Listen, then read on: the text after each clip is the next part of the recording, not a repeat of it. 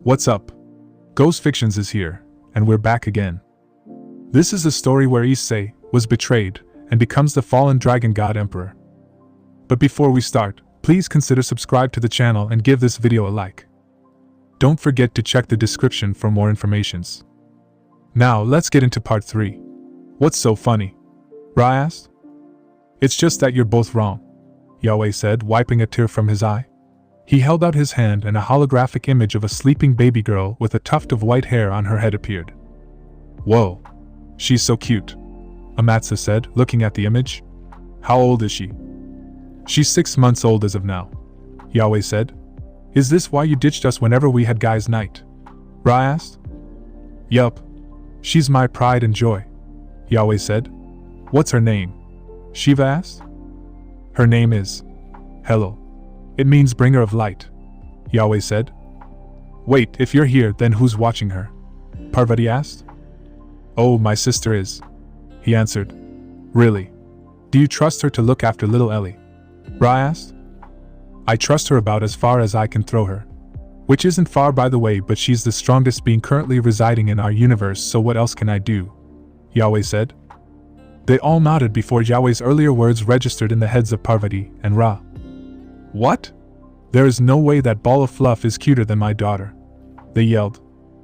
Mayat is cuter, Ra said. No. Kali is much cuter than both of them, Parvati argued. Yahweh glared as a black aura surrounded him. Lies. Helel is cuter than both your daughters combined, Yahweh argued. Oh dear, Amatsa said as she and Shiva watched as the argument devolved into a three-way war.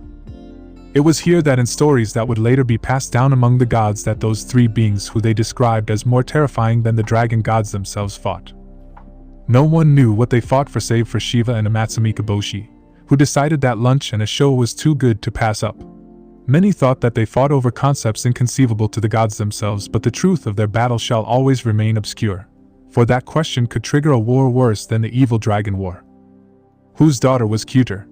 Satanakia Stadium, Lilith, Hell Level 1. Gehenna, February 20th, 2020, 3 p.m., current time. 3 minutes and 49 seconds till midnight. Ria smiled and began to laugh at the irony of it all. Her older brother had the sickest sense of humor.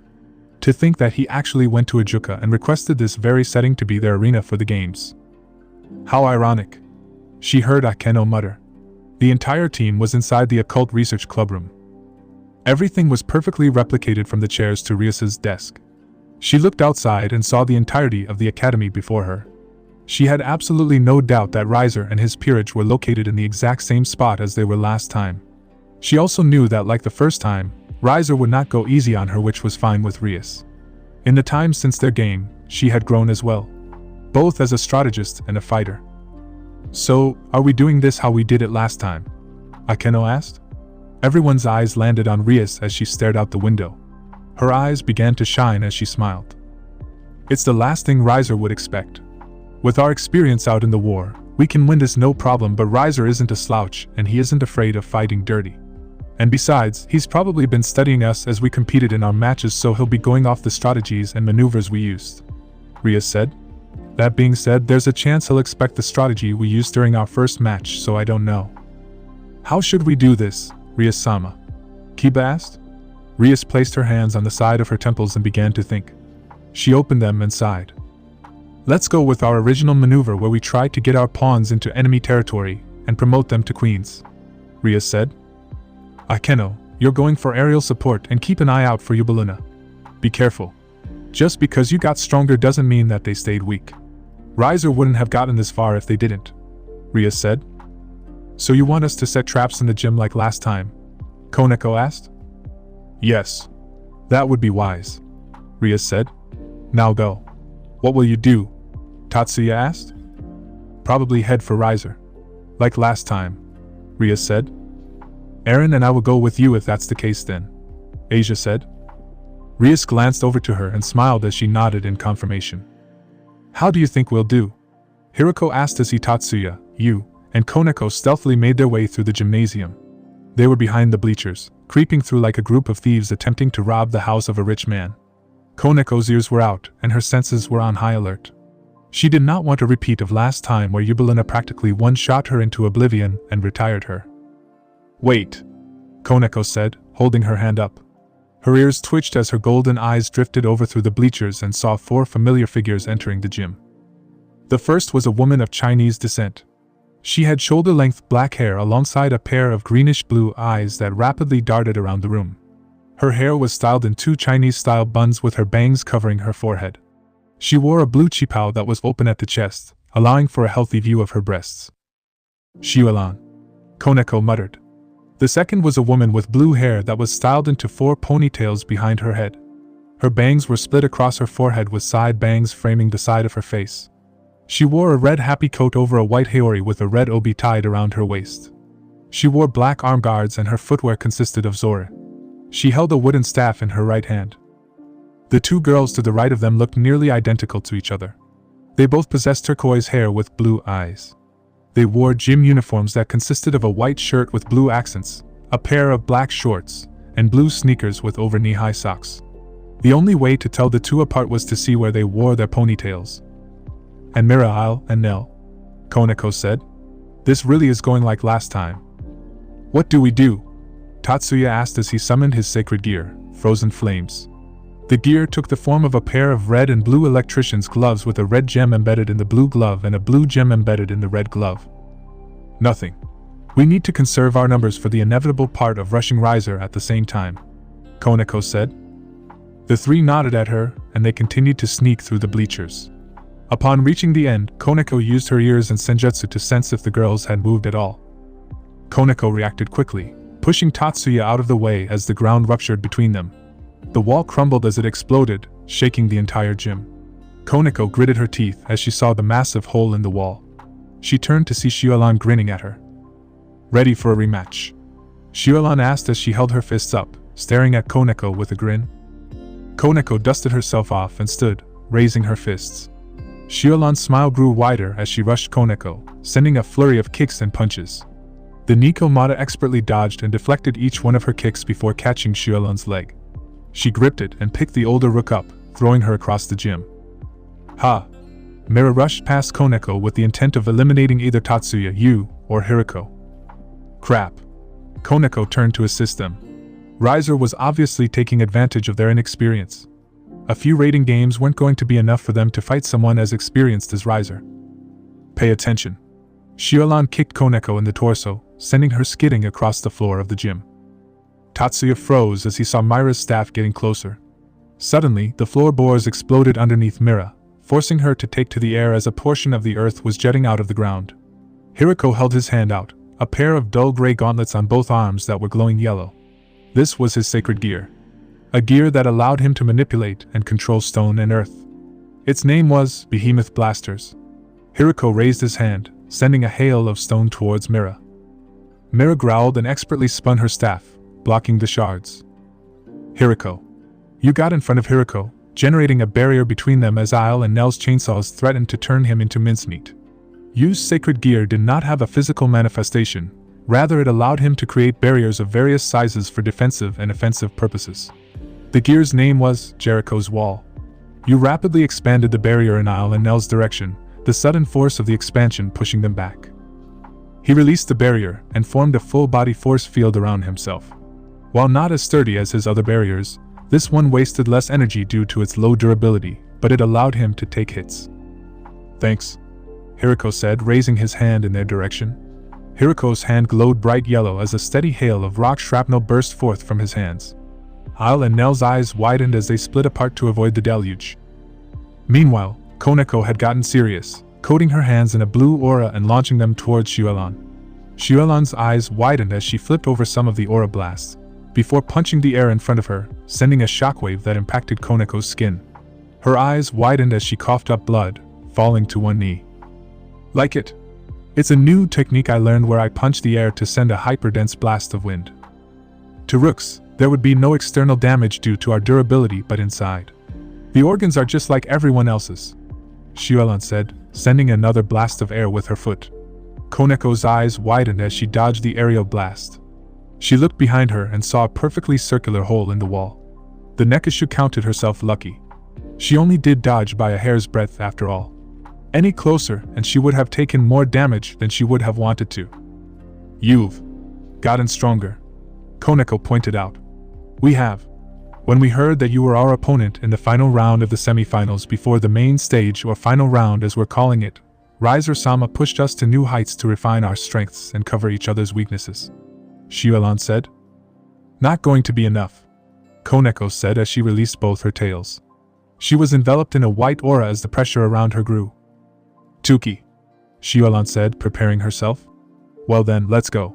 She and Koneko rushed towards each other, trading blows. Shiolan sent a punch that Koneko dodged, sending a wave of highly compressed hair into the bleachers. The bleachers shattered and splintered as Koneko countered with a devastating blow to Shiolan's ribs. Shiolan flew across the gym and through the wall, sending her sprawling onto the ground outside the gym. And the outcome will end up the same, Koneko said as she approached Shiolan. Shiolan groaned as she shakily got on her knees to face her opponent. It's game over, Koneko said as she raised her fist. She threw it, but to her surprise, Shiolan dodged, rolling out of the way just barely in time. In that instant, an explosion happened and you landed next to Koneko. What happened? Koneko asked. The lowly twins. Their chainsaws are on fucking fire, he said as he raised his hand. A barrier formed around them as two flaming wheels bounced off. Thanks, Koneko said. Her eyes began to glow yellow as she raised her hands over her head. A small flaming orb appeared above her, and despite its size, you felt the immense level of heat that the orb was emitting. Take down the barrier, Koneko ordered. You nodded as he took it down. He ran back in the direction of the gymnasium where the sounds of chainsaws, wooden thwacks, and Tatsuya's incessant screams were heard. This is the end for you, Shiolan, Koneko said as she rushed towards her. Shiolan dropped into a defensive stance and dodged when Koneko sent out a punch. She countered by sweeping her feet out from underneath. Koneko fell face first to the ground and screamed in pain when Shiolan kicked her ribs, sending her crashing through several trees. Ora! Shiolan threw a few punches and kicks, sending out blasts of pressurized air towards Koneko's down form. The sounds of crashing and breaking were heard as a dust cloud formed. Shiolan carefully approached the cloud, keeping her guard up. She swung her arm, generating a gust that cleared the dust. Her eyes narrowed. Where did she go? Shiolan asked. Koneko hovered above her, thanking her small form and her senjutsu abilities to give her the needed boost to make it into the air. She opened her palm and the small flaming aura sphere reappeared. She raised her arm into the air and threw it down, sending the orb speeding faster than a bullet towards Shiolan. Shiolan felt an immense amount of heat growing above her and turned around. She saw a small baseball-sized flaming sphere headed towards her. She quickly jumped out of the way, avoiding it. Koneko moved her hand, forcing the sphere to curve hard to the right, following Shiolan. The Devil Rook was thoroughly surprised, seeing as a flaming ball of death was currently hot on her heels, but this was not the time to panic. She flipped back several times before gaining some distance from the sphere. She threw her fist towards it, sending a blast of compressed air towards the sphere. The air blast immediately dispersed as the sphere charged through it, breaking it like a rock shatters glass. Shiolan kept leaping back as the sphere slowly gained ground on her. Eventually, the Rook was out of places to run as her back literally hit the wall of the Kuo Academy gym. Having no choice but to block, Shiolan raised her arms in an X formation and faced the attack head-on. However, this all went in Koneko's favor for the moment the energy sphere made contact with Shiolan's flesh. The sphere rapidly expanded, engulfing Shiolan and a good portion of the Kuo gym. Koneko held her hand out and closed her fist, creating a massive pillar of flames that were seen throughout the entire arena. When the pillar of flames disappeared, Shiolan was nowhere to be found. Outstanding. As expected of a piece of Rias Gremory. Mamoon-sama, how much do you expect from this team? Nod asked. Honestly, like other devils, I expect a lot, but it is interesting how they're adapting without the Red Dragon Emperor to help them, Mamoon said. Tatsuya raised his hand, sending a hail of ice shards towards Mira. She spun her staff, deflecting the shards. She rushed towards Tatsuya, thrusting the end of her staff into his gut. He had his breath knocked out of him as he stumbled back. Damn it. Hiriko pushed Nell back. He slammed his hand into the floor, sending a wave of earthen spikes to Mira. Mira dodged, leaping into the air. A barrier enveloped the pawn, causing her to turn and see you with his hand outstretched. Next to him, Al was trapped in a similar barrier. He closed his hands into fists, shrinking the barriers. "Nell. Mira," Al said. "Surrender," you called out. Al turned to you and glared. "Surrender, and I'll let them go. Don't, and I'll crush them like a can," you said as a bead of sweat trickled down his forehead. "I can't hold this forever. Bluffing's the only thing I can do right now," you thought. Al hesitantly lowered her chainsaw, looking at the two spheres. Without warning, she threw the chainsaw at Al's barrier, catching you off guard. An earthen ridge erupted in front of Al in an attempt to catch her off guard. She scoffed and jumped, spreading her wings and vaulting over the barrier. She extended her hands and began to utter two words. "Promotion. Rudash." Al's eyes widened as she flew through the wall as a white blur slammed into her. "Koneko-san," you said. "Focus on keeping them trapped." "Tatsuya, you on me?" Koneko said as she jumped through the hole.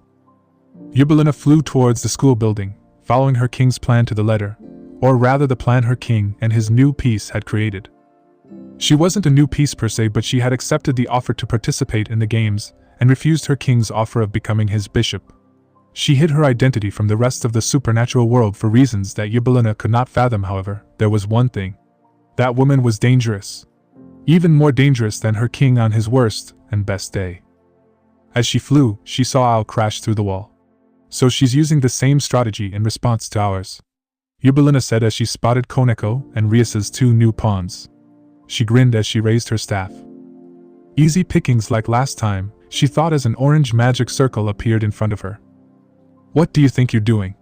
Yubelina turned around and saw one of the last people she wanted to see. "Himajima," Yubelina said. "Hello, Yubelina," Akeno said as she hovered in front of Riser's queen. "To think that we would be fighting again in a raiding game like this," Yubelina said as several magic circles appeared behind her. "It must have been fated then. Maybe I can find a copy of our fight in the Bible." Akeno joined in, raising her hand. The air crackled and sparkled as several spears made of pure yellow lightning appeared behind her. "Cute," Yubelina said as she unleashed a hail of extremely explosive magic bolts at her.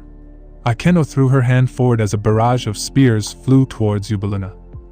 Spell collided with spell as the skies of the raiding game dimension were lit up like the 4th of July and New Year's combined. The spell's shockwaves shook the surrounding area as the glass in the building shattered. Lightning met explosions as Akeno struggled to push her back. It seems that Riser wasn't a slouch when it came to training, Akeno thought. He really pushed these girls past the breaking point in their training. However, I've been training too. That training was with the fallen Seraph Penemu and Barakil, the latter being my father. You're going to have to do better than that, Yubelina said as she increased the number of explosive bolts that exited her magic circle. Akeno growled and grunted as she pushed back against the spell. Zenobia, Yuto, Rosweiss, and Gasper all stumbled when the ground shook underneath them. The four looked to the direction of the gymnasium and saw the brilliant display of arcane mastery above them. "Looks like either of them are holding back," Kiba noted. "Akeno-senpai," Gasper said, worried for Akeno's safety. "Come on," Zenobia said, keeping one hand on Durandal. "Wait," Kiba said as he walked forward. A magic circle appeared underneath his right hand as a demonic black sword manifested in his waiting hand. It had red markings engraved on its crimson hilt, while gold decorative decals were seen all over the flat of the blade. "I know you're there, Cirrus Carlamine," Kiba said. "Humph." A woman with short brown hair walked out. Her attire was a mix of European knight armor with her breastplate, gauntlets, and greaves, all three of which were made of silvery metal. Her arm guards and hip guards were reminiscent of that of samurai armor. "I guess this match was fate," the woman next to her said. This woman had long black hair and brown eyes. Her hair was tied in a ponytail with 5 strands, all held together by what appeared to be a golden scrunchie. She wore a white top with black accents, containing a cleavage window to allow others to get a good view of her cleavage. She also wore a red skirt, and metal greaves and gauntlets. There was a massive Zweihander behind her possessing a length that was almost twice her height. "Caromine," Kiba said before turning to the ponytail woman. "Cirrus. Ready for round 2. I've always wanted to fight you again," Cirrus said as she lifted her Zweihander off her back. "I can't say I feel the same way," Kiba said, pointing Graham at them. "That's quite rude. I thought us knights had a code where we were honor-bound to accept duels," Cirrus said. "That would be true, but..." Kiba let a cocky grin appear on his face. I don't fight people weaker than I am. Raswise-sensei, Gasper said. What is it? Raswise asked. Do you think that Issei-senpai, Mitsuki-senpai, and Valley-san are a bad influence? Gasper asked. Why? Because Kiba-senpai sounds just like them right now, Gasper said. Well then, since you're so confident, how about a 2v1? Carmine asked. That's fine with me, Kiba said. He glanced back at Gasper and Raswise. Go. Get to Riser. The all for honor mentioned people all jumped out of their hiding spots and surrounded Raswise and Gasper. Shiria was a scantily clad woman with messy blue hair and amber eyes. She wore a bikini bra that was made of a metallic underwire brassiere. She wore a silk loincloth that exposes the sides of her thighs and a silver tiara with neck rings with a blue and red gem respectively. Isabella was a masked woman with short, light brown hair with 3 red highlights. She wore a plain white mask that covered the right side of her face, and her outfit consists of a black jacket with matching pants. Her jacket was slightly open at the chest, revealing her rather large breasts and cleavage. Her jacket was also cut off, revealing her midriff. Isabella wore black gloves and boots. The twins, Anai and Lee, were identical in appearance like their fellow pawns Isle and Nell. However, unlike the two, these two can be easily differentiated from one another due to their differing hair colors. Anai had blue hair and red eyes while her twin Lee possessed red hair and blue eyes. The two had a pair of cat ears, showing their Nikomata heritage, and wore skimpy, white sailor uniforms that revealed their shoulders, the lower portion of their breasts, and their abdomen. Looks like we need to plow through these two, Raswise said as she raised her hand. A series of magic circles appeared behind her and began to glow as several forms of elemental magic manifested in front of them. Raswise-sensei, isn't this a bit of an overkill? Gasper asked as he slowly began to back away. Dear Gasper, there's no such thing as overkill, Raswise said as she threw her hands forward. Riser's pawns and rook didn't even have time to respond as an elemental deluge forced them to scatter to avoid being hit. Isabella shot towards Raswise in an attempt to retire her, raising her fist for a decisive blow. Gasper appeared in front of her, intercepting her. He activated his sacred gear, Aeon Baler. Aeon Baler was a sacred gear capable of stopping the time of anything within the user's line of sight, and contained a portion of the evil god Baler's consciousness and power. Formerly known as Forbidden Baler View, it became Aeon Baler when it received its Longinus certification. Isabella was frozen before Raswise, who nodded in appreciation. Gasper slowly walked over to the frozen rook and transformed one of his fists into a monstrous paw. He swung it, easily eliminating the rook. A rook of Riser Phoenix has been eliminated. Nod's announcement rang throughout the entire field. Upon hearing the announcement that 2 of his pieces had been eliminated by Rias's peerage, Riser bit his lip. Things were not looking up if things continued at their current rot. His Queen Eubelina was currently engaging the Queen of Rias Gremory if the flashes of fire and lightning were anything to go by. Riser placed his hands in his pocket and sighed. If he was going to lose, losing to Rias didn't seem like a bad idea. However, his pride wouldn't allow him to let this match be a one-sided stomp. No, if Riser lost, he might as well take down a few of Rias's pieces with him. Riser's tension disappeared when a comforting hand placed itself on his shoulder. Riser turned to see the person behind him. He was honestly lucky that she accepted to act as his replacement bishop for the Azazel Cup. The moment he had laid eyes on her, he felt something that he didn't for the other women in his harem. Riser-san, she said in a melodious voice that made Riser weak in his knees. Her violet eyes gazed over at the battle in front of them. Don't worry. I believe that we can win. I hope so, Riser said. He closed his eyes and sensed 3 energy signatures heading in their direction. Rias, Aaron, and Asia flew in the direction of Riser's main headquarters. She had a guy feeling that since Riser was using the same strategy against her as he did before, that he was confident in winning. However, the 2 eliminations from his peerage must be forcing him to see that she wasn't the same naive girl whom he had faced before. But something about this was off. From what she saw, Riser had a full set and a second bishop whose name was one she had never heard of before from Revel or anywhere. It was known that Riser's substitute bishop for the games was female, but she always wore a hood to cover her face. Rias Wanisama? Asia asked. Rias blinked and looked at her bishop. Nothing, I was just thinking how fishy it is that the rest of Riser's pieces haven't come out to greet us, Rias said, scanning her surroundings. That is odd. Aaron said as he began to bring up his guard. He could not afford to lose. There was someone he wanted to be like. Someone he wanted to reach. Just stay alert, Rias said. Pawn of Riser Phoenix has been eliminated. Rias smiled at that announcement. But she couldn't afford to falter. Despite the early lead she had gained in her first raiding game with Riser, he had still beaten her. Her opponent was a dangerous and cunning one with more raiding game victories under his belt than she did. No matter how powerful the opposing team was, an impeccable strategy always had provided a semblance of hope for victory. It was a saying that she based her thinking on when it came to matches, be it in chess or raiding games.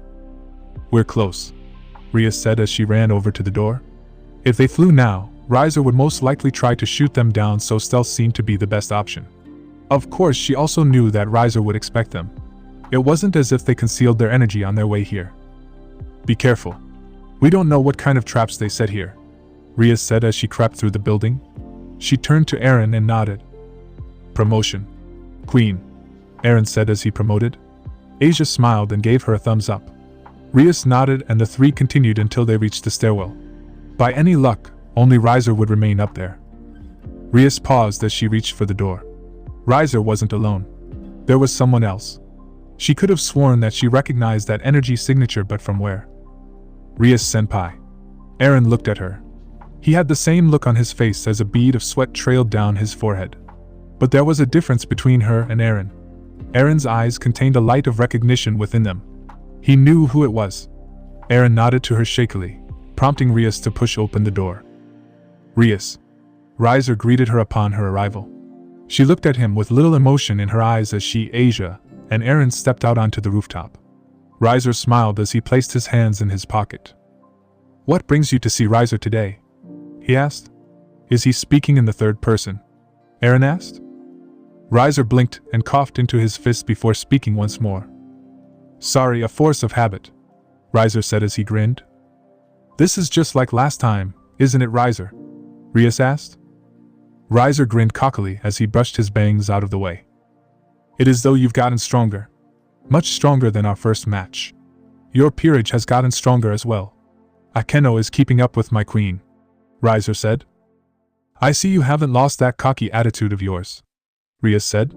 She raised her fists and dropped into a stance. It'll be all the more satisfying when I wipe that smug grin off your face. Well, you see, like last time, I won't be fighting alone, Riser said. As soon as he said those words, Rias felt the area heat up. Riser was suddenly being slowly bathed in a soft orange light that came from above. She looked up and saw a large sun-like sphere barreling towards them. She raised her hand to intercept it when Aaron appeared in front of her and raised his hands. An orange glow appeared in Aaron's hands as the sphere slowed down.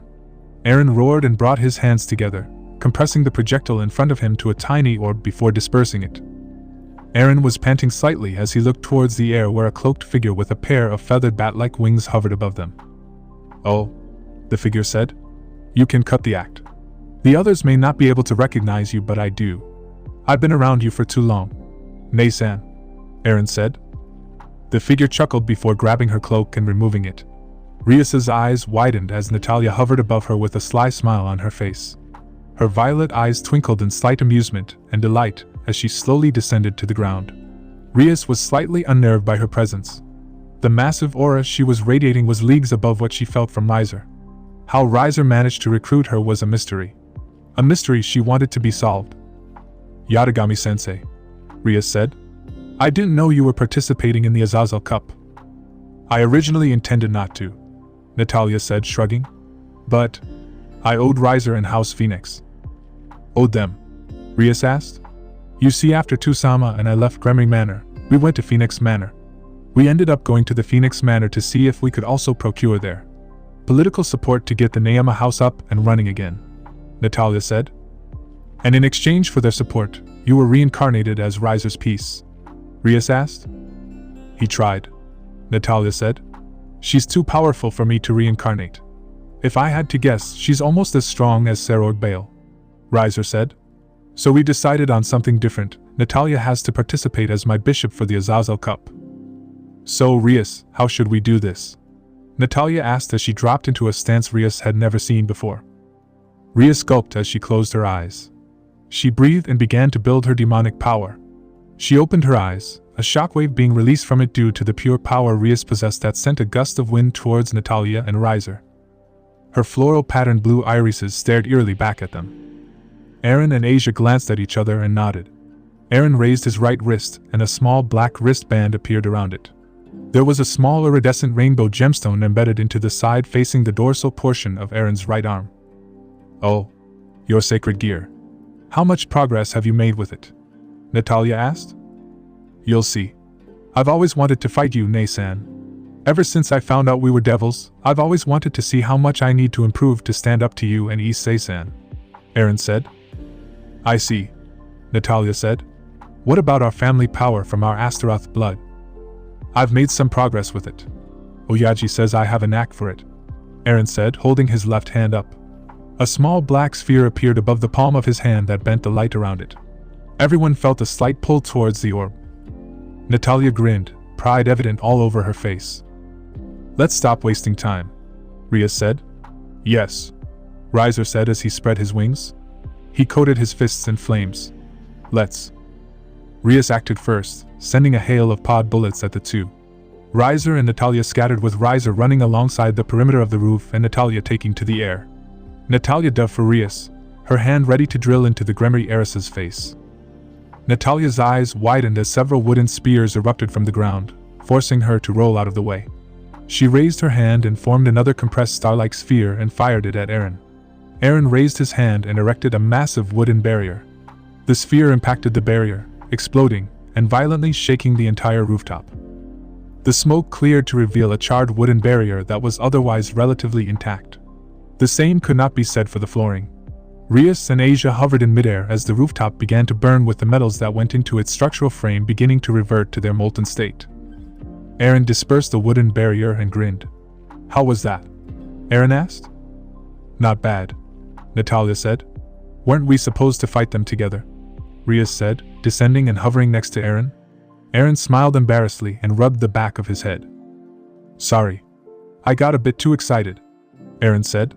Rias smiled before turning to face Natalia and Riser, who was now standing next to her. "Shall we continue?" Natalia asked. The two teams shot towards each other, continuing their battle. Koneko slammed her fist into Isle's torso, knocking her out as she dispersed in a shower of red particles.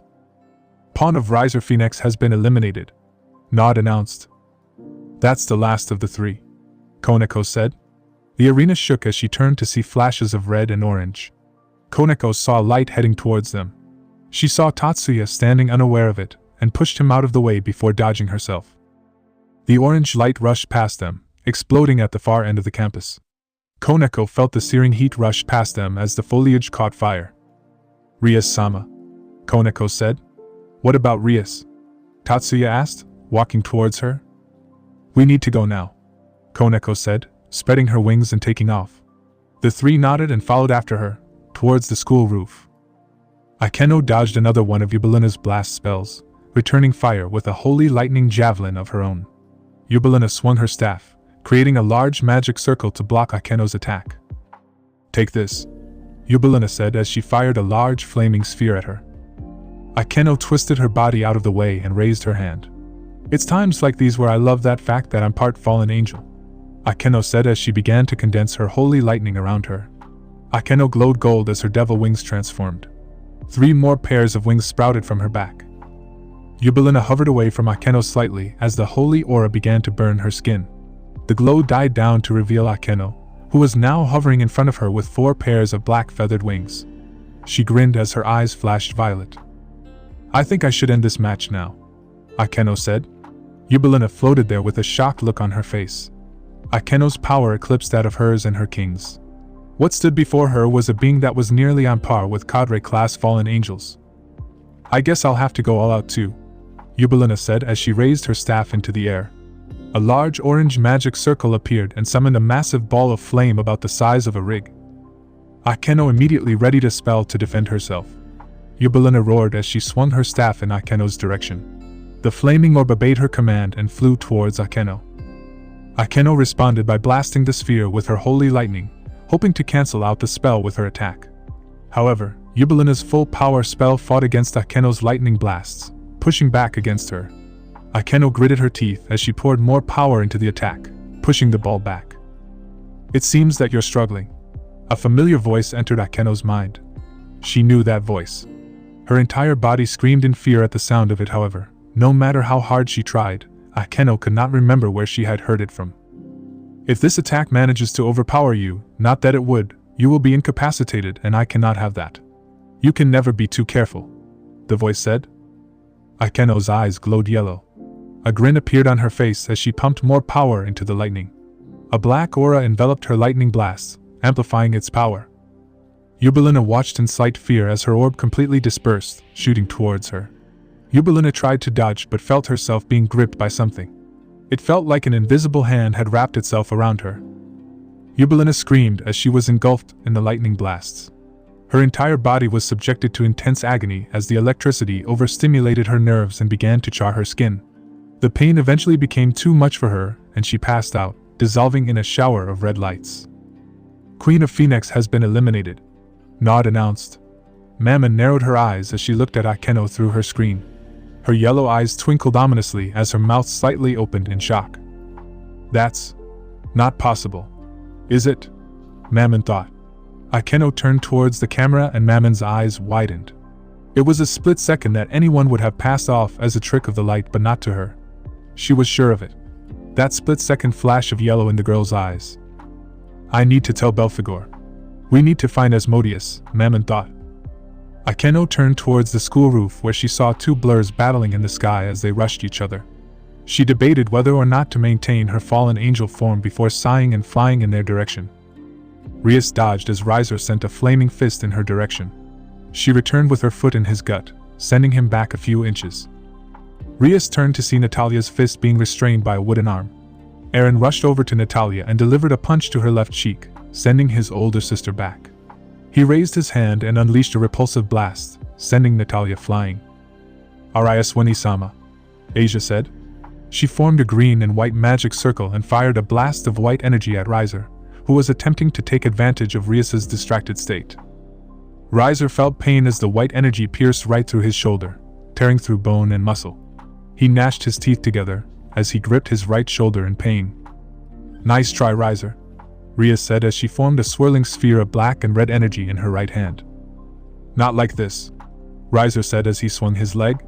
He coated his leg in flames the minute it came into contact with Rias's skin, burning her arm. He put more force into the kick, sending her crashing into the ground below. Now for the bishop, Riser said. Asia. Eren attempted to fly towards his girlfriend only to find himself unable to move. His eyes moved to see his older sister hovering behind him with her hand outstretched. Grag. Eren attempted to break free of his older sister's telekinetic grip to no avail. No. This can't be the end. I have to help her, Eren thought. The gem on his wristband began to glow. A green aura erupted from Eren as he turned to his sister and glared. Asia's eyes widened as she maintained her barrier to defend her from Riser's fire blasts.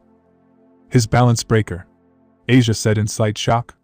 A massive avatar manifested behind Eren and swung its arm, catching Natalia off guard. She gasped in pain as she felt several of her ribs break from the impact. She crashed into the building, flying through several walls before landing in one of the classrooms. Natalia's grip on Eren broke as Eren found himself being able to move again. A balance breaker, Riser said as he stopped firing. Eren looked down at his hands, which were now encased in black gloves with white highlights, and clenches his fist. Asia, Eren said. Asia smiled. What is it? She asked. Let's finish this, Eren said. Riser's eyes widened as he floated back. Eren advanced on Riser, his battle avatar reaching towards the phoenix. As Eren was about to grab Riser, a pillar of violet energy erupted from the building. Eren turned around to see his older sister hovering in the light. Her form had changed and appeared like how she did when she fought the blonde devil who called herself Phoenix. That wasn't very nice, Oturo-chan, Natalia said as her violet eyes glowed ominously. She raised one finger into the air and a small solar sphere formed above her finger. Well shit, Eren said, readying his avatar. The two turned to see Rias flying up towards them. She grinned as her eyes glowed. I'll take care of Natalia. I need you two to go after Riser. What? Wani-san is in her Cliffith form. There's no way you can fight her, Aaron said. Don't worry. I got a transformation of my own as well. Rias gave him a thumbs up before turning to face Natalia. Please. Go. I'll try to stall for as long as I can. Aaron. We can't change her mind once she puts herself to it, Asia said. Aaron nodded and the two flew off to confront Riser. Rias turned to Natalia, who had now dispersed her solar sphere and stared at Rias. So, you're going to fight me? Natalia asked. Rias grinned. Yeah. She summoned a series of magic circles that surrounded her. The magic circles began to glow as her miasma began to surge. The power of destruction began to surround her every form. Natalia narrowed her eyes as she felt Rias's power rising at an exponential rate. Rias, this form you achieved during our training. You remember it right? Surzex asked as she munched on a French fry. Why, yeah. I think, Rias said, looking up at her older brother. Well, this form you achieved was similar to mine, where you took on the power of destruction and converted it into an aura that amplified all of your powers, Surzex said. I see. So you think I can access it again? Rias asked. Without a doubt. With your power of sight combined with the power of destruction, I believe that you can create a new form of my humanoid aura of destruction, Surzex said. I see, Rias said, a grin slowly forming on her lips. So, I see that look on your face. What is it? Surzex asked. I named Onisama. I'll call it Null Dance, Goddess of Ruin, Rias said as the aura relaxed. Her hair became like black and red flames, flickering and dancing in the air. Her body was covered in red markings that had the power of destruction coursing through them alongside another form of energy that Natalia couldn't identify. Rias opened her eyes to reveal her glowing red eyes. Goddess? Natalia asked. A bit conceited, but Knights of Riser Phoenix has been eliminated. Pawns of Riser Phoenix has been eliminated. Natalia narrowed her eyes at Nod's announcement. It seems that we've reached the endgame. Just shut up and fight, Rias said. All right, Natalia said. She disappeared in a burst of speed, appearing behind Rias. Natalia attempted to kick Rias in the side of the head, only for Rias to block. Natalia's eyes widened when she felt her skin being corroded and leaped back.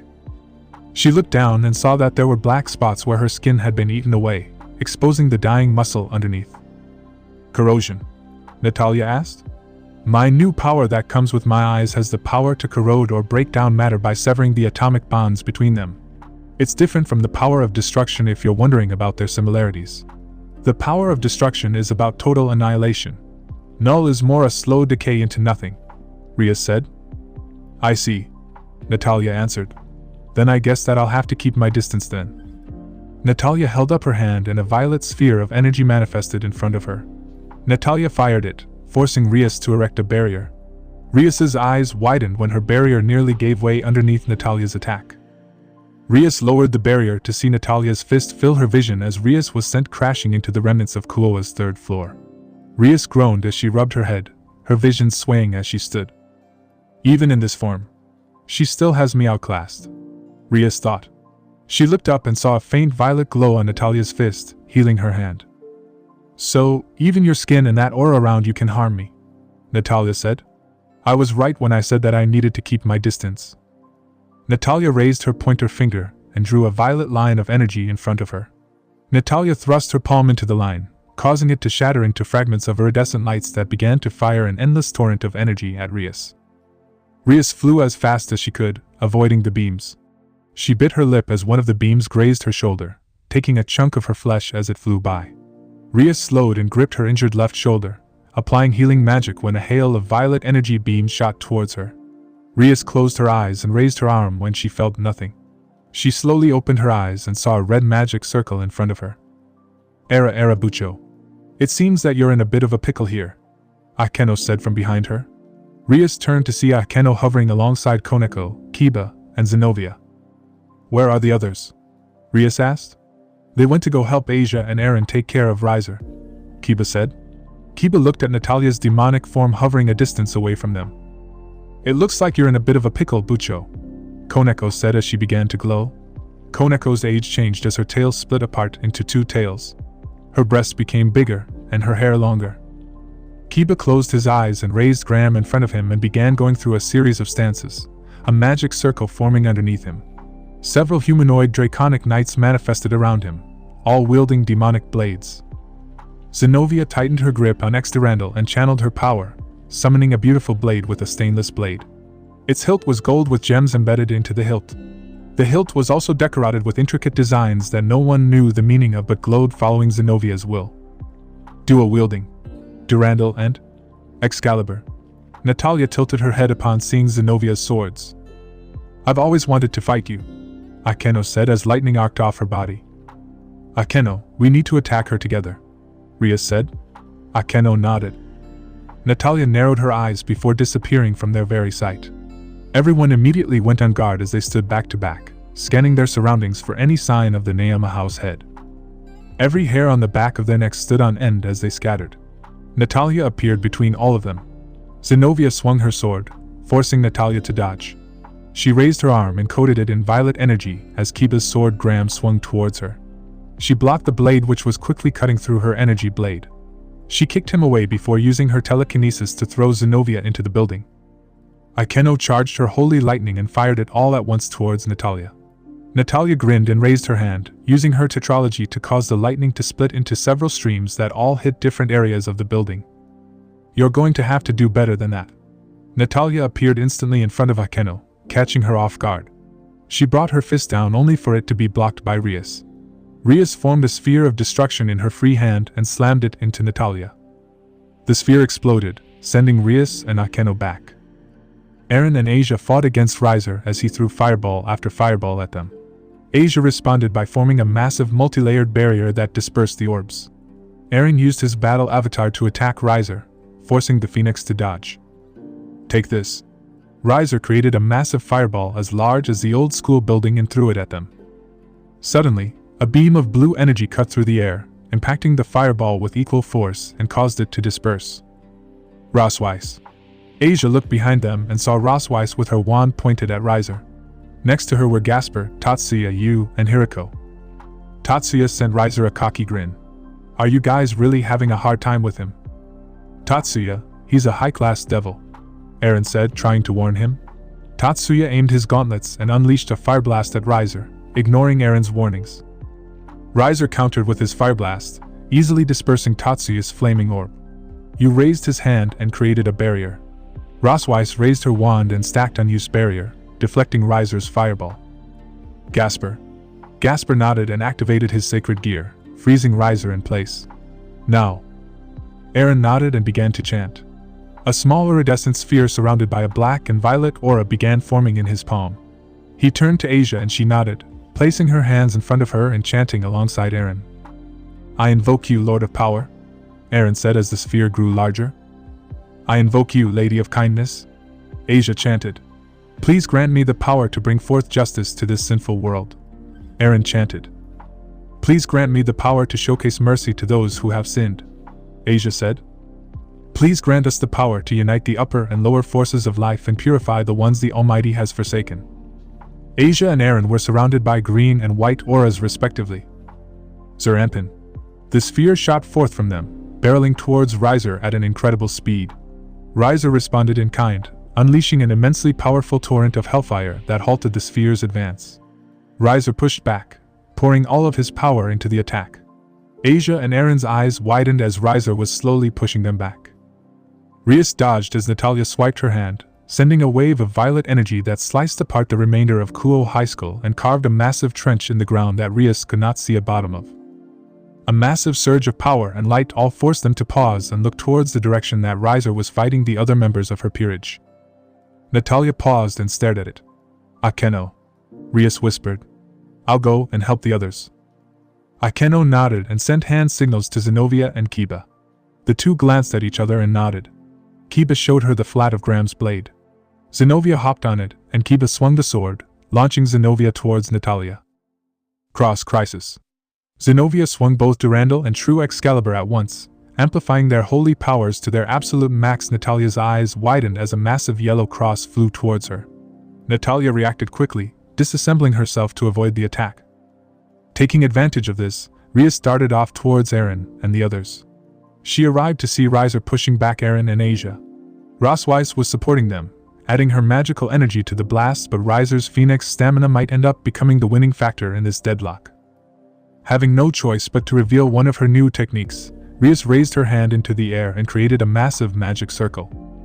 "I was hoping to save this for my match against Issei in the finals, but," Rias said. "Hey, KFC." Riser looked up and saw Rias right above him with her hand raised above her head. "Can your family power of 7 herbs and 7 spices deflect this?" Rias yelled. "Issei really rubbed off on me," she added as an afterthought. "What?" Riser yelled. "Everyone, move," Rias yelled. Aaron and Asia's eyes widened at her words and immediately cancelled their spell, flying out of the way as Riser's flame blast flew past them. Everyone was able to move except for Tatsuya, who had moved too late and was caught in the blast. Ooh, how unfortunate. That marks the first loss for Gremory Peerage. Pawn of Rias Gremory has been eliminated, Nod announced. Hiriko slapped his forehead in annoyance. Tatsuya's arrogance was really becoming annoying. It was to the point where he compared himself to one of the strongest beings that Rias had told them about, the god Shiva. Light of ruin. Rias threw her hand down and engulfed Riser in a pillar of red light. "I retire," Riser called as his body dissolved in a shower of red lights. Rias's form gave out as she returned to her base state and slowly descended to the ground, panting. She looked up at the others and gave them a thumbs up as she heard Nod's announcement.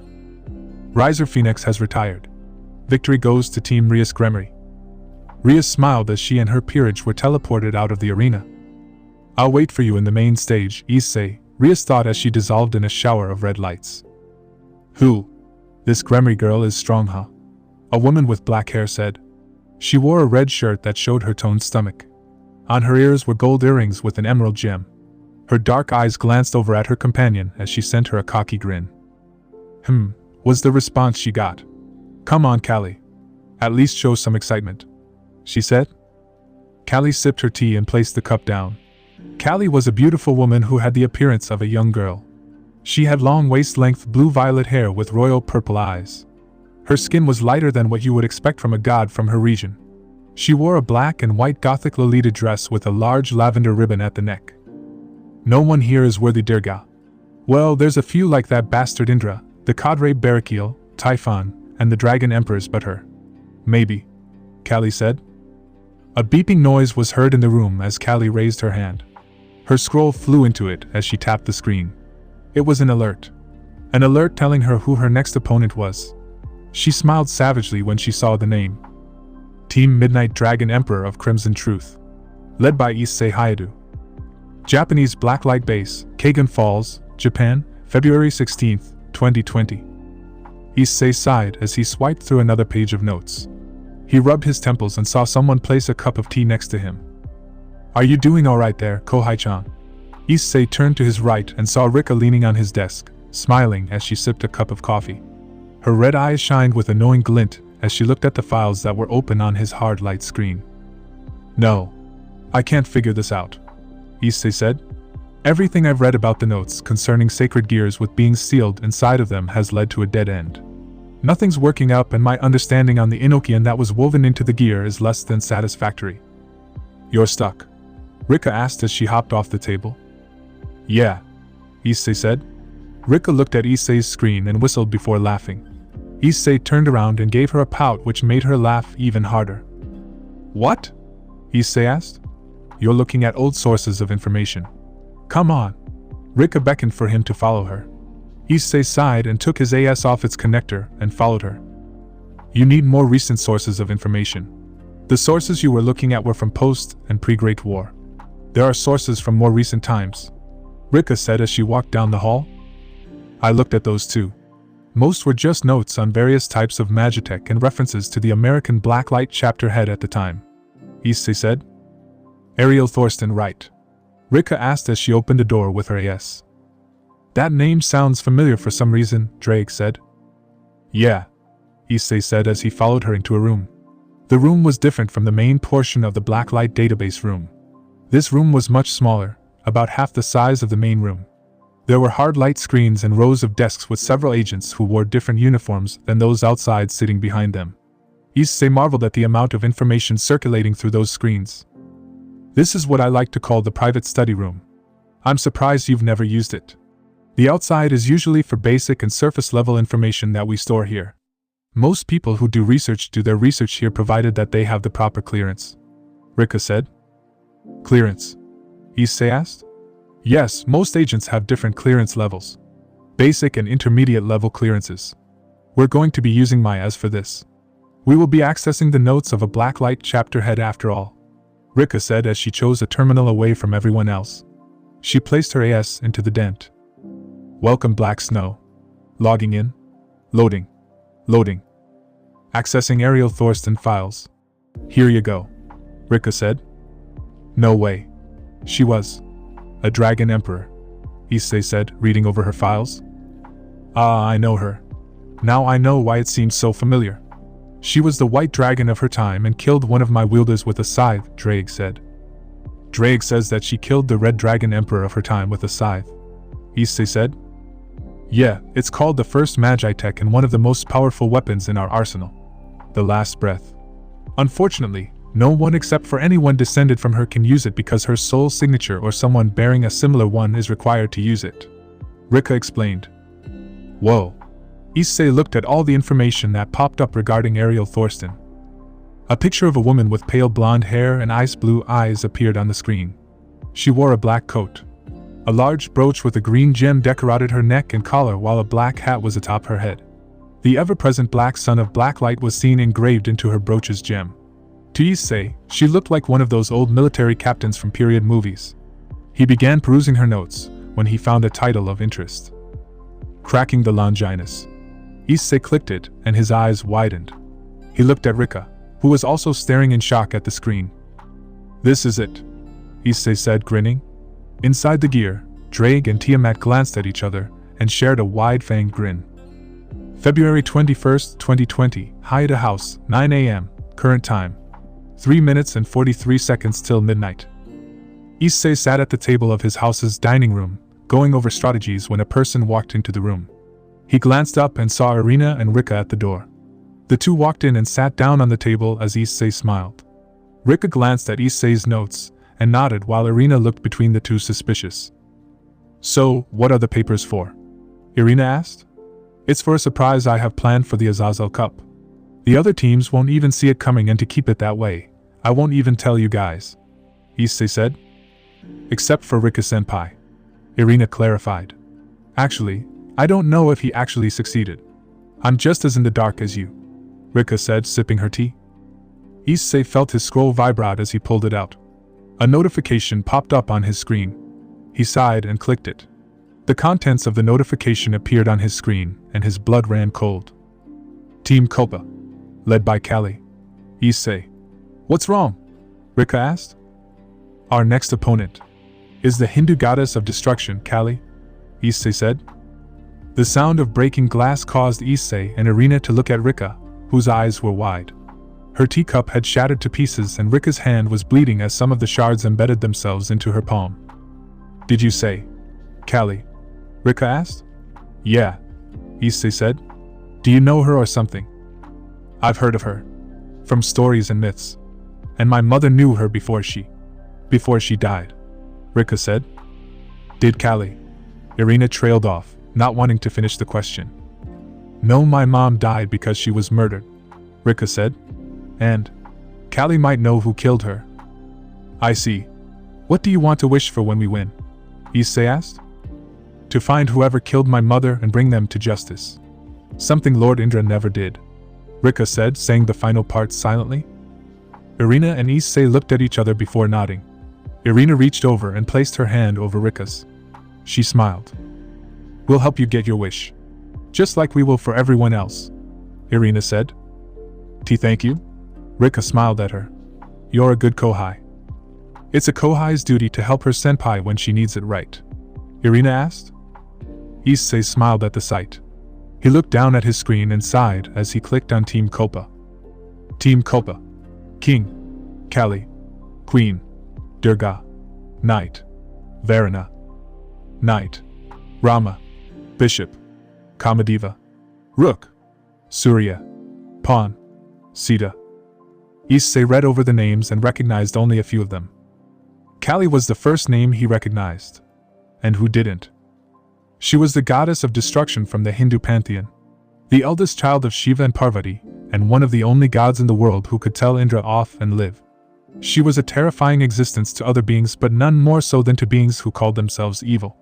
Her title is the Purifier, the destroyer of evil, and her blade was coated in the blood of Asuras and other evil beings alike.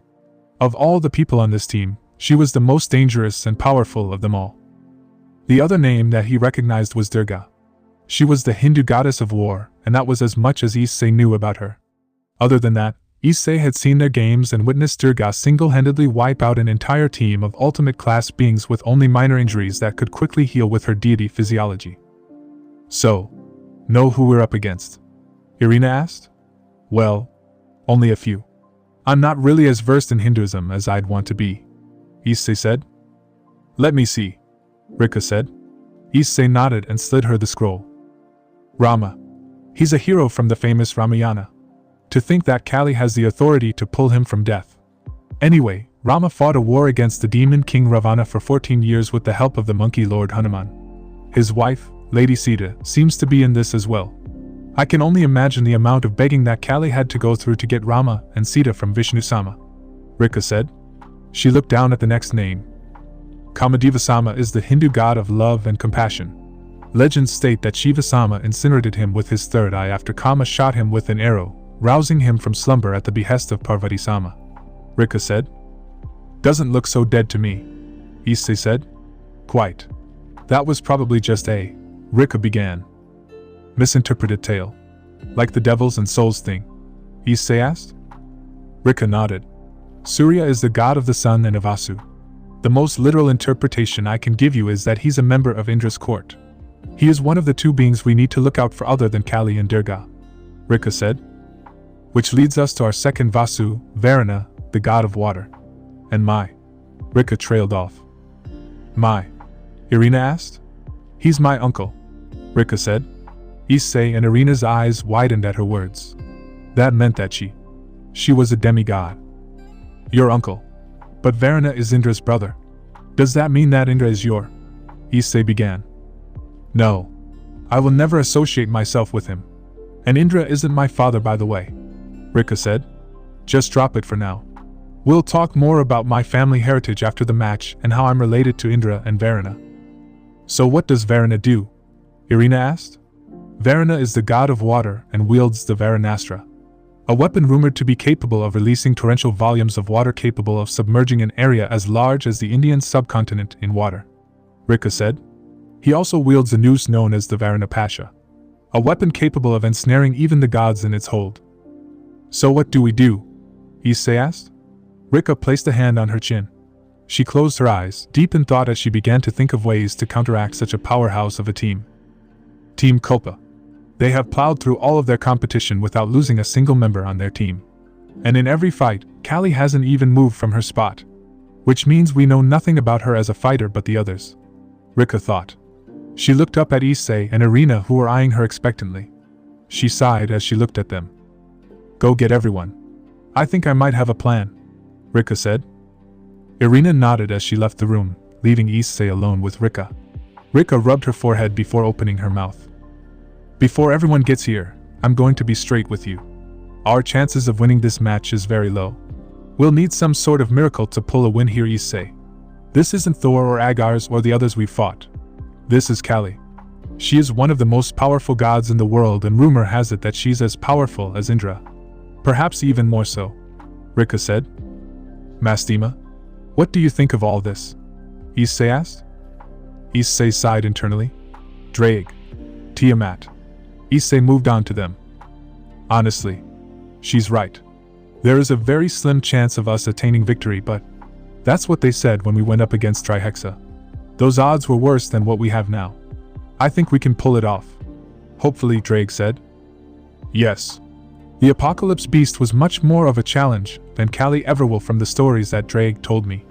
That means we can pull this off, but you'll need to be strategic about it, Tiamat said. Rika, what's this strategy of yours? Issei asked. As she was about to speak, the door opened and Irina walked in with everyone else. Rika smiled as everyone sat down at the table. Alright, Issei. Everyone, pay attention because this plan's going to get complicated, Rika said. She reached for Issei's scroll. May I? Rika asked. Issei nodded and allowed her to take it. She clicked it and looked for footage of Callie's matches. She pulled out her AS and tapped it, causing several thin wires to extend and attach to Issei's scroll. Her AS whirred as it projected an image of Callie's matches. So basically, here's what we're going to do, Rika said. February 22, 2020, 11:30 a.m., Ajuka Stadium. Issei sighed as he waited to be teleported into the arena with the others. Rika was sitting against the wall, sharpening her sword with a whetstone while Bova stood next to her. Irina was fidgeting with her new bracelets. Bracelets he had never seen before. They technically resembled wristbands more than anything. The wristbands were different colors. The band on her left wrist was black with white highlights and contained a blue gem on the side of the band that was facing the same direction as the back of her hand. The right band was white with black highlights, and like its left counterpart, it had a blue gem located on the side that the back of the hand was. While Issei was 100% sure that Irina would never do anything like that to him, a part of him couldn't help but wonder where she got them from. Hey Irina, where did you get the bracelets from? Issei asked, his curiosity getting the better of him. These. I had them made. I'm sorry, but I wanted them to be surprised, so I made a couple of trips down to Blacklight HQ in secret. Irina smiled sheepishly. So that's... Issei asked? Magi Tech. Yeah. I call them Heaven's Twilight, Irina said. Huh, Issei said. What they do is a secret. Can't give away one of our newest trump cards. Irina winked at him. Are we ready for today's match, folks? Because if you are, we have a treat for you. This might be the greatest mismatch we've had ever. I hope you all bet on the right team because this match is about to knock you off your seats. Without further ado, let's introduce the competing teams. On one side, we have a fan favorite, led by the Oppai Dragon himself, Team Midnight Dragon Emperor of Crimson Truth. An image of Issei appeared on the screen, earning shouts and cries of praise from the audience, both at the stadium and at home. Issei sighed when he heard it. It made him more determined to slash the alias Oppai Dragon from anything associated with him forever.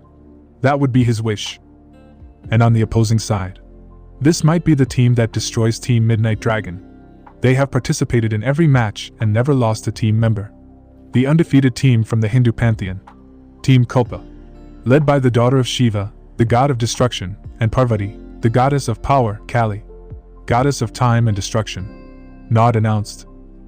Issei narrowed his eyes in anticipation as he saw the image of a woman with violet blue hair and dull violet eyes appear on the screen. So that's Kali? Mitsuki asked as she stared at the image. I've heard stories of Lady Kali. She killed two Asuras that were heading for Lord Vishnu in the distant past and is known to have a close friendship and rivalry with the Titans Helios and Selene, and the Egyptian goddess of order Maat, Vasco said. Without further ado, let us begin, Nod announced. Issei gave them all one last smile as they were teleported into the arena. Kali sat atop a pillar with her eyes closed. Their base was the ruins of what appeared to be a temple dedicated to a famous figure. The destroyed bust of what must have been the owner of this temple, as well as pieces of the statue, was scattered everywhere. Portions of the roof and ceiling were caved in. Some words in Latin were carved into the throne of the building. The tattered remains of what appeared to be the American flag lay on the floor. Kali opened her eyes and looked at Durga, who was waiting for her along with the rest of her team. Find them and eliminate them, except for the Red Dragon. The Red Dragon is mine. If any of you touch him, I will retire you from this game, Kali said. They gulped and nodded. Ever the fighter, huh? Durga said, shaking her head. Kali's face morphed into a smile. I want to see if he's all he's cracked up to be. And furthermore, I want to confirm something for myself, Kali said. Images of a woman with white hair appeared in her mind. Suit yourself, Durga said as she and the others flew off to find Issei and the others. Issei and the others looked around. From what they could gather, they were in a war-torn city. The buildings around them were either collapsed or on fire. Smoke rose into the air, blocking out an illusory sun. There were destroyed military vehicles everywhere. The smell of gasoline forced them all to cover their eyes as they took in the sight. Issei walked around and kicked the tail of a crashed attack helicopter. He saw a broken white obelisk that was hundreds of feet tall. A piece of a jet's wing was embedded at the top. Issei looked up and saw the burnt remains of what appeared to be the American flag billowing atop a flagpole. "We're in DC. Or what used to be DC," Vasco said. He glanced over and saw a massive unknown machine. It was made of a metal that he didn't recognize. The color of it was dark chrome with green. The machine had multiple legs and had what he assumed were turrets. "This is ripped off from Independence Day," Rika said as she kicked over a piece of metal. There was an alien-looking figure that appeared both insectoid and reptilian at the same time. "So we're in DC in the movie Independence Day?" Issei asked. "Who came up with the themes for these?" "In the stands," Azazel sneezed. "Right. Remember Rika's plan. We don't split up. We fight them together. It's more than likely that Callie has already split her peerage to hunt us down, so everyone stay together," Issei said. They all nodded. The group began to move out as a single unit, keeping an eye out for any of Callie's peerage members. Issei gave Irina and Bova the go-ahead to take to the skies to look out for any potential danger. Issei took point while Mitsuki took the rear. "See anything?" Issei asked over the CC. "Nothing yet," Irina said. "We have nothing down here too," Issei said. "Aniki, we should have encountered one of them by now," Mitsuki said as she had her energy blades ready. Vasco and Rika remained silent as they kept watch while Toka, Micah, and Ingveld had their weapons and spells on standby in case of any trouble. "Issei, get ready. I'm sensing a whole group of people heading our way," Irina said. "It seems that sticking together has turned all of you into a single target. All of Callie's team is advancing on you," Drake said. You still have the element of surprise. You and your team have grown since the last one, and your trump card might be the game's saver," Tiamat said. "Guys, they're coming," Issei said as he summoned the boosted gear. Vasco drew Durandal too. Rika sighed and drew Obsidian Right and a second sword that Issei had never seen before. The sword was red in color. The blade was curved in a way that made it appear serpentine. The guard appeared to be flame-like, and there was a red gem on the pommel. Issei blinked when he saw the blade. "Where did you get that?" Issei asked. "I've always had it. I just never used it until this match, I guess. I mean, I've used it in the past, but only as a last resort, and this seems like a last resort," Rika said. "Issei," Ingveld said. She summoned a few water snakes and sent them ahead. She closed her eyes as an image of a man with blue hair and dark skin heading in their direction. The man had eyes as blue as the sea itself. He wore white robes and had a spear-like weapon in his left hand. "I see a lone figure heading here," Ingveld said. "What does he look like?" Issei asked. "Blue hair, white robes, blue eyes, and holds a spear," Ingveld said. "That sounds like Varana," Toka added. "Shit," Rika said. "And from the looks of it, he has Varanastra ready." "Wait. Someone else is there too. A woman wearing a red shirt. She has black hair and a pair of green earrings," Ingveld added. "Durga," Rika said. "The goddess of war and the god of the ocean is coming here for us. This is going to be the toughest fight of my life," Vasco said as he stiffened. Issei looked up to see Irina drawing her sword and swinging it. As she did, she split a light beam in half, causing it to scatter and hit two different buildings on their street. Two people, a man and a woman, appeared in front of them. The man had orange hair and scarlet eyes along with tan skin. He wore a sleeveless shirt with a chest plate that was split into 3 sections.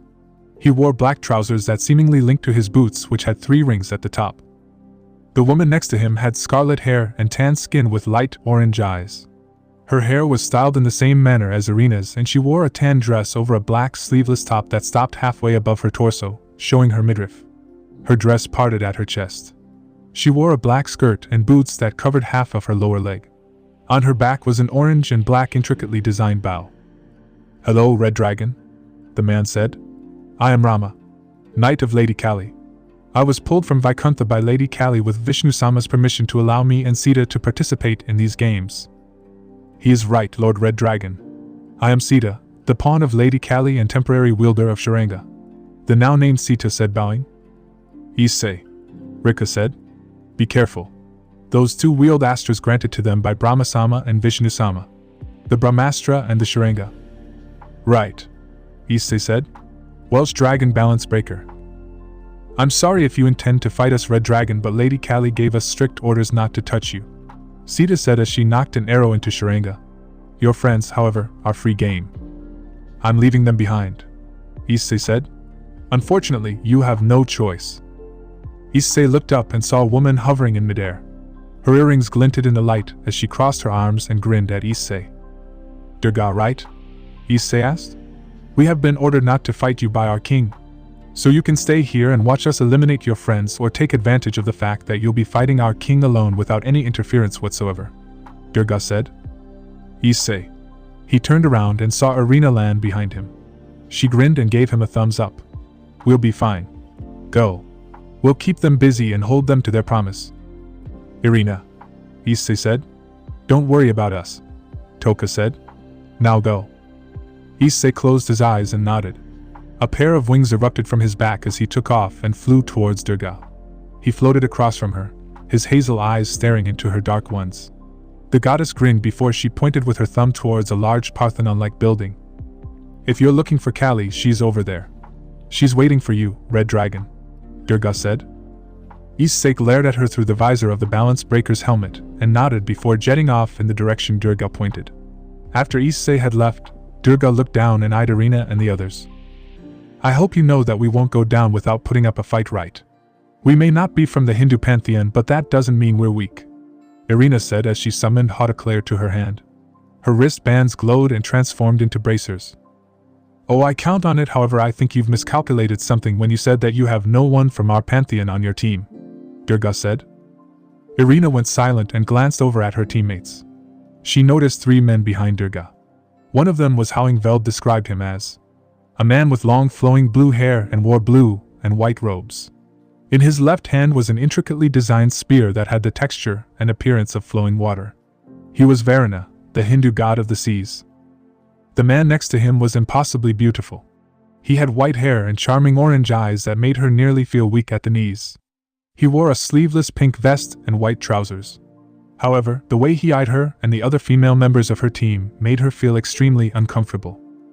Kama, stop looking at them, Varuna said. Kama pouted. But Varuna, look at the black-haired one. Doesn't she look like someone we know? Kama asked. Rika frowned as a man with scarlet hair and orange eyes looked at her. The chakram behind him spun as he narrowed his eyes. She does, he said. See. Even Surya agrees with me, Kama said. We can ask them later after the match, Durga said. Irina stiffened as she saw Durga summon 2 scimitars out of thin air. The scimitars began to crackle with red energy as Kali's team began to advance on them. Whatever happens, we fight and don't give them a single inch, Irina said as her halo flared. Right. Durga grinned as she charged towards Irina. She raised her scimitar and brought it down on the reincarnated angel. Irina brought Hauteclair up to block but was forced to one knee from the sheer force of the blow. She gritted her teeth as she moved to the side, sending Durga to her right. She brought her leg up and tripped the goddess. Durga's eyes widened as she caught herself and saw Irina madly slashing at her. She grinned and parried one of Irina's slashes, sending the girl stumbling back. Durga went in for a finishing blow when Rika appeared between the two and caught Durga's sword in between Obsidian right and her second sword. Oh. Durga was intrigued. Rika glared at her and opened her mouth. She unleashed a breath of scarlet flames which caught Durga off guard. She screamed as she stumbled back, trying to put out the flames. Rika. Irina looked at her and saw a faint orange glint in the girl's eyes. Don't hold back, Irina, Rika said. Irina nodded and flew into the air. She raised her hand and unleashed a hail of light spears that locked on to the energy signatures of Kali's team members. Move, Mitsuki yelled as she slammed her foot into Rama's gut. Rama choked a bit as Mitsuki jumped out of the way. Bova grabbed Sita by the arm and threw her into Rama as the two were bombarded with light spears. Surya kicked back Vasco as he took to the air. He looked back and saw 15 light spears following him, causing him to increase his speed. He stopped and summoned a spear to his hand. Om, Surya Deve Nama. Hiranyagarbha. Surya swung the spear, sending a massive wave of flames towards the light spears, obliterating them. The wave traveled towards Irina, whose eyes widened. Toka, Micah said as he knocked back Varuna. Toka nodded and kicked Kama into Ingveld, who summoned a massive water dragon that engaged the god. Toka held her hand out towards Irina and swapped places with her. Pandora. Toka forms a massive barrier of shadows and light that suck in Surya's flames. The barrier shatters, forcing Toka to dodge as a massive portion of the city is engulfed in flames. She looked up at the god, who floated calmly in the air. Surya raises his hand and creates a spear of flames and throws it at Toka. Toka moved out of the way, barely avoiding the spear, and flew towards Surya. Code. Ketis. Form change. Codios. Toka's armor glowed as it began to cover her. Toka's face is covered in a metal helmet with a red visor. Metallic wings erupt from the back of her suit with jet thrusters that shot red flames. She sped towards the god and summoned a large sword. Toka swung it down, forcing Surya to block. "So you had this form on you?" Surya asked. He placed his palm on her armored torso and fired a blast of flames that sent her crashing into a building. Toka looked up and saw a red beam of energy heading for her. She rolled out of the way as the building and everything behind it was decimated. Micah landed in front of her. "You alright?" he asked. She nodded. "Ingveld?" Toka asked. Micah glanced over at Ingveld, who was assisting Irina atop a massive dragon. "So, Verena and Surya," Micah said. Toka nodded. The two grinned before darting towards the gods and engaging them in combat. Mitsuki and Risa stood back to back as Sita raised her bow into the air and fired, unleashing a hail of arrows on them. Mitsuki and Risa formed a dual-layered barrier, deflecting the arrows. Sita knocked an arrow and fired it, shattering the combined barriers of Risa and Mitsuki. Risa narrowed her eyes at the weapon. "Her arrow shattered our barriers," Mitsuki said. "The Shuranga," Risa said. "The divine bow of Vishnu-sama. The only equal of the Pinaka, one of the Astras of Shiva-sama." Mitsuki gritted her teeth and eyed Sita. Sita knocked another arrow and fired. Mitsuki's hand glowed as she invoked Telos Karma, summoning a green wristband to her right arm. She forced a change in probability on the arrow, causing it to miss. "Crossed fates.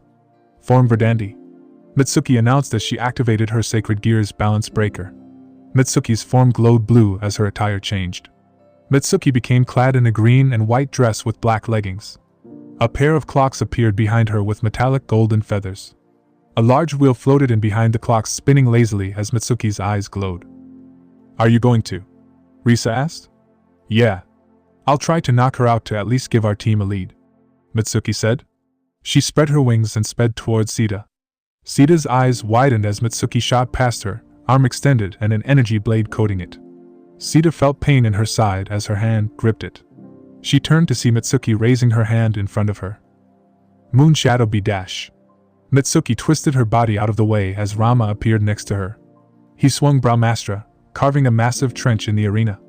Mitsuki aimed her moon shadow beam, hitting Rama point blank. She darted back, eyeing the smoke cloud. Rama swung his blade, clearing the smoke. Vasco and Bova flew up behind him. "Mitsuki, go help Irina," Vasco said. Mitsuki eyed him and nodded. She turned and spread her wings to fly off, but not before giving Vasco a grin. He smiled back and gripped Durandal too tightly. Rama swung Brahmastra, forcing Vasco to dodge. Vasco slammed Durandal 2 into Brahmastra, sending Rama sliding back. Rama grinned and charged back in as the two engaged in a deadly dance. Sparks flew everywhere as their blades clashed with each other. "These guys are tough," Bova said. "Bova, focus," Risa said as she rushed in to help Vasco. As Mitsuki flew towards Durga and Irina, a massive wave of power forced her to look in the direction her brother flew off in. A massive pillar of red light was seen clashing with a pillar of white. "Aniki," Mitsuki said. Issei flew towards a ruined memorial building and landed on the walkway. He had recognized this place from pictures on the internet and movies that had taken place in the city. This is, or was, the Lincoln Memorial. Issei turned and saw the head of President Lincoln on the side, clearly having been removed from the statue itself. The charred chassis of a tank stood by the stairs where he saw her. A woman sat on the lap of the Lincoln statue. He felt her gaze pierce right through him as she opened her royal purple eyes. Her violet-blue hair blew in the breeze as she stood up. She hopped off and landed, dusting off her black Gothic Lolita dress. She was a lot shorter than Issei expected her to be.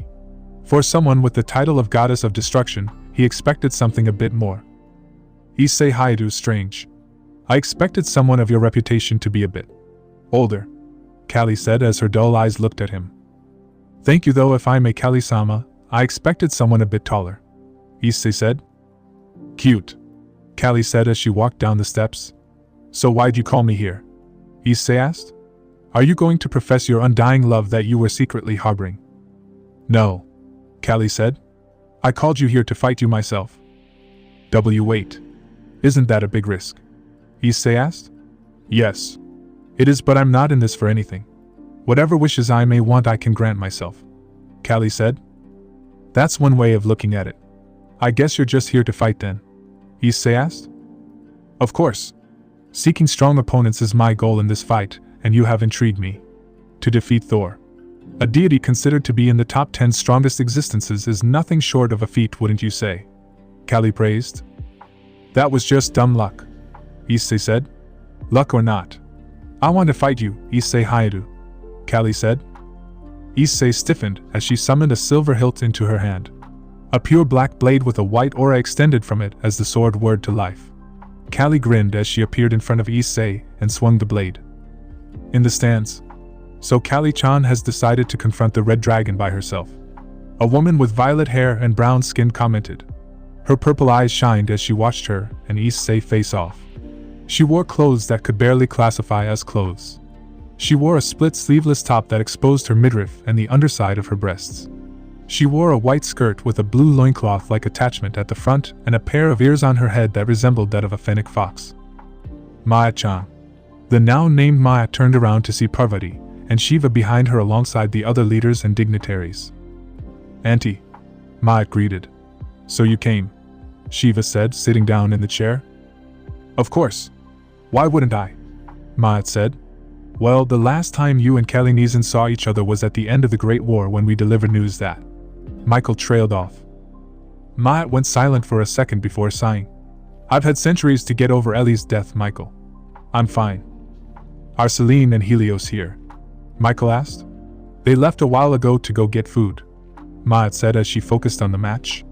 Michael nodded and turned his gaze back to Issei and Callie. Arena. Issei crashed into a wall. He barely dodged as Callie embedded the sword into the marble.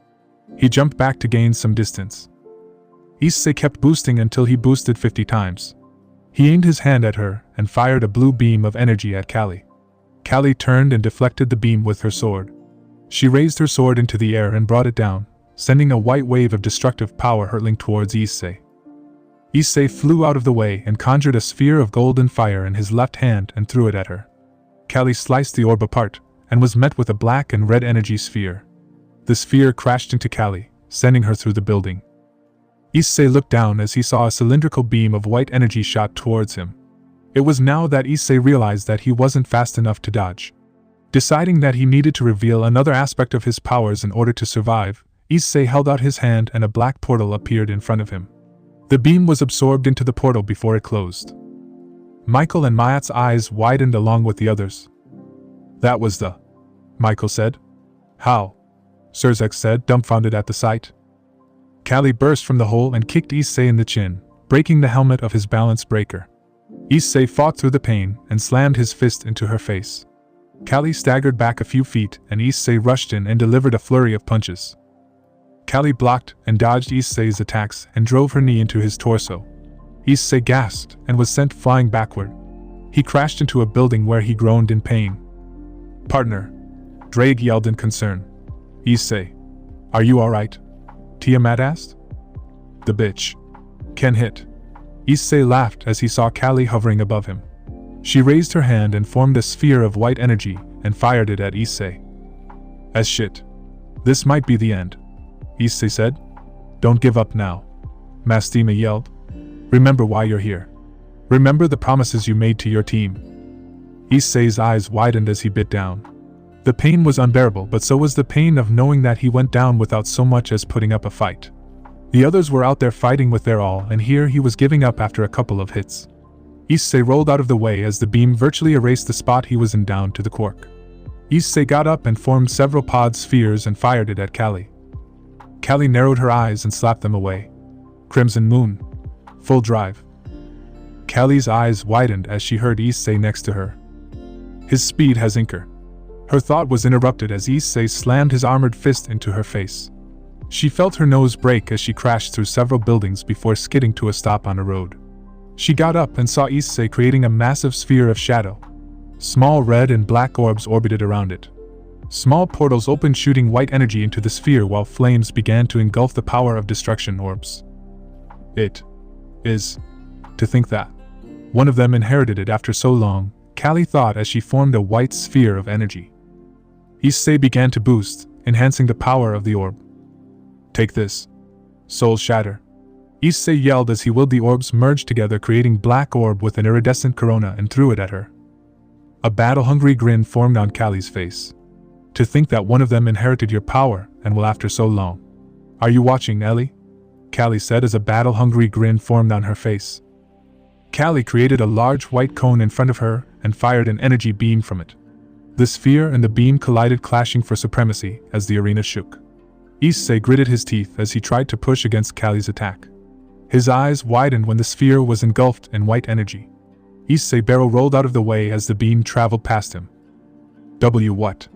Issei said as his mind attempted to comprehend how his boosted attack was just overpowered. He turned to Callie, who looked at him with a strange look. It seems that you might have to use it, Trihexa said. At this point, I have no choice. Issei said.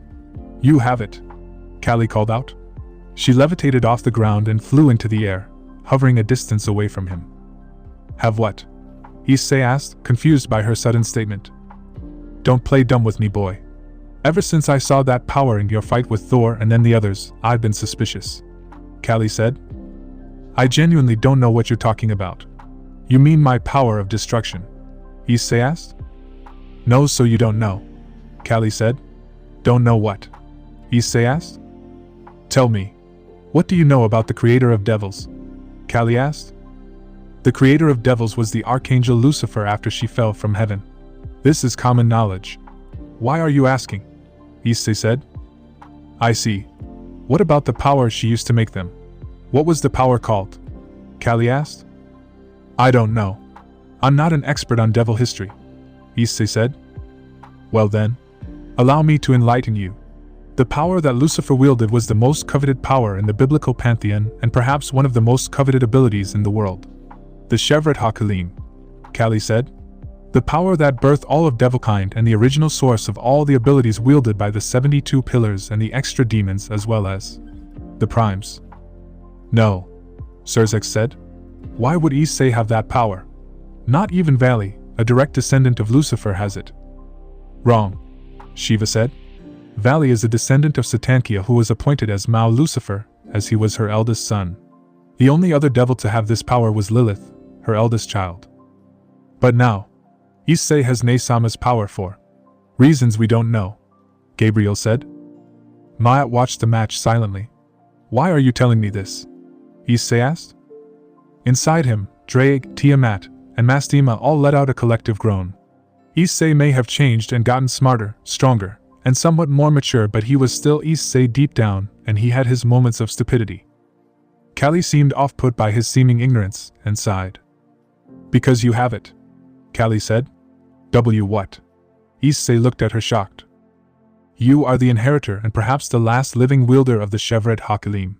It's why you can use the power of destruction, the power of hellfire, and several more abilities that you have yet to access, such as creation on the nearly same level as that of Uncle Yahweh, Callie said.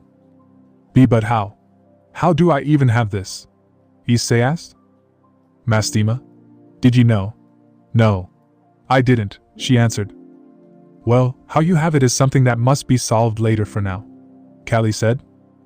Issei nodded and prepared to go after Callie when he heard an announcement that made his blood run cold.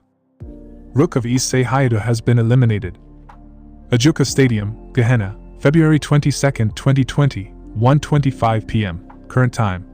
3 minutes and 37 seconds till midnight.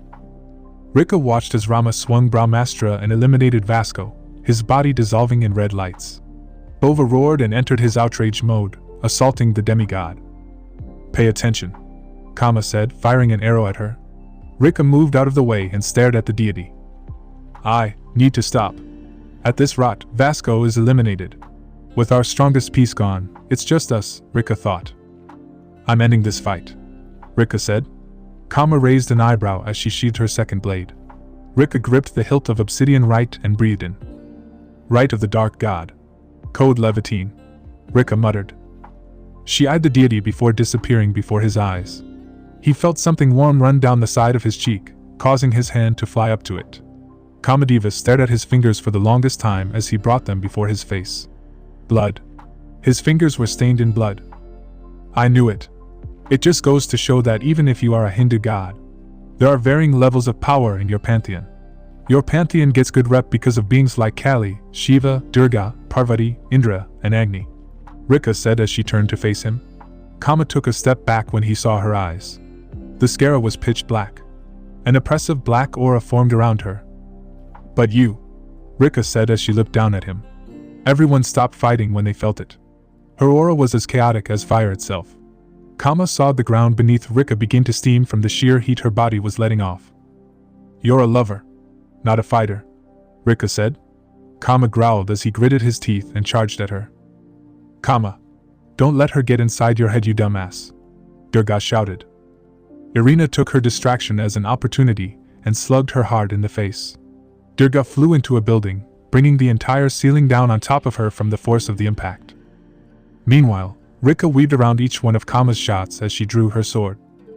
Instantaneous acceleration, she thought as she disappeared in a burst of speed.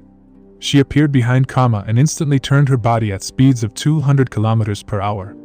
Kama's eyes widened when he turned and Rika with her sword to the side. Sabangeshi, Rika uttered as she sheathed obsidian right. Blood sprayed from Kama's chest as he staggered back and fell down. You, Kama growled. Rika drew her second blade and pointed it at Kama. Kama's eyes widened as he backpedaled away from her. I see you recognize this blade, Rika said as she took a step towards him. Behind the chaotic cries and shouts of their fellow teammates echoed but failed to drown out the slow footfalls of Rika. That's impossible. Indra said that the sword was destroyed, Kama said as he hit a wall. What did you say? Rika asked. That sword, the Agniastra. Indra said it was destroyed, Kama said. I see. Well, tell Indra when you see him that the Agniastra is well, Rika said as she swung it. Kama was engulfed in red flames and was immediately retired from the game. Bishop of Kali has been eliminated. Ironic. Toka and Micah landed next to her. She turned and saw Varuna and Surya hovering above them. Kama was killed initially via incineration by Lord Shiva. Surya commented as he gripped his spear and chakram. Varuna eyed the three silently. Any chance we can beat both of them? Micah asked. Not a clue, Rika said. Well then, breath of the ancient ones. Bloodletter, form change. Han and Ampo, Micah said. A flash of blue light engulfed Micah as chrome blue armor began to cover his body. A helmet with a green visor covered his head as orange lines of energy began to form all over the armor, resembling that of tribal markings. His moonlight blade transformed and split into two tomahawks that glowed with a slight silver aura. The three took off, charging at the two gods. Bova flapped his wings, deflecting Sita's arrows while Risa tried to attack her. Rama appeared in front of her and swung Brahmastra, forcing Risa to dodge. Using her momentum, Risa swung her sword, slicing apart the space between her and Rama. Rama felt a slash wound forming at his side. Interesting blade you got here, Rama said. Thanks, Risa said. Its name is Tatsamesa. Tatsamesa, huh? Rama said. He dashed over and swung Brahmastra again. Risa dodged his attack as the two began to dance around each other, dodging and trading blows. Risa planted her boot in his face and used him as a launch pad as she took to the air. She raised her hand and created a javelin. Take this. Risa threw the javelin at Rama. Rama swung Brahmastra in an attempt to slice the spear in half. As soon as Brahmastra came within a hair's breadth of the spear shattered into several thousand shards. Taken off guard by such a tactic, Rama staggered back as the shards impaled him. He felt someone crash into his back and the two fell. Lord Rama? He saw Sita shakily getting to her knee. My queen, Rama said as he knelt next to her. Bova landed in front of them, fangs bared. He had several wounds across his body from Sita's Sharanga and it looked as if he wouldn't last any longer. A few more blows and the dragon would be eliminated. He heard Risa land behind him. I'm not a fighter, Lord Rama, but I promise to fight in these games with you, as offered by Lady Kali. I won't fall here, Sita said as she stood and knocked an arrow aimed for Bova. Sita, Rama said. He got up, using Brahmastra as support. That priest he had taken out earlier had taken more energy from him than he thought. And now he had to fight a Seraph-class angel. He chuckled. Heh. I haven't had this much fun since we fought Ravana, so don't worry about going down, because if you do, I'll bring them all down before following you. Rama reassured her. I don't know if that was to try and make me feel better or if you were just boasting my love, Sita said, grinning. I've read the Ramayana. Damn bastards thought I was a damsel in distress. Bova roared as he fired a blast of fire towards Sita and Rama. The two scattered. Sita hopped and slid to her left as she unleashed a hail of arrows. Bova slammed his paw on the ground, sending rubble into the air. The arrows hit the rubble, however, some made it past and hit Bova. Bova cried out in pain before swinging his tail. A gust of wind buffeted Sita, forcing her to cover her face. She squinted and saw Bova's fist slam into her gut. Gah! Sita coughed and was sent crashing into the street below. Bova took to the air and unleashed a massive stream of fire down on her. Pawn of Kali has retired. Sita, Rama said. Pay attention, Risa said. She swung Tatsamesa to try and eliminate Rama. Rama immediately blocked her blade. He brought his leg up, kicking her in the side. She gasped as she felt some of her ribs break from the force of the kick. Risa staggered back as she looked at Rama, while clutching her side with one hand and Tatsamesa with the other. Sita, Rama said. He gripped Brahmastra and advanced on Risa.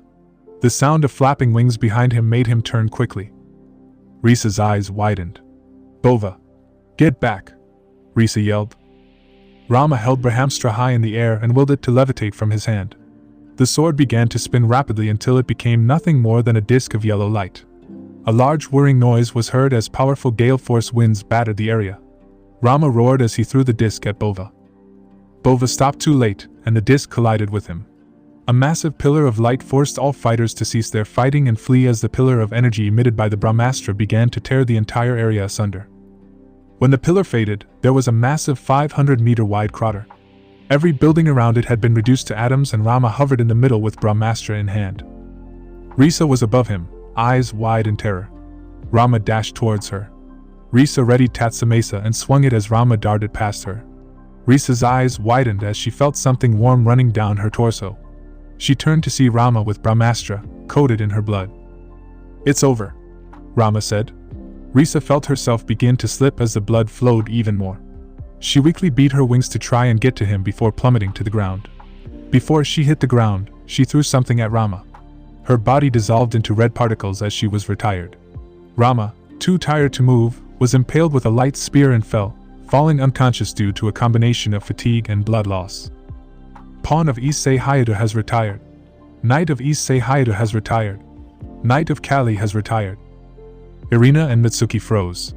Risa-senpai. Bova, Irina said. Mitsuki clenched her fist as she looked down. Ingveld felt her resolve falter when she heard the announcement. TCH. This can't be it, Ingveld said as she created a massive orange magic circle. This is the power of the Leviathan clan, Ingveld yelled. A power born from the power inherited by Leviathan Sama from Lucifer Sama, bolstered with the draconic abilities of the infernal dragon Lawton. Durga's eyes widened slightly. Fusion technique balance breaker. Blood dragon ascension, Ingveld yelled. Durga shot into the air as the ground under her ruptured. Torrents of red liquid surrounded Ingveld. The liquid swirled and coiled around Ingveld as it coalesced and shaped itself according to her will into 8 dragon heads. Ingveld glared at the war goddess. Oh, a balance breaker, Durga said. This is an X-side balance breaker. A combination of my clan power, Sea Serpent of the End, and my sacred gear's power, Ingveld said. I see. But do you really think that will do anything against me? Durga dashed towards Ingveld with great speed. Ingveld moved her hand, willing the dragon heads to attack her. Durga twisted and dodged, slicing off one of the heads with her sword. As she was about to reach Ingveld, Irina appeared in between the two and swung Hauteclair with such ferocity that Durga was knocked back a few inches. Oh, Durga eyed her. Irina looked at Durga with defiance in her eyes. I may not be as strong as everyone else here, but that doesn't mean that I will back down, Irina said. Durga ignored her speech and went in to eliminate Irina. Phantom Clayum Solace. The gems on Irina's wristbands glowed as her speed was multiplied 100-fold. Combined with her night speed, Irina's current movements might as well have been too fast for Durga to follow. The sudden increase in speed caught the goddess off guard as she was assaulted with a flurry of slashes. She tried to follow. In her attempt to block Irina, she never noticed a dragon head slam into her and bite down. Ingveld closed her fist as the dragon head pointed upward and spat out a red beam of energy, sending Durga into the air with it. Ha! Mitsuki's fist collided with her gut, sending Durga further into the air. Durga righted herself in the air. As she was about to move back towards Ingveld and Irina, an announcement made her blood run cold. Rook of Kali has been eliminated. Rika dodged as she vaulted off Micah's back. She spun around and brought both her blades down on Verena as he blocked both her weapons with his spear. Her eyes widened as Surya came at her with his spear and chakram ready to take her out.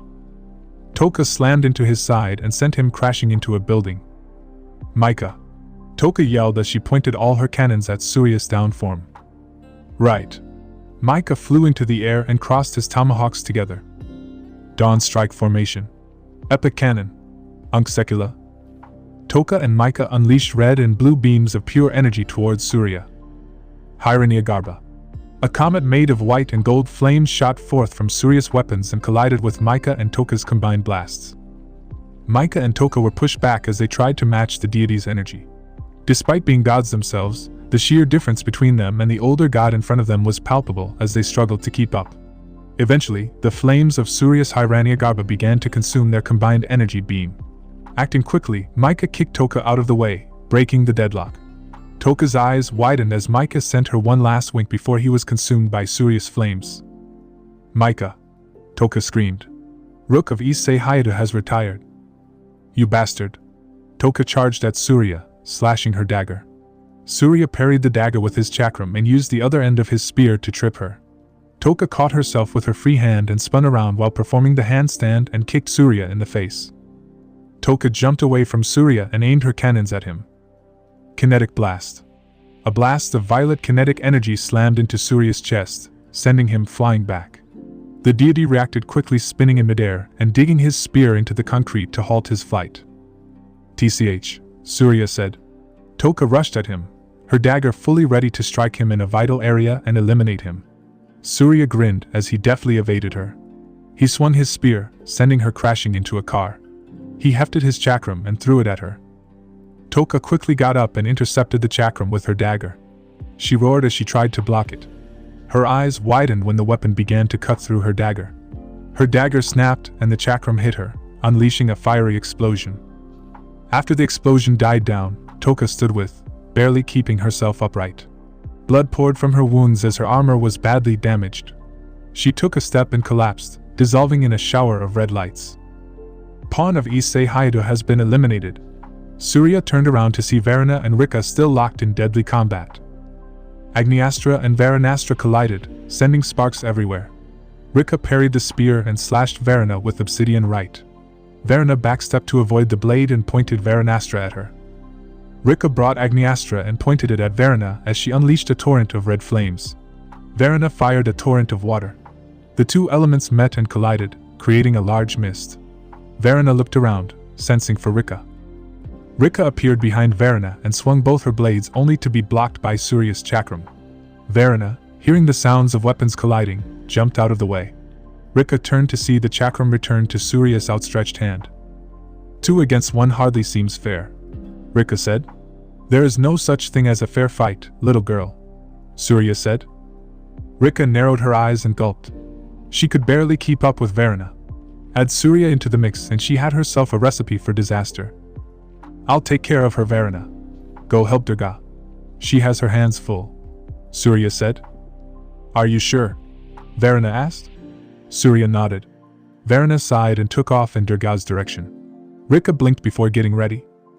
Surya launched his chakram at her.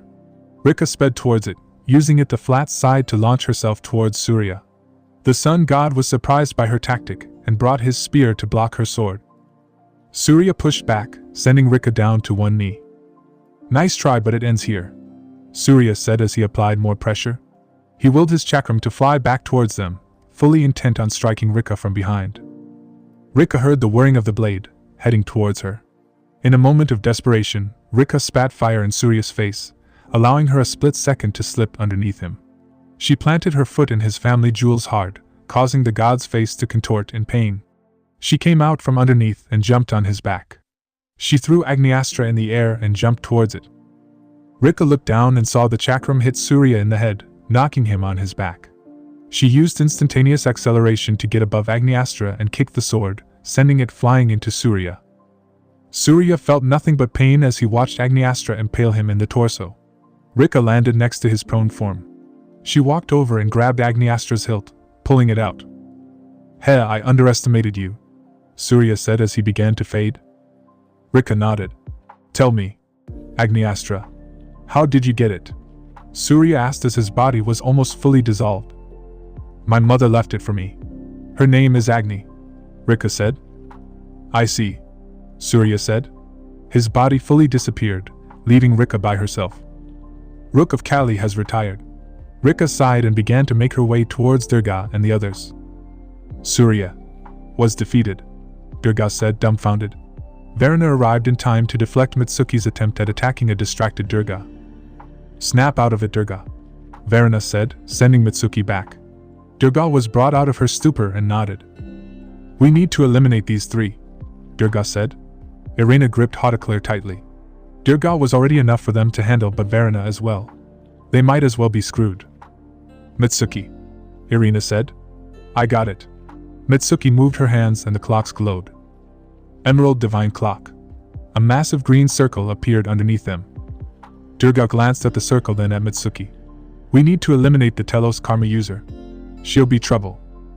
Durga dashed towards Mitsuki, summoning a massive energy blade and brought it down on her. Mitsuki smirked as Durga's attack missed significantly. The goddess's eyes widened as Irina dashed at her and slashed her cheek with Hautaclair. Ingveld sent a dragon head at her. Durga gritted her teeth and unleashed a telekinetic wave that dispersed the water dragon. She ducked as Irina's foot barely missed her head.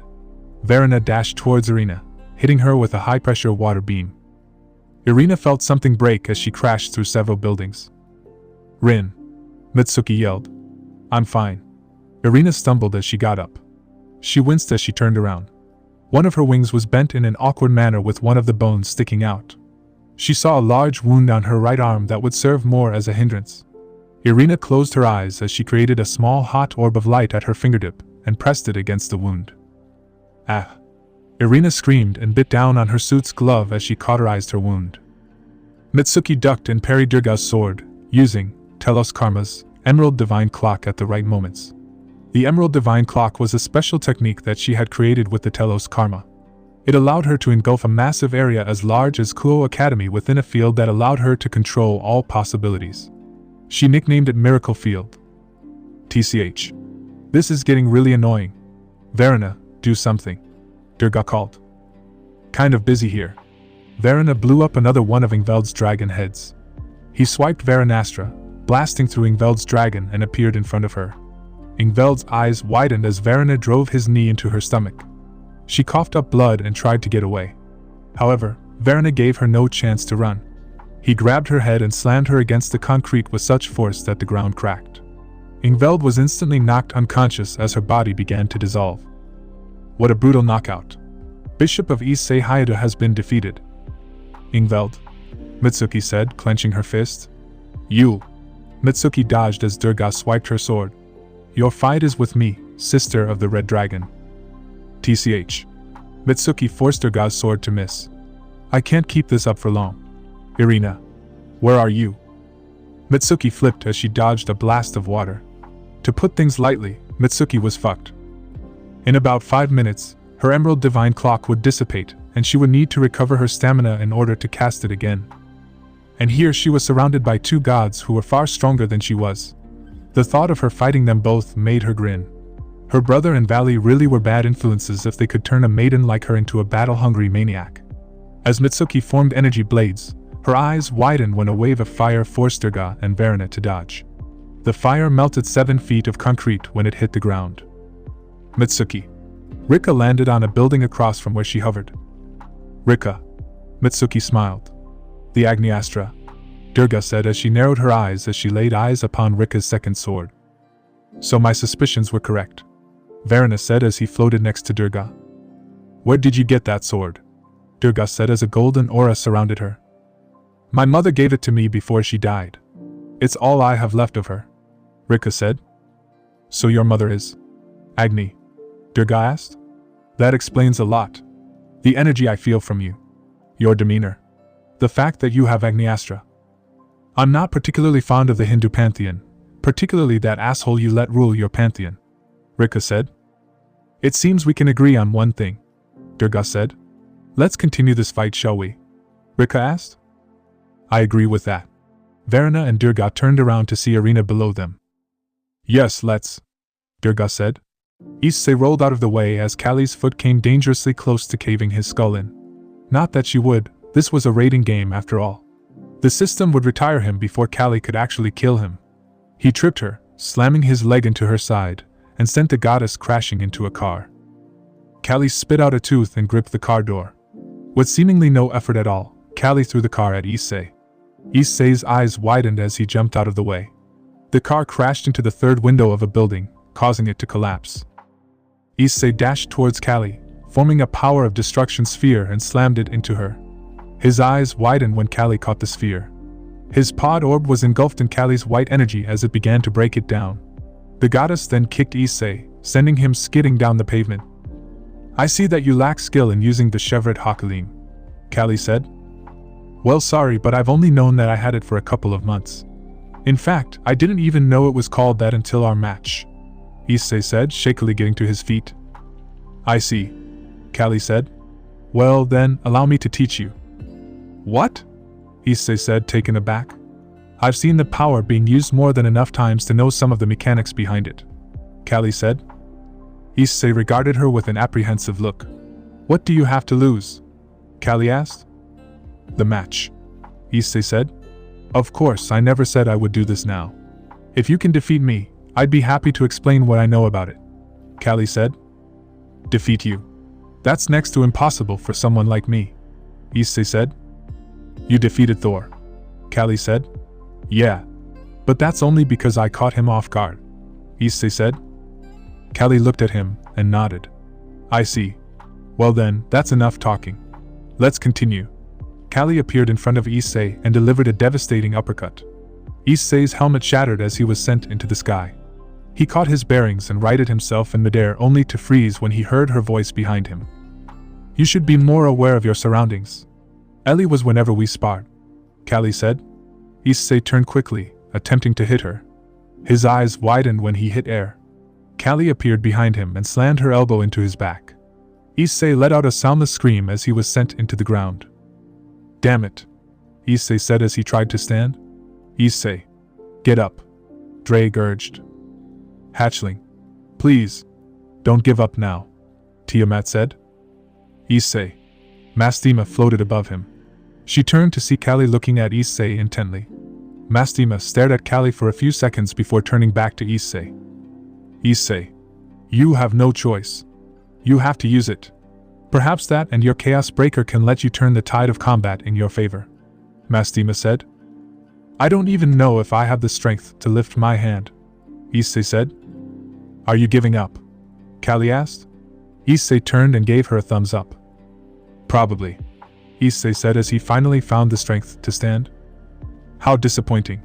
Ellie must be rolling in her grave to know that such a worthless fighter like you inherited her power, Kali said. Listen, lady. I don't even know why I should be offended by your statement. It seems like you're more offended about it than I am, Issei said as he began to build power. Kali narrowed her eyes. But to answer your earlier question again, I'm not, Issei said as he slammed his palm on the ground. Kali's eyes widened as she was blasted back by a wave of pure power. She covered her face as winds buffeted her. Issei grinned as a massive red dragon gate appeared underneath him. I was hoping to save this for the finals when I had to fight people like Indra and Valley, but you're just as powerful an opponent if not more. This is the result of months of work and research on my gear. Sorry, Tiamat, but I'll need Drake for this. I still need to get used to summoning you guys, Issei said. It's fine, Hatchling. Drake's been in here for the better part of the last millennia. I'm fine waiting a bit more, Tiamat replied. Drake. Remember, 3 minutes is our time limit, Issei said. Humph. 3 minutes of freedom. I'll cherish them to my heart's content. Now we have a goddess to crush, Drake said. Issei closed his eyes and grinned as the gem on the boosted gear began to glow brightly. O red dragon of domination, Issei chanted, I hereby release you. May the heavenly chains of Genesis that bind you be undone. May the world quake and tremble at the beat of your wings. And may my enemies consign themselves to their fates as your flames consume them. Drake Y Gotch. Come forth and plunge this world into the depths of crimson purgatory. Red light filled the entire arena as all combatants stopped fighting. Raw power was felt flowing from the barrier and slammed into every occupant. The entirety of the territory shook. Lightning crashed from the skies, forcing the weather gods to use their powers to try and mitigate it. In the VIP stands, Michael and Gabriel's eyes widened when they heard the all-too-familiar roar. It seems that the kid is smarter than we take him for, Azazel said as the light began to die down. Azrael nodded. In the arena, standing proudly behind Issei was a massive western dragon with scales as red as blood itself. The dragon spread his wings, sending a blast of wind through the entire city. His green eyes glowed with power as he opened his mouth and let out an ear-shattering roar. His tail slammed into the buildings behind him, destroying all of them in an instant. Drake, Issei said. Drake looked down and grinned. Let's do this, Issei said. Chaos break. Satan drive. Issei glowed red and he was clad in the similar demonic dragon armor from his match with Thor. Drake roared as he took off and flew towards Callie. Callie's eyes widened as she felt Drake's paw slam into her. She was sent rocketing towards the Washington Memorial. Issei disappeared from his spot and appeared behind her, planting his foot firmly into her back. Callie gasped as she crashed into the ground, creating a large crater that was 50 meters in diameter. Issei raised his hand and summoned several flaming spears and coated them in the power of destruction. Eat this, Issei said as he threw the spears. Callie's eyes glowed as a wave of white light exploded from her, destroying the spears. She burst from the crater and headed for Issei only to be grabbed by Drake. She struggled and tried to break free from his grasp but found herself being thrown into a nearby building. Drake opened his mouth and unleashed a torrent of red flames towards Callie. Callie saw the oncoming flames and fired back, sending a cylindrical beam of white energy. The two attacks collided, fighting for dominance. Drake narrowed his green eyes and began to double his power, sending Callie sliding back. The goddess gritted her teeth as she created a ring of white spheres that began to feed power into her attack in an attempt to match Drake. I never said I would fight fair, Issei said as he appeared behind her. Neither did I, Callie said as she glanced at him. Two of the white spheres stopped feeding energy and began to fire at Issei. Issei weaved around the sphere's blasts and reached Callie. The goddess's eyes glowed violet as she sent telekinetic bullets into Issei, sending him crashing through the wall. Callie suddenly felt the heat in front of her and jumped as the building was consumed in scarlet flames. So this is the power of the Red Dragon Emperor, Callie whispered. Ahaha. How wonderful. This fight is much better than I expected. Callie appeared in front of Drake's face and landed a kick on his snout, sending him crashing into the ground. Drake. Issei flew towards Callie and began to attack her. The goddess parried and evaded his blows before delivering a palm strike that sent him back. Just as she was about to attack Issei, Drake's tail wrapped around Callie and slammed her into the ground. Callie groaned in pain as Drake threw her through 7 buildings, eventually crashing into a metal gate. Let's go, Issei said as he and Drake flew after her when an announcement made his blood run cold. Queen of Issei Haida has been eliminated. With Irina as Issei and Drake are fighting Callie. Irina looked in awe as a red dragon appeared in the arena. Durga and Varana's eyes widened. The Red Dragon Emperor. He's able to summon him from the gear, Durga asked. So that was his trump card, huh? Irina muttered. She smiled. Maybe this match wasn't lost after all. She steeled herself and glared at Durga. Durga noticed her glare and looked back. Even if the Red Dragon Emperor is free from his seal, don't think that we'll just hand over victory to you like that, Durga said as she readied herself. If we're going down, we'll take you with us. Irina remained silent as she gripped Hautaclair. Rika and Natsuki eyed each other before dropping into battle stances. Durga rushed towards Irina, her swords poised to strike. Mitsuki raised her hand to make Durga miss when she moved out of the way. Varuna thrust Varanastra at her, forcing her to dodge. Rika appeared above Varuna and swung Obsidian Right and Agniastra. Varuna turned and bent over, allowing the weapons to harmlessly pass over him. He delivered a powered kick to Rika's stomach, sending her into the air. Rika coughed as she caught herself in midair. She dove towards Varuna with Agniastra and Obsidian Right ready to strike. Varuna smiled as he sent a blast of water at her. Rika twisted out of the way. Mitsuki attempted to attack Varuna only to be forced back as a pair of water serpents erupted from the ground and began attacking her. Meanwhile, Durga and Irina engaged in a dance of blades. Irina tried her best to keep up with the goddess's strikes, however, the number of slash wounds that were slowly building said otherwise. Irina ducked as Durga nearly took off her head and kicked the goddess's sword into the air. Irina rushed Durga, performing another Phantom Clayum Solace. Durga easily parried all of Irina's extremely fast strikes, which to the untrained eye appeared as a single sword strike. "You're getting tired," Durga said as she parried Irina's last strike. She slammed the butt of her sword into the angel's stomach, sending her sliding back. Irina dug Hauteclaire's blade into the ground to stop herself. "And no, I can still fight," Irina said. "There's no shame in surrendering," Durga said as she leveled her sword at Irina. "No. I lost once. I failed once. I'm not failing Issei this time," Irina said. "Your resolve is admirable. Very well. I'll entertain this foolish notion," Durga said. Durga flickered out of existence before Irina's eyes. She gripped Hauteclaire tightly in front of her, sensing for Durga's presence. She turned when she heard a piece of rubble fall next to her. Irina took a few steps back, glancing in every direction, using her ears to hear for anything that might resemble the goddess. Suddenly, every hair on the back of her neck stood on end as Irina turned to block Durga's sword. "Good senses," Durga praised as she applied more pressure. Irina's eyes widened as she was forced to her knee. "Damn it," Irina thought. She glared up at Durga in defiance before doing the one thing she was sure only Issei would do in combat. She headed Durga, forcing the goddess to stumble back. "Ack. Bitch," Durga said as she grabbed her head. Irina fought through the pain and dashed towards Durga, forming several light spears. Durga looked up and saw Irina inches from her. Reacting quickly, Durga swung her sword as Irina slashed at her. Irina stopped a few feet behind her and stumbled. She felt something warm run down her torso and looked down.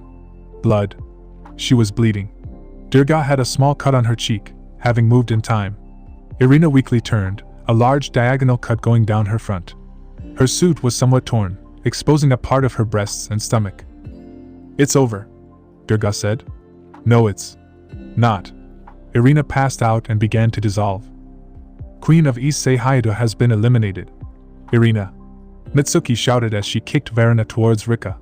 She dashed towards Durga when she saw a light spear behind the goddess.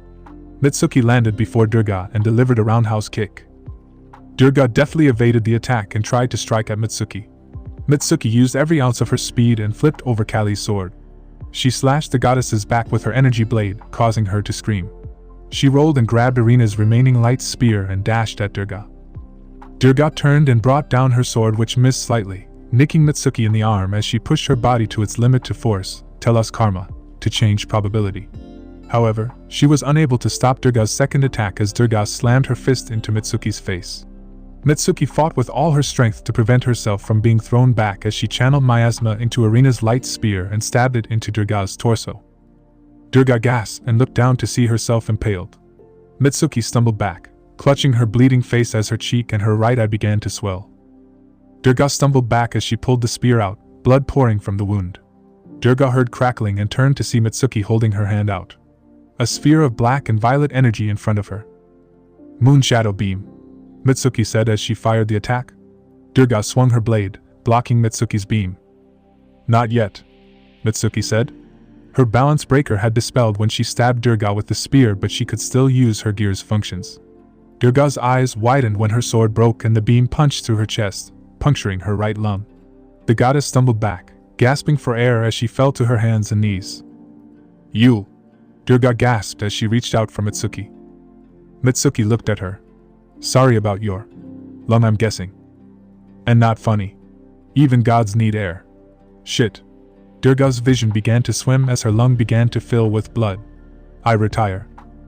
Queen of Kali has retired due to injuries. Varuna froze. He was the only one left. Durga had been taken out by the combined might of that angel and the Telos Karma wielder. Varuna was snapped out of his thoughts when Rika swung Agniastra. Not giving up, daughter of Agni, Varuna said as he staggered Rika. He slammed the other end of Varunastra into her, sending her back. Varuna pointed Varunastra at her. Varuna Satya. Rika raised her swords to block a torrent of water that slammed into her. Rika's eyes widened when the water broke through her guard and began grinding into her. Gyu. Ayan's tan dash. Rika couldn't get the words out as the pressurized water began to grind away her flesh.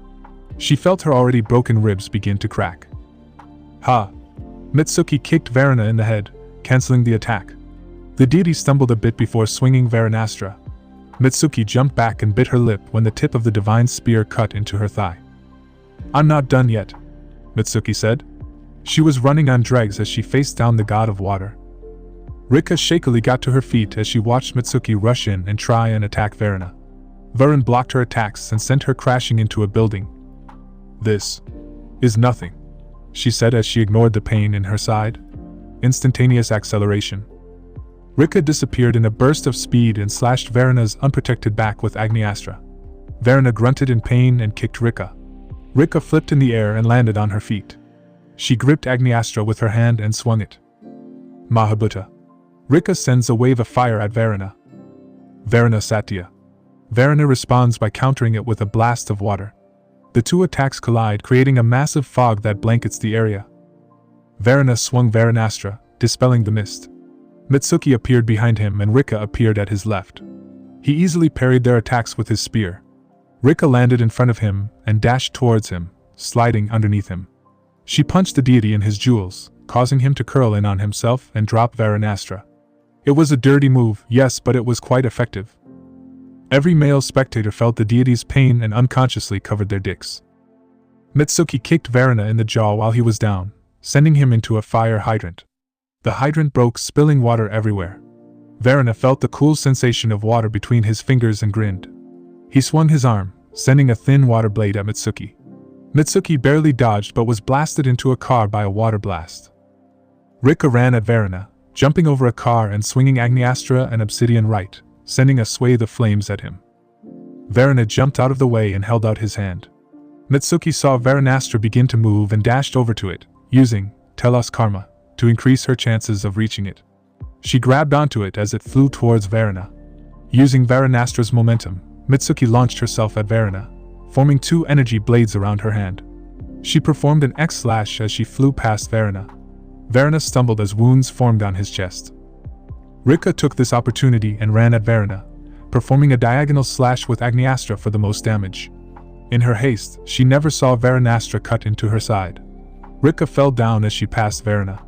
She gritted her teeth as she rolled over onto her back, still gripping her blades. Varuna walked over to her and raised Varunastra to finish her off. As he plunged the blade down, Mitsuki came up behind him and grabbed his arms. Now, Mitsuki said. Rika nodded weakly as she fought through the pain and used the last of her strength to slash Varuna. A deep wound appeared on Varuna's torso as Agniastra and Obsidian Right's blades cut into his flesh. Varuna coughed up blood as Mitsuki let go.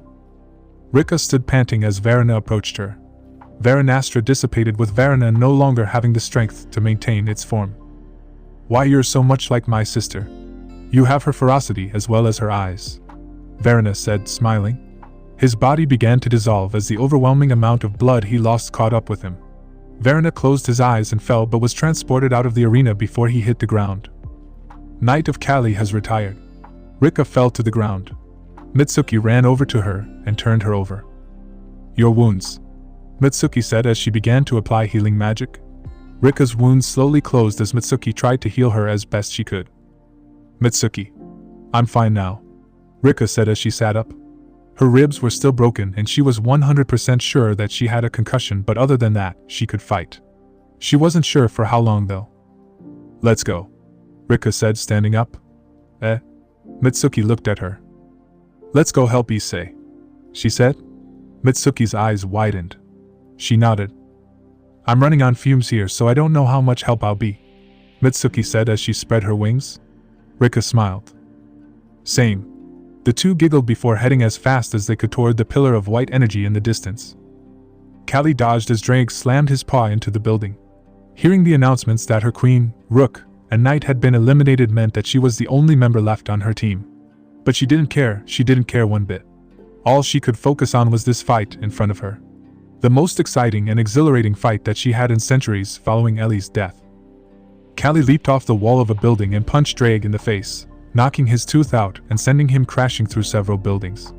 She blocked Issei's kick and grabbed his leg, throwing him into a van in the street below. Ha! Callie formed a massive white sphere of energy and fired it at Issei. Issei opened a portal underneath him and fell into it, allowing him to disappear before Callie's attack hit. Callie dodged as Issei tried to land a punch on her. Callie summoned her sword and slashed Issei. Issei barely dodged, getting cut on the cheek. The goddess released a telekinetic pulse that slammed into Issei's side. Issei crashed into the street below him. Callie felt a wind hit her and turned to see Drake's hand wrap around her body. She began to cover herself in her white destructive energy, forcing Drake to open his hand.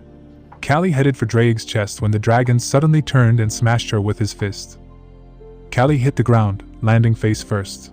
She rolled out of the way when Drake slammed his tail into the ground.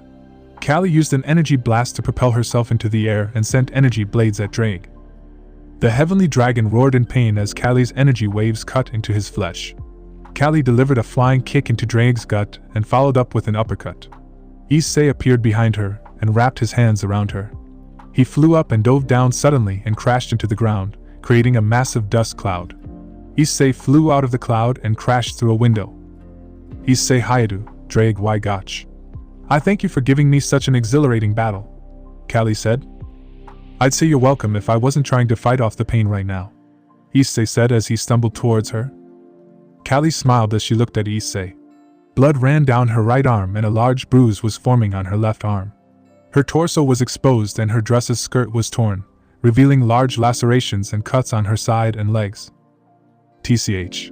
Drake's been out longer than 3 minutes. I've been pushing it and I need to finish this now, Issei thought. He raised his hand and created a swirling red and black sphere. Drake. I'll distract her. You finish her off, Issei said. Got it, Drake said as he hovered in the air.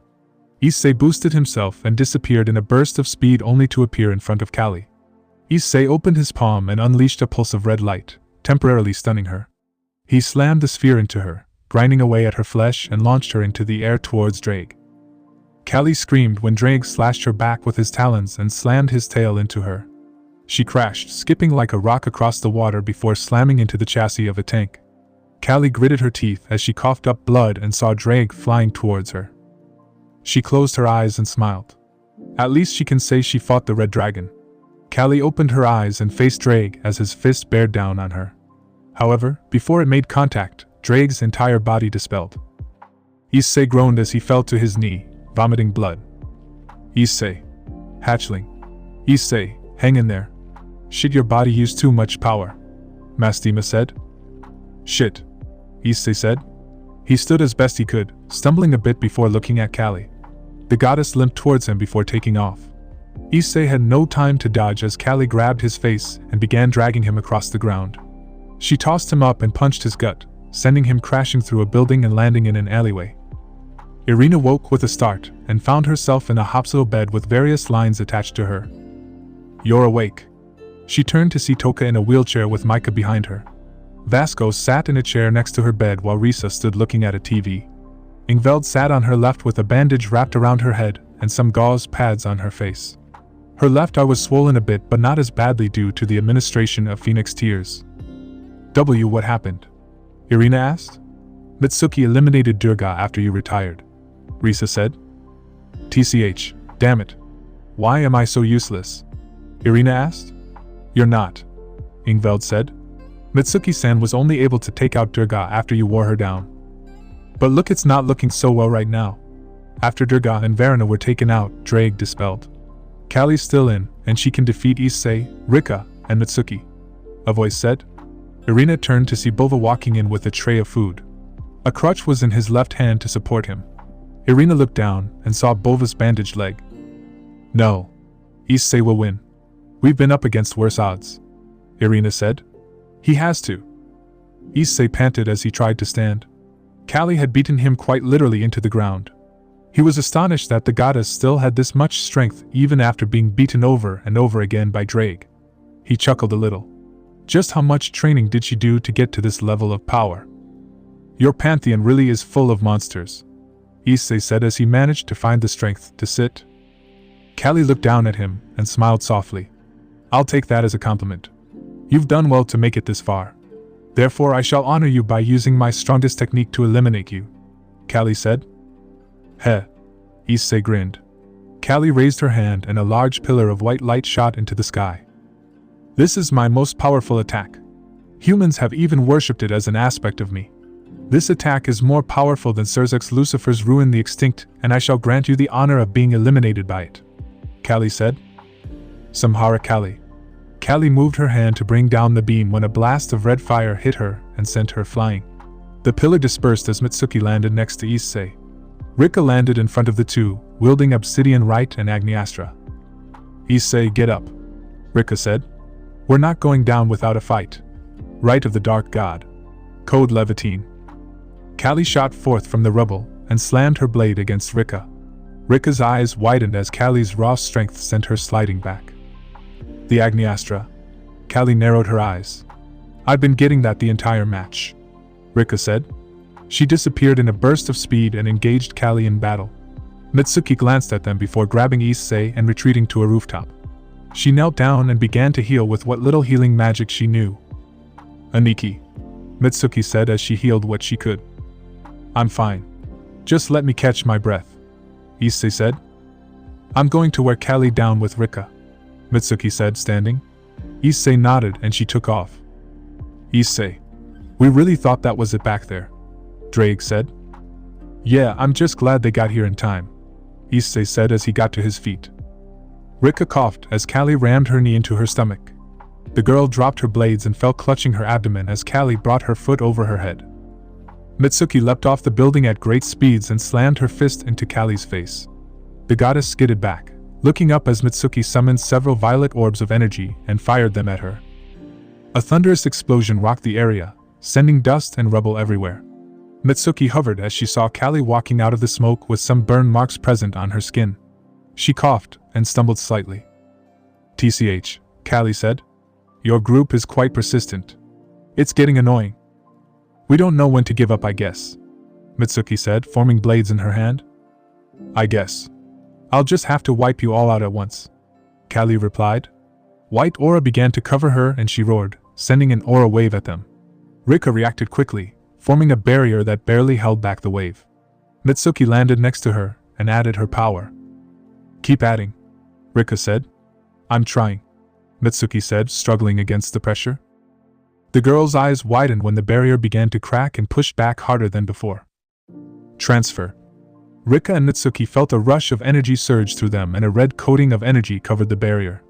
They turned to see Issei standing there with his hand outstretched. Heh, Issei said. It would suck if I just sat back and watched you both do all the work. Aniki, Mitsuki said. Rika smiled as Issei stood in between them. Right now, we need to work together. Callie's too strong for any of us to defeat alone, Issei said. I doubt that all of you together can take her out, but miracles do happen, Mastima said. Issei ignored her and continued. Rika, you back us up. Mitsuki and I will go in and engage Callie. Me as backup? Rika asked. Yeah, Issei said. Whatever happened to Rika's plan? Mitsuki asked. The plan was thrown out when Callie called Issei over here, Rika said. Issei Hayadu. The three turned to see Callie standing a distance from them covered in white aura. I can see that you still have the will to stand and much less stand before me again, Callie said, grinning. Just like her, she added as an afterthought. Well, I'm glad I remind you so much of your friend, Issei said. She grinned and increased the force, sending them skidding back. Her violet eyes rested upon Rika. Daughter of Agni, Callie said. Rika's eyes widened. So you didn't need me to say it? Rika asked. You have her eyes. It was easy to figure out, Callie said. Agni, Issei asked. Aniki. Long story short, but Rika-senpai is the daughter of Agni-sama, Mitsuki said. We'll talk about it later. Yeah, ready? Issei asked. The two nodded and they pushed back against her. Kelly's eyes widened as her aura shattered. A smirk made its way to her face as she eyed the three. HAA. Kelly took one step and took off towards them. Issei and Mitsuki let out a roar and dashed towards her. Issei and Mitsuki clashed with Callie as the two traded blows with the goddess. Callie matched them blow for blow, parrying and blocking their kicks and punches. She dug her fist into Issei's solar plexus, causing him to choke. Issei persisted through the pain and grabbed her arm, surprising Callie. Mitsuki leapt and kneed Callie in the face, causing her to stumble back. She rebounded and shot off towards Issei and Mitsuki when the two moved, revealing Rika, who had a flaming sphere in her hands. Take this. Rika fired the sphere, hitting Callie square on, sending her into the air. Rika fired 3 more blasts, hitting Callie. Callie flew all the way and crashed into the Washington Memorial, growling as she looked at them. Issei and Mitsuki appeared in front of her and landed their blows. Callie's eyes glowed as she unleashed a volley of telekinetic blasts into Issei and Mitsuki, sending them back. She clotheslined both of them and flew off towards Rika. Rika fired a volley of blasts that Callie tanked and crashed into the ground. Rika avoided by leaping into the air and slashed Callie with her swords. Callie parried the swords with a barrier, knocking Rika back. Meanwhile, Issei and Mitsuki flew towards the two. Aniki. Throw me at her. Mitsuki yelled. Issei nodded and slowed down, clasped his hands together in the same manner as a volleyball player does when they're about to return the serve. Mitsuki hopped on his hand and Issei threw her at Callie. Callie felt an energy signature heading towards her and turned in time to see a violet missile crash into her, plowing through several buildings. Callie growled as Mitsuki plowed into her and grabbed her face. Mitsuki's eyes widened as Callie reversed their positions and slammed Mitsuki into the ground, dragging her across the concrete. Mitsuki. Issei increased his speed. Damn it. Tiamat. Drag. Welsh Dragon Balance Breaker. Issei slammed into Callie, forcing her to release Mitsuki. Mitsuki got to her feet and slammed her fist into her jaw alongside Issei.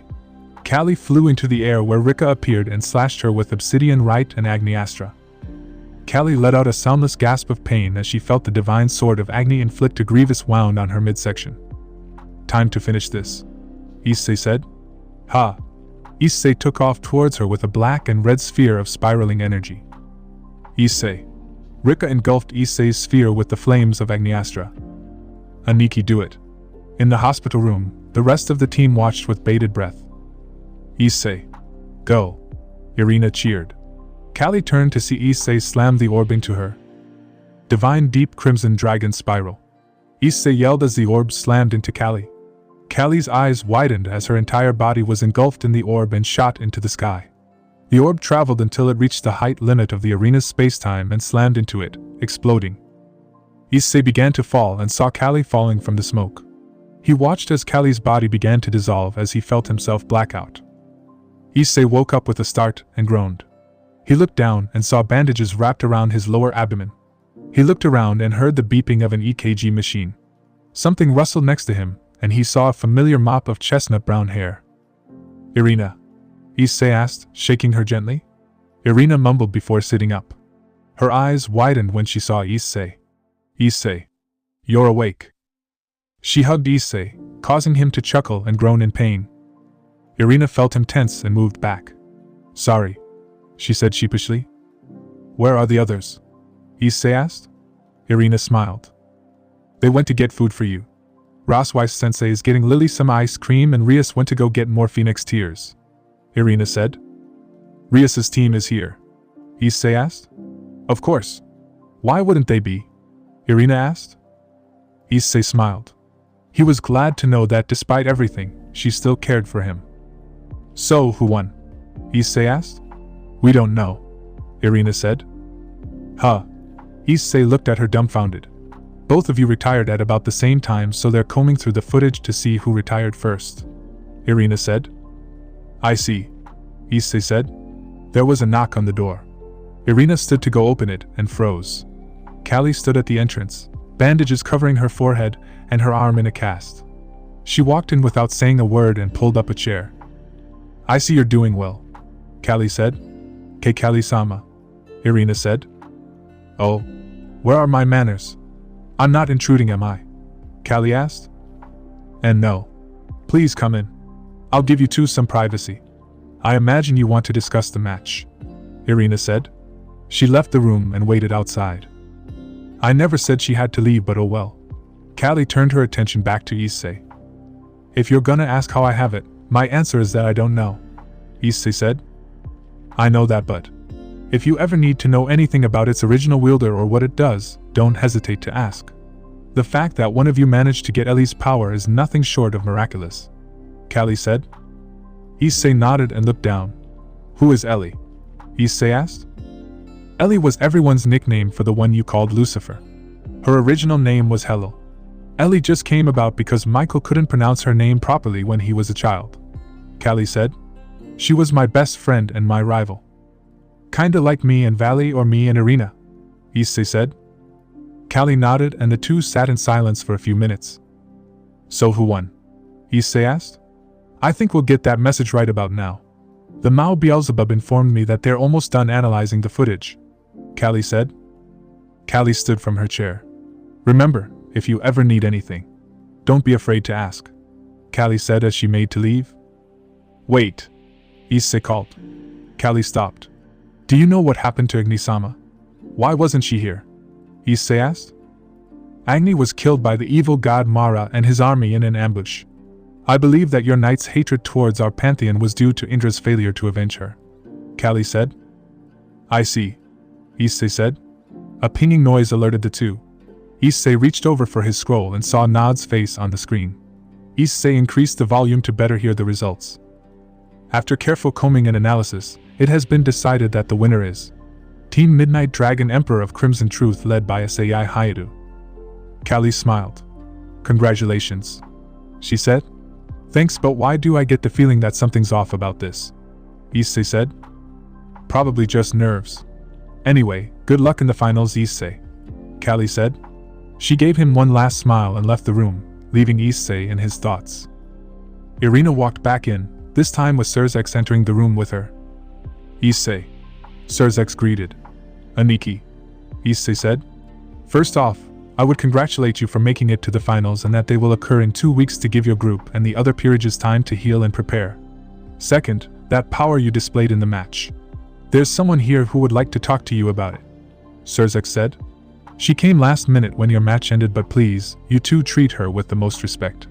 She is my teacher after all. Teacher? Issei and Irina asked simultaneously. The door opened and a woman with violet hair and golden eyes walked in. She smiled as she looked at Issei. Hello, Red Dragon Emperor. I am Mammon, one of the last of the 7 prime demons. Let's talk, shall we? Blacklight Dossier. Object 4234. Object Name. Astra. Object Type. Divine Weapon. File. Astras are the divine weapons wielded by the gods of the Hindu pantheon.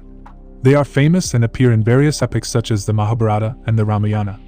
In these tales, the Astras are wielded by heroes such as Rama wielding the Brahmastra and Karna wielding the Vasvi Shakti. In modern day, there is only one recorded Astra user among humanity, and that is Rika Kuroyuki, daughter of Agni and wielder of the Agni Astra. Object Class. Class 3-2. Current Owner Wielder. Various, Rika Kuroyuki is the only recorded wielder in modern day. End file. Hospital, Hell First Level Gehenna. February 22, 2020. 4:57 p.m. Current time, 3 minutes and 20 seconds till midnight. Mammon? Issei asked. Yes, Mammon said as she pulled out a chair and took a seat. Surzex closed the door as he stood off to the side and paid attention to the conversation that was about to happen. Irina sat on the other side of Issei's bed, watching the elder devil with a guarded look. Don't worry, Ace of Michael. I won't do anything suspicious to him, Mammon said. Irina nodded, opting not to respond for fear of offending her. She had read and heard about the prime demons. Devils that were so powerful that they were touted to be gods that wore a devil's skin. They were the apex and pinnacle of their kind prior to the existence of super devils and still held the respect of all devil kind. Their political power was great and surpassed possibly that of the 4 Satans, and would have ruled the underworld if not for their jadedness. But here was one of them. One of the last 2 that remained sitting in front of her and Issei. Is this about? Issei began. No. At least, Not entirely. Yes, I do want to talk about how you could possibly have the Chevret Hakelim, but there are other things I want to talk to you about, Mammon said. Okay. Why don't we get the hard one out of the way? I don't know how I have it, Issei said. I know that much, but do you know what the power you hold can do? Mammon asked. Well, Callie said something about having the power to create and utilizing the powers of all devils, Issei said. Yes, you displayed it during your fight. The power of destruction. Hellfire. The power of whole, Mammon said. It's only a matter of time before you start using other abilities. You're saying that one day, Issei will be able to use the power of all 72 pillars and the extra demon clans? Surzex asked. No. Well, yes, but not in the sense you're thinking. Issei will be able to use powers that are similar to theirs. The Chevret Hakelim is a power that allows you to use the powers of absolute zero according to my mother. She never explained what that meant, but it is a power unique to the biblical faction, Mammon said. So why Issei? Irina asked. Like I said, I don't know, Mammon answered. Perhaps it's a sign. A sign of what? Surzex asked. Mammon remained silent. Let's move on to the other thing I came here for. I have a request that I would like for you to fulfill when you have the time, Mammon said. What is it? Issei asked. I would like for DXD to head to the Philippines to find someone for me, Mammon said. DXD? Why do we need DXD to find someone, Sensei? Surzex asked. This person is reclusive and will possibly react in a hostile manner. I need you to deliver a message to her, Mammon said. What's the message? Issei asked. The seven stirs and walks like a lion, ready to consume all. She'll know what it means, Mammon said. She got out of her chair and began to walk to the door. Wait, Issei called. What is it? Mammon asked. Where do I even look? What does she even look like? Issei asked. Her eyes are like mine, Mammon replied before walking out the door. Issei sighed. That narrowed things down.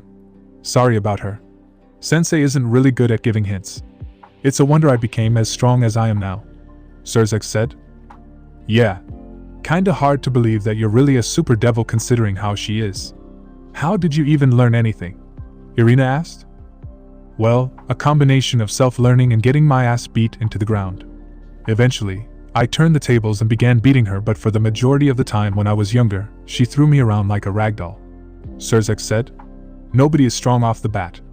I may have been born a super devil, but I had to train to master my powers like everyone else. Issei and Irina nodded. Well, I better get going. Remember, you guys have 2 weeks to get ready. Use that time however you want and remember what Sensei asked, Surzex said. Issei and Irina nodded as he left the room. Irina sat next to Issei's bed, holding his hand.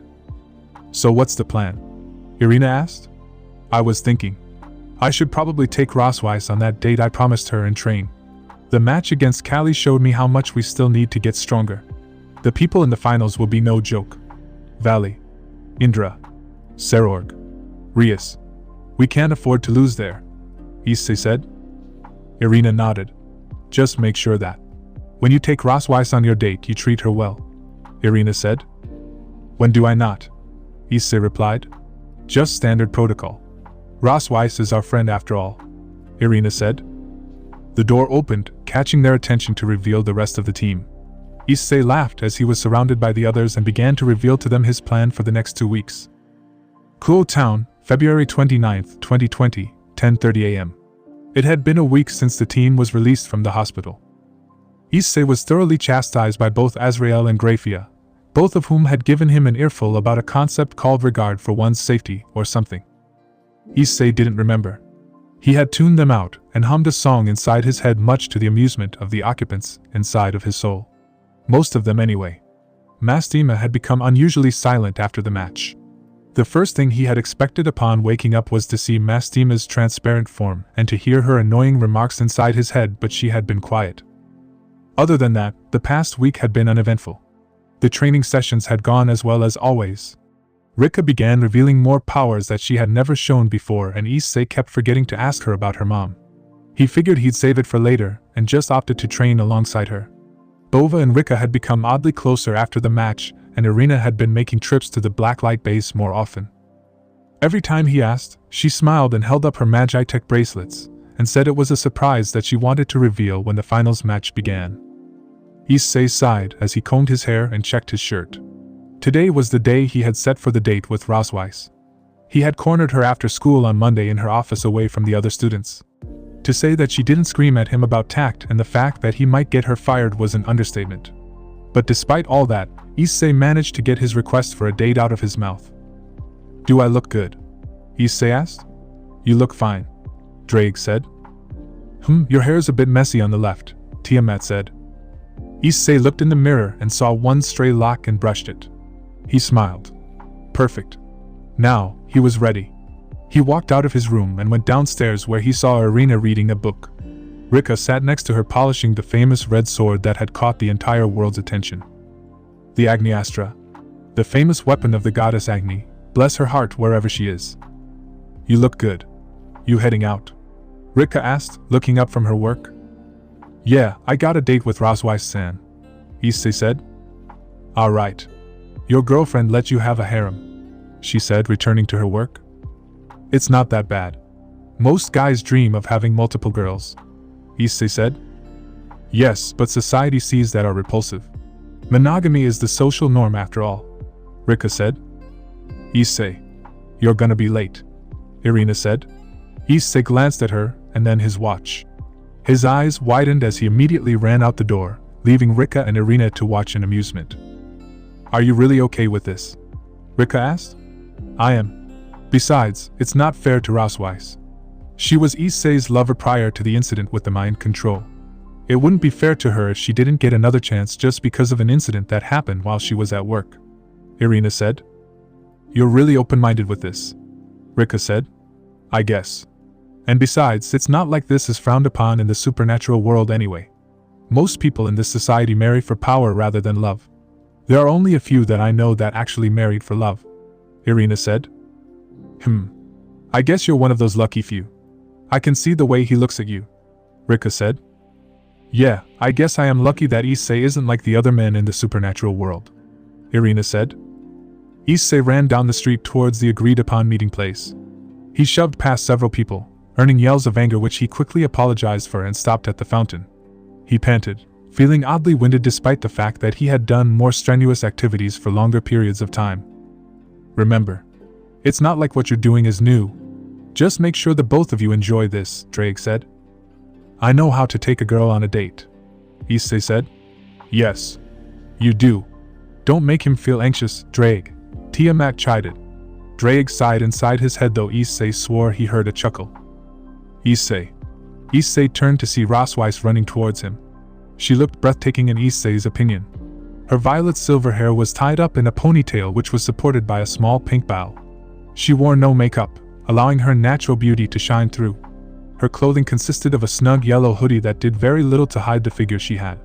She wore a black pleated skirt with black leggings as well as short fur boots that extended almost halfway up her calves. Rosweiss stopped in front of Issei to catch her breath before she stood straight and smiled. Issei gulped as her turquoise eyes stared into his very soul, and her smile made Issei feel weak in the knees. "I hope you didn't wait long," Rosweiss said. "No. Actually, I just got here. I was afraid that I was the one that made you wait," Issei said, laughing in an embarrassed manner. "Oh. Well, shall we get going?" Rosweiss asked, grabbing his arm. Issei smiled and the two walked off. "You're rather bold today," Issei said as they crossed the street. Rosweiss just smiled, her fingers interlocked with his as the two made their way to their first destination. "Aquariums are such a cliché place for a date," Issei said. "Yeah, but I've never been to one before," Rosweiss said. "You haven't?" Issei asked. "No, back when I was in university, I devoted all of my time to my thesis paper on Trihexa. While all the Valkyries went off and found their destined Einherjar, I remained in the library and did research. By the time I found the time, I was already working as Odin's bodyguard, which was basically just being a glorified maid," Rosweiss said as they entered the building. "Bet you're glad you left, right?" Issei said. "I wouldn't say I was glad. You were there when I essentially got fired," Rosweiss said, looking at Issei blankly. "Right," Issei said. The two walked into a tunnel aquarium. Rossweiss paused to marvel at the amount of marine life that swam in front of her. A large shark swam by the glass, startling her slightly. She jumped and grabbed onto Issei, causing him to laugh a little. Rossweiss heard this and pouted. It's not funny," she said, her cheeks stained red in embarrassment. Her face wasn't helping as Issei laughed harder, forcing her to slug him in the arm. Her rook's strength caused Issei to stumble back a bit as his laugh quieted down. He rubbed his arm and snickered at her embarrassed face. "Let's just move on before another shark jump scares you," Issei said. Rossweiss rolled her eyes and the two moved forward in the aquarium. The two moved through the building, looking at the various marine life. Issei watched as Rossweiss ran ahead of him towards the pools where people could interact with the marine life. He smiled when Rossweiss called him over to pet a sand shark. He dipped his hand in the pool and gently ran his hand along its smooth skin. "Not even a day has passed yet, but I'm already enjoying myself at the pools," Rossweiss said as she stroked another shark. "It's not done yet. I still have a lot of things I want to do. A lot of things we need to catch up on," Issei said. "Even if we don't get to do all the things we planned, I'm still happy we got the time to do this," Rossweiss said. Issei looked at her and nodded. He felt like he did when he was with Irina. He was completely undeserving of this woman in front of him. The waiting he had made her go through as he sorted himself out and fought in the matches. Issei prepared himself. Today, he was going to give Rossweiss one of the best days in her entire life. "Hey Issei." Issei blinked and saw Rossweiss was no longer next to him. He looked around and saw her waving as she took a plate full of fish from one of the aquarium workers. "This guy said that we can feed the seals with fish," Rossweiss said. "Wait for me," Issei said as he ran over to her. "I wonder how they're doing," Irina asked as she closed her book. She sighed. "Should I follow them?" Irina thought. "I wouldn't do that. You'd be intruding," Rika said as she sheathed obsidian, right? How did you? You were thinking out loud, Naya." The two turned to see Kuroka and Ingveld standing behind them. Irina jumped as she looked at Kuroka. "How did you get in here?" Irina asked. "She let me in," Kuroka said, jutting her thumb at Ingveld. Ingveld looked at Irina apologetically. "Sorry, I thought it was Issei or Mitsuki," Ingveld said as she yawned. "You sure woke up late," Rika said as she grabbed the remote. "Farming for stuff in Monster Hunter World. Gotta be ready for the next siege," Ingveld said as she collapsed on the couch. Kuroka hopped over and sat down next to Irina. "So, who are you going to follow?" Kuroka asked as she placed her feet on the table. Irina looked between Kuroka's feet and her face and sighed. "Issei is taking Rossweiss on a date," Irina said. "I was thinking of following them. And I'm saying not to. You said it yourself. Rossweiss deserves the time she's getting with Issei, so why intrude?" Rika said as she put on a movie. "It would be fun to spy on them and really easy for me to do so," Kuroka said as she popped out her cat ears. "Not all of us are blessed with the gift of shape-shifting, Kuroka-san," Irina said dryly. "Well, not that I'm going to. Valley only let us have this short break to recover our strength, and I have to head to Kyoto in a few hours anyway," Kuroka said. "Kyoto?" Ingveld asked. You two are new, so I'll say this. I'm the current Devil Ambassador to Kyoto," Rika said as she put on scream. "Nyo. How do you know that?" Kuroka asked. "I have Yukai friends in Kyoto." Rika lied as naturally as she breathed. Of course, Rika couldn't say that she was part of an international, interpanthean secret organization that kept track of everything that happened in the mundane and supernatural worlds. Well, your friends won't know this, but Yusaka-sama said that I'm needed for something extremely important. It's why she sent me home for a few weeks," Kuroka said. "What's this important thing that Yusaka-sama apparently needs you for?" Irina asked. "I don't actually know, Naya-e," she answered. Rossweiss and Issei walked out of the aquarium with Issei silently praying to every god in existence for the safe passage of his wallet's soul into the afterlife. He looked at Rossweiss, who was hugging an orca plushie close to her chest as she cooed at it. She treated the stuffed toy like a pet. Not that Issei found that weird, but did she really have to buy the other stuff? Is this what happens nowadays when you take a girl out on a date? Issei blinked. His eyes darted around and he spotted the familiar semi-transparent figure of Mastima floating in the air next to Rossweiss. "You're here. I thought you died or something," Issei said. How rude. I was merely recovering, of course. All that power you spent fighting Kali sent me into a sleep-like state to recover, Mastima said. She looked down at the orca plushie and all of the things Roswise had bought. Wow.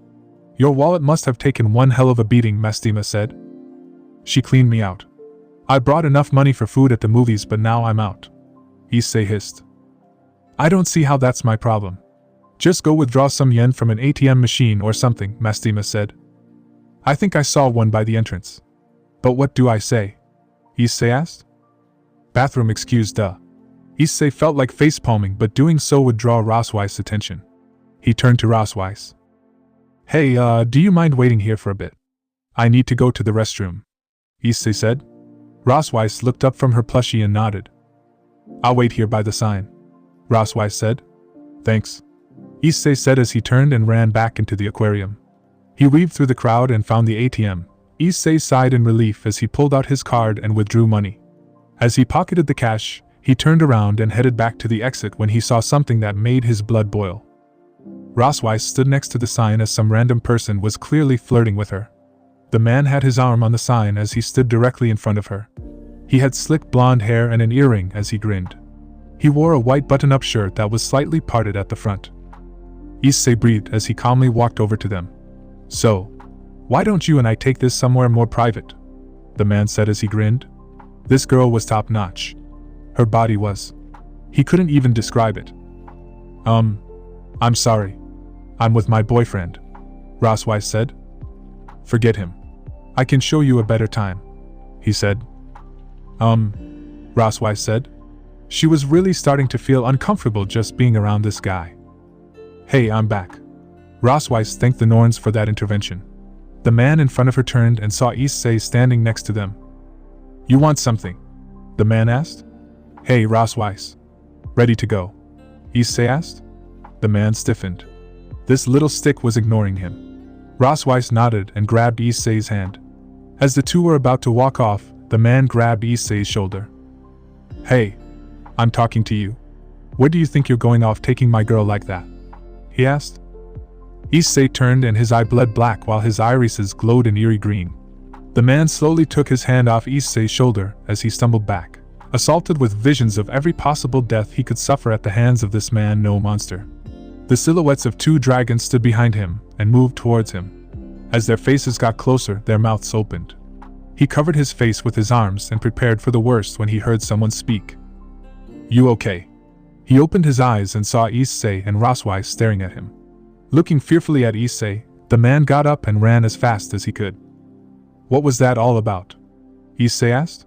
Roswise rolled her eyes and smiled. Come on. The next one's on me, Roswise said as she dragged Issei into the street. So where are we going? Issei asked. There's this place I wanted to go, Roswise said. What's the place? Issei asked. It's a surprise, she said. Issei nodded as Roswise led him down the street. Issei watched as her smile grew when they turned a corner. The surroundings slowly became more and more familiar until Issei realized that they were back in the neighborhood. He glanced at Roswise, who kept pushing forward and sighed. Roswise, why are we back? Issei asked. Because I want you to push me on a swing, Roswise replied. Push you on a swing? Issei asked. Yeah, I just want to do something simple. I know that. You spent the entire day's worth of cash on the gift shop just for me and I feel really bad about making you spend all that money, Roswise said. Roswise, it's fine. Really, you don't have to throw away any plan you had because of me, Issei said. Roswise stopped as they reached the park entrance. There were kids running around and parents relaxing on benches as the two stood there. Roswise refused to face Issei. I'm not throwing anything away. I just want to enjoy the day with you. I don't care if it's at an amusement park, or the theater, or even if we're just taking a walk. I don't care as long as I'm spending some time with you, Roswise said. Roswise, Issei said. Wanna go? That kid just got off. Roswise looked back at Issei, who was smiling softly at her. Roswise nodded and the two walked over to the empty swing. Roswise placed her stuff down and sat on the seat. Ready? Issei asked. Roswise nodded and Issei began to push her. She laughed as Issei pushed and turned her head. Push harder, Roswai said. Issei nodded and pushed her a little harder, sending her higher into the air. Hey, so I was thinking, Issei said as he pushed her on the swing. What? Roswai asked as she flew up. When are you taking your high-class devil exam? Issei asked. I'm only a mid-class devil, so I got to wait first, Roswai said. Huh, so after the games? Issei asked. Probably. Why? Roswai asked. Just asking, Issei said. What about you? How are things going with your team? Roswai asked. Is this some ploy to get me to confess the strategies we used to win matches? Issei asked in a teasing tone. No. If I wanted to, I'd use other methods, Roswai said seductively. Ahem. There are kids, Issei said. Anyway, are you guys healed up? She asked. Pretty much. We've just been training for the most part. Today, since we're on a date, everyone ran off to go train by themselves. Irina and Rika are probably sparring in the basement of the house right now, he said. How and where did you find the daughter of Agni? Roswai asked curiously. Well, I met her while I was in Kyoto to ask Hisaka to see if she knew any yukai that would be good for my team for the Azazel Cup, Issei said. And you ran into her? Roswai asked. Well, yes and no, Issei lied. I saw her getting attacked by a pair of Oni and wanted to help, but she cut them down by herself. She moved so fast too. Faster than Kiba can I think outside of his armor. Faster than Kiba. Yeah, I barely saw her move. It wasn't a total lie. Issei's first spar with Kuroyuki Rika was an eye-opener for him in terms of how outclassed he was when it came to speed. She was beyond fast, moving at speeds that Issei could honestly say surpassed his in valleys. Of course, he attributed it to her being a demigod and her brutal training at the hands of Taki. What about you guys? What are your plans for the finals? Issei asked. Mostly to fix Tatsuya's attitude. He's a bit arrogant. He sometimes rushes in without thinking, but overall, he's pretty decent as a fighter, Roswai said. Rias is also spending some time outside training with Surzex-sama. I see. What about Eren and Asia? How are they doing? Issei asked. The two have basically become the team support. Asia with her healing skill, and Eren's been reading botanical journals and stuff about plant medicines to help Asia. Last I saw them, Eren was developing a technique to sprout a plant that can spray a cloud of healing dust that heals minor wounds so Asia won't be overburdened with the sole duty of healing, she said. Nice to know he's carrying his own weight, Issei said. I'm proud of them. I think I'm good on the swings, Roswai said as she planted her heels in the bark. Huh.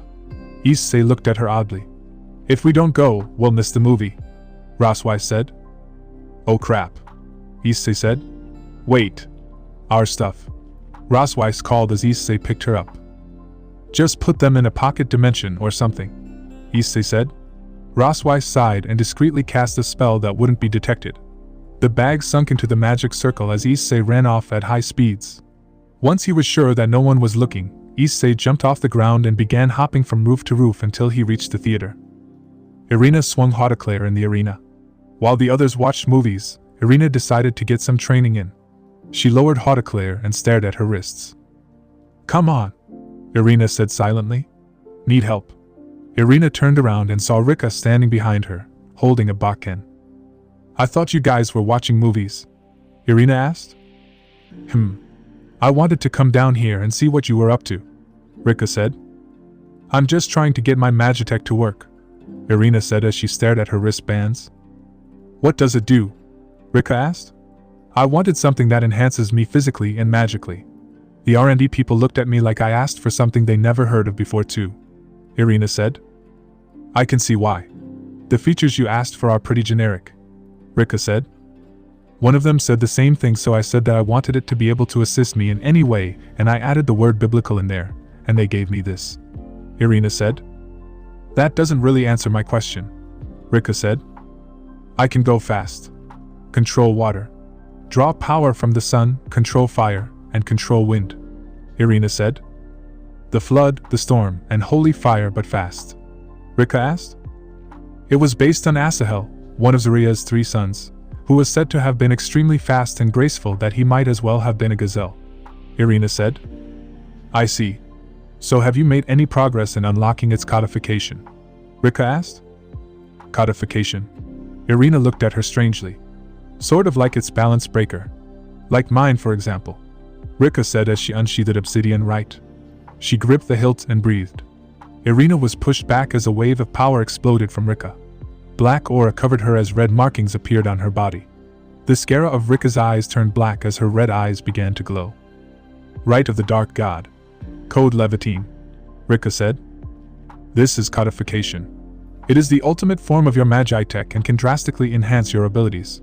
But it can leave you extremely tired afterward if you push yourself too hard in that form. Rika said. She breathed, releasing the form and resheathed obsidian right. So, will you help me unlock my codification before the main stage starts? I heard that they're making it a battle royale and we still have opponents on Kali's level to face. Irina said. Indra, Typhon, and a host of others. Rika said. Alright. First things first. Unlocking your codification requires being able to sync with the fragment of your soul that's inside the magi tech. By doing so, you'll lift the restrictions that are placed on it. That sounds easy, Irina said. It's not as easy as it sounds.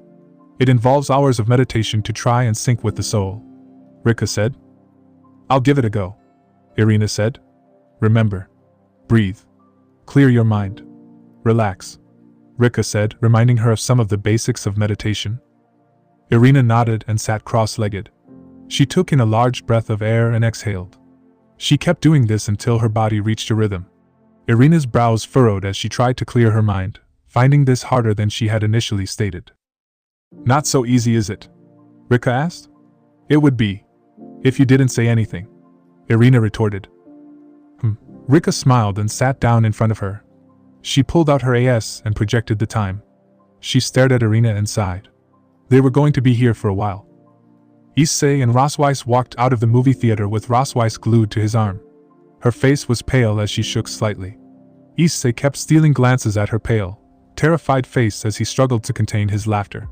His muffled snickers were noticed by Rosweiss, who glared and pinched his arm. Issei nearly bit his tongue as he tried to stifle his scream of pain. That's not funny, Rosweiss said. That movie was really scary. Come on.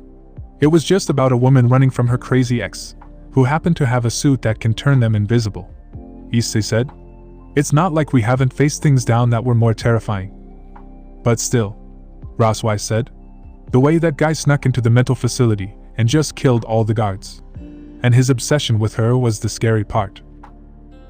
I thought you would have read the book first, Issei said. I'm not that old, Issei, Rosweiss said, pouting. The two looked up and saw the sun setting. Issei smiled and grabbed Rosweiss' hand as the two began to walk home. Rosweiss blushed a little as she decided to hug Issei's arm. Issei's face slowly turned red as he felt her large, soft breasts envelop his arm. As the two walked home, Issei decided to do something. Hey, there's somewhere I want to take you. It's not far from the house, Issei said as he dragged her down the street. The two kept walking until they arrived at the overpass. Issei's eyes widened in horror. The field was ruined. Scorched pockmarks littered the place. Issei took a small step forward and fell to his knees. Who did this? Issei whispered. Rosweiss noticed the drop in Issei's mood and walked over to him.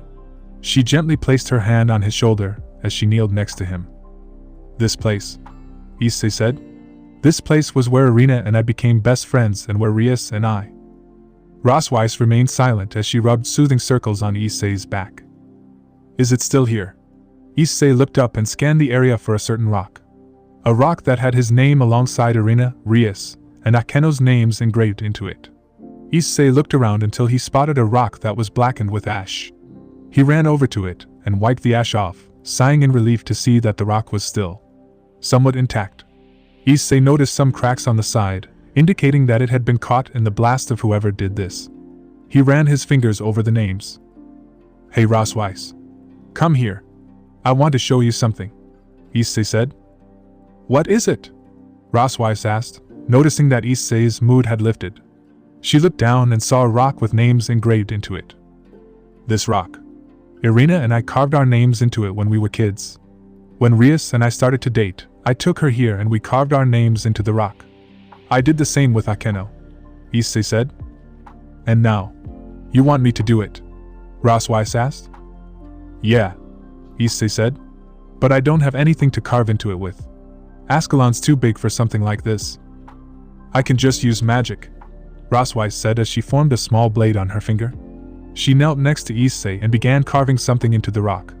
She didn't want anything overly grand or complex like the message Akeno carved in.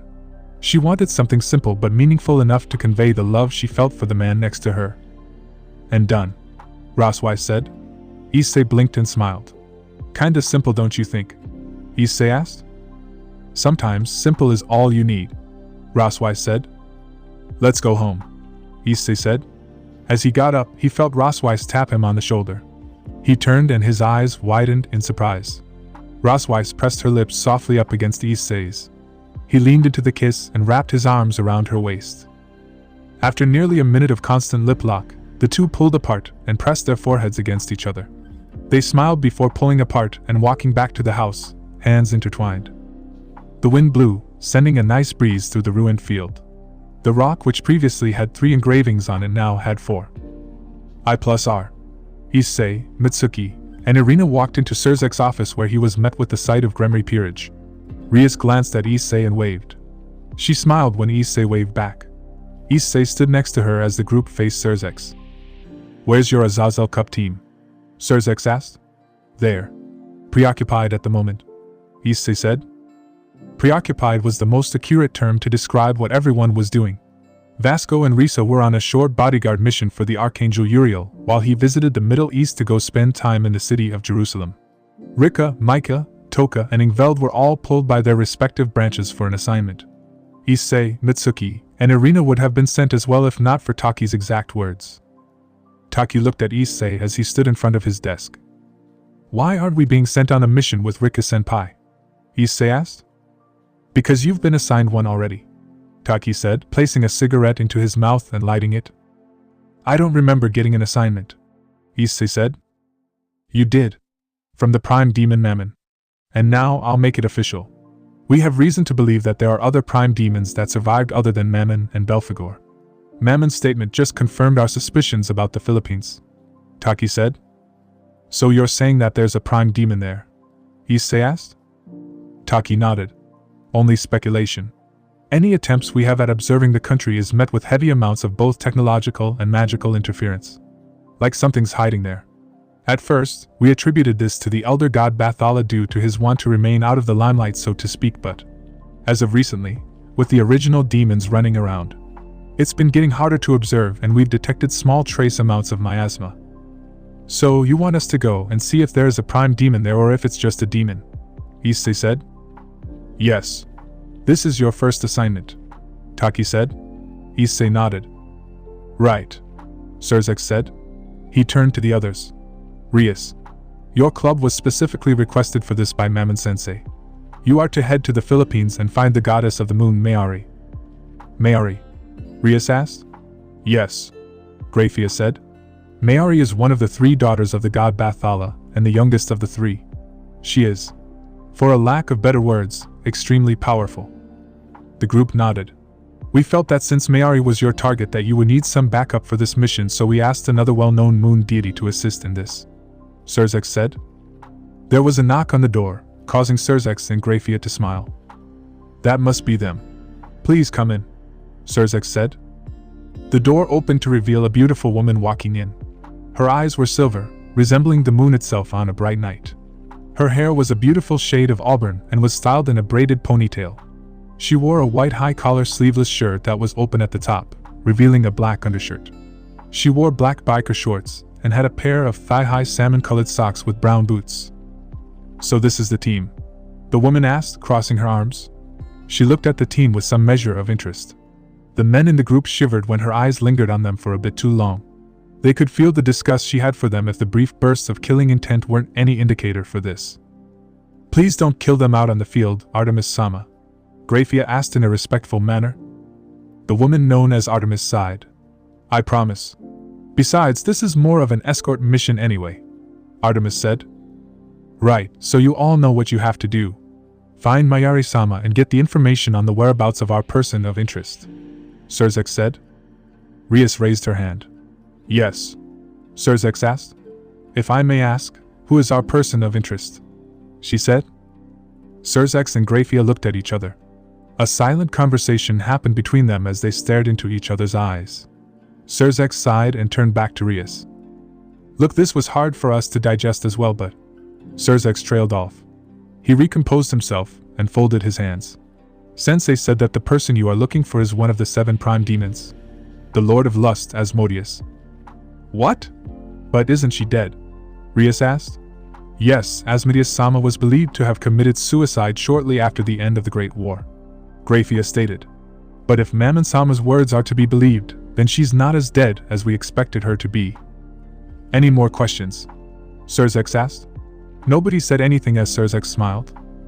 Good. You can depart for your mission, Surzex said. The group nodded before Artemis formed a massive magic circle with old Grecian symbols and the group disappeared in a flash of silver light. Outside of the Ars Nova, a woman with white hair sat on the roof as her yellow eyes gazed upon the window of Surzek's office. She brought an apple up to her mouth and bit into it. A sudden presence caused her eyes to turn around. She lazily gazed at the newcomer. So, you are alive? Surprised? She asked. Mammon looked down at the woman and crossed her arms. Kind of. You dropped off the map for several centuries and all of a sudden, your power was felt by all the old devils. Mammon said. So the other progenitors know I'm alive? She asked. No. It was too brief for them to identify the source of the surge, but Belphegor had an inkling and shared it with me, Mammon said. I see, the woman said. Are you with him? Mammon asked. Are you helping him kidnap those children? If I said yes, what would you do, my dear little sister? The woman asked. Mammon felt a bead of sweat run down her face. Nothing. There's no way I could ever pose a threat to you. Not then. Not now, Mammon said. To answer your question, I'm not actively helping him. I'm more watching from the sidelines until his plan is complete, she said. So why are you here then? Mammon asked. Him. Issei Hayadu, she said. Mammon's eyes widened. It's been so long. He's grown up and I missed it. And he even has the Chevret Hakelim just like me and mother, she said happily. Mammon remained silent as the woman stood and walked past her. She stopped just behind Mammon when she called out. Are you going to take him, Wani-sama? Mammon asked. The woman placed a finger on her chin as she thought over Mammon's question. No. Not yet at least. For now I'll watch. He's looking for Asmodeus-chan, right? She said. Mammon's breathing hitched as she turned to face the toxic yellow eyes of her older sister. You stay away from her. Whatever Beelzebub is planning, Asmodeus has suffered enough. Don't drag her into this. Mammon snarled. Oh. I won't do anything to Asmodeus-chan. She's my little sister after all. And besides, it's not like Beelzebub isn't already there with them, she said. Mammon's eyes widened. Her memory of seeing Akeno's eyes during the Gremry match against Riser Phoenix came back to her. That girl, Mammon said. She smiled. Well, this has been fun. I'll see you later, Mammon-chan, the woman said as she turned around. The woman disappeared before Mammon's eyes as the prime demon fell to her hands and knees, releasing a breath she didn't even know she was holding. Tayabas, Philippines, March 2nd, 2020, 11:30 a.m., current time. 3 minutes and 16 seconds till midnight. It's rather lively here, Irina said as she hovered over some bananas. Issei stood next to her as the two looked and analyzed the bananas, contemplating if they should buy some and bring it back to Kuo. You want bananas? 20 pesos, the vendor said, growing annoyed. He had been there for 20 minutes while the two stared at his produce. Excuse me, pa. Pero, hainag na biayang MJ saging ito? Irina asked. Issei blinked and looked at her. The vendor looked surprised that Irina was able to speak Tagalog and nodded in mild amazement. He was impressed. Many foreigners came to his city to go to the mountain, but none of them spoke a lick of the native language, which made communication hard and ripping them off easy. I don't have any money, Irina muttered. You too. Come on. Issei and Irina perked their heads up and turned to Artemis, who stood with the rest of the group with her arms crossed. Irina sighed and began to walk away. Issei stood there staring at the bananas. He reached into his pocket and pulled his wallet out. All yen. He sighed and followed Irina back to the group. Now's not the time for you two to go grocery shopping. Come on. I managed to get us a ride out of the city, Artemis said. Issei and Irina gave each other a glance before noticing the pale faces of the men in the group. What did she do? Issei asked. I never even knew you could do that with an eggplant, Aaron said. Issei, she did nothing. She just asked nicely, Kiba said, flinching at the memory. Okay, Issei said. The girls shrugged as they walked away. The group followed Artemis and saw a bus with no people inside. The driver looked at the group and blanched when he saw Artemis. She glared at the driver and handed him a hefty sum of cash before motioning for all of them to pile into the back. The group got into the back of the bus and sat as the driver turned it around. Huh. This is convenient, Ria said as she watched the other buses pass by with people unloading and people hopping on. They're called jeepneys, Irina said. Irina and I had to take one around Manila when the church was called because a rogue exorcist was working with a stray devil that made its way here, Zenobia said. It's nice. At least I didn't spend all the money on that trip, Irina said. Like when we were in Kuo and you spent it all so Issei had to let us stay over, Zenobia asked. Irina pouted and buried her head in Issei's shoulder. Issei's sweat dropped as she hugged his arm tightly. He felt a multitude of stares on them, Koneko and Rossweiss being the most prominent. Rossweiss grumbled about the unfairness of it all while Koneko looked at Irina with a hint of jealousy in her eyes. A glint that Issei noticed on the other girls as well. Unlike Rossweiss, which was more competitive and playful jealousy, the others were a more seething, festering jealousy. The only one who didn't seem to have it in spades was Rias, whose visage was a mixture of slight regret, sadness, jealousy, and happiness. Anyway, Mitsuki said. How long until we get there? Where are we going, Artemis-sama? Rias asked. We're going to Mount Banahaw and San Cristobal, the most sacred mountains in the Philippines. They're referred to as the Inyang Mountains and it is the current home of Mayari, the goddess of moon and combat as well as Apalaki, god of the sun and warfare. The peaks are also the entryway to Kalawahatan, the divine realm of the Philippine pantheon, Artemis said. So which peak are we headed to? Issei asked. We are headed to Mount San Cristobal. Locals here call it the Devil's Mountain, she answered. Strap in, I guess. We're in for a long ride. The trip there takes about 2 hours via car. Why can't we teleport? Akeno asked. There's a powerful presence there that prevents any and all teleportation to and from the mountain by any being that's not associated with the pantheon native to this country, Artemis said. Powerful presence? Kiba asked. Bathala, the elder god of the Philippines and god of eternity and creation, I presume, Artemis said, placing her hand on her chin and looking out the window. Are you sure we won't piss him off by being there? Irina asked, lifting her head from Issei's shoulder. Christianity wasn't exactly good for this country in the beginning despite the majority of the population being Christian. You'll be fine, Artemis said. At least. I think you will. Bathala's more or less retired. He handed over rule over the pantheon to Mayari and Apalaki a long time ago. It resulted in a massive fight that ended with the two compromising after Mayari lost an eye to her brother. Ouch. Sounds like one of Issei and Mitsuki's fights, Irina commented. We're not that bad. Issei and Mitsuki both shouted at the same time. Artemis hummed. So how sure are we that Mayari knows where Asmodeus is? Akeno asked. We don't, Artemis answered. Lady Mammon's description was more or less vague. Yellow eyes aren't exactly unique within the supernatural world. There are many beings with yellow eyes. But I'm sensing a but here, Rossweiss said. Mayari may be able to help us track her down. A demonic power within her country won't be able to escape her notice, much less her father's, Artemis answered. Okay. But my question is, will she help us? Like Irina said, our pantheon's influence on this country wasn't exactly peaches and mangoes following Spanish colonization, Ria said. She will. She owes me for the last lunar convention, Artemis said. The group drove down the roads of the Philippines, passing other cars. The driving here was vastly different from what they were used to. People sitting on the backs of pickups or atop jeepneys was a sight to behold for Issei, who had never seen such a sight before. He honestly wanted to try it out and looked for an opening to climb onto the roof of the vehicle. Unfortunately, Both Irina and Roswise had spotted the look on Issei's face and glared him into submission. An hour had passed since they began their lovely trip to Mount San Cristobal, and most of them had fallen asleep. Artemis was sharpening her silver knife in the plain view of Issei and Kiba. Eren, Tatsuya, Yu, and Hiroko had fallen asleep. Irina was drooling on Issei's shoulder while Mitsuki fell on his lap.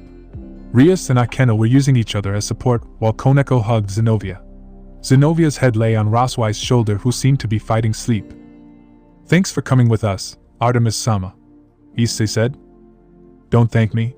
Any words out of your filthy male mouth are just lies told to seduce women," Artemis said.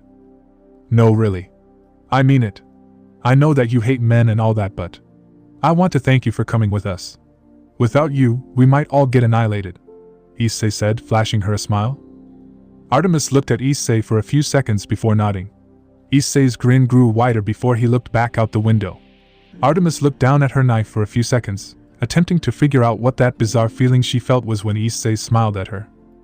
"It's probably nothing," Artemis thought as she continued running the whetstone along the side of her prized weapon. After another hour had passed, Artemis tapped on the wall of the bus, causing the driver to come to a stop. They were in the middle of the road with trees surrounding them. The sounds of animals running around from inside the forest could be heard. Issei noticed that the vehicle had stopped moving and saw Artemis thanking the driver. She placed her hand in her mouth and whistled as loud as a New Yorker when hailing a cab. Everyone jumped, including those who were still awake. "Wake up. We're here," Artemis said as she pushed past them and got out of the car. "We are," Rias said groggily. She looked out the window and noticed nothing but forest. Artemis-sama," Akeno said. "I don't mean to offend you, but we're in the middle of nowhere." "No, we're here. I can feel her power washing over the area. She's blending it in with the natural energy of the island," Artemis said. "Nico girl, use your senjutsu. You can feel it, right?" Koneko closed her eyes and began using senjutsu. She immediately regretted following Artemis's suggestion and ran out of the jeepney. She got on her hands and knees and promptly vomited all over the pavement. "Koneko." Everyone got out of the van and moved towards her. Asia knelt next to her and cast a diagnostic spell over her. "She's fine, but why did she vomit?" Asia asked. "Her power. It's massive. Like staring at the moon and feeling its gravity trying to pull you apart," Koneko said as she wiped her mouth. "Come on. Let's get a move on," Artemis said as she hopped over the railing and began to make her way into the forest. In front of them, a Viridian peak obscured by some clouds loomed in the distance. Artemis expertly maneuvered through the thick brush while the others struggled behind her. "I should have brought Zin. She would have blasted these insects and the entire forest into ashes," Issei said as he slapped a mosquito. Filthy insects. Do they think themselves worthy of drinking a dragon's blood?" Drake said. "I mean, we got bit a lot back in Mesopotamia," Tiamat said. "I know what you mean," Zenobia said. "I have half a mind to summon Durandal and just cut down every tree in sight just so we can get to our destination faster." "Why aren't we flying?" Irina asked. "You can't fly because they might perceive you as a threat. If I'm not there, I am 100% certain that either Tala or Apalaki will smite you," Artemis said as she moved a large leaf out of the way. "Are we at least almost there?" Tatsuya asked. "These bugs are getting on my nerve." "Yes, Mayari said she'd meet us in the woods so she can bring us to the mountain," Artemis said. "Stupid no teleportation," you said. "We just have to bear with it," Eren said. "Yeah, lucky you," Tatsuya said. "Your sacred gear lets you control plants so none of this is affecting you." "Knock it off, you too," Rias said. "It's hot, and we really don't need this right now." The group broke through the edge of the treeline and came across a small clearing in the woods where a small stream flowed through. Artemis sighed and turned to see her charges tired and sweaty. She didn't blame them. Despite being constantly on the move with her nymphs and hunters, she had to admit, tropical locale was never her favorite to be in. "All right. We'll rest up here for a couple of minutes, and then we'll continue on our way towards the mountain. That is if Mayari doesn't show up," Artemis said. She sat down on a rock and closed her eyes while the others collapsed on the grass. "God, please forgive me for any sin I might have committed," Irina said as she stared at the sky. Rather offensive praying to another god when there's one right in front of you," Artemis said, cracking open one eye. Irina gulped as the moon goddess looked down at her. I'm kidding. You're fine. Go pray to your dead god, she said. Irina looked at her blankly and looked back at the sky. Ugh. Where is this goddess? Is she even here? Mitsuki asked. She can be if you pray hard enough. A foreign voice caused them all to turn around and look behind Mitsuki. A woman dressed in a white shirt with a beige vest over it stood behind her. She wore baggy camouflage pants. On her feet were a pair of brown hunting boots. A bow and a wooden staff were strapped to her back and a quiver found its home on her left hip. Her yellow eyes stared at them as Mitsuki took a step back. Some party you got here, Artie. I didn't know you were beginning to accept males into your little entourage. Does that mean you're no longer a feminazi? She asked as she brushed her midnight black hair aside. Mayuri, I see your sense of humor hasn't gotten better in the past 50 years. Artemis said, crossing her arms. Right, Mayuri said. Wait. I thought she lost an eye, Issei said, whispering to Rias. Me too, Rias said. I did, the Filipino moon goddess said. The two jumped and looked down at the ground. But with the miracles of magic and technology, I managed to snag a replacement eye. Even has my original eye color too, Mayuri said, tapping her right eye much to the discomfort of her guests. Stop that. You're making them and me uncomfortable, Artemis said. Anyway, it's kinda hot out. Why don't we head back to my house and we can talk there? Mayuri said. Her question was met with a chorus of agreement from the entire group, causing her to chuckle a little. Mayuri formed a large silver magic circle underneath them and teleported them to her house. Mayuri's house wasn't overly grand as Issei expected a goddess's home to be. It was a rather simple house. The exterior was painted white and the house was 3 stories tall. A small gate stood in front of them as Mayuri opened it and walked inside. They followed her through the gate and through her front door. The inside was homey and quaint as one would expect of a house in the mountains. They looked out the window and noticed that they were at the peak overlooking the woods and the various farms that surrounded the mountain. They saw a town in the distance. So, Mayuri said as she took a seat on her couch. She placed her bow and staff on the table as she gestured for them to make themselves comfortable. They complied and all took a seat. What brings the great biblical pantheon and Artemis to my neck of the woods? Mayuri said as she summoned a bottle of Fanta to her hand. Actually, before we answer that, if it's not too rude of us to ask, may we have something to drink? Rias asked. Of course. Where are my manners? Mayuri said, laughing a little. She teleported her weapons to the side and summoned 2 buckets from a place called Jollibee and a large tray of drinks filled with juice. Thanks, Rias said. They all grabbed some food, poured themselves a drink, and took a bite while Mayuri waited for an answer. Eventually, Rias spoke up once more. We're here on a mission from our pantheon actually. We were wondering if you could help us find someone, Rias said. That depends. Who is this someone that the biblical faction is so interested in finding? Mayuri asked as she took another sip of her drink. Asmodeus, Issei said. We were tasked by the prime demon Mammon to find Asmodeus. Mayuri raised an eyebrow, pausing a little. She closed her eyes and placed her drink on the table. Kind of a wild goose chase, don't you think? If I recall, Asmodeus committed suicide shortly after the end of the Great War, Mayuri said. She did. According to the records, but Mammon-sama told us that she was here, Rias said. Did she explicitly state that? Mayuri asked.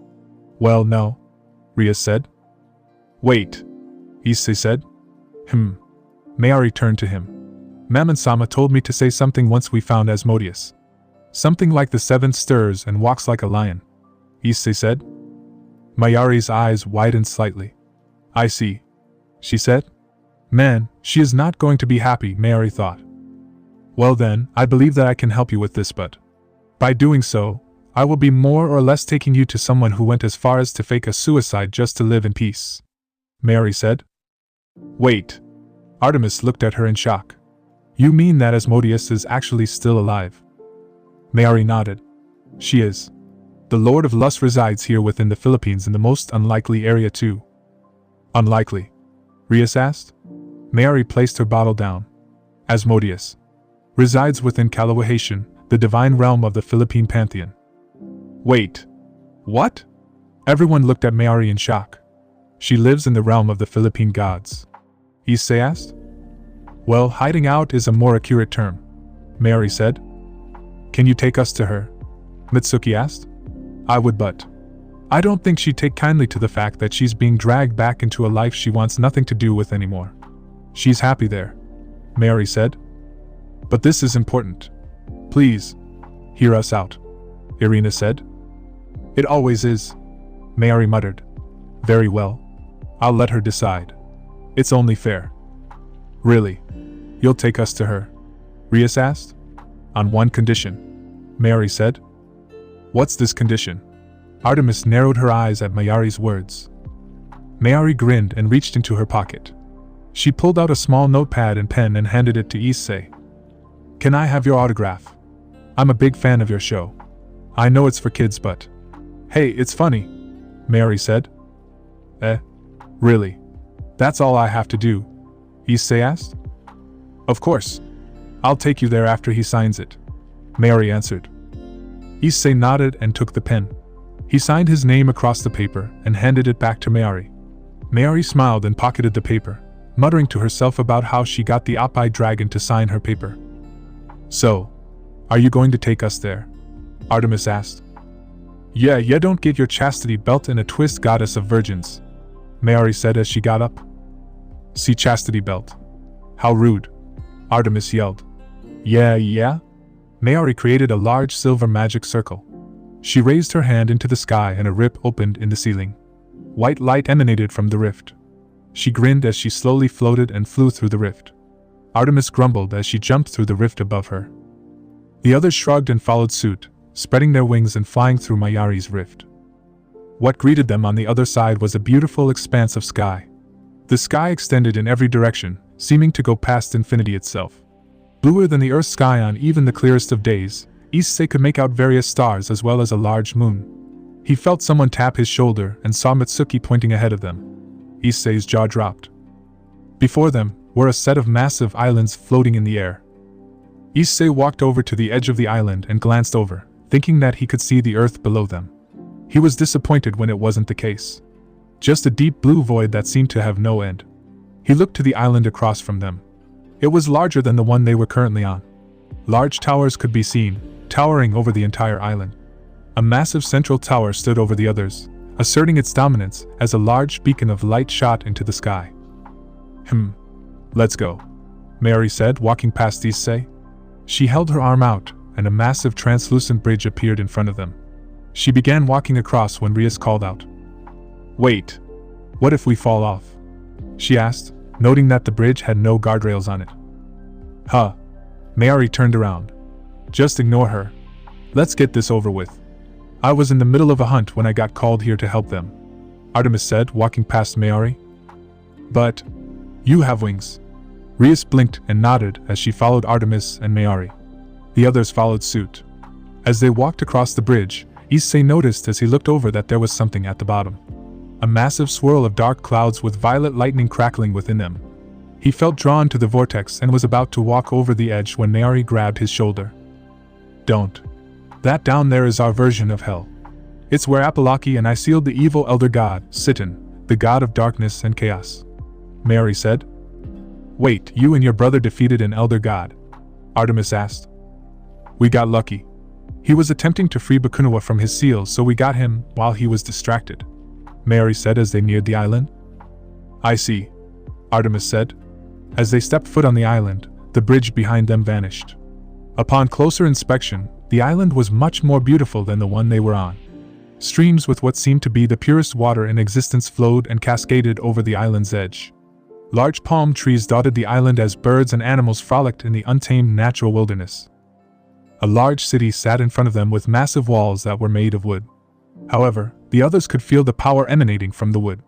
This wood was made to endure and survive. To the edge of oblivion and back, and if Mayuri's account was true, then that wooden wall did its job.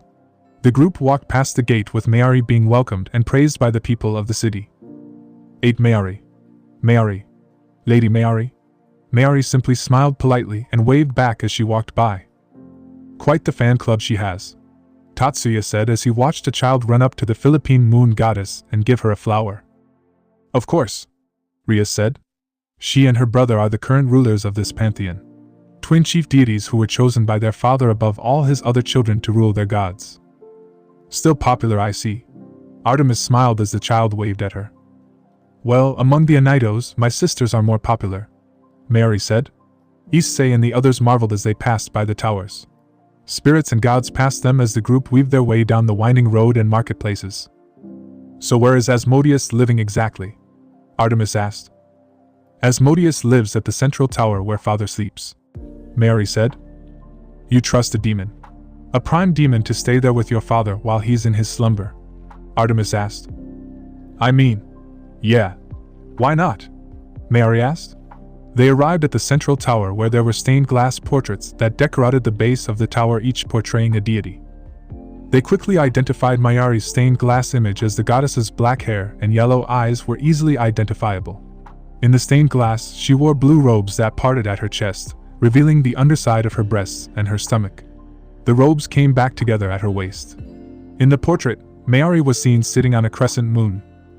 Come on, Mary said as she opened the door. She walked over to an elevator and pressed it. She's on the top floor, Mary said, ushering them into the elevator. As they ascended, Mayari turned around. When we get there, show your utmost respect and reverence for the place. My father is slumbering inside the building. He woke up a few hundred years ago but went back to sleep right shortly after. Asmodeus has been here watching over him ever since, Mary said. Another thing. If she doesn't want to go, then that's the end of it. Don't force her into something she doesn't want to do or go back to. The Gremry group, Issei, Irina, and Natsuki all nodded rapidly as Mayari's eyes began to glow ominously. A ding was heard as the elevator car came to a stop. The door opened, revealing a massive crystal at the room's center. A man wrapped in green flowing robes slumbered inside. He had tan skin and dark hair. The man bore a striking resemblance to Mayari in the shape of their face, but that was as far as family resemblances went between the two. Artemis kneeled before the crystal and bowed her head in respect. Rias and the others followed suit. Wait here while I go find her, Mary said. The others looked up from their homage and nodded. Even while asleep, Bathala can still radiate so much power. It's amazing. The elder gods are true monsters in this world when it comes to power, Drake said. I get what you mean. There are only a few people I can compare his power to, and they're all in the higher end of the top 10, Tiamat said. No kidding. Kali has nothing on this guy, Issei said. Do you think the legends are true? Issei heard Rias ask. He turned to see Rias and Artemis standing and looking at the crystal. What legends? Issei asked. That Bathala was born of Eterno, meaning that he had no creator. He simply came from the bowels of eternity, always existing, Rias said. No, because I met Chaos once. All the elder gods came around at relatively the same time, and that old geezer has always gone on about some higher power creating the gods, Artemis said. We're back. The group turned to see Mayari being accompanied by a woman. The woman was beautiful beyond measure. If Issei wasn't afraid of being castrated by the Greco-Roman lunar deity and his girlfriends, he would have voiced his opinion out right now. The woman in front of them had silk black hair that was as dark as the night sky. Her face was perfect with no blemishes save for the faded scar on her cheek. But even that faded wound made her stand out. She had poisonous yellow eyes that reminded Issei of Mammon, and for some reason, Lily. She wore black robes that failed to hide the figure she had. If Issei were a betting man, he would guess her measurements to be 1006092. Ahem, Mary said, crossing her arms and glaring at Issei. Issei blinked and saw Irina and Roswai shaking their heads. Kiba and Natsuki were putting their hands over their mouths, hiding their laughter while Asia pinched the bridge of her nose. Aaron rubbed her back sympathetically. However, like Issei, the other boys save for you were entranced by the woman's looks. Sorry, Issei said, bowing before the woman. No need, the woman said. I'm told that I have that effect on people. Mom, Mary scolded. What? She said. Never mind, just introduce yourself, Mary said. Right. So, Maya here has said that you were sent here by my dear little sister, Mammon, is that right? The woman asked. Why, you're... Rhea stuttered as she finally recognized the woman. The woman smiled and 6 pairs of bat-like wings burst from her back. That's right. I am one of the 7 prime demons and the Lord of Lust, Asmodeus, she greeted. I never thought I'd be entertaining the Red Dragon Emperor and his friends here. Welcome to my house. Rias immediately got on her hands and knees and prostrated herself before Asmodeus. Asmodeus-sama. It's such an honor to meet you. Everyone in hell believes that you're dead because you committed suicide and. Rias babbled. Akeno sighed and placed her hand on her forehead. Please lift your head, Asmodeus said gently. Rias slowly looked up and saw the prime demoness looking at her strangely. Please don't bow to me. I was never used to it like my sibling Zihi, Asmodeus said, scratching her cheek. Of course, Rias said, standing up. Now, heiress of Gremory, if that little charade is out of the way, tell her why you're here, Artemis said. All right. Issei, that's all you, Rias said. Issei looked at her incredulously. Mammon-sama was the one who requested to you personally. It's only right that you do it, Rias argued. Fian, Issei said. He turned to Asmodeus, who looked at them strangely. Asmodeus-sama, upon the request of the Prime Demon and Lord of Greed Mammon, please return with us to hell, Issei said, bowing. Please, he added. Did Mammon tell you why? Asmodeus asked. Because frankly, my answer right now is a hard no. I don't want to return to hell. Never will. I left that life behind after the Great War. You abandoned your people in their time of need, Rias argued. Perhaps. But what's the point of ruling over a race with an extremely backward point of view? My son demonstrated that. I was there in hell shortly after I died. I saw how he faked those tears. He didn't give two shits that I died, Asmodeus said. We're not like that anymore, Rias said. I heard. But I digress. Red Dragon. What did my sister need so badly that she had to send a messenger instead of coming here herself? Asmodeus asked, crossing her arms.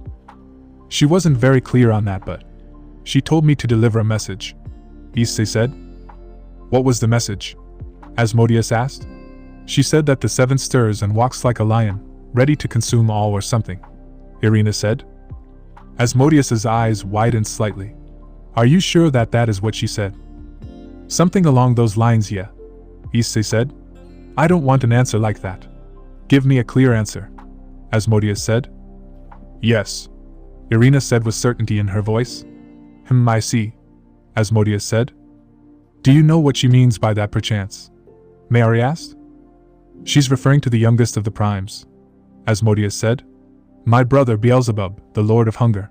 But that should be impossible. Beelzebub died during the Great War. We went to look for him after he challenged Uncle Raphael to a fight but found nothing. Red Dragon. By any chance, did Mammon happen to say anything else other than that? Asmodeus asked. My name is Issei, and she said nothing else. Just that you'll get the meaning, Issei said. Which you obviously do. Mammon. You were always one crafty bitch, Asmodeus mumbled. Fine. I'll go with you, but only for the sole reason of figuring out why she would mention Beelzebub. Her gaze narrowed as her eyes lingered on the group. What's wrong? Issei asked. It seems that you've allowed a fly to enter your house, Asmodeus said. Issei looked at her confused. He watched in confusion as Asmodeus walked over to Akeno and looked her in the eyes. I see. So that's why Mammon sent you here, she muttered. Without warning, Asmodeus raised her hand and everyone was rooted to their spots, save for Mayari. Asmodeus slammed her palm into Akeno's chest. Akeno gasped as her eyes flickered. She gritted her teeth and slammed her fist into Asmodeus's torso, sending her skidding back.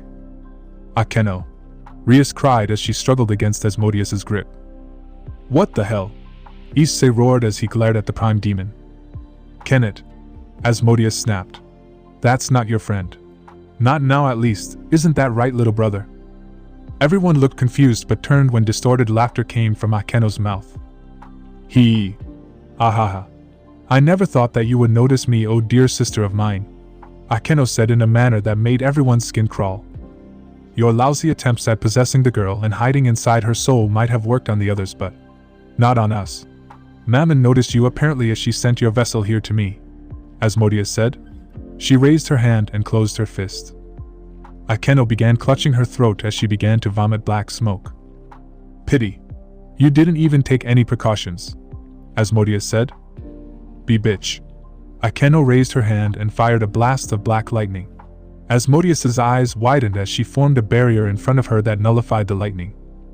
Akeno's eyes were now a toxic shade of yellow, similar to that of Asmodeus as 12 shadowy wings erupted from her back. "I'd like it if you leave that girl's body," Asmodeus said. "Why? Have you gotten soft over the years, sister? Has marriage to a god made you that complacent?" Akeno asked. "That wasn't a request," Asmodeus said. "Oh, well then." Akeno dashed towards Asmodeus, black lightning covering her hands, poised to rip into Asmodeus. "Money valak forza, ulu iri regad ruak, fish niche fortzala in mist and firum forza por and betis de te un fornaus aclazy," Asmodeus chanted as she held her hand out. An invisible force slammed into Akeno, causing her to spit out blood. Akeno fell to the floor and slid a few feet. She lay there spasming as her eyes rapidly changed colors from violet to yellow. "See, curse you!" Akeno roared as her head flew back. Her mouth opened in a silent scream as a torrent of black smoke exploded from her mouth. The smoke swirled around inside the room after it left Akeno and coalesced into a shadowy form with yellow eyes. "Asmodeus, you traitor," the shadow said. "Beelzebub. That's a rather mean thing to say," Asmodeus said as she formed several spears made of darkness behind her. "Tch." Beelzebub's shadowy hands were held out as Asmodeus threw the spears. The spears were instantly absorbed into Beelzebub. His eyes widened as Asmodeus darted at him. As her hand was about to make contact, Beelzebub dissipated in a puff of smoke. Asmodeus's hand slammed into the floor, sending spiderweb cracks and shaking the entire room. She growled as she turned around to see a cloud of smoke with yellow eyes staring at her. Beelzebub cackled loudly as it formed a small sphere of shadows and launched it at the crystal that housed Bathala. Asmodeus's eyes widened as she ran at the crystal at full speeds while Beelzebub took this opportunity to escape through the vents. The sphere hit Asmodeus head-on as the Lord of Lust erected a barrier around herself and contained the explosion. Mayari summoned her bow and fired an arrow at the vent, halting Beelzebub's escape. The Demon Lord growled before unleashing a telekinetic wave that knocked everyone over. Free from Asmodeus's grip, Issei fired a dragon shot at Beelzebub. Beelzebub absorbed the blast into his wispy form and laughed. "He can absorb any form of energy into himself," Asmodeus said. She limped out of the smoke, bleeding as she clutched her arm. "Then I guess we'll just have to punch him into submission," Issei said. "Oh, my dear sweet Issei. As if I'd let you hit me that easily," Beelzebub said. Issei disappeared in a burst of speed and appeared in front of Beelzebub. Beelzebub's shadowy form grinned as it split apart into separate funnels of smoke. Issei's punch missed and the shockwave shattered the windows in the room. The smoke came back together and slammed into Issei, sending him into the wall. "Aniki." Issei. Kiba and Gasper dashed towards the wispy being as he hovered over Issei and attempted to attack. Beelzebub spared them no glance as the attacks phased right through him. Beelzebub flew away and reappeared at the edge of the window. "I'm afraid that our time has been cut short. This is where I bid you all adieu," Beelzebub said as he flew off at rapid speeds. "Can he escape?" Rias asked. "And now he can," Asmodeus said as she fell to her knee. "Damn. That attack really did a number on me. You were the one maintaining the barrier, weren't you?" Artemis deduced as she knocked an arrow into her bow. She aimed at Beelzebub's escaping form and let loose a silver arrow. Artemis hummed in satisfaction as the arrow hit home and Beelzebub slowed down, dipping a little presumably from the wound that Artemis's arrow inflicted. "We can't let him escape," Asmodeus said. "No, let us handle it. Mayari, you can take care of her, right?" Issei asked as he spread his wings. "Don't worry about me," Asmodeus said as black mist poured from her wounds. "Go. Don't let Beelzebub escape." They nodded and flew off in pursuit of Beelzebub. The group followed the wisp of black mist and landed on an island close to the one they were at in the beginning. "Split up," Rias said. "Right," they said as they all took off in different directions. Issei ran through the thicket, searching for any trace of Beelzebub. A part of him said that this was a futile endeavor and that Beelzebub might have taken advantage of the barrier growing weaker and escaped. "Can you guys feel that?" Issei asked. "No, we can't sense anything," Drake answered. "Be careful. We don't know if he's still here," Tiamat said. "Issei, behind you," Mastima cried out. Issei whirled around and saw a shadowy fist slam into his face. The force of the impact sent Issei flying through several trees and cleared the forest.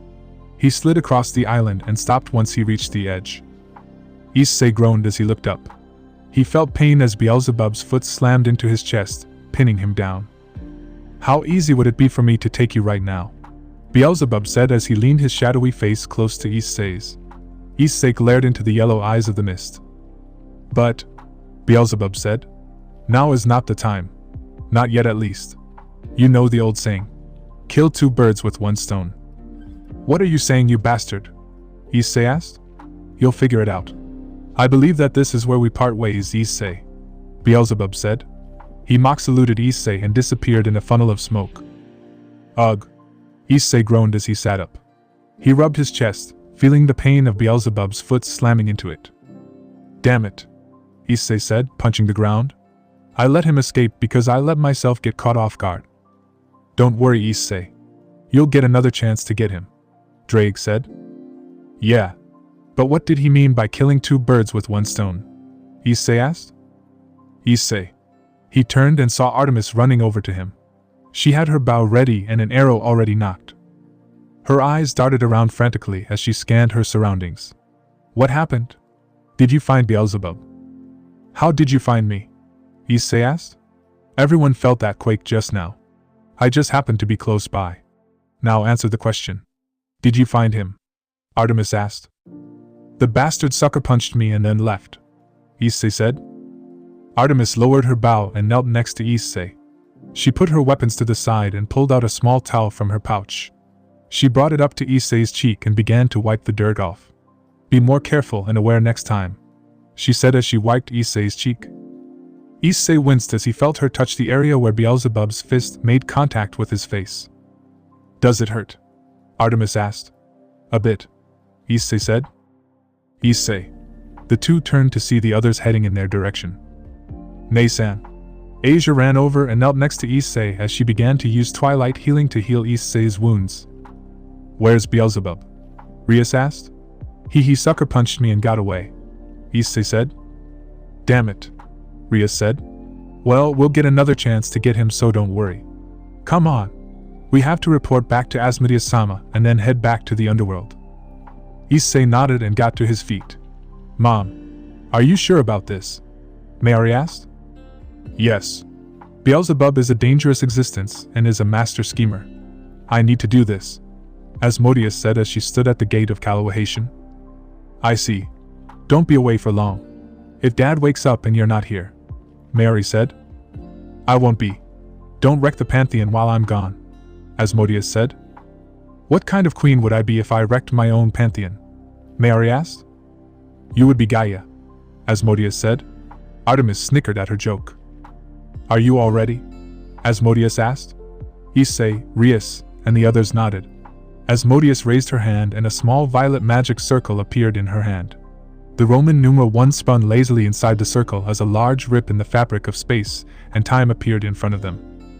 "Hey, why does Mayuri call you Mom?" Issei asked. "Because I am," Asmodeus said as they walked through. Unbeknownst to them all, a small black fly managed to fly through the portal before it closed. "Omake," the little three. A girl about the age of 11 sighed as she sat at the edge of a small dock. The ocean in front of her lapped at the pillars that supported the structure while a fishing rod sat in front of her. Her wings, which were whiter than the purest snow, fluttered in impatience. Her blue eyes glared at the ocean as if she wanted to boil it all until no water was left. "You'll grow wrinkles doing that," a girl said as she threw her line in. The girl pouted and glanced at her companion. She had violet hair, rather pale skin, and dull violet eyes. She wore an anarkali dress with wide sleeves. "Come on. Of all the boring things Ma had to pick, it had to be fishing," the girl said, pouting. Her white hair blew in the sea breeze as if responding to her distress. "At least the ocean is nice, Ellie," the girl said. "Did you catch anything by chance, Callie?" Ellie asked. "Not yet," she said. "Hey." The two turned to see another girl wearing white robes, running towards them with a bucket. She had long violet hair, reaching down to her ankles, and violet eyes. Her skin was dark and brought out the color of her eyes. Her eyes were a rich shade of purple that differed from Callie's. "I got more bait, GYA." The girl tripped and dropped the bucket, spilling worms everywhere on the dock. A large shadow darted from behind the girl and began to eat the worms. Ellie sighed as a dragon that was larger than a dog began lapping up the worms. The dragon's scales were red with tints of black and had spines decorating its back and forearms. 2 large horns resembling that of a ram were on its head, and formed a V-shaped crescent alongside a crown of 10 lesser horns. Its red eyes gleamed in happiness as it devoured the worms. Satan. No. That's our bait. The girl cried out. Satan. Barf it up. Ellie scolded. The dragon stopped eating and slowly puked all the worms out. Ellie shivered in slight disgust while the girl turned green. Mayat, it's okay, Callie said. But Callie. Hello. Our bait. Mayat said. Don't worry.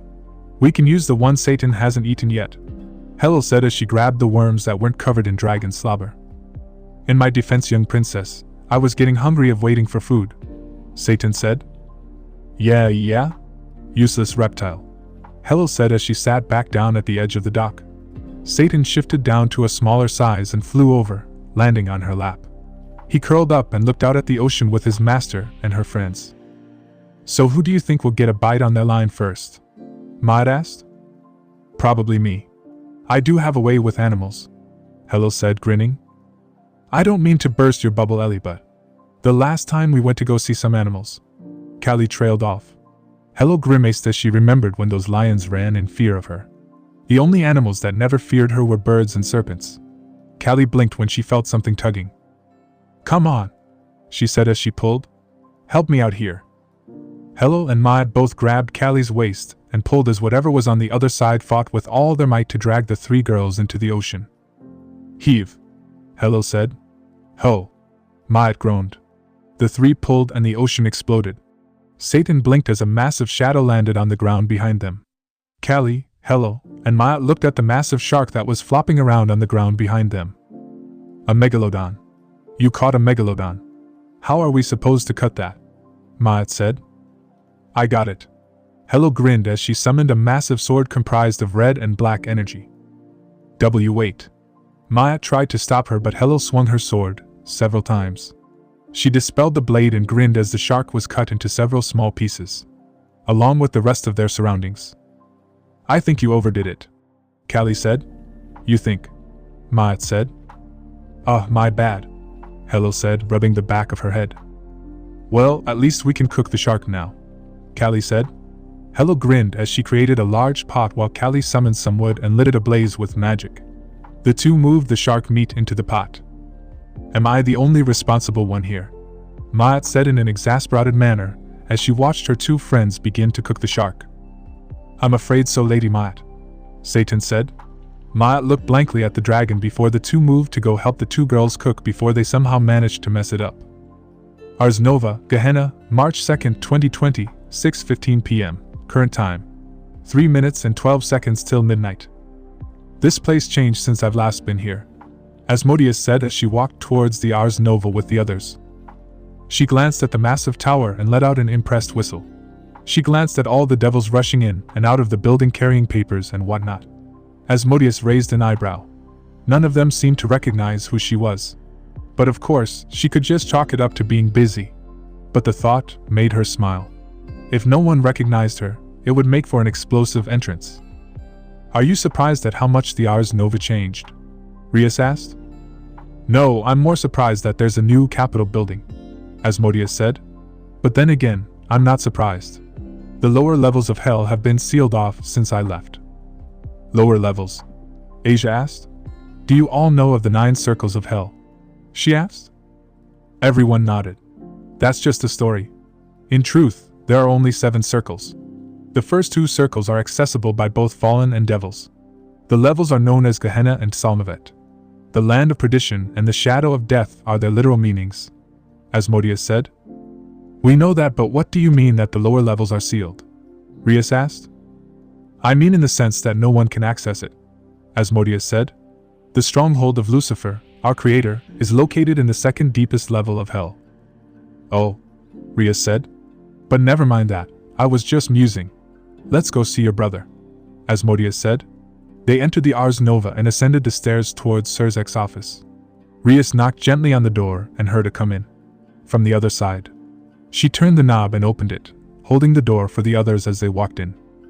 Serzex, Graphia, Mammon, and another person waited for them on the other side. The man had pitch black hair like that of tar. His skin was extremely pale, attributed to someone who had spent their entire day indoors and never saw the light of the sun. His eyes were like Mammon's and Asmodeus's. They were the most toxic shade of yellow that Issei had ever seen. He wore a dark sweater with a white collar. His pants were baggy and black, which made the others think that he was wearing pajamas rather than formal wear. He wore black sneakers and had a yellow pair of headphones around his neck. He looked lazily at the group as he absent-mindedly scrolled through his phone's messages and notifications. Mammon had her arms crossed as she watched them walk in. Her eyes widened as Asmodeus stepped in last. Asmodeus stood near the door, frozen as she stared at Mammon and the man. Neither moved nor breathed as they kept taking in each other's visage. They needed to know that this moment as real. Asmodeus finally let out a sigh as she closed her eyes. She opened them again and gave Mammon a warm smile. It was a smile that one would normally see on family members that they have not seen for long periods of time. A smile that one saw whenever they were reunited with someone they cherished. "I'm home, Mammon Belphegor," Asmodeus said, holding her arms out. Mammon felt something wet streak down her face. The now named Belphegor dropped his phone as he stared at her. Mammon was the first to break her composure as she dashed straight into Asmodeus. Asmodeus felt the wind get knocked out of her as Mammon wrapped her arms tightly around her. Asmodeus looked down with a mixture of sadness and happiness as she slowly brought her arms around Mammon. She stroked her violet hair softly. Asmodeus glanced over at Belphegor, who was now walking over to her. She smiled and held out her other arm as Belphegor entered the hug. "Welcome home, Wani-sama," Belphegor said. "Don't worry," Asmodeus said as she ruffled his hair with her hand. "I'm staying this time." The others looked on with a smile. They didn't want to interrupt the moment that the three oldest demons in history were clearly having. However, they were there for a reason and time was of the essence. Serzex coughed into his hand to get their attention. The three siblings broke apart and turned to face Serzex. He walked over to Asmodeus and bowed. "As the current bearer of the title Satan Lucifer, I hereby welcome you, original Satan Asmodeus, back to hell," Serzex said. "I'd say it's a pleasure to be back, descendant of Baal and Gremory, but I would be lying. I'm only here because my sister requested it so and a certain incident has forced me out of retirement," Asmodeus said. "I see," Serzex said. "Tell me, who is the current ruler of devils?" Asmodeus asked. "Well, that would be the current Formao," Rhea said. "She wasn't referring to them," Graphia said. "What?" Issei looked at Graphia strangely. "There are many things that the older devils had that we don't practice anymore. One of those traditions was having a supreme ruler known as Ha-Satan. You see, back then, while the four great Satans were recognized as the rulers of devilkind, there was an authority above them. An old saying even. There can be many devils, but only one being can be the devil. That's what Ha-Satan is. The ruler of all devilkind. Unfortunately, we didn't reinstate that position after the Civil War ended, for we believed that splitting the executive power of that position was far more effective," Graphia said. "So there is no current bearer of that title?" Asmodeus asked. "No," Serzex said. "But since you are here, would there be a chance that you would be willing to take that title on? You are the fourth eldest child of the fallen Archangel Lucifer, creator of devils. It would only be right for you to assume that position." "Me? No," Asmodeus said. "Look, I didn't come back here to do your jobs. If that is the new system, then that is the system we shall follow now." Excuse me," Rhea said. The older devil stopped to look at her. "What is it, Rheas?" Serzex asked. "What positions are you all referring to exactly?" she asked. "The position of Ha-Satan. The title wielded by the Supreme King or Queen of all demons. Its first and the only wielder was our mother, Lucifer," Belphegor said. "But we can have one again," Serzex said. "The reason that we didn't have anyone was that Sensei and Belphegor-sama declined the seat, leaving no one from the royal families other than Rezavim. But Rezavim left hell after the war ended as well." "Look, we'll talk about this later," Asmodeus said, shutting Serzex up. "Right now, we have more important matters to attend to." She gave Serzex and Graphia a look that they both instantly nodded to. Serzex turned to Rheas and Issei. "You guys can go. We'll finish the rest up here," he said. "Oh," Rheas said. Sure, we'll see you all later, I guess, Issei said. We will. Now, go get some rest. You guys have earned it, Grafia said, agreeing with her husband. They nodded and left the room via magic circle. Now that we're here by ourselves, Belphegor said, let's discuss why we called you from your permanent vacation, elder sister. Right. I got a glimpse of it. Beelzebub, Asmodeus said. To think he was still alive after all these years. I thought that Raphael killed him in battle, Mammon said. It appears that we were wrong, Asmodeus said. Excuse me, but if Beelzebub-sama was still alive, is there a chance that the other original Satans survived as well? Surzex asked. Not likely. Satanakia is for sure dead. He was there with Mother when they went to go hash out a ceasefire agreement with our grandfather, Asmodeus said. And then, you know. Surzex nodded. Surzex, Mammon said. When the finals start, prepare to increase security around the stadium. I have an inkling that he'll be after someone while the matches are ongoing. After someone? Grafia asked. Yes, Belphegor said. He produced an illusory image of Issei in front of them. Issei, Surzex said. His eyes widened as he connected the dots. I see you've deduced the reason as to why my student, Mammon said. The Chevret Hakelim. The origin power that birthed Devilkind as well as the power from which all devils derive their family abilities. Surzex placed a hand on his chin. I'll have to coordinate with the other Mao to get more security, as well as Michael and Azazel. If one of the 7 is coming after Issei, then we'll need to maximize our security around the stadium. Glad we have that covered. You make to be a good leader, descendant of Baal and Gremory, Asmodeus said. Asmodeus-sama, Grafia said. Yes, dear, Asmodeus replied, looking at her. Will you assume the position of Ha-Satan, even if it is just a temporary thing? Grafia asked. No, I won't, but from what I've heard, you have an eligible candidate in the form of Satanakia's descendant, Valley Lucifer, Asmodeus said. That would make him next in line for the title of Ha-Satan, though I doubt he would accept it. If Valley refuses, which I'm sure he will, we have Issei's teammate and your grandchildren, Mammon-sensei, Belphegor-sama, Surzex said. Ah yes, the Leviathan from Issei's team, Mammon said. I don't think Roygun would be a good choice for the title of Ha-Satan, Belphegor said. What of your grandson Nick? Grafia asked. I'll have to think about that, but there's something that you two should remember about the title. It's not a title inherited by the eldest but by the most capable. As the remaining members of the 7, we ultimately have to decide on who gets the title of Ha-Satan, Mammon said. Let's discuss this at another date. For now, I have a debut to make, Asmodeus said. Yuwa, Irina said as she collapsed on the couch. Issei sighed before falling on his back. He stared up at the ceiling. It had been 5 minutes since they arrived home, and the first thing they all did was collapse. The mission had been grueling. None of them had ever taken a mission that involved tropical weather. All of their assignments prior to the Evil Dragon War were all to the other divine realms or to parts of Japan and Europe. Tropical terrain was an all-new thing for them. And before any one of them could say anything different, all of them knew that the beach doesn't count. I can't believe we got a mission like that right before the finals, Ria said, rolling around on the floor. Come to think of it, this was our first mission since Issei said, sitting up. Rias and the others went silent. Perhaps that wasn't the best thing to say. The atmosphere of the room was now as awkward as a child walking in on their parents performing the horizontal tango. It was, wasn't it? Rias said softly. Yeah, Akeno said. By the way, I have to ask Akeno, are you alright? You had a demon riding around inside your body for months, Issei said. I don't even know how he got in there. Every time I try to remember what happened, I can't. It's like my body's actively repressing the memory, or he erased it while he lived inside my head, she said. Akeno looked at Issei apologetically. Sorry if that didn't make sense. It was the only way that I could describe it. No, it's fine.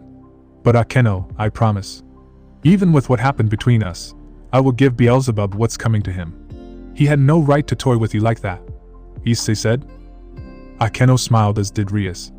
They were slowly but surely becoming friends with Issei again. Now all she needed was to help push the other girls in her peerage to do the same. Well, most of them other than Ross Weiss and Asia. She had heard of Issei and Roswei's date, and she was happy for them. She truly was, but part of her wished she was in Roswei's place. Hey Rias. When we face off in the finals, don't hold back, Issei said, snapping her out of her thoughts. She looked at him with a slightly shocked face. She quickly regained her composure and grinned. Funny. I was about to ask you the same thing, Rias said. She looked Issei in the eye, who matched her gaze with equal force. Everyone began to sweat as Issei and Rias's moods did a complete 180-degree flip. The pressure grew inside the living room as their auras manifested. Rias was surrounded by a red and black aura while Issei was surrounded by a black and violet aura. The two laughed maniacally as Rias's eyes began to glow with a deadly shade of blue. Irina and Akeno, despite their current grievances, agreed on one thing: they didn't want to become homeless.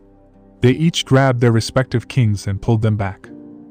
Please don't blow up the house, Rias-sama, Akeno said. Issei, don't wreck the house, Irina said. Fine, Issei said. He looked at Rias, who kept looking at him. But still, I stand by what I said all those months. I don't hate you or the other girls. And don't hold back on account of our previous relationship, or you think that throwing the match will somehow get you back in my good graces. Trust me. I want a true fight with you, Rias. A fight where we can finally settle all this once and for all. Like in all shonen anime, let's settle this with our fists. Rias's eyes widened before nodding seriously. Then I hope you're prepared then. I'm not holding anything back. Azazel Stadium, March 14th, 2020, 10:30 a.m. Issei stood in their team's room. A large screen was in front of them with large words being displayed telling them to wait for the program to begin. A bead of sweat ran down Issei's head as he began to think of a way for his team to make it as far as possible in the finals match. He knew that such a feat would be extremely difficult to achieve, considering all the teams that were participating. He placed his hand on his chin as he began to think of some way for his team to survive. After all, there have been examples of them getting out of difficult situations before. Aniki. Issei turned around and saw Mitsuki standing behind him. Their team had been training extensively for the past week. Irina had run off with Rika to get some special training that she wouldn't reveal. Issei glanced at his girlfriend who was deep in a conversation in a corner of their team's room with their senpai. Ingveld, Micah, and Toka were also there, speaking with Irina as she showed them her bracelets. Are you ready for this? Mitsuki asked. Issei glanced from Irina to the rest of his team. Risa was sharpening her katana with a whetstone while Vasco meditated in the corner with a rosary and a Bible. Bova was eating some dragon apples. Yeah. Ready to lose. Probably. Win. I don't know about that. Remember all the people we have to get through in order to win, Issei said. I know, but we have the heavenly dragon on our side, Mitsuki said. Valley does too, but the one difference between me and him is that I can summon Drake from my gear, Issei said. Using the notes of a white dragon empress too. How ironic, Mitsuki mused. Besides, I'm sure that they've all began to develop countermeasures after they saw me summon Drake in our match against Kali. I doubt that they all just sat on their asses twiddling their thumbs, Issei said. That's fair, Mitsuki said. And we'll live. Everyone turned to see Nod's face appear on the screen. My. What a week has it been. First off, we not only learned that one of the original Mao and a member of the Seven is still alive, but she's returned to the underworld, Nod said. He wasn't wrong. While they were training, Issei had heard of the uproar and shock that the underworld had gone through when it was revealed that Asmodeus was still alive and had apparently returned. Most of the remaining original pillarheads such as Seacrum were overjoyed at her return, taking this as a sign that Devilkind might step into a much brighter future with her guiding the Mao. There was also apparently talk that Asmodeus might assume the title, Ha-Satan, but that was currently just a rumor. Now let's get on with introducing our finalists. This format is a bit unorthodox for a rating game. So far, we've had imprisonments and dice figure games, but this one is new. This was decided by the organizing committee to be more fun and entertaining for both the audience and the participants. This new format is a battle royale, Nod said. So, where are we dropping? Bova asked. Issei and Mitsuki looked at him with amused smirks. Promenade East, Issei asked. Obviously we're dropping at the superstore, Mitsuki said. Or perhaps even downtown. Now to introduce the finalists. For the first team, we have a mishmash of various pantheons participating as one team. Team Leisure of the Kings led by the Storm Giant, the father of all Greco-Roman monsters, Typhon. An image of a man with blue skin and oily black hair appeared on the screen. His eyes had slit pupils like that of a snake. Typhon, the father of monsters and one of the top 10 strongest existences, Vasco said. Already hitting us hard with the first team, meh. Rika mumbled as she walked over to get a better look. The next team that was introduced by Nod was Team Vajra led by Indra, followed by Team Azura led by Ma. After that, Rias's team, Sarorg's team and Valley's team were introduced, gaining grins from Issei and Mitsuki. And now we have one of the teams that has a lot of people rooting for them. Team Midnight Dragon Emperor of Crimson Truth. That name sounds so long now that I think about it, Issei said. It's just as bad as Valley's team name, Mitsuki said. Following their team's introduction, several more teams were introduced including Riser's brother, as well as one team that caught Issei's eye. Huh. I ran into that team a couple of weeks ago, Issei said. Which team? Irina asked. Team Black Hand, Issei said. Led by Katerina Allighieri. She kind of looks like Natalia and Aaron, Irina commented. Huh. I never noticed that, Issei said. Do you think we'll run into them? Rika asked. Probably, Issei said. And now, we shall begin to count down. 5. Alright, everyone get ready. Remember, we don't hold back. Not even against Indra and Typhon. We fight them for every centimeter in the field, Issei said. Right, they chorused. 4, 3, 2, 1. Let the games begin. Issei and his team were teleported out of their room and into the arena. In the VIP box, Graphia smiled contentedly as she rubbed the large bulge on her stomach. Any day now. Millikas would be a sibling. Speaking of which, she glanced over at her son, who was chatting animatedly with the little girl on her husband's lap. Lily Hayadu, formerly Hofferson, was sitting in the room with them. Issei had brought her along for the other games to watch and get used to the world that she was regrettably dragged into. The little girl never spoke the entire time she was with them, but today was different. Well, not so different in the fact that she still remained quiet to them, but her son was a different case. Millikas had managed to somehow get her to talk to him, if only in short sentences. Lily, the game is starting, Graphia said. Lily said. Ria sighed as she found herself on a floating island along with the rest of her peerage. She looked out upon the arena. A massive valley with several islands floating in the air. A river flowed through the valley, dividing it into two before ending at a large lake. An explosion went off in the distance as Ria saw several yellow lightning bolts streak across the sky. Looks like they already started and we just got in, Kiba commented as he saw a massive fireball fly across the sky and explode. Rias narrowed her eyes and made out the flying figure of the Hindu god of the heavens, Indra, engaging a blue giant in combat. Indra-sama has already begun to fight Typhon, Akeno asked. The big players are all going for each other to eliminate the competition then, Hiriko said. Yes, but they're not our goal. Our goal is to survive long enough. We're in this match for two things. Winning and facing Issei's team, Rias said. Asia looked at Rias. You and Naysan are all fired up to face each other then. Rias glanced at her and nodded. Issei and I will settle things here. Once and for all. Issei and his team jumped from island to island, avoiding all of the fights that happened above them. He saw Indra streak across the air and slam into Typhon. He grabbed the monster god and threw him into one of the generated mountains. Shit, Issei said as he suppressed his power. Indra-sama isn't pulling any punches, Mitsuki said. Let's just hope Typhon's team can keep him distracted, Rika said as a hail of silver arrows barraged Indra, forcing him to erect his shield. Artemis, Issei said. He saw the goddess streak across the sky and land a flurry of kicks before Indra swatted her away. Come on, Issei said. Do you sense Rias? Irina asked as they made their way across the arena. Issei nodded, eyeing the large plateau in front of them. They're over there, Issei said. They're just waiting, Vasco asked. No, I think they just got there, but how would I know? Be careful. Other than the new guys, Rias's peerage is strong. Not as strong as Kali or Thor, but there's one thing that she has that they don't. She knows how I fight. How Irina fights. How Mitsuki fights. She has that advantage, and she can develop a strategy specifically to work against us three. However, the rest of you are unknown variables to her. So I'm banking on the fact that we can probably, most likely overpower her with sheer force, Issei said. Did you come up with that all by yourself? Ingveld asked. Well, kind of, Issei said. Drake and Tiamat snickered inside the boosted gear, while Mastima floated next to Issei, smiling in slight amusement. Issei sighed, knowing that deduction was made by Tiamat and not him. The group landed on the plateau with their guard fully up. Issei summoned the boosted gear and scanned his surroundings. So you finally show up. I was wondering when you'd get here, a voice said. Issei turned to see Rias and her peerage standing there. Issei and his team readied themselves when they saw Team Gremry ready their weapons and powers. Rias merely stood there with a smile.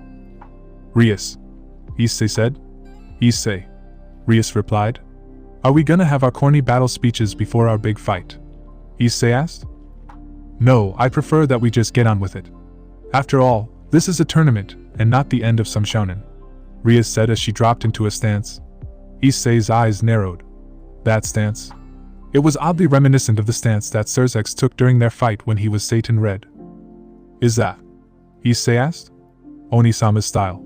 No, Onisama derives a lot of his standard fighting technique from this style, and incorporates his own spin on it since he doesn't possess the Gremry family power, Rias said as her eyes glowed ominously. I see, Issei said. Gremry family power. Now I have to deal with that and the power of destruction, Issei thought. Be careful, Issei. The Gremry family power is the power of sight.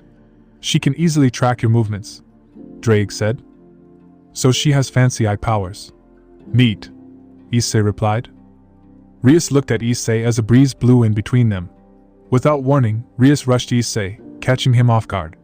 He never expected her to just rush him. He barely managed to raise his arms to block a powerful punch from Rias. He looked into her eyes and saw that they had changed. A floral pattern spun inside her irises as she channeled magic into her fist. Issei pushed back, using his superior strength to send her flying several feet. Their fight signaled their respective peerages to rush in and begin to combat each other. Risa and Vasco quickly engaged Zenobia and Kiba while Ingveld and Roswise dueled with magic. Toka and Micah engaged Rias's new pawns Hiriko and Yu, who did fairly well considering the fact that Toka and Micah held back. Gasper engaged Bova in a fight while Rika weaved her way around Eren and Asia's spells. Issei and Rias sped across the plateau, trading blow after blow. Rias gasped as Issei kneed her in the gut and sent her flying across the plateau. Welsh Dragon Balance Breaker. Issei jetted off after Rias and prepared to slam her through the mountain when a pillar of ice appeared in front of him, forcing him to get back. Rias flipped in midair and landed on the ground. Her eyes widened when Tatsuya landed in front of her. Tatsuya, what are you doing? Rias asked as she began to channel violet and black energy to her hands. Helping you. Tatsuya unleashed a swirl of flames at Issei. Issei formed a sphere of destruction and fired it at the flames, erasing them instantly. He appeared in front of Tatsuya and backhanded him away. Surzex sighed as he watched the game. That boy, Surzex said. He felt someone tug on his sleeve and looked down. He saw Lily looking at him with her legs crossed. Potty, she said. Oh, come on, Lily-chan, Surzex said, scooping her up. He turned to his wife who watched the games alongside Millie Cass. I need to go with Lily down to the restrooms. We'll be back, okay? Surzex said. Grafia nodded as Surzex and Lily left. Surzex led her down the hall to the women's restroom. He knelt before her. I'll wait here, okay? Surzex said. Lily nodded and went inside. As the girl washed her hands after she finished doing her business, a hand wrapped around her mouth. She looked up and saw a pair of yellow eyes staring into her own and screamed. However, her screams were never heard as she and her kidnapper disappeared in a cloud of black smoke, leaving no trace that they were ever there. Rias watched as Tatsuya flew back and glared as she rushed at Issei. She coated her leg in violet energy and kicked him. Issei blocked but felt the energy on her leg eating away at his armor. He pushed her back and dodged as Rias attempted to land a jab on his face. Her hand was coated in that violet energy once more before Issei kicked her away to gain some distance. Power of destruction, Issei asked. No, Rias said, wiping some blood off her mouth. A nifty new trick that comes with my eye's unique power. New trick. Yes, but let me just show you. Rias's eyes glowed as she appeared in front of Issei. Issei couldn't react in time as Rias's knee dug itself into his helmet. Issei went flying across to the edge of the plateau where he managed to catch himself in time. Issei raised his arm, blocking a blow from Rias. The force of her blow sent a shockwave rocketing across the entire mountain top, forcing everyone to stop their fight to hang on. Irina looked at Rias and Issei, who were trapped in a deadlock. Issei. Irina flew over to help Issei when Akeno appeared in front of her and blasted her with lightning. "Not so fast, Irina," Akeno said. "Your fight is with me." TCH. Irina glared at Akeno as she readied Hauteclair. Her bracelets began to glow. "Heaven Code. Deluge Armament," Irina said. Hauteclair was surrounded by blue magic circles, surrounding it in blue energy. Irina swung the blade, unleashing a crescent wave of power. Akeno dodged. Her eyes widened as she watched the energy travel across the arena and split the river in half. "Out of the way, Akeno," Irina said as she delivered a roundhouse kick to Akeno's head. Akeno went flying across the air before catching herself. She rushed towards Irina and blasted her with holy lightning.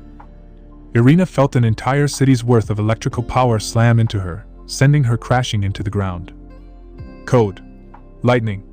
Irina's body blurred out of existence as Akeno's lightning destroyed the area where she crashed. "I see you have some new tricks up your sleeve," Akeno said, hovering above her. "I do," Irina said. She raised her hand into the air. Code.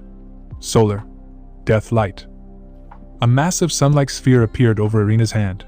It was about the size of a car tire. She threw it at Akeno. Akeno felt the intense heat from the sphere and dodged. Irina appeared in front of Akeno and swiped Hauteclair. Akeno barely dodged as her bangs were cut by Irina's blade. As the two fought in the sky, Issei slammed his head into Rias's forehead. She stumbled back a little. Issei grabbed her arm and threw her into the air. Rias spread her wings and slowed herself. She shook her head to get rid of the pain when she saw Issei slam into her. The two bulleted towards the ground. Issei let go of Rias and kicked her.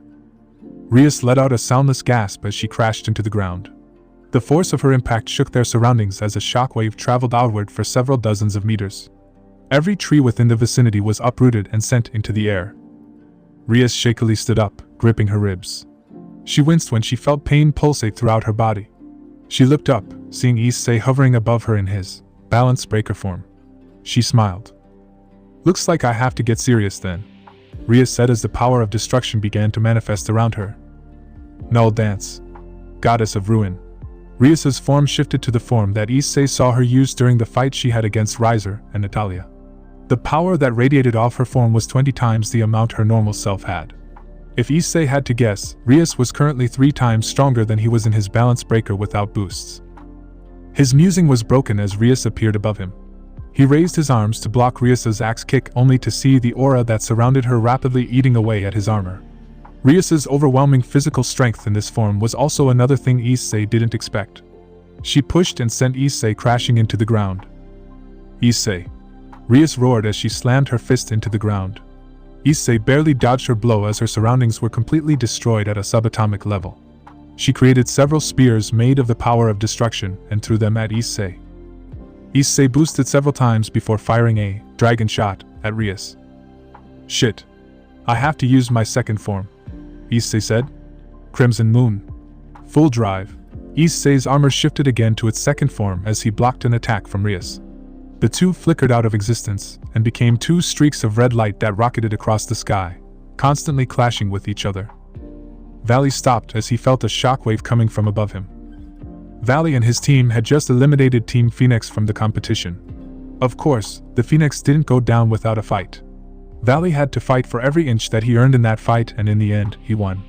As of right now, Valley had resolved to fight Issei now before any of the other competitors had gotten in the way of their battle or got to Issei first. He had sensed Issei's energy spike alongside Rias's and berated himself for not getting there first. However, it wasn't a total loss. Mitsuki was there, and she would serve as an ample substitute. But he needed to get there. The Baal Air and his peerage were hot on their trail as well. "Come on," Valley said as they neared the plateau. "Valley," Kuroka said. She pointed to Mitsuki engaging one of Rias's pawns. She fluidly danced around the blasts of fire and ice with a bored look on her face. "Come on, Tatsuya. Give me a better fight at least." Mitsuki said as she swept his legs out from under him. Tatsuya fell on his back. Mitsuki raised her foot to knock him out and eliminate him when a spear of ice exploded from the ground. Mitsuki caught the spear and crushed it. "I'm not done," Tatsuya said as he delivered a barrage of punches to Mitsuki. Mitsuki lazily raised her hands and blocked every one of the attacks before delivering a palm strike to his chest. Tatsuya stumbled back and glared at her when she grinned. "Valley, I didn't know your team would be making a drop by so early in the match," Mitsuki said. Her words made everyone freeze as the group, except for Rias and Issei, who were currently in the sky having their intended match, turned to face him. Arthur nodded at Kiba and Zenobia before turning to Risa and Vasco. He nodded respectfully to them as well. Kuroka smiled as she spotted Koneko. Biko leaned lazily on his staff while Luffy sat atop Fenris, who was growling at both teams. "Valley," Irina said, hovering in the air. Akeno gulped as she eyed the White Dragon Emperor. Gogmagog simply stood there, eyeing them with little to no emotion as attributed to its status as an automaton fueled by magic. "Shirin Naya, Yowani-chan's been busy training in Kyoto," Kuroka said as her left eye changed color to green. Koneko's eyes narrowed at the sight. "Wani-sama," Koneko said as she began to gather energy. Valley stared at Mitsuki, who stared back with equal force. Tatsuya backed away as their powers began to affect their surroundings. The two walked towards each other slowly. "So Valley's starting. Isn't a gentleman supposed to let the lady start?" Biko said as he twirled Rijin Gabang.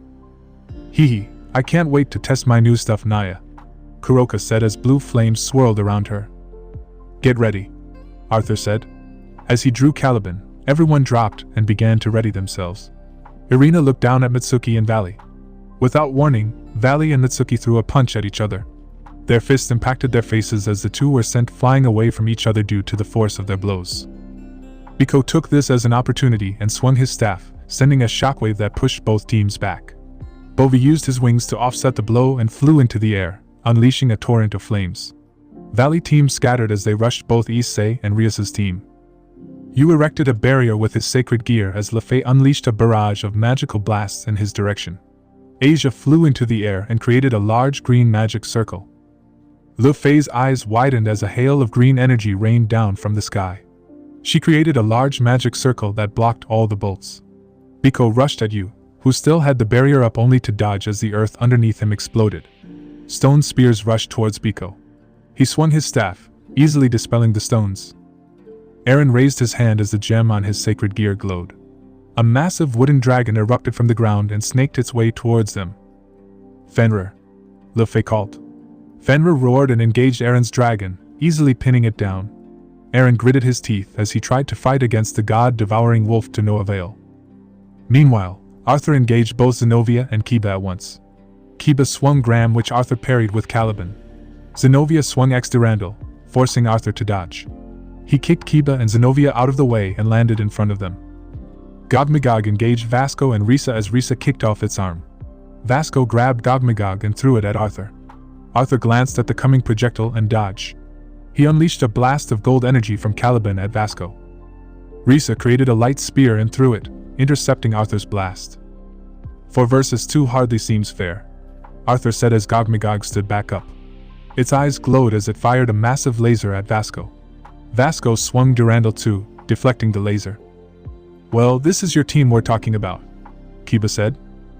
"True," Arthur said. The 4 rushed Arthur and Gogmagog to continue their battle. Gogmagog fired his fist at Vasco, impacting the priest in the torso. Vasco hugged the fist as he dug his foot into the ground, slowing his speed. "Behind you." Vasco turned to see Kuroka get blasted away by Koneko's fist. She formed a massive blue fireball and threw it at her older sister. Kuroka righted herself in midair before twisting her body out of the way to avoid the flaming ball. She narrowed her eyes as Gasper rushed at her to deliver a series of kicks and punches. Kuroka traded blows with Gasper before kicking off into Koneko. Koneko jumped over Gasper's body and threw a flaming punch at her sister. Kuroka dodged but felt a series of spells hit her from behind. She growled and turned to see Rosweiss holding her hand out. "Ha! Take this." A series of magic circles appeared in the air behind Rosweiss, and all fired at Kuroka. Kuroka created a large violet magic circle and fired a barrage of blue flames to intercept her magical blasts. The force sent shockwaves throughout the mountain. As Rosweiss prepared to fire another spell, she took to the air as a blast of water carved a trench through the mountain. She turned to see Ingveld with her hand out. "Shit," Rosweiss said as she blocked another one of Ingveld's attacks. Kuroka sighed in relief as she saw Ingveld and Rosweiss resume their clash of magic. She turned her attention back to Koneko when Rika swiped her sword, forcing her to duck. Rika backflipped as Kuroka's flaming claws narrowly missed her. She landed across from her. Koneko and Rika stood across from Kuroka. She narrowed her eyes. "An Astra possessor, huh?" Kuroka said. Rika remained silent as she leveled obsidian right at Kuroka. "At least I get to show off this fancy new form," Kuroka said. She closed her eyes and focused as a shroud of chakra surrounded her. The shroud turned red as she got down on all fours and let out an animalistic roar.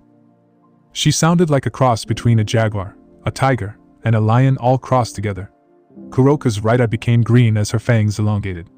Her skin began to peel off, revealing a blood-red skin-like energy. Blue flames began to encircle her entire body, forming a black and blue sphere. The ground underneath Kuroka gave away underneath her, creating a large crater. Everyone around Kuroka backed away as the flaming sphere expanded to about 15 meters in height and 30 meters in diameter. Rika's eyes widened as she looked at Kuroka. "Shit," Rika said. She closed her eyes and activated code Levitine. Koneko gritted her teeth as the two women next to her achieved levels of power beyond what she could currently handle. She had no choice. She had to use her other form. Koneko closed her eyes and began to gather natural energy. She channeled that energy, syncing it with her Tsuki. Her hair grew longer as she began to get older. Her breasts grew larger as well as an aura of white surrounded her. "Naya. Looks like Shirin's going into her Shirin mode," Kuroka mused. Rika eyed the Nico Mata. She kicked off and dashed towards Kuroka, kicking her jaw. The massive two-tailed cat skidded backward. Kuroka roared as she swung one of her paws at Rika with impressive speed. Rika felt Kuroka's paw hit her as she crashed into the ground. Her eyes widened as she rolled out of the way to avoid Koneko's fist. "Shit," Rika said. "I wonder how Issei's faring." Issei and Rias clashed across the sky, trading blows with each other. Issei had to admit. He never expected for Rias to get so good at hand-to-hand combat in a matter of a couple of months. She spin-kicked Issei, sending him crashing into the valley below. Rias raised her arms and formed a massive sphere of destruction and fired it at Issei. Issei boosted 10 more times. Amahuber. Issei fired a blast of blue energy that intercepted Rias' sphere. The attacks cancelled each other out and exploded in midair. Issei flew through the smoke and landed a solid blow in Rias' torso. Rias gritted her teeth as she fought through the pain. She elbowed Issei before pushing him back. As she did, Issei landed a kick on her chest that sent her flying back a few feet. Issei breathed as he smiled underneath his helmet. "You know, Rias. You really are a prodigy," Issei said. Rias quirked an eyebrow. She had heard those words several times from her peers, parents, and other devils. It was true. Rias had a vast amount of natural talent that rarely required her to train. Any form of magic, she was able to soak up and learn within a short period of time. But the way Issei said it was different, for she had the feeling that she was referring to something else. "In what way?" Rias asked. "You managed to get this good at a family power you never thought you had, as well as learn your family's combat style within the span of a few months," Issei said. "Humph. It was my hard work, and besides, you're not one to talk. You who got stronger day after day to the point where you can fight deity-class beings and super devils," Rias said. "My progress may be remarkable according to you, but yours was nothing short of incredible. To make that jump in nothing more than a year. I have to give you credit, Issei." "Ah geez," Issei said. "Issei," Rias said. "What is it?" "I know I've said it a lot by now, but dash. I know. I forgive you for what happened. It wasn't your fault. But that doesn't mean that we have to be enemies. I still want to be close. Not as lovers, but maybe as something else. Maybe we can work on our relationship again to become something as close, but not in a romantic sense," Issei said. "I see. I'm glad," Rias said, tears streaking down her face. "Hey, wait, why are you crying?" Issei asked. "I thought you wanted nothing to do with me after everything. I thought that everything was just you forcing yourself to interact with me and the others, but to hear you say this." It makes me happy, Issei, Rias said. Should we? Issei asked. Yeah, Rias said. She appeared in front of Issei and landed a solid blow to the side of his face. Issei's face snapped to the side. Rias didn't let up as she dug her knee into Issei's gut. Issei flew back, unable to comprehend what just happened. He looked up and saw Rias with a large swirling sphere of destruction. She slammed it into his body and sent him hurtling towards the ground. TCH. Ha. Deep crimson spiral. Issei managed to create a power of destruction sphere in front of him to counter Rias's swirling orb. He kicked his crimson spiral, sending both orbs into the air. Issei. Rias coated her fist in crackling violet energy that synchronized with her power of destruction. She dashed towards Issei, her fist reared back. Rias. Issei boosted his power as he dashed towards her, a basketball-sized orb of destruction forming in his palm. The two threw their hands towards each other, their attacks colliding in a brilliant display of light. Energy arced off the collision point as it raised the land around them. Trees, rocks, and soil were erased, destroyed down to the constituent part of even their atoms. The area shook as waves of power traveled across the arena to be felt and sensed by all the participants. The arena's barriers struggled to contain the power being let out by Issei and Rias's attacks as the light grew brighter.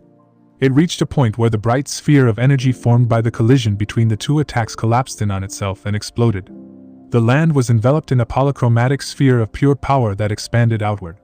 The sphere contracted and vanished, leaving a large crater that was 100 meters in diameter. Rias and Issei fell from the air and landed on the ground, wounds all over their body from the explosion.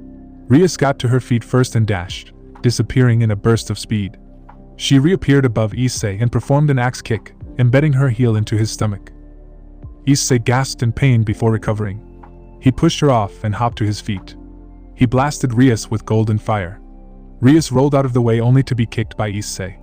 She skidded back and fired a barrage of red energy spheres. Issei zigzagged around them and blasted Rias with a telekinetic blast. Gak. Rias flew back from the impact of the blast before firing a beam of energy that punctured through Issei's arm. Issei screamed as he gripped his left arm. He looked down and saw a hole in his armor. Issei gritted his teeth as he began to trade blows with Rias despite the pain he felt in his left arm. Rias punched Issei's face while Issei punched hers, causing them to fly apart. I never thought that the Gremry girl could push you this far in a serious fight, Drake said. Me either, Issei said. As Issei moved in to continue the fight, he paused. Someone was coming. 2 signatures. Devils from the feeling. Rias, Issei said. What? Rias asked as she crossed her arms. Why had he halted their fight? It was just getting to the good part in her opinion. Someone's coming, he said. Someone? She asked. 2 people. Devils, I think, Issei said. Rias narrowed her eyes and sensed for it. The minute she did, she stumbled back. That's massive. There's 2 massive power signatures heading our way. You got any phoenix tears on you? Issei asked. Yeah, Rias said. You. They're with me-chan, Issei said. Take it, Rias said, handing him the vial. No, you keep it. Besides, they're already here, Issei said, looking up. Rias's eyes widened as she followed his gaze. Above them were 2 figures that they both recognized. The girl with black hair and yellow eyes was Katarina Allighieri, the leader of Team Blackhand. Issei glanced over at her companion. Her companion was a woman who wore black clothing. She had long red hair similar to Rias's. Her face was indiscernible due to the mask that she wore. Her mask was a simple matter. It was a white porcelain mask with 2 holes for the eyes and a straight red line running through each eye hole. Why are they here? Rias asked, warily watching them as they descended. Hey, Issei called out. Can't you guys wait? I'm kind of busy fighting someone here. Without warning, Katarina dashed towards Issei and Rias, getting in between them at speeds that should have been impossible. Rias found Katarina's hand wrapped around her face as the woman threw her into the air. Her companion caught Rias and restrained her. Rias struggled as she tried to get out of the companion's grip. Let me go. Rias. You bitch. Issei attempted to punch her face and shatter her jaw in the process. Sit still for me, Katarina said. Issei felt his body freeze as the very thought of not moving entered his mind. Luxuria, Drake said. Issei snapped out of it. Tiamat said. Issei blinked as he started to move again. What just happened? Issei asked. Luxuria. The Neama family magic. You've faced it before with Natalia, Drake said. This person's a. Issei mumbled. TCH. He dropped into a stance as Katerina turned around and began to walk over. Ha! Issei rushed at her and delivered a flurry of punches. Katerina gracefully dodged and weaved her way around Issei's attacks. She parried one of his punches and slammed her fist into his solar plexus. Issei felt all the air get knocked out of his body as he fell to his knees and clutched his stomach. He looked up at her and was shocked as her form began to change. Her clothes remained the same, but her hair became darker. It grew longer until it reached down to her waist. A pair of curved horns appeared on her head as her eyes began to glow. I am possible, Drake said. Drake. Tiamat. Who is she? Issei asked in pain. Who am I? A wicked smile spread across her face. Issei's eyes widened. How did she know what he said to them just now? Why, my dear Issei? I'm the ancestor of your sister's boyfriend. The ancestor of the one forced to ruin your relationship. I am Neama, she said. And I and my partner, Apollyon, are here with our leader to capture you, she said. El leader? Issei asked. Katerina no. Neama's grin grew wider as she waved her hand. Issei felt his entire body freeze as she pulled out a piece of paper. She channeled magic into it, and a green magic circle appeared. A symbol shaped like the letter B, styled like an insect's wing, spun lazily in the middle. A man appeared forth from the circle. He had dark skin and long yellowish-white hair with spiky bangs. He wore dark clothing and a long black cloak. His eyes were like the other primes he had met. A poisonous shade of yellow filled to the brim with unholy power. But Issei knew those eyes. Those eyes he had so recently encountered just only a week prior. The man opened his eyes and a pillar of darkness shot into the sky, bathing the entire arena in darkness. So we meet again, special child, the man said. Issei narrowed his eyes while Rias's eyes widened in fear. Beelzebub. Azazel Stadium, March 14th, 2020, 11:55 a.m., current time. 3 minutes and 10 seconds till midnight. Asmodeus's eyes widened as she shot up from her seat. Belphegor and Mammon narrowed their eyes as they saw Beelzebub appear on the field. The entire audience went silent at the sight of the newcomer, and Nod was shocked. Folks, it seems that we have a new visitor, but I'm not sure that how he was able to get into the arena, Nod announced. Nei-sama, Mammon said. That. Is that Neama? Belphegor asked. How? She died. Kokabille killed her, Mammon said. Asmodeus bit her thumb as she eyed the two demons inside the arena. Her eyes drifted to the third, who was restraining Rias. She didn't recognize her. She could see the red hair that came out from her hood and guessed that she was of Gremry descent, but nothing else. She was a wild card that worked for them. We have to notify Surzex, Asmodeus said. I'm already on it, Mammon said, forming a CC. Sensei. Thank goodness. We need your help. It's Dash. Surzex. Beelzebub is in the arena, Mammon said. What? Wait. He's here. How did he even get in? Surzex yelled. Yes, and he was summoned. Oh right, Neama is here as well, Mammon said. They have your sister and Issei cornered. Fuck, they must have done it, Surzex said. Done what? Asmodeus said. Mammon glanced over at her older sister and enlarged her CC, placing it on speaker. Lily. Issei's charge and one of the children that Beelzebub has been sending agents to kidnap. She was just taken from us, Surzex said. Killing two birds with one stone. He's here for the girl and Issei, Asmodeus said. I'm heading into the arena. I'll make an announcement. Maybe Intersama will hear it and intervene, Surzex said. Surzex, Belphegor said. What is it? Be careful. Just because you're more powerful than Beelzebub doesn't mean that you can win outright. Our brother is crafty and cunning, so you need to watch your step. We'll head to the VIP booth to meet up with the other leaders, Belphegor said. Understood. I'm heading in, Surzex said. Issei stared up at the man floating in the air next to Neama. His eyes glinted with a look of victory as he floated down closer to Issei.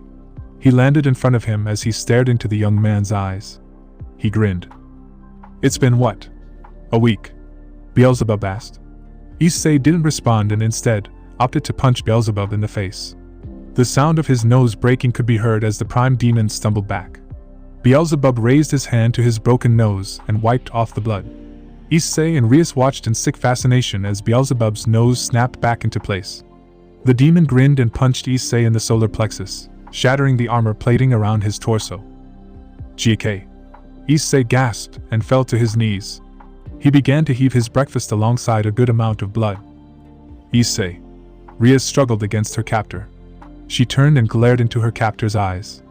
Her form glowed as she unleashed a wave of destructive power.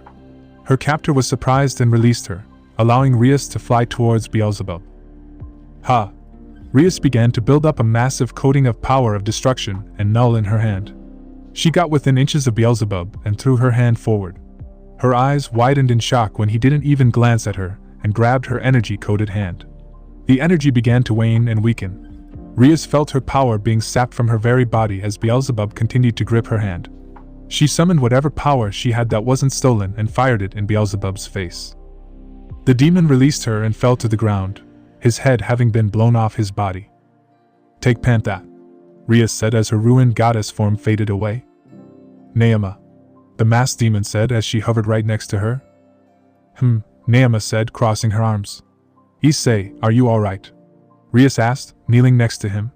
She began to apply healing magic on his body when Issei grabbed her and shoved her out of the way. Her eyes widened when Issei blocked Beelzebub's hand, which was centimeters away from her skull. Beelzebub glared at Issei as he began to form a swirling ball of power in his right hand. Deep crimson spiral. Issei slammed the swirling sphere of destructive power into Beelzebub. Beelzebub was shot back, crashing through the trees. In the distance, a large explosion happened as Rias felt the blast wave travel over to them. We just received word from Satan Lucifer. Everyone is to evacuate the stadium immediately. All participants are to be retired right now, Nod said. Neema scoffed as she began to chant in a language that Issei was unfamiliar with. Aromiad. Neema raised her hand as a massive streak of golden energy shot into the sky and into the earth beneath them. Runes appeared all over the arena, forming a massive barrier that encompassed the entire raiding game dimension. Asmodeus, Mammon, and Belphegor burst into the VIP box where the other important figures were. Ra and Shiva were watching the situation unfold with a calm face while Kali gripped her chair, the arm corroding underneath her destructive power. Auntie, Asmodeus said.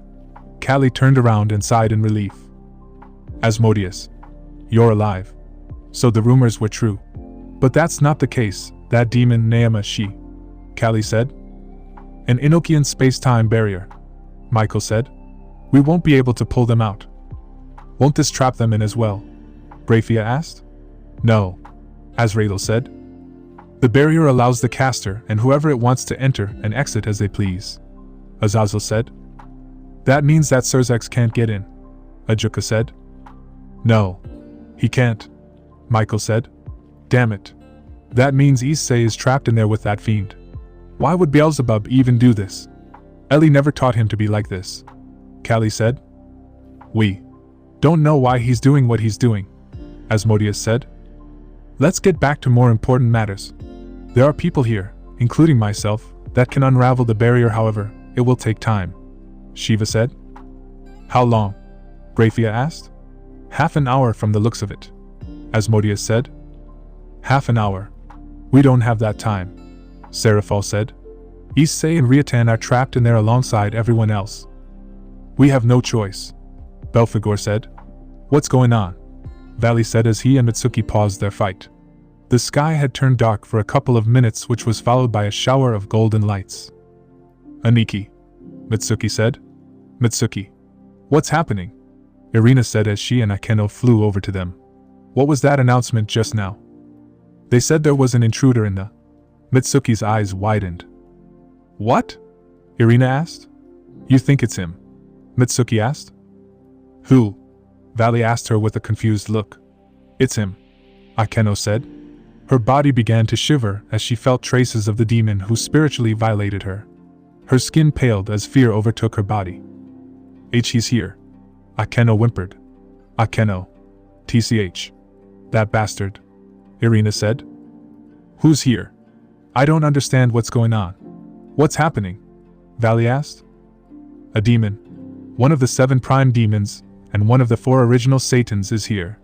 I think he's here for Issei, Mitsuki said. Irina gritted her teeth and flew off in the direction that Issei and Rias had shot in during their battle. Irina, where are you going? Mitsuki yelled. To go save Issei. She yelled, not even bothering to stop. Mitsuki sighed. Valley. Akeno. Get everyone and meet us over there, Mitsuki said as she took off after Irina. The two nodded and went to go gather everyone. Akeno and Valley landed in front of a group of confused competitors. Kuroka shifted back to her human form and walked up to Valley. What's going on? Kuroka asked. Someone's here to kidnap Issei, Valley said. Everyone's eyes widened. And Nasan. But why would anyone want to? Asia asked. We don't know, Akeno said. But we have to keep them from getting Issei. Where are they? Rika asked. Irina and Mitsuki are heading to them right now, but we're wasting time. Let's go, Valley said. Right. Everyone said, even Tatsuya, albeit more hesitantly. Indra levitated in the air next to Typhon as Nod finished his announcement, and the barrier spell was cast. Do you know what's going on? Indra asked. No, the king of monsters responded. Indra-sama. A voice called as a CC popped up next to Indra's ear. Mao Lucifer. What's going on? Why has the match been cancelled? Indra asked. There are intruders in the arena. I can't get in. Whatever they did is preventing me from entering to assist, Surzek said. I assume that this call wasn't to check on me but more so to ask me to go check on your sister and her friends. Indra asked. Yes. Please. Go save Issei and the others, Surzek said. A Mao begging. How quaint. Fine, Indra said.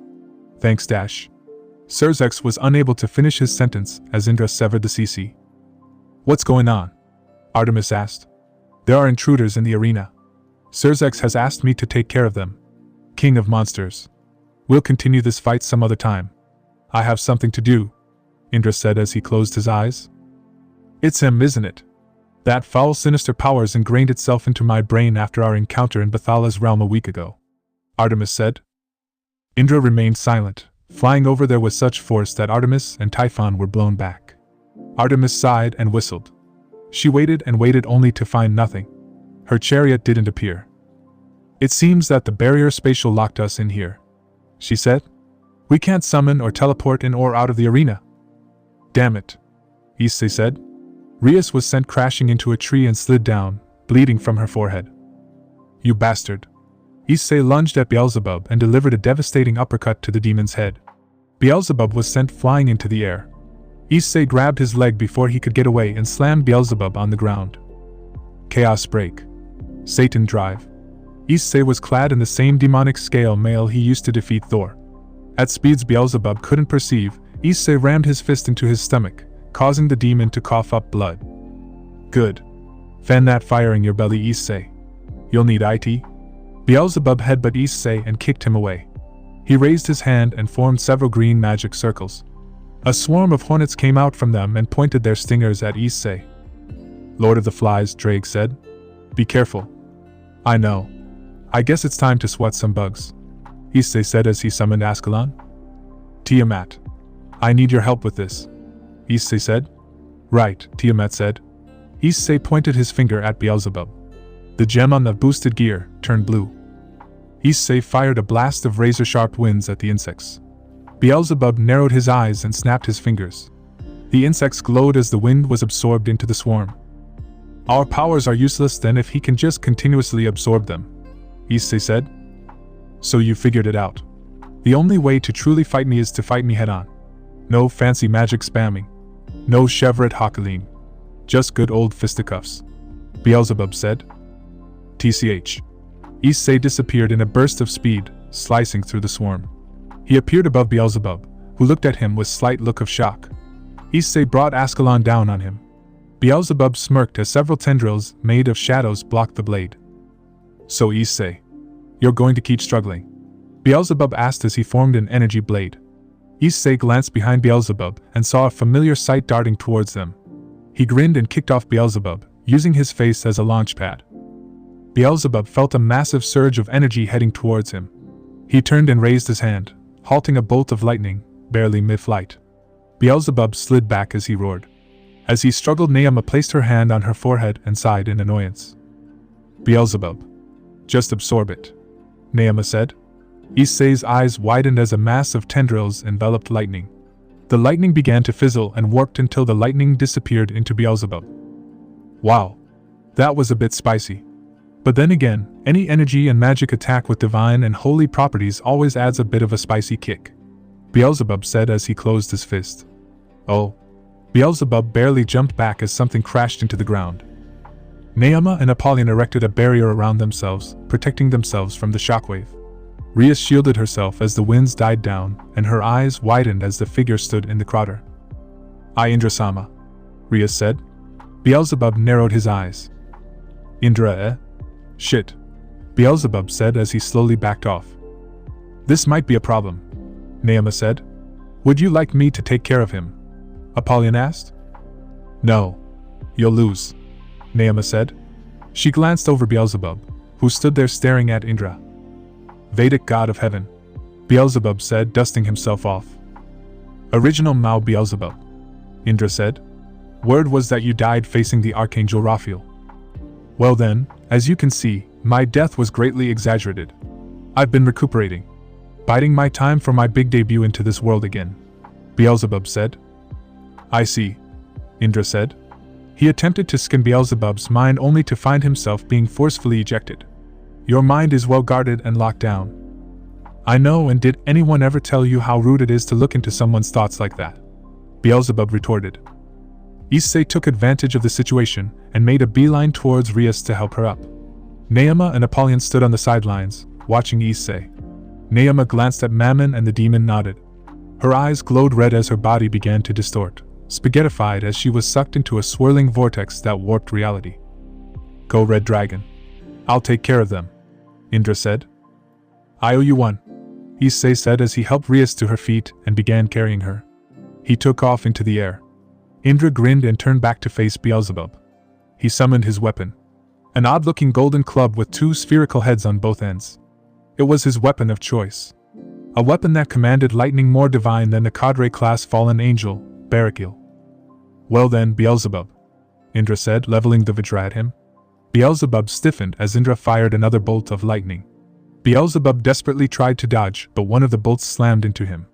Naama watched passively as Beelzebub burst into a cloud of black smoke. Indra stood there, his weapon was still drawn, watching the cloud fall to the ground before splitting into several pieces. The pieces elongated and rushed past him into the air next to Naama. The pieces reconstituted and coalesced into Beelzebub, who cracked his neck. Ow fucking. You discorporated me, you sick fuck, Beelzebub said. You're alive after that hit. You primes are more resilient than I originally thought, Indra said. Beelzebub. How do we deal with him? This is taking too long anyway and our target's getting away, Naama said, crossing her arms. Don't worry. I knew that a bunch of gods were here, so I came prepared, Beelzebub said, pulling out a small violet crystal. The crystal had a symbol engraved into it in the ancient language of heaven and hell. He smiled as he tossed it into the air. Indra, recognizing the symbol, blasted Beelzebub again. The demon reacted in time and absorbed Indra's lightning blast. The god of heaven appeared in front of Beelzebub and punched him in the gut. Beelzebub doubled over in pain. Indra brought his leg up and kicked Beelzebub. Beelzebub's form shattered into black smoke that swirled around Indra. Indra blasted it with energy, forcing Beelzebub's incorporeal form to weave around him, dart into the shrubbery to avoid the blasts. He turned to Naama, who stood there passively with her barrier active. Not attacking me. Wise choice, filthy devil, Indra said. I don't need to attack you, Naama said. Indra raised an eyebrow as she pointed to the sky. His eyes widened when he saw the crystal hovering. Naama's right hand, which she used to point into the sky, closed into a fist as the crystal shattered. Divine abolishment sigil, Naama whispered as golden light streamed from the broken crystal.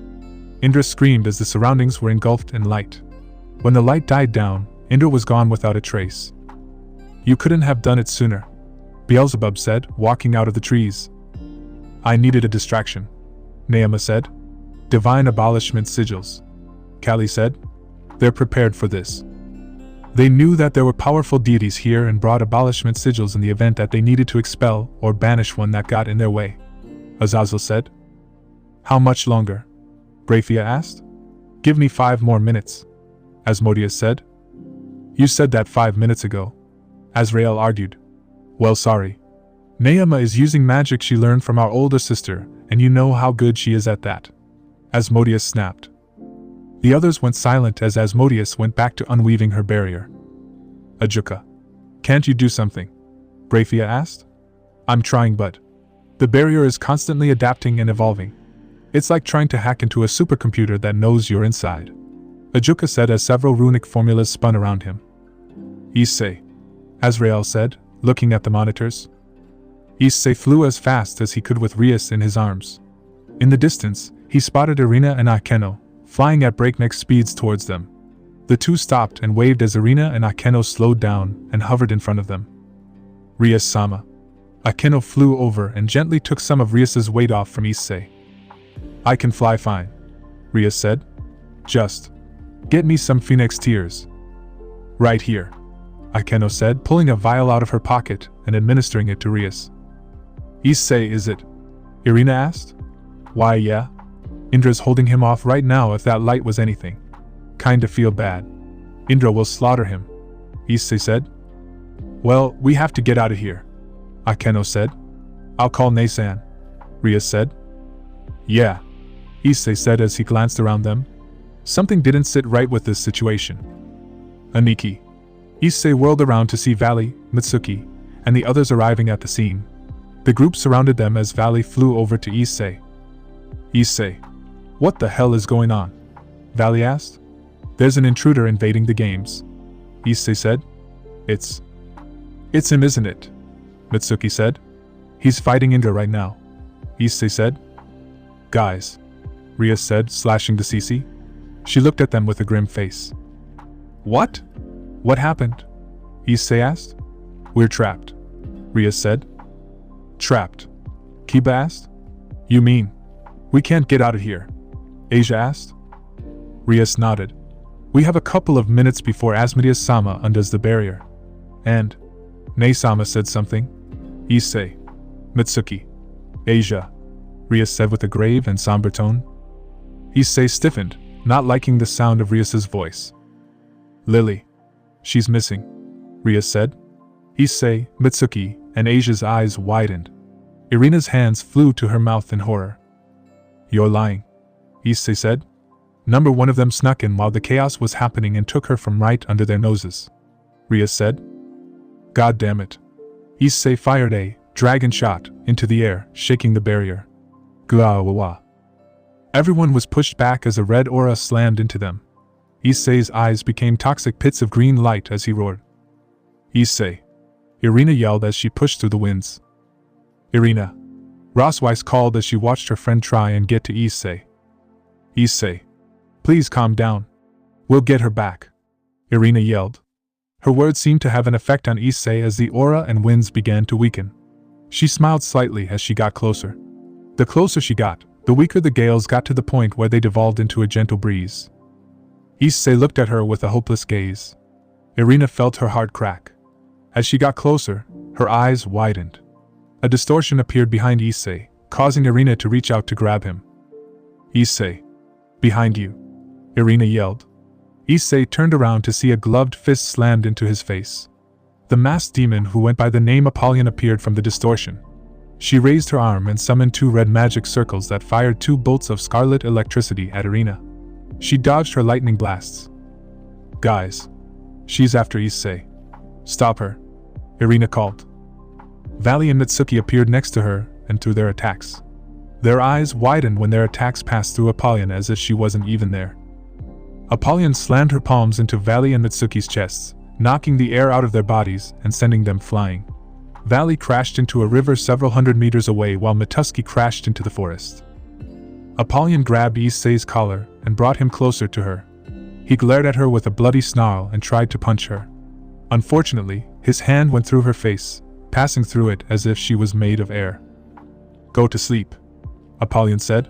He looked into her eyes, seeing the design embedded into them spinning slowly. Issei. Fight it. Issei. Issei felt his world spin as Drag, Tiamat, and Mastima's voices faded away. His world turned black as he passed out in Apollyon's grip.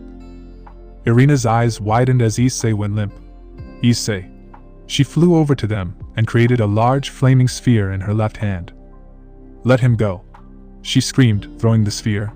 TCH. HAH. Rika unleashed a swathe of fire using Agniastra while Bova fired a massive ball of fire from his mouth. Akeno unleashed a stream of holy lightning while Rias fired a massive sphere of destruction. Risa fired a hail of light spears while Ingveld, Micah, and Toka combined their techniques and fired a massive storm of lightning, shadows, and water at Apollyon. Le Fay, Rosweiss, and Kuroka unleashed a hail of spells while Gasper attempted to bind Apollyon with his sacred gear's time stop. Apollyon merely stood there as she brought Issei close to her. Irina's eyes widened as Issei seemingly flickered out of reality, disappearing in a swirling distortion. All of their attacks hit, creating an explosion that ruptured the sky and shook the arena. Irina flapped her wings, blowing away the smoke to reveal no one in the place where Apollyon was. Where did she go? Irina asked, frantically looking around. I can't sense them or Issei, Rias said. Well, try harder, Rosweiss said. Rias was taken aback. Rosweiss rarely snapped when she was sober, so to her Rosweiss yelling at her with pure fury scared her a little. Hey! She's trying, Akeno said. Well, she's not trying hard enough, Kuroka said. I can't sense him either with Senjutsu, Koneko said. Kuroka growled and turned to Le Fay. Can you? She asked. Le Fay's eyes widened as she looked away from the furious Nekashu. And no, Le Fay said. Kuroka-san. Rosweiss-sensei. Please calm down, Kiba said. He's right, Irina said. Panicking won't get us to Issei. We need to tell the Mao. Beelzebub and Naoma sat on a branch, waiting for Apollyon's return when a CC appeared next to their ears. I've captured the target, Apollyon said. Let's go, Beelzebub said, severing the link. Naoma nodded as they disappeared without a trace. Asmodeus's eyes widened as the resistance she was facing suddenly vanished. It's gone, she said. Yeah, Azrael said. We're too late. Asmodeus looked at her aunt in a confused manner and saw her gesture to the screen. Her eyes widened when there were no traces of Beelzebub, Naoma, the masked demon, or Issei on any of the monitors as Graphia frantically switched from camera to camera. No, Graphia said. Graphia, Ajuka said. No. It's because of you they got him. You two didn't try hard enough, Graphia said in anger. Her aura began to grow as the temperature in the room dropped. As her power was about to reach the point where the entire city and the surrounding area would have been frozen, Azazel appeared behind Graphia and chopped her neck, knocking her out. She needs to collect herself, Azazel said as he caught her. He lowered her gently to the floor and sighed. Is Serzek still trying to get in? Michael asked. No, he's in, Belphegor said as he saw Serzek's magic circle appear in the arena monitor. Call him back, Azazel said. We need to convene a meeting. Yeah, Ajuka said as he formed a CC. Valley Team, Rias's Peerage, and what was left of Team Midnight Dragon were sitting in the ballroom of the Ars Goetia. Risa and Vasco stood with Dilio next to heavens representing archangels, Michael and Gabriel. The entire room was packed and chaotic as the gods all yelled at each other. The four Mao and Graphia attempted to maintain control over the gods, much to their failure. What happened to the security? One god yelled. Please, everyone calm down, Serzek said, but was interrupted as a busted blonde woman spoke up. You assured us that all extremist cells were being taken care of, yet the games were invaded, but what I can only deduce as an extremist cell. Zeus was a fool to ally himself with the biblical pantheon and anyone who believed that they could handle this tournament, and its fuck-up of a security team. The goddess yelled. Well, Aphrodite, if you so kindly remember. Your pantheon volunteered some of your finest demigods to be part of the security forces, Inanna said as she sipped her tea. What was that? Aphrodite retorted. Enough. Serzek yelled as his aura washed over the room, sending them into silence. The gods all looked and saw not the happy-go-lucky Siskon Serzek. No, the man that stood before them was the Mao Lucifer and the strongest devil alive. Serzek glared them all down, forcing them under the pressure of his power. He sighed. Look, fighting will get us nowhere, so let's begin with any questions before we start with what we're going to do, Sirzek said. Indra crossed his arms. Do you have something to ask? Serafal said as she looked at the Hindu god of heaven. Yes. I do. Did you know that he was alive? Was his death just a cover-up for him to move around like you covered up Yahweh's death? Indra asked. No, it wasn't, Sirzek said. Our pantheon genuinely believed him to have died during the Great War. Heaven can attest to this, as the Archangel Raphael was the one who slew him in battle. Though it seems, Michael said, that somehow he survived. But the amount of time it must have taken him to recover must have been fairly long if he only resurfaced now, Shiva said. Quite, Ra said. Do you know why Issei boy was targeted? Odin asked, stroking his beard. The Chevret Hakelim, Kali said. The other gods stiffened at the name that left Kali's lips. You all saw it during our match and before that, she said as she sipped her tea. They're after the Shavira, which is currently wielded by Issei Haidu. Not necessarily. He's not the only wielder, Mammon said, speaking up. There's one other. One other. Sirzek looked at his teacher strangely. Asmodeus and Belphegor had pale, grim looks on their faces. The other two wielders are dead, Kali said. No, Belphegor said. It was just paranoia on my part, but when Mammon and Asmodeus said they felt it too, I began to think that it was her. It was, Mammon said. I saw her. Asmodeus and Belphegor's eyes widened. They didn't know this bit of information. They were just purely speculating whether or not it was her.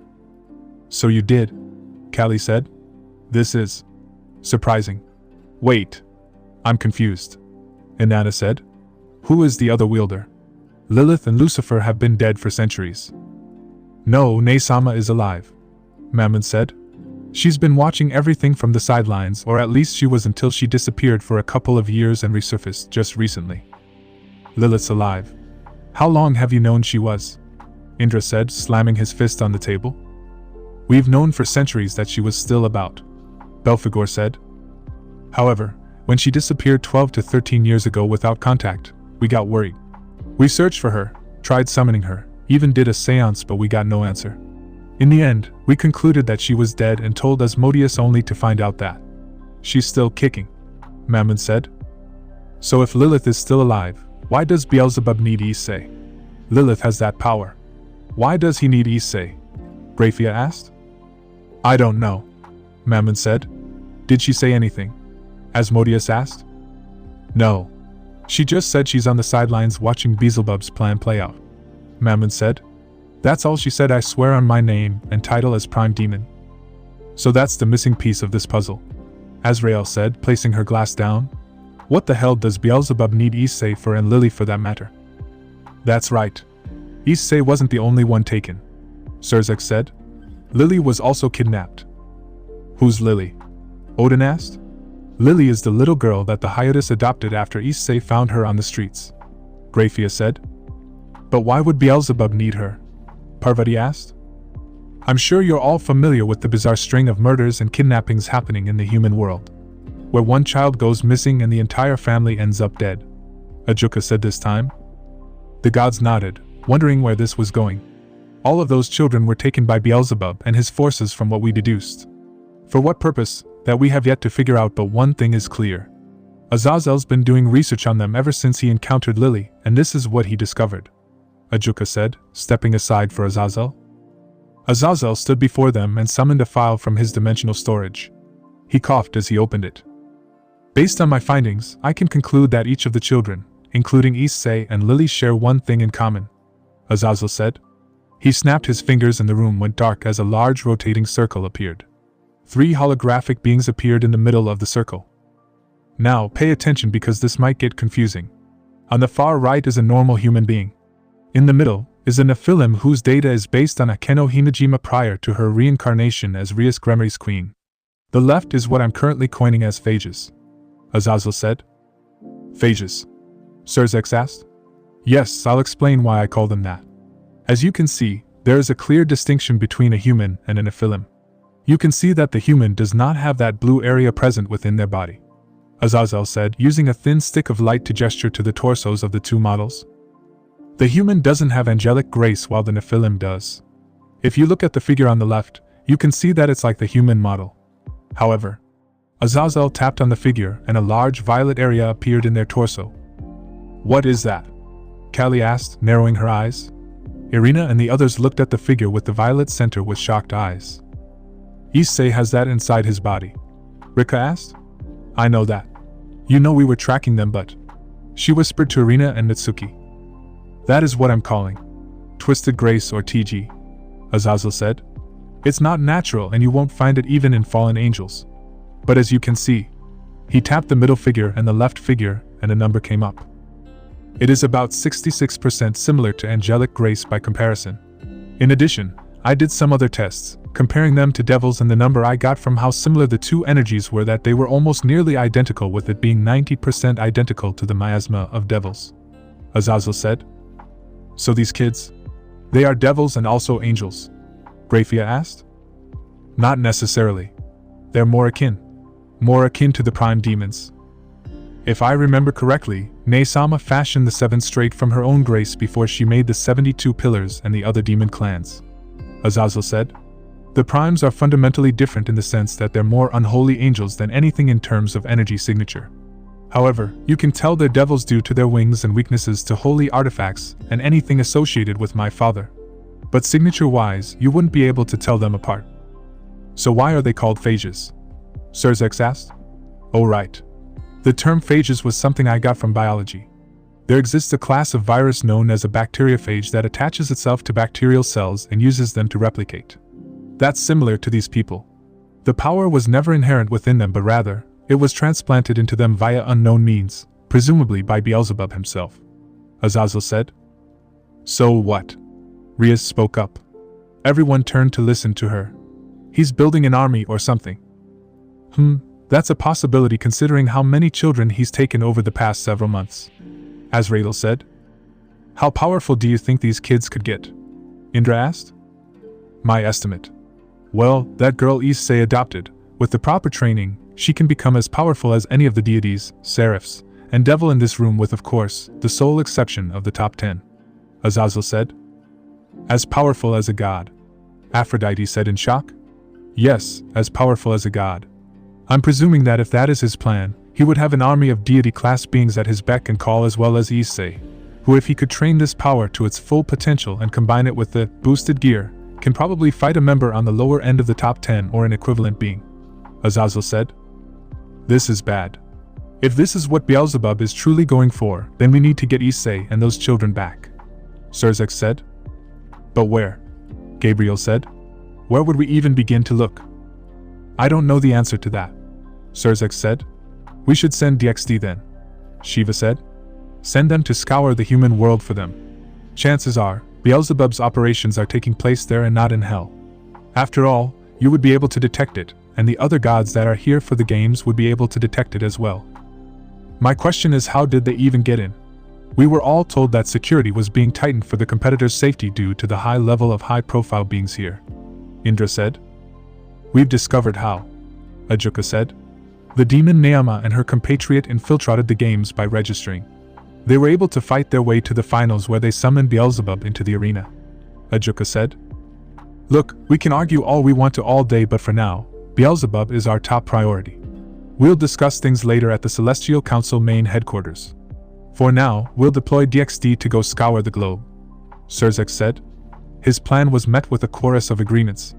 The gods were dismissed, leaving to return to their respective pantheons.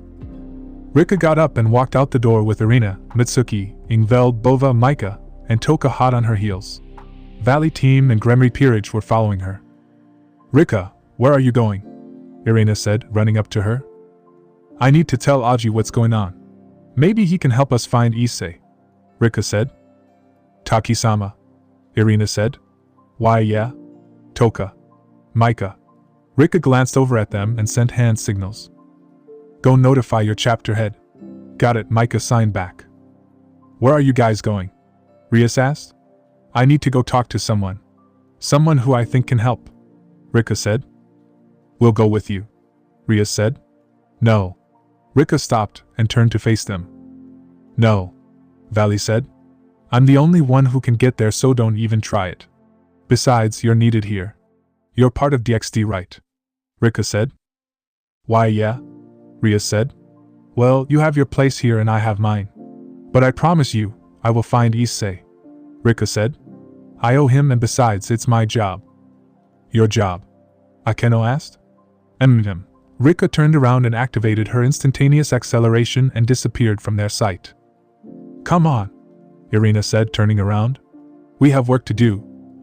Unknown location, March 15th, 2020, 2 a.m. Issei's eyes snapped open. He immediately got up and looked around.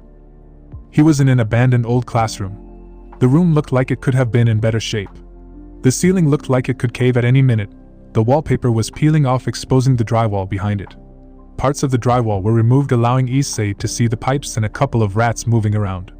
Issei walked out of the classroom and made his way around the hallway. Seeing the exit sign, Issei walked outside the building. It was nighttime. The moon was out in full and cast an eerie glow across the abandoned school. Where the fuck? Issei said. Drake. Tiamat. Where are we? No response. Guys. Still no response. Issei tried to summon the boosted gear, only to find nothing had appeared on his left arm. He tried over and over again to summon the sacred gear, only to fail over and over again. Damn it, Issei said. Mastima? Issei called. Yeah, I'm here, she said. Oh, thank fuck. Where are we and why can't I summon my gear? Issei said. I don't know. And I don't know the answer to that either, Mastima said. Well then. Issei walked into the neighborhood. The houses were all dilapidated and the area had seen better days. Issei's hope increased when he saw a car sitting in the driveway. He ran up to it and found it to be rusted to all hell. The tires were rotted and he couldn't even begin to think of how the engine block would look. God damn it, Issei said. Have you tried teleporting away?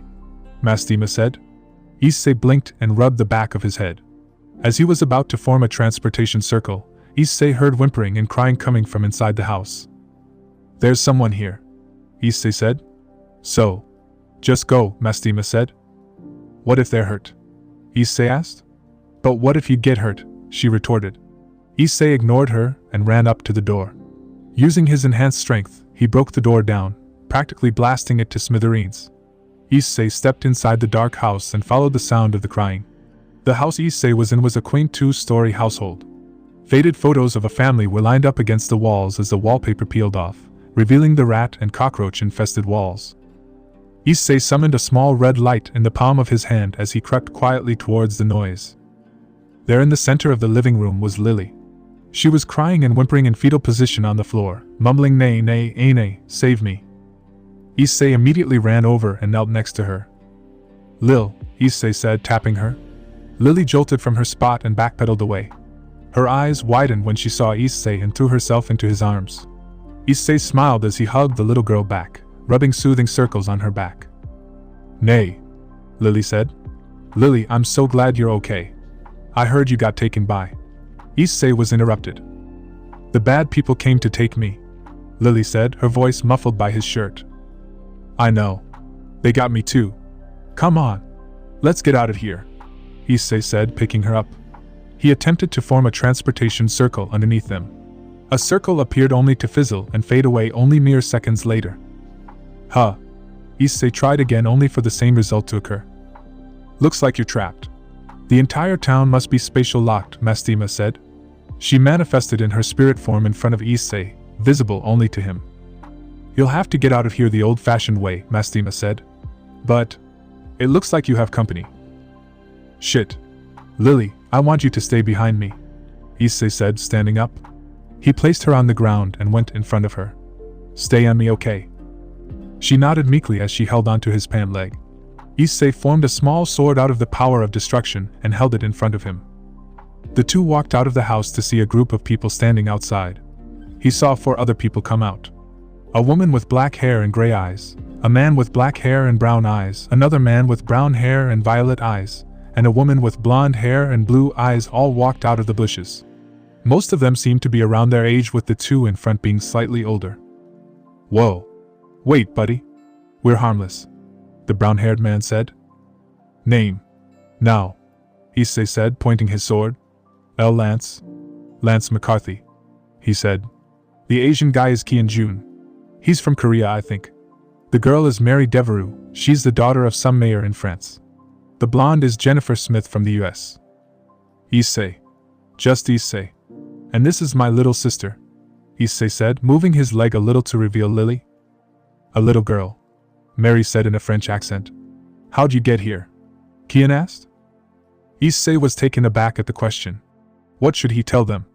They were all a part of the supernatural now with whatever Beelzebub had planned, so he might as well be truthful with them. I was taken by some people, Issei said. The bad people, Lily added. Bad people? Like a terrorist organization? Jennifer asked. Something like that, Issei said. In the end, you caved, Mastema said. Issei suddenly went on guard as he looked up at a massive dark cloud in the sky. A voice was then heard in all their heads. Welcome. I see you've all met. My name is Beelzebub and I am the one who put you here. You are all here because you all have a special talent making you all very special children, the voice said. Issei stiffened and put his arm protectively in front of Lily. The moon was blocked out by dark clouds as they moved across the sky and seemingly covered the entirety of the Earth's atmosphere. Beelzebub, Issei said. Hello there, Issei, Beelzebub's voice said. You sick fuck, let us go, Issei said. I will. Don't worry, he said. Issei narrowed his eyes. I don't believe that for a second. What's the catch? Issei asked. Smart. The catch is, only one of you can get out. Which means the rest of you must die. I call it my own personal Hunger Games minus the districts, Beelzebub said. Everyone's eyes widened at his declaration. The very idea of making them all kill each other for survival, especially since there was someone as young as Lily, was absolutely horrendous. It made Issei sick to his stomach. Beelzebub, you sick bastard, Issei said. Good. Fan that fire in your belly, Issei. You'll need it. Anyway, let's get it onto the rules, Beelzebub said. Rule 1. No sacred gears. Rule 2. No one may leave the town. Anyone caught trying to leave will be brutally killed. Rule 3. Only one person can live. In order to survive, everyone else must die. Any questions? None. Great. I do have one question. Are you all as excited as I am? He asked. They all remained silent, rooted to their spots in fear and horror. Issei hugged Lily protectively, shielding her from the sight of the others. Well then, let the games begin, Beelzebub said. His voice faded and the clouds disappeared. This is just some sick joke, right? Jennifer asked. Right. She asked. Everyone seemed unsure. I have to leave. I'm supposed to be headed to Cancun with my boyfriend. Well, let's just leave then, Lance said. I'm pretty sure he just said we couldn't leave, Kian said. Jennifer ignored him. Whatever. I'm leaving, she said as she walked away. Should we stop her? Mary asked them. No. If the lass wants to leave, then let her, Lance said, waving off her concern. Jennifer walked away from the group with Issei looking at her retreating back. Issei held on to Lily as he began to walk down the street. Lance noticed that he was leaving and looked over. Where are you going? He asked. To look for supplies. This town may be abandoned, but there has to be some animals or something we can hunt for food, Issei said.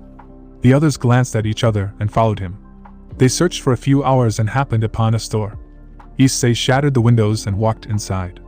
He was pleasantly surprised and instantly suspicious to find such a trove of fresh food. Food. And it looks fresh, Kian said. Wait. It might be a trap, Issei said. How would you know? In fact, how do you know that guy who took us anyway? Kian asked.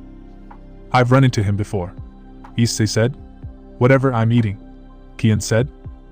Issei stood by as Kian opened a bag of chips and began to eat. Lance was more hesitant and stood off next to Issei as Mary ran off to eat. Nay, Lily said, tugging on his pant leg. Issei looked down at her. Hungry, she said. Issei sighed. Mastema, will poison affect us? Issei asked. No. Mundane poisons have no effect on supernatural beings. But be careful, Even if I don't sense any poisons, supernatural or mundane, I suggest tasting it yourself before giving some to Lily, Mastima said. Issei nodded and led Lily into the store.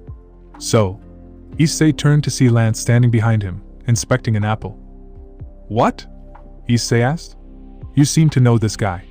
Any idea why we're all here? Lance asked. We all have powers, Issei said. Beelzebub is a demon. A well-known one in the supernatural world. The world of gods, angels, demons, and monsters. Powers? Lance asked. Yeah. This guy gave us all powers or something when we were all babies, or probably while our moms were pregnant, or something, Issei said as he sniffed an apple. He bit into it, and deduced there was no poison. He handed the apple to Lily, who began to nibble on it. As they all started to eat, an ear-shattering scream rang throughout the entire town. Issei and Lance looked at each other. Issei grabbed Lily as he and Lance ran towards the source of the screaming. They made their way to the outer regions of town, and found something horrifying. Jennifer's mutilated body was found on the ground. Her arm was hanging on a tree. Her torso was ripped open with her intestines splayed out all over the ground. Her head was hanging from one of an old windmill with her face frozen in horror. Lily, cover your eyes, Issei said. The little girl nodded and covered her eyes. Issei walked over to her torso and put his hand over the torso. Looks like dog bites, Issei said. Look, Prince, Lance said. Definitely a dog, Issei said. Mary and Kian ran up to them. Mary placed her hands on her mouth as she saw Jennifer's mutilated corpse. What the fuck? Kian said. She's being used as an example, Issei said. This shit. Poor girl, Lance said. We have to find a way to get out of here, Issei said. But how? Lance asked. I can teleport, but something in this town is keeping me from doing it. We need to find it, Issei said. But what are we looking for? Mary asked. I don't know, but we need to find it fast, or Issei said, looking at Jennifer's body. The others looked grim as Mary covered Lily's eyes. To Beelzebub, this was all a game, however, they knew what it really was. This isn't a game, Lance said. The others turned to him, and he looked at them with a blank expression. He's calling us. Unknown location, March 15th, 2020, 6:35 a.m., current time. 3 minutes and 6 seconds till midnight.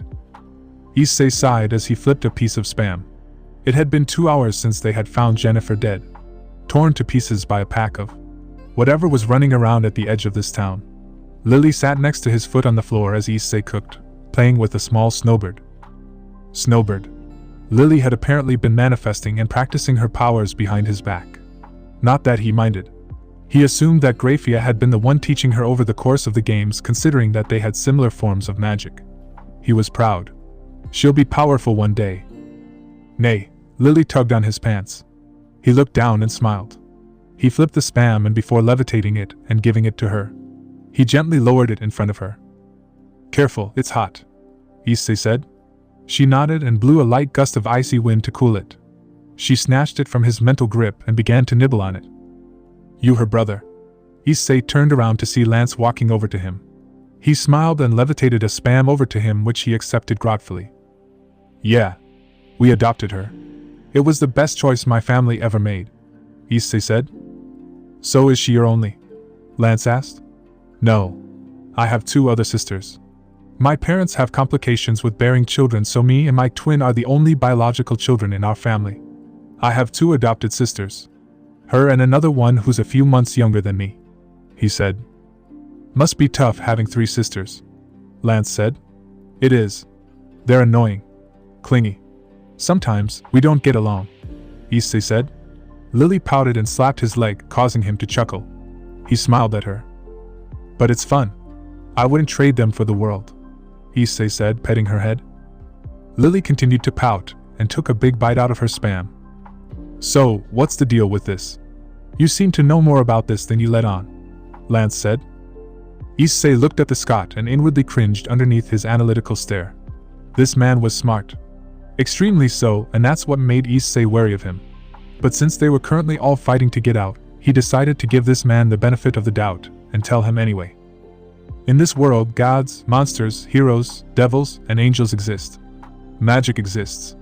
However, humans don't know about it since the gods and the other supernatural beings decided to retreat out of human view, following an event known as the Great War.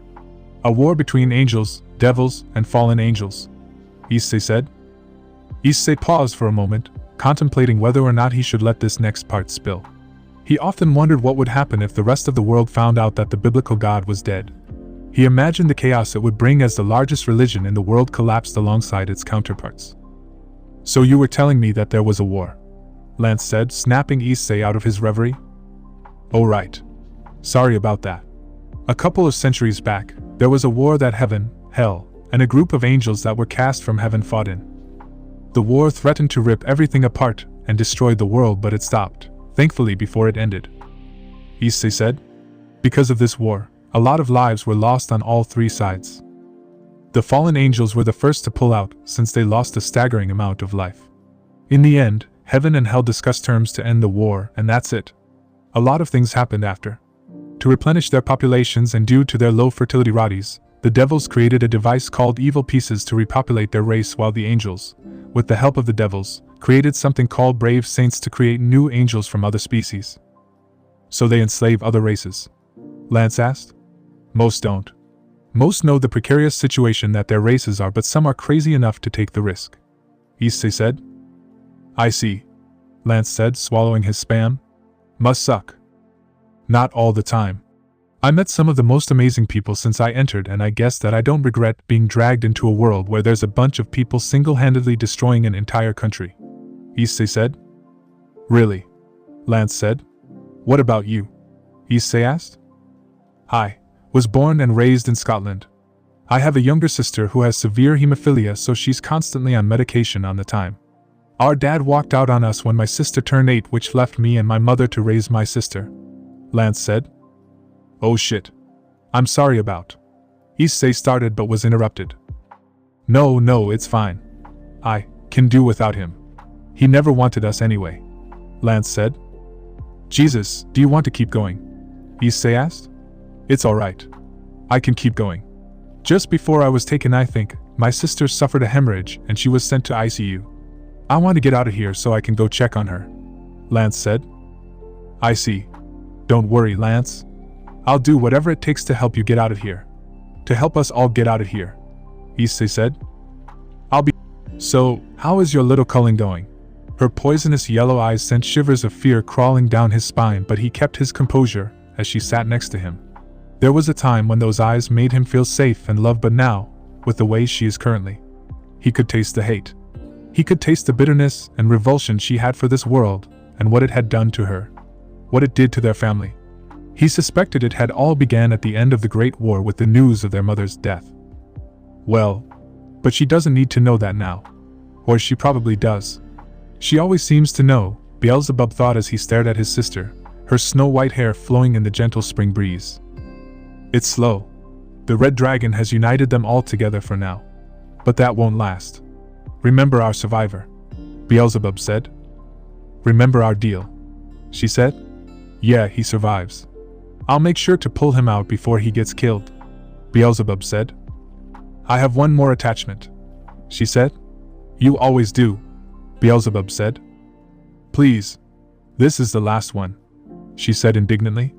This was another quirk that surfaced from time to time. Her persistence.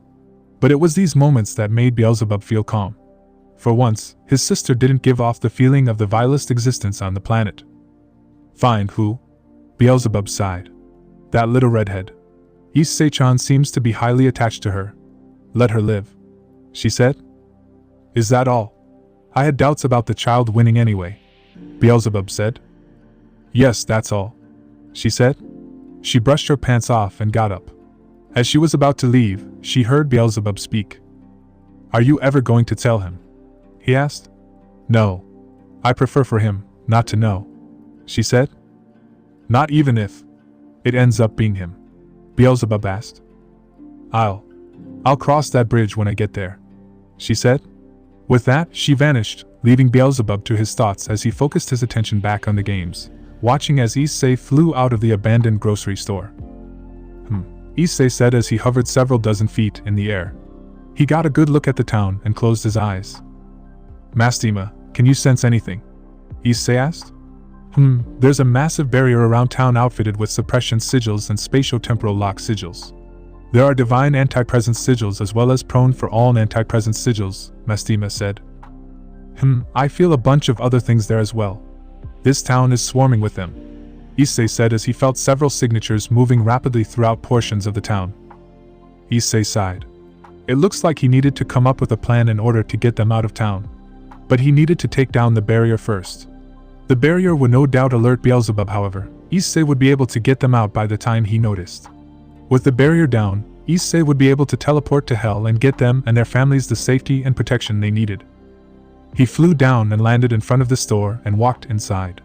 Kian and Mary were sitting next to each other, with Mary trying to stay awake. Lance was sitting with his back against one of the shelves. Lily was standing at the front, waiting for him patiently. The minute he landed, Lily ran over to him, causing Issei to smile. He ruffled her hair and led her back inside. Lance got up as soon as he saw Issei and ran over. Kian, noticing Lance's sudden movement, shook Mary awake and the two got up and walked over. So? Lance asked. There's a massive barrier around town that's keeping us locked in here. In order to get out, we need to take it down, Issei said. How? Kian asked. Barriers that are cast like this need something to maintain it. Usually, when in combat, barriers are maintained by mages that cast it by pouring their power into the barrier. However, in a situation like this, the barrier would most likely be maintained by an anchor that's inside the barrier as to prevent the other factions from finding it, Issei said, remembering some of the lessons Akeno taught him when they were training for their first ever raiding game. So all we have to do is find the anchor and destroy the barrier, is that correct? Lance asked. Issei nodded.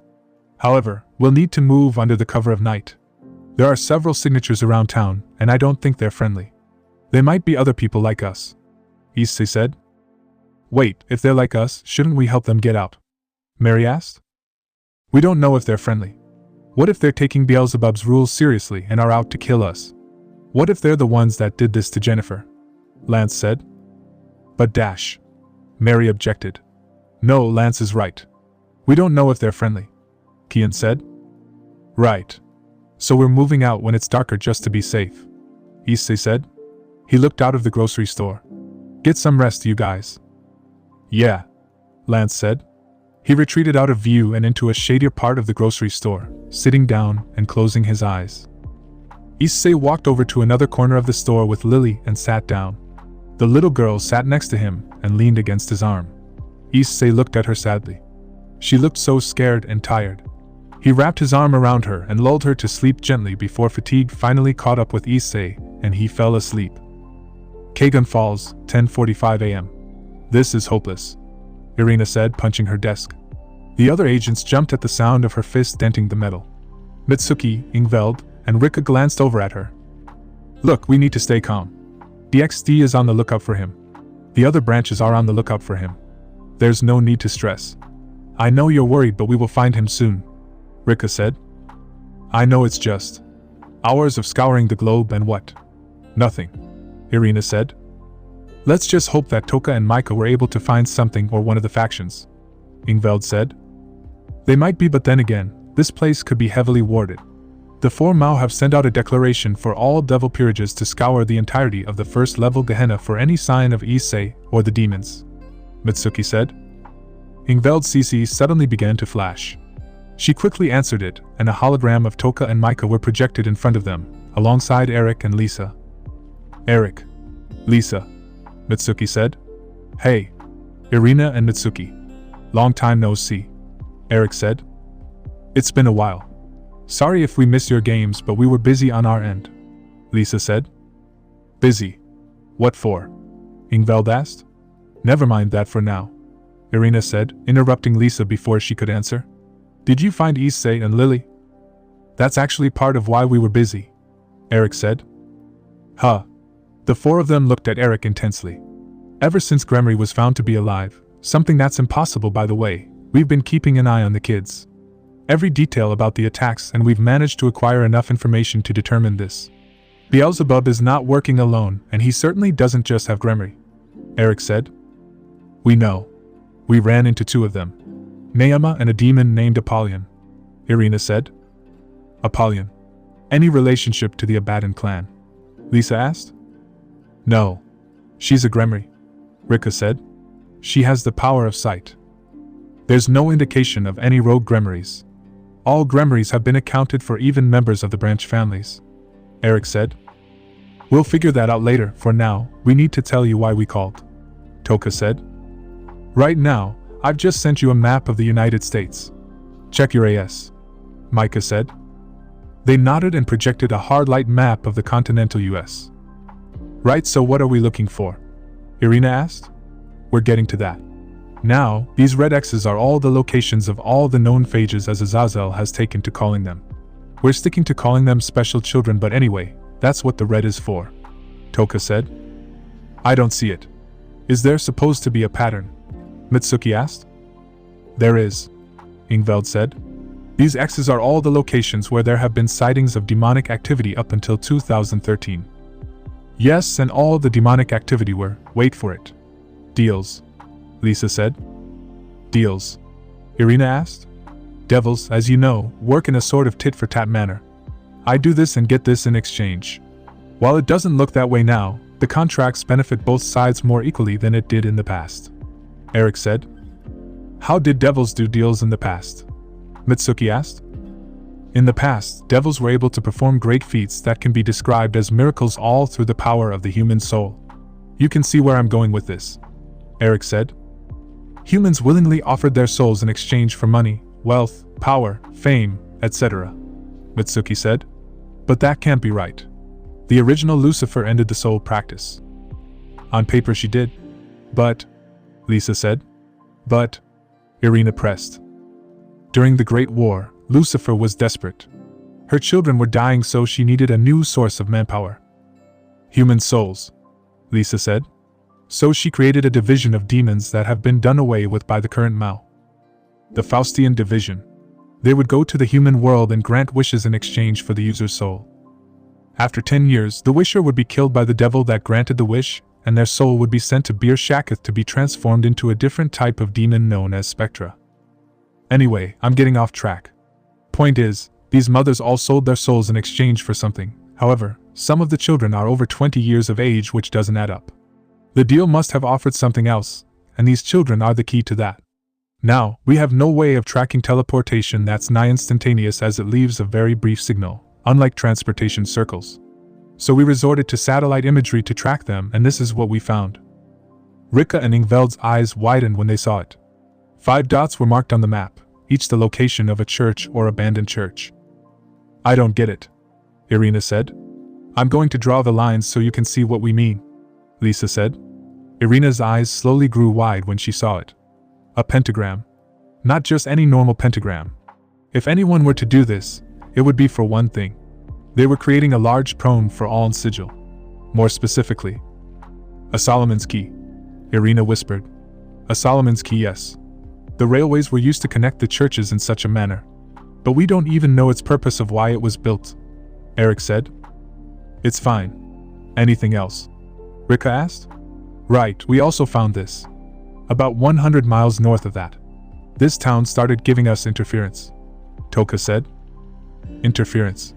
Mitsuki asked. We can't look into it. Something's distorting the quality of the image or blacking out our screens, Eric said. He's there, Irina said. Huh. They all looked at her. That's where Issei is, Irina said. But that looks so blatantly obvious, Mitsuki said. I know. It's why it was chosen. No one would ever suspect, Rika said. Right. Let's go notify Rias's peerage. We'll be going out with them there, Irina said. Irina, wait, Lisa said. Irina turned around. Before you go, we need you to drop off a message at the Mao's office, preferably Mao Lucifer. My father and the other members of the 10 believe that it's time we contacted your pantheon, Lisa said. The old man finally decided to reveal himself. Rika asked.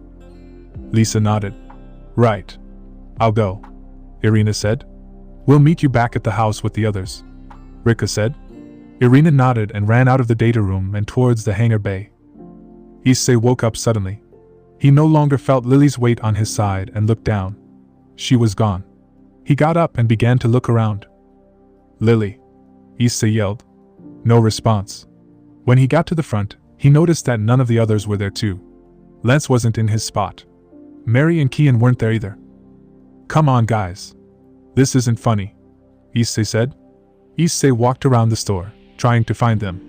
Horrible scenarios popped up in his head as worry began to overtake his heart. "Come on, where could they have gone?" Issei asked. Where indeed? Issei whirled around and saw Beelzebub standing behind him with a smirk on his face. Issei glared at him with all the hatred he could muster and threw a punch at Beelzebub. His eyes widened when his fist phased through Beelzebub as if he was never there. Issei stumbled through his form and turned around to see the demon's infuriating smirk. "Wow, what a scary look. This is a dream, kid. It's why you can't hit me. I'm not here.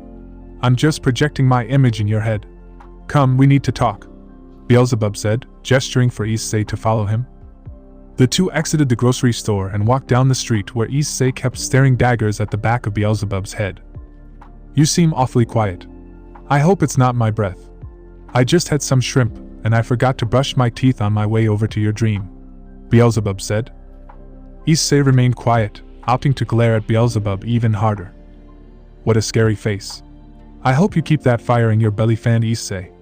I'm going to need it," Beelzebub said. "I'm going to kill you. I'm going to rip you apart and strangle you with your own entrails," Issei growled. "Well, when you wake up, be sure to give it your best shot," Beelzebub said. Issei huffed and looked away. "Where are we anyway?" Issei asked. I'd worry less about where I am and more about how you'll survive," the demon answered. "It's because of your little culling, right?" Issei asked. "Correct," Beelzebub said. "Why? Why are you making people like me kill each other?" Issei asked. "Because I need forces. Troops, if you will. There's a storm coming, Issei. A storm that will upheave the order of everything you know," Beelzebub said. "Wait, you said forces? If you want forces, why are you making us kill each other or trying to?" Issei asked. Beelzebub smirked. "It's because I don't need soldiers. I already have an army. An army that's ready to move out and strike without the other pantheons knowing. And all it's missing is a leader," Beelzebub said. "A leader?" Issei asked. "My general. The one who will lead my armies against the gods," Beelzebub said. "And I have to say, I have a lot of faith in your batch." "My batch? Wait. What happened to the survivor of the other batches?" Issei asked. "What survivors?" Beelzebub asked. Issei's eyes widened. "You sick bastard. They were all just kids," Issei yelled. "They weren't all kids. Some were adults," Beelzebub said. "You just watched a bunch of kids and adults kill each other, and for what? You're perfect, General," Issei said. Now. You need to relax. Forget about them. They were weak. It's why they died. But you're smart, strong, well-trained thanks to your time as a devil," Beelzebub said. "You'd be perfect for this role." "What about the others? Do you really expect me to kill them?" Issei growled. "Oh, I do. If you want to guarantee the survival of little Lily, you'll have to," Beelzebub said. Issei went silent. He looked at Beelzebub and a question popped into his head. How did Beelzebub know that Issei or any of the others had these powers? Everything about this just seemed off. If he knew, why did he wait so long to get them? "Why?" Issei asked. "It's always a why with you. What is it this time?" Beelzebub asked. "Why do I have these powers? Why does Lily have these powers?" Issei asked. "You really want to know?" Beelzebub said, tilting his head slightly. Issei nodded. "Well, I guess I'll show you, but you have to remain quiet about this. I like you, so I'll get you the inside scoop on the origin story of you special children. You specifically," Beelzebub said. Issei stiffened as Beelzebub snapped his fingers. The world around Issei warped and distorted as he found himself standing in his bedroom. Well, to be more specific, it was the bedroom that his parents used as a nursery for him and his twin sister. He recognized it from the various baby pictures of him and his twin. Nostalgic, isn't it? Have you forgotten the sight of your old house? Beelzebub asked. We're not friends, Issei said, taking in the scene of his old house. His gaze traveled down to two cribs that each held a baby. He walked over to the cribs and smiled, seeing the sleeping form of his infantile self and the infant version of his twin sister. Back when they were babies, They were nearly impossible to tell apart, but his parents could always tell who was who. "And look, our guest of honor has arrived," Beelzebub said. Issei turned around and saw his mother walking into the room. Only, her eyes were different. A cold smile appeared on his mother's face as she hovered over his crib. Baby Issei and baby Mitsuki started to cry hysterically as a fear-inducing aura began to leak from his mother's body. Her yellow eyes looked maliciously down on him. She pulled out a vial of blood from her sleeve and uncorked it. She gently opened baby Issei's mouth and slowly poured the entire vial into his mouth. Issei felt like he was going to throw up. His own mother was feeding him blood. And for what? More nutritious than mother's milk, Beelzebub said. What the hell is my mom doing to me? Issei asked. Well, that might look like your mommy, but for now, she's being occupied by yours truly as their personal Gundam, Beelzebub said. See, I chose that night because your parents' exorcist friends might have sensed me entering their house. I needed to take every precaution possible, and that night was the night your girlfriend's parents were on a date night. Is that how? Issei asked. Yup, Beelzebub replied. So I have demon blood running through me. What even am I? Issei asked. You're still what you are after your pieces were removed. A humanoid dragon, but now you have the same energy as well. Me and the other demons, Beelzebub said. But I never expected that you would be the one to awaken the Chevret Hakelim. I honestly expected someone else. Why me? Issei asked. Me and my sister are more or less evenly matched, and we both possess Longinus gear, so why just me? Luck of the draw. Screwed over by fate. Either way, you were chosen because I ran out of blood to give. She only gave me so many vials, Beelzebub said.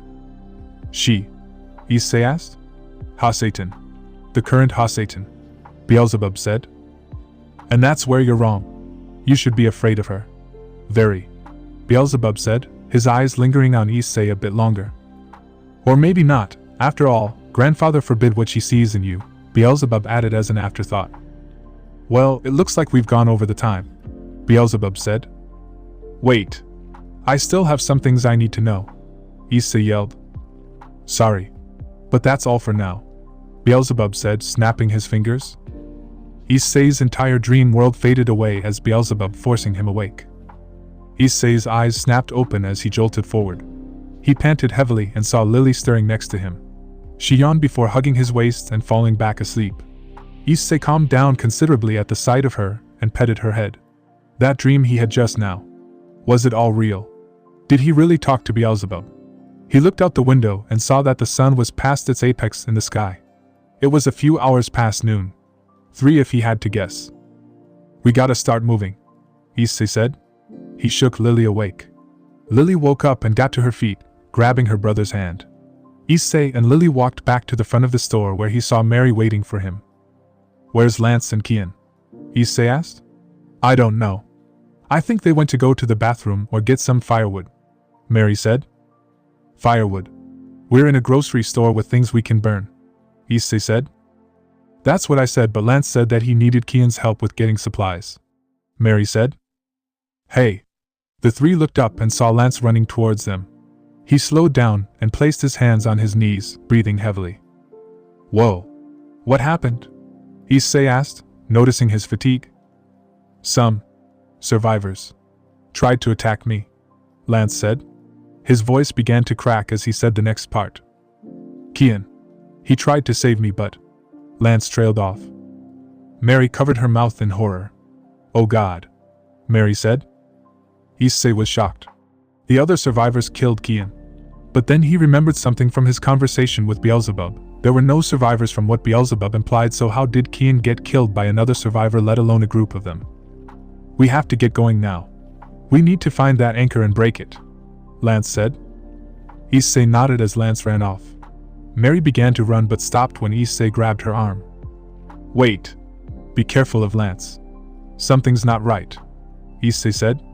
Mary looked at him suspiciously and nodded hesitantly. The 2 followed after Lance as they walked down the street. So Issei, where would the anchor be kept? Lance asked. Somewhere inconspicuous and well guarded, Issei said. Like? Lance asked. I don't know, Issei said. Let's keep looking. Mary said, getting in between them.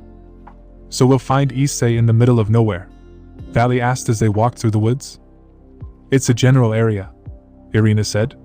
Where did you even get the lead from? Rias asked.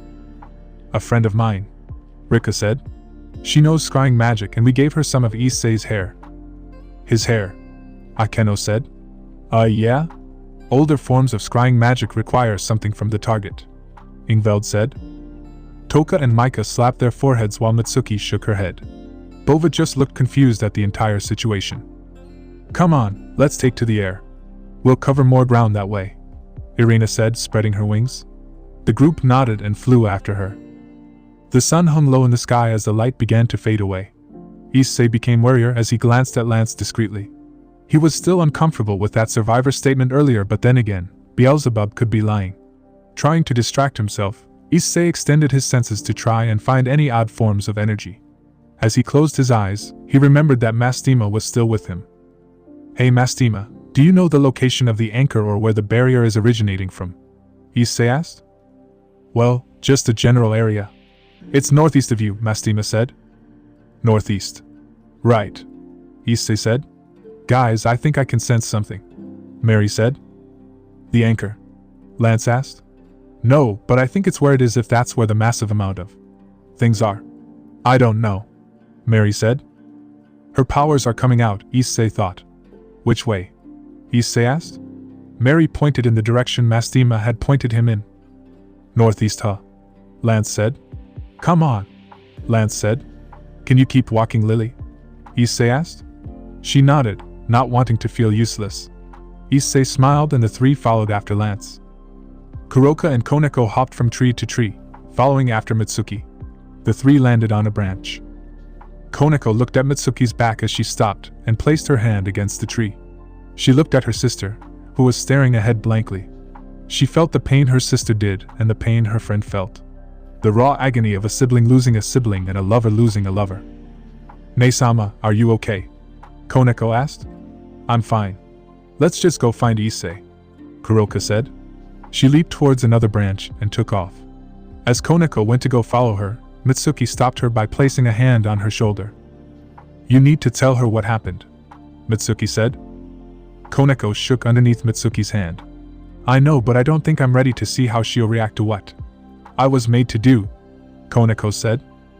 I'm sure she'll understand. She's your sister after all. Rias's parents and brother were disappointed, but they didn't disown her and acknowledged that there are other forces at play. You'll be fine, Mitsuki said. Thanks, Koneko said, feeling a bit better. You're welcome, because trust me, I know what it's like to keep secrets from your siblings, Mitsuki said, pulling out a small sun pendant from inside her jacket. It shined brightly in the setting sun. The four walked into a small neighborhood that was very similar to the one that he had found himself in. Issei grimaced and covered Lily's eye when he saw the skeletal remains of a small child lying on the sidewalk. Mary looked away upon seeing that the skull had been brutally caved in. That's just disgusting, Mary said. What kind of monster forces children to kill each other? I don't know, Issei said. I think we're getting closer, Mastima said. Where? Issei asked. That church, I believe, Mastima said as she placed a translucent finger on her chin. Issei glanced at the ruined church. I think it's the church, Issei said. Lance and Mary nodded and followed after Issei. He glanced down at Lily, who looked at him curiously. He leaned her down and began to whisper in her ear. When I say run, run, Issei said. Lily looked at him curiously and nodded. Issei slowly pushed the door open to reveal an empty church. In the middle of the church was a small glowing violet orb. There it is, Issei said. So that's it, huh? Lance said as he clenched his fist. A small coating of dark energy began to manifest on Lance's hand. Issei's eye narrowed. Mary walked up to Issei and placed her hand on his shoulder.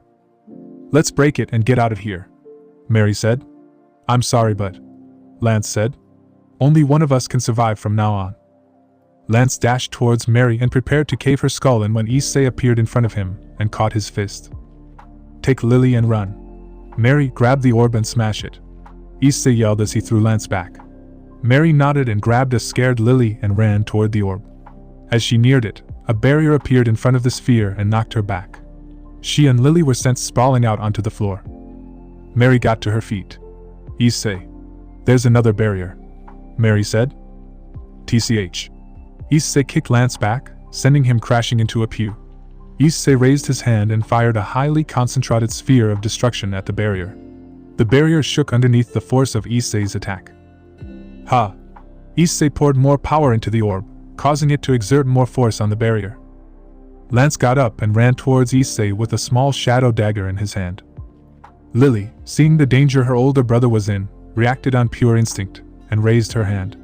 Her hand glowed blue as a massive wave of frost came pouring out of her hand. Lance's eyes widened as he rolled out of the way. Break! Issei roared as the ball ground against the barrier. The barrier strained and cracked underneath the ball until eventually, the barrier shattered. Go! Issei said. Mary ran towards the orb and grabbed it. Using all her strength, she smashed the orb against the floor. Outside, the entire sky flickered a violet color as the massive barrier came down.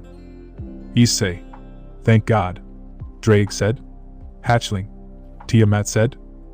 God, it's so good to hear your voices. Issei said. He raised his left arm, causing a red gauntlet to appear on it. Dragon Booster.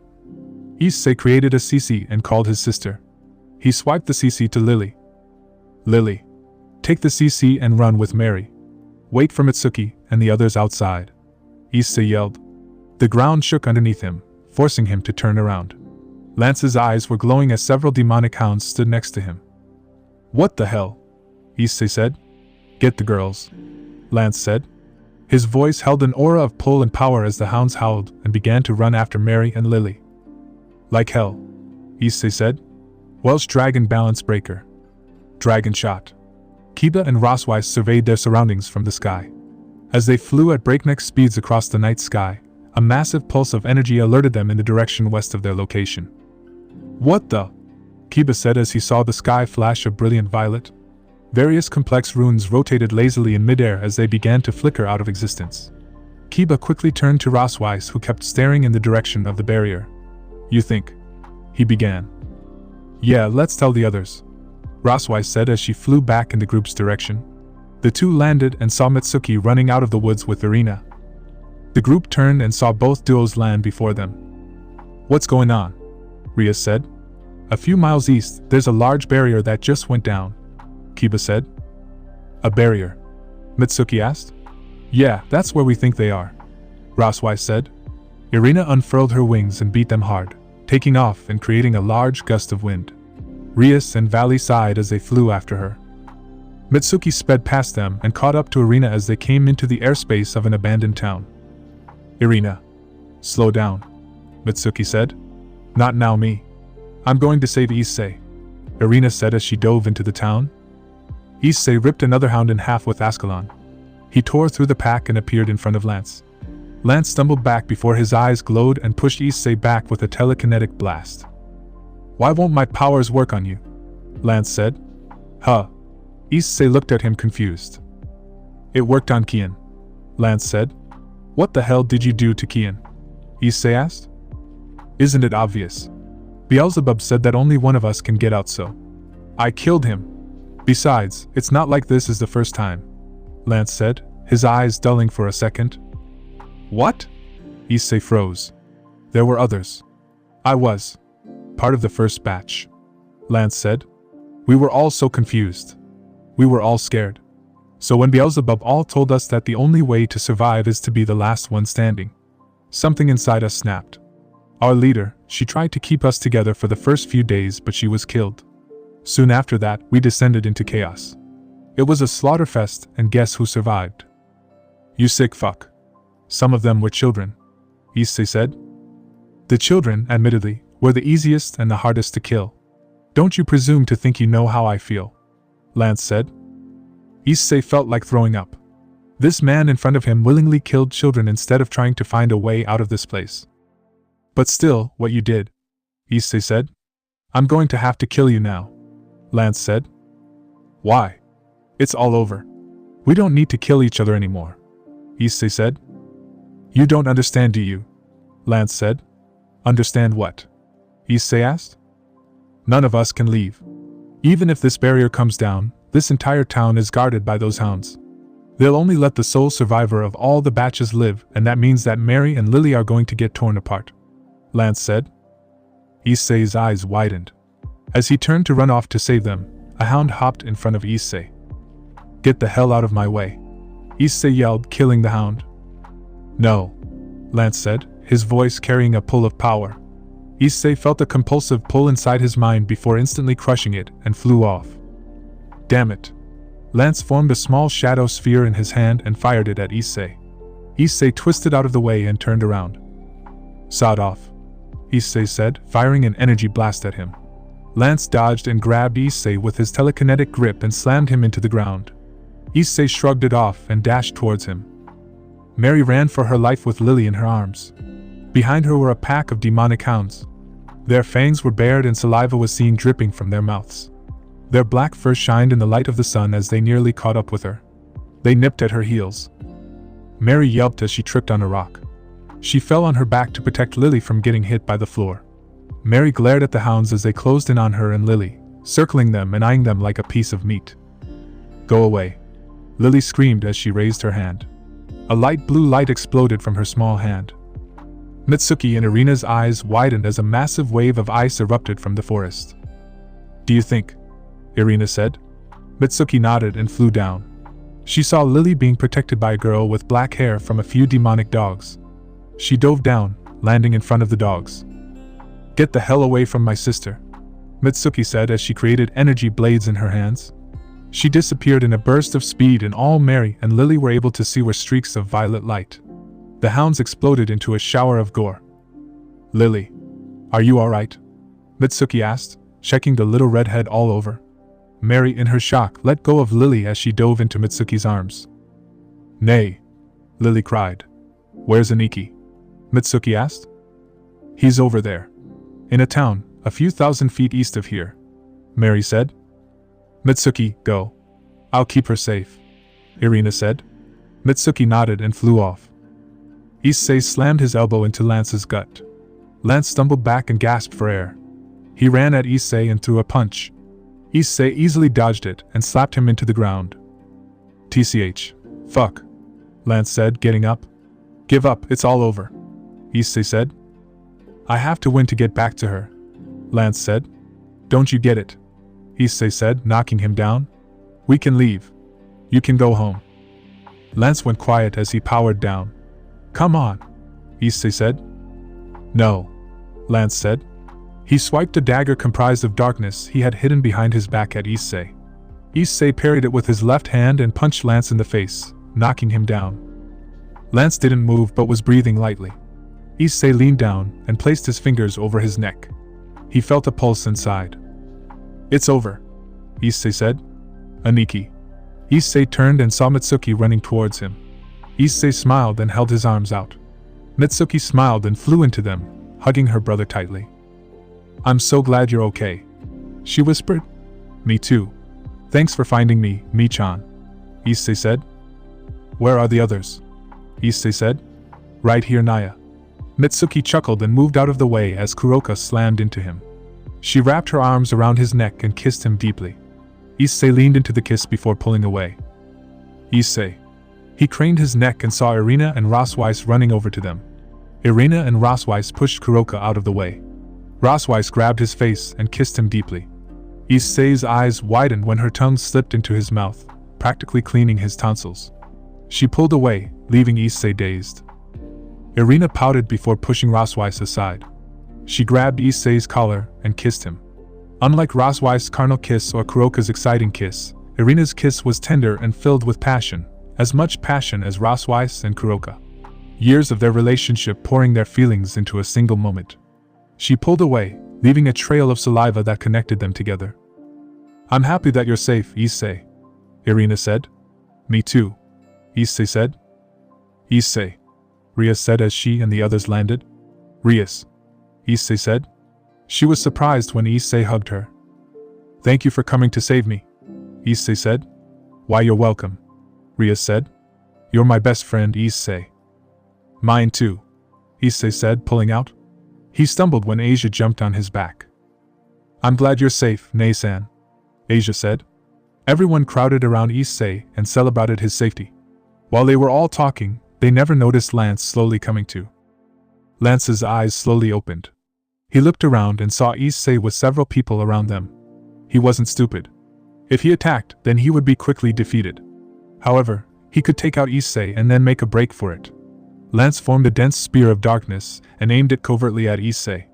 After he was finally sure that no one noticed him, he fired the spear and time slowed down. Mitsuki smiled as she watched her brother conversing with the others. She felt immense disgust when she heard that Beelzebub had broken into their home one night and fed her twin blood to give him his powers. However, Issei had informed them that Beelzebub did not reveal any information as to where the blood came from. He also revealed another piece of alarming information. Aha, Satan. As she mulled over the notion, her eye noticed something shining in the corner of her eye. Her eyes widened when she saw one of the children, Lance, fire a spear at her brother's back. Aniki! She screamed. Everything slowed down as Mitsuki pushed Issei out of the way. Issei's eyes widened and he felt immense pain in his chest. His stare was one of horror as he saw his twin sister with an energy spear going through her chest. She coughed up a glob of blood as she fell to her knees. The spear vanished into a stream of violet particles of light, leaving a fist-sized hole in her chest. Issei quickly ran over. She fell over, supporting her head. He turned over to Lance, who stood with his hand outstretched. Ag-hai. Issei fired a massive blast of red energy at Lance. Beelzebub, who saw the entire interaction from the church spire, smiled. Game, set, match. Beelzebub said, snapping his fingers. As the blast was about to hit Lance, he felt himself being pulled away and vanished. The energy blast ripped through the town and crashed into a mountain several dozen miles from the abandoned town. A large explosion vaporized the mountain instantly, sending a massive blast wave washing over them. Ani. Mitsuki gasped. Issei turned back to her and gently cupped her face. Asia was already at her side with tears streaming down her face. Nei-san. Asia cried as she tried to heal her. However, no matter how many times Asia used Twilight Healing, nothing would happen. Mitsuki's heart had suffered irreparable damage from Lance's spear to the point where Asia could no longer recognize it. It was merely a ribbon of tissues with blood spilling from them. Mitsuki weakly grabbed her hand and removed it with what little strength she had. It was taking all of her power just to move Asia's hand and speak. Irina turned Lily away from the scene while the others looked away. Valley's fist was clenched to the point where he drew blood from his hand. Aniki. Asia. Mitsuki said. Michan, don't speak. Asia is healing you. Issei said, tears flowing from his face. Mitsuki smiled softly. Her face was beginning to grow pale from blood loss and her lips were turning blue. As Summer Star. Why are you so red? Mitsuki sang softly, calming the two of them down. Her vision was rapidly fading as the darkness started to overtake her. Her mind was slipping into the peaceful depths of oblivion. She felt something wet hit her face. Was it raining? Her eyes traveled to the faces of two people. She smiled. Asia. Aniki, everything's going to be fine. She whispered as the light faded from her eyes and darkness overtook her senses. Michan. Issei said when he no longer saw her singing. Her eyes were still open and looking up at him and Asia. A peaceful smile was forever etched on her face. Nei-san. Asia said, her voice cracking. Mitsuki, hey, you're going to be fine, yeah? Issei said, softly stroking her hair. She hated it whenever he touched her hair without her permission. He was hoping that she would slap her hand. Because it's my job.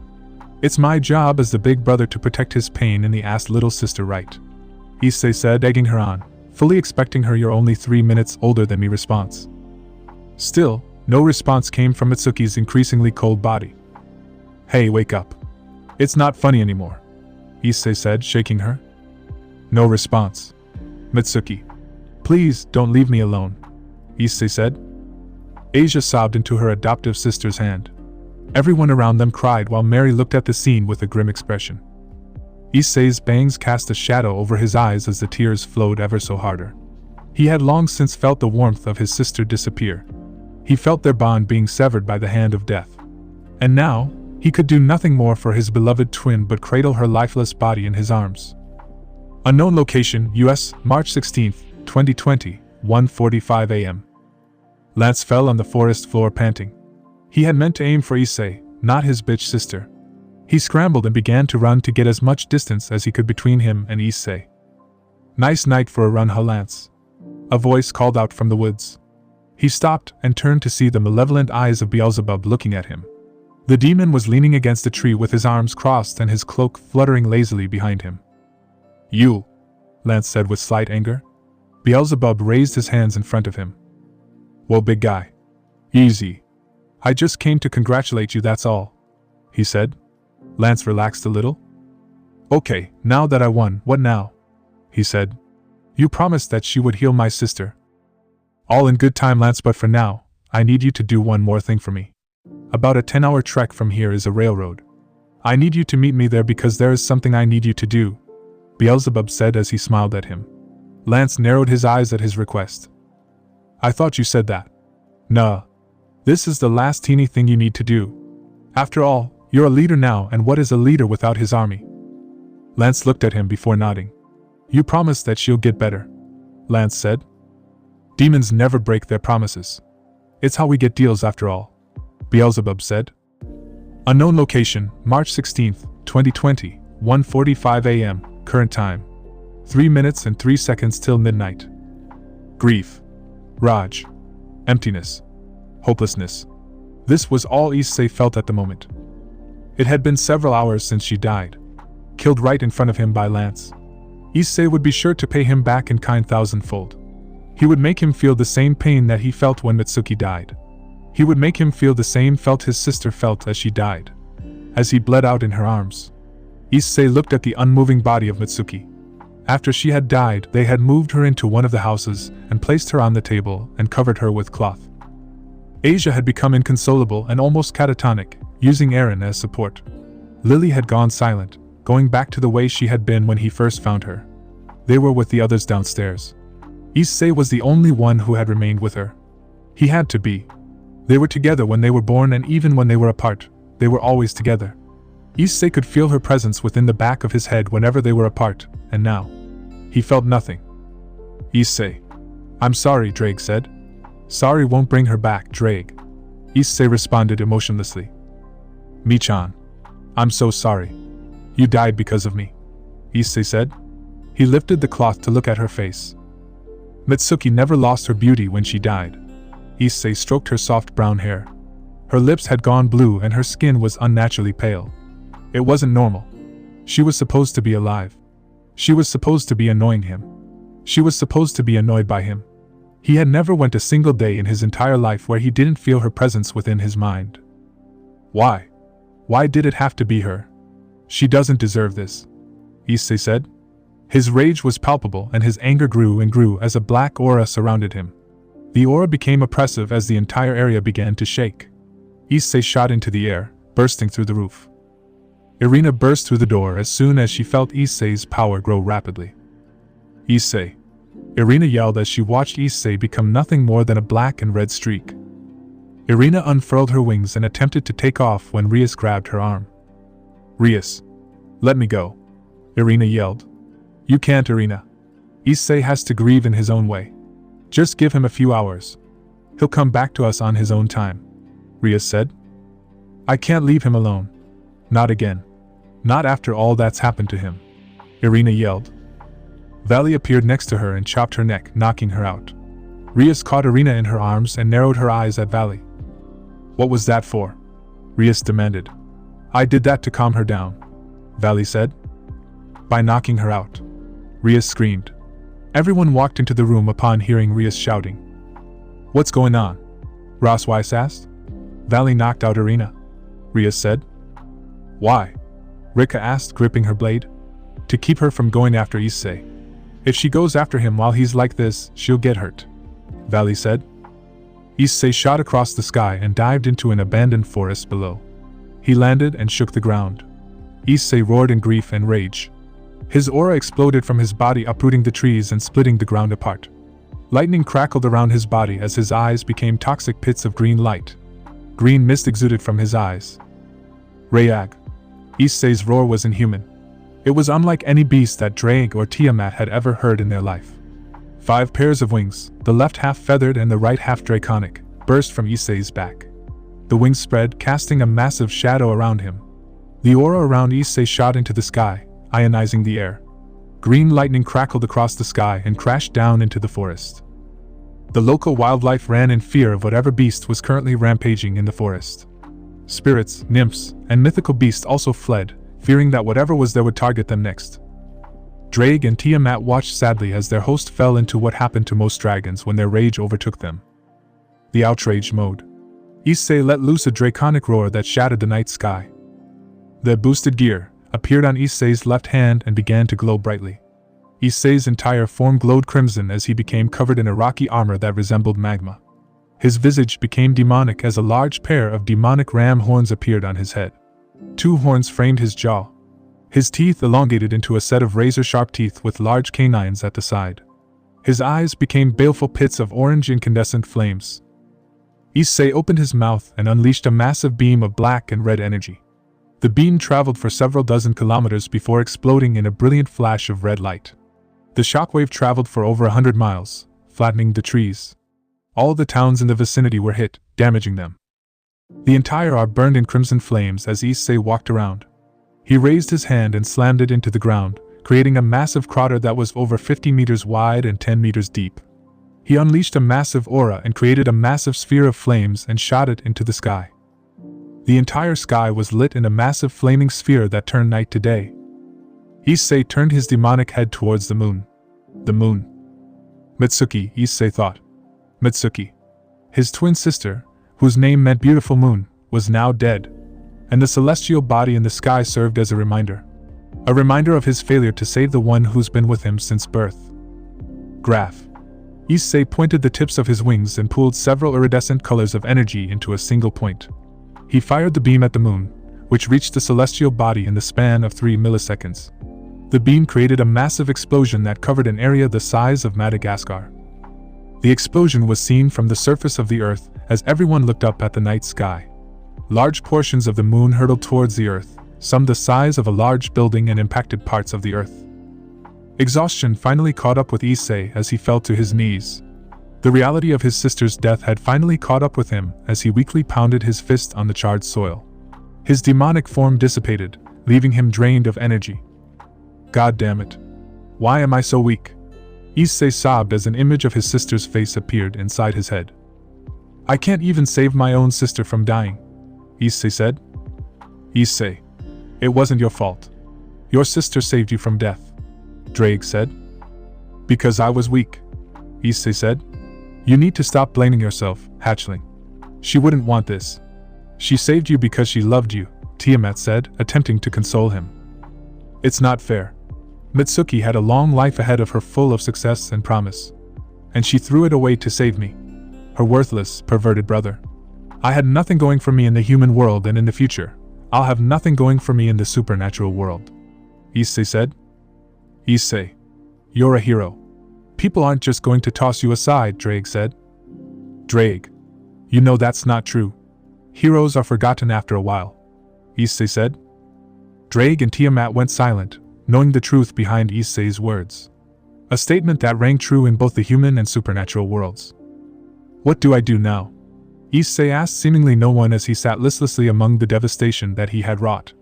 A massive blackened scar in the earth that spanned for at least 100 miles in every direction. I believe I can help with that, a voice said from the shadows.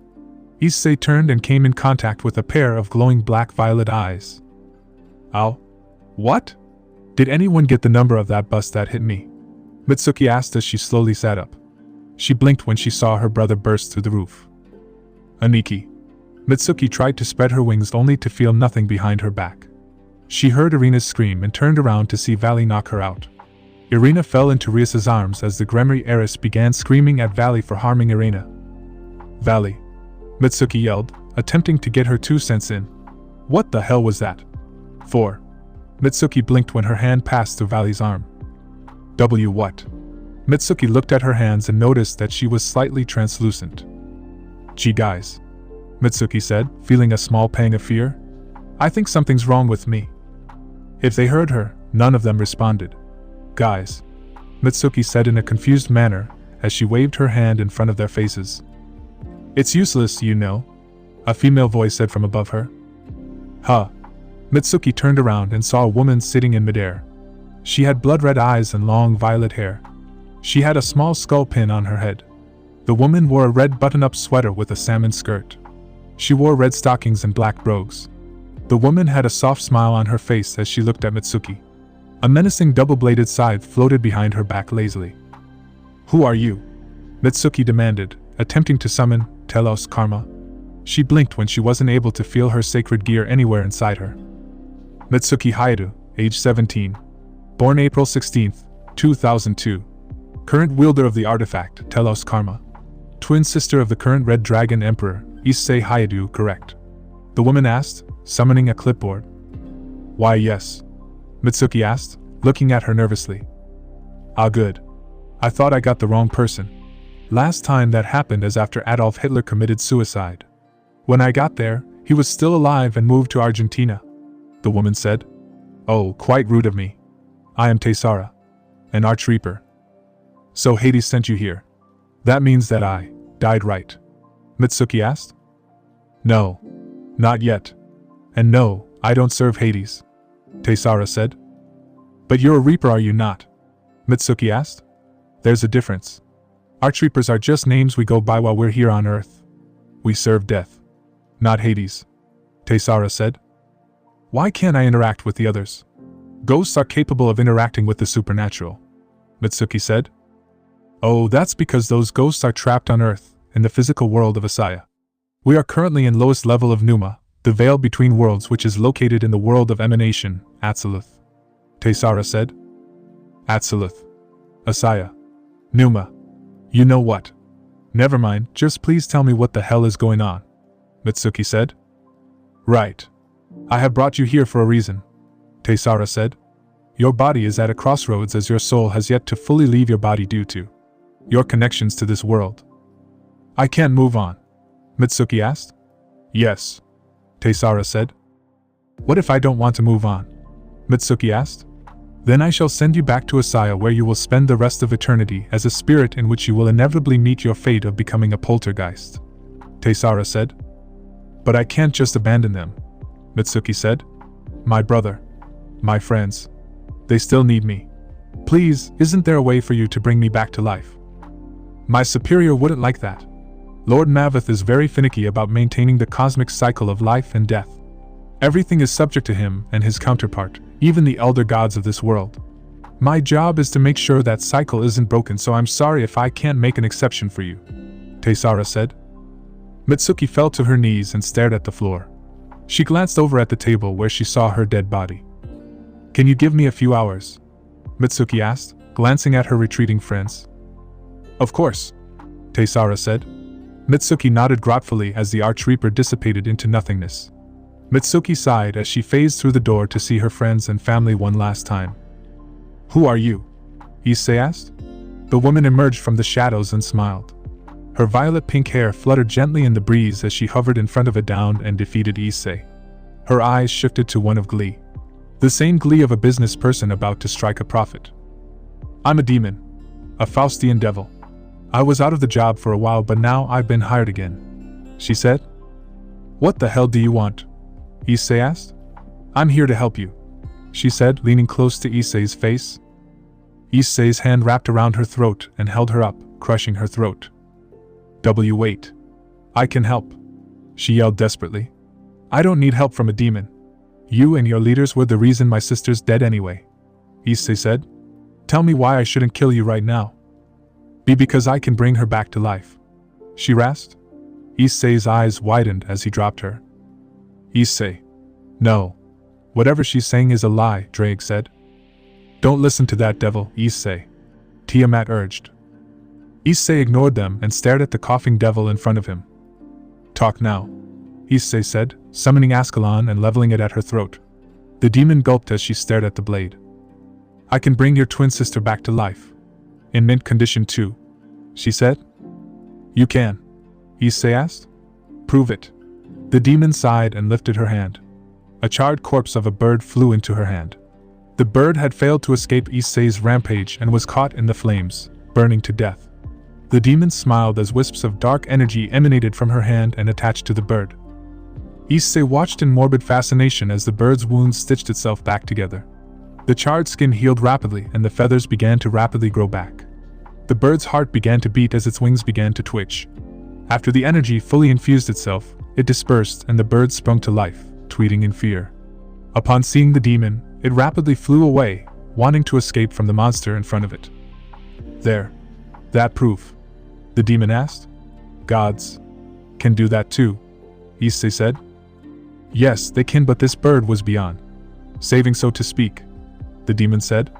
Of course, it's just a bird. As you said, the gods are capable of doing this as well. So what's the point of this? Why can't I just go to someone like Hades or a death god and bring her back to life? Issei asked. Because the difference is that they won't be able to do it. Mitsuki's soul is constrained to the biblical pantheon. To get her soul would require them to encroach on heaven, which would be seen as an act of war. The demon explained. Issei remained silent. What's the catch? Issei asked, looking at her with emotionless eyes. Your soul, she said. Issei, back out of this deal now, Drake said. Issei, do you really think that Mitsuki would want this? Tiamat demanded. Issei ignored their pleas and directed his thoughts to Mastema, who had oddly remained silent the entire time. Mastema, what do you think? He asked. I believe that this whole thing is entirely up to you. This is your decision, Issei, Mastema said. I'll support whatever you do, even if I don't like it. Issei looked down at the ground and pulled out a small crescent moon charm. The moonlight cast a soft glow on the charm, causing it to give off a small silver light. Michan, Issei whispered as he gripped the charm tightly. He sighed and steeled his resolve and looked at the demon. I'll do it, Issei said. Issei, think about this. What would Mitsuki say if she learns what you did after you came back to life? Drake yelled. She won't, Issei whispered. Well then, that's splendid news, the demon said. She waved her hand and summoned a contract. The contract unrolled itself in front of Issei as the words made themselves readable to Issei. Here, the demon said, handing Issei a quill. A quill. What is this, the 17th century? Issei asked. Just sign it, she said, snapping her fingers impatiently. Issei gulped and grabbed the quill. He looked down at the signing line and placed his quill on it. As Mitsuki watched her friends grieve, she felt an intense pain course through the very fiber of her being. The very concept of her existence was being forcefully pulled and tampered with. She screamed and fell to her knees, gripping her chest in pain. Taisara glanced at Mitsuki in worry and ran over to her. She placed her hand inside Mitsuki's chest and narrowed her eyes. There, Issei said as he finished signing his name. On the contract was Issei's name signed in his blood. The name glowed as thunder and lightning clapped across the sky, despite the sky being clear and Issei's aura being restrained. There are some other things that you should know, the demon said. What other things? Issei asked. Your life, she said. My life? He asked. Yes. You see, when we were still active and the ones performing contracts for devils, our contractors, after making the contract, had only 10 years left to live, the demon said. Issei's eyes widened. 10 years. Are you telling me that I'll die within the next decade? Issei said. No, your case will be different. At the end of this year you'll die, she said. 1 year. That's not even the same amount as your previous contractors. What makes me so different? Issei demanded. I don't know, she said. You're swindling me, Issei said. No, I'm not. This was the contract I was told to give you after I made the deal, she said. Given. You determine these, Issei said.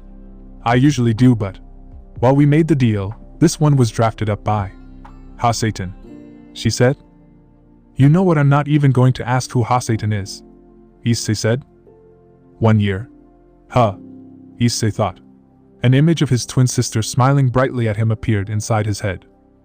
For her. For them. Anything is worth it, Issei thought. Well, don't you have to get back?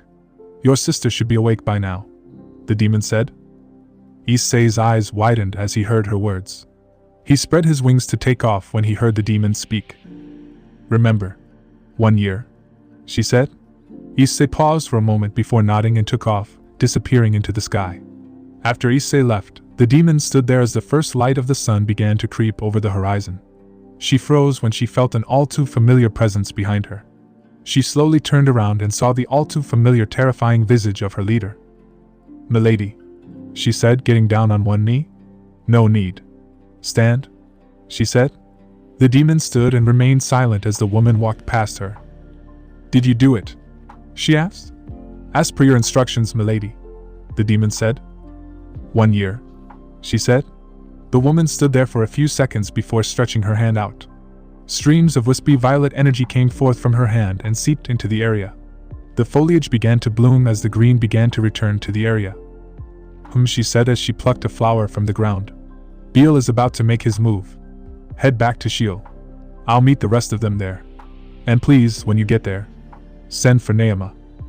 "As you wish, Ha-Satan," the demon said and vanished before her sight. The now dubbed Ha-Satan smiled softly as she stared at the slowly rising sun. Mitsuki suddenly gasped for air, sitting up on the table. The cloth that covered her flew off. She clutched her chest, feeling a slight pain on the left side.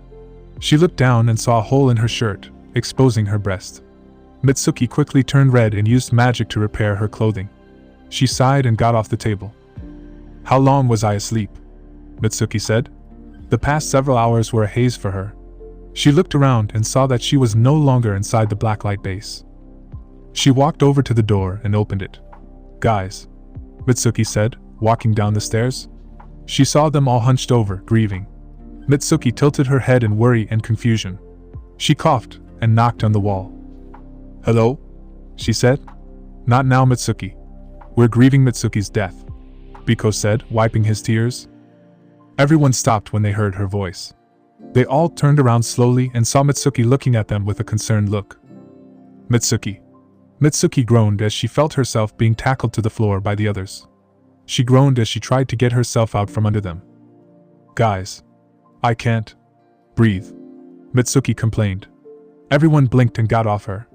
Mitsuki craned her neck, feeling a satisfying crack on her neck. She grunted as she was pushed back by the force of Asia's hug. "Nei-san. Nei-san." Asia sobbed happily, crying tears of joy into her chest. Mitsuki smiled as she felt her shirt getting wet from Asia's tears. The door burst open and Issei ran in, panting.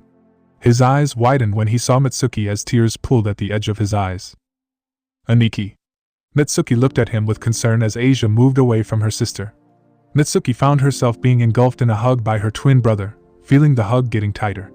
Mitsuki gingerly wrapped her arms around her brother. "I'm so glad you're okay," Mitsuki said. Why wouldn't I be?" Mitsuki asked. "And nothing. It's just that you got hurt when you guys came to get me," Issei said, pulling away from her. "Well, isn't it nice to have your sister do the saving for once?" Mitsuki asked. "It's supposed to be the big brother's job to save their younger siblings," Issei said. "Aniki, you're only 3 minutes older than me. That's not enough to make you my big brother," Mitsuki said. "And we're twins." "Still older than you," Issei said. As the others gathered around Mitsuki, Issei stood off to the side and watched happily as his twin became the center of attention. He sighed as he tried to speak to Tiamat and Drake. "Guys, I know what I did was wrong, but," Issei said. "Issei, do you realize that you have 1 year left to live?" Drake said. "I know," Issei said. "How do you think your friends and family will feel after they hear that you sold your soul? Irina, Rosweiss, that cat, your sisters. Did you for once think about how they might feel knowing that they'll lose you? Issei, if Mitsuki finds out that you sold your soul for her, it will break her. It'll be even worse if she finds out you'll die in 1 year just so she can live," Tiamat yelled. Issei remained silent as Tiamat ripped into him. "You absolute fool. She threw herself in front of that attack to save you. To keep alive. And what do you do with that chance she gave you? You threw it away to get her back," Tiamat yelled. "Why did you do it, Issei? Why did you sell your soul for her?" Drake said. "Because I can't do it. I just can't. I can't live without her. Don't you understand? Mitsuki and I have been together since before we were born. We're two halves of the same person," Issei said. "We were one person at one point." Mastema watched silently as Issei poured out his soul to Drake and Tiamat. Drake and Tiamat remained silent as Issei internally broke down. Look, we'll talk about this later. There's someone that we need to stop first, Issei said. Unknown location, USA, 6:55 a.m. Lance arrived in front of a railroad in the literal middle of nowhere. He looked to the sky and saw swirling funnels of black mist flying around in the sky. Whenever one tried to get past the rails, it was repelled and a mass of complex and intricate runes briefly appeared in the sky before vanishing. Looks like you made it to the party, a voice said next to him. Lance jumped and grabbed a rock from the ground. Beelzebub turned slightly to look at him before turning back to the rails. All right, I'm here. What do you want? Lance said. Beelzebub looked at him before reaching into his pocket and pulling out an old revolver and handed it to Lance. A Colt revolver. What do you want me to do with it? He said as he accepted it. Revolver. Hardly. That right there is possibly one of the only existing weapons left in all of creation that can kill me and the gods with 100% guarantee. It's also a key for the thing I need you to go get past these rails. It's another 12-hour walk to your destination from here, Beelzebub said to him. What's to stop me from shooting you right here? Lance said, pointing the gun at his face after hearing that this was the only weapon that could kill Beelzebub. Oh, go ahead. But I wouldn't. After all, you wouldn't want something to happen to your cute little sister, would you? I know some demons have had their eyes on her, and I'm the only one preventing them from attacking. How about this? I let you kill the two I'm talking about, and you use the gun to get what I need. Deal, Beelzebub said. Lance nodded. Beelzebub sent out a mental command for two demons. Two male demons landed in front of Lance. The two devils looked at Lance with an air of arrogance. Lance, this is Abraxas and Derrida. Feel free to kill them, Beelzebub said, shocking the two. Without hesitation, Lance fired the Colt at the two demons, killing them instantly. Lance watched with satisfaction as the demons fell to the ground, their bodies flashing with a fiery orange before dying. Better? Beelzebub asked.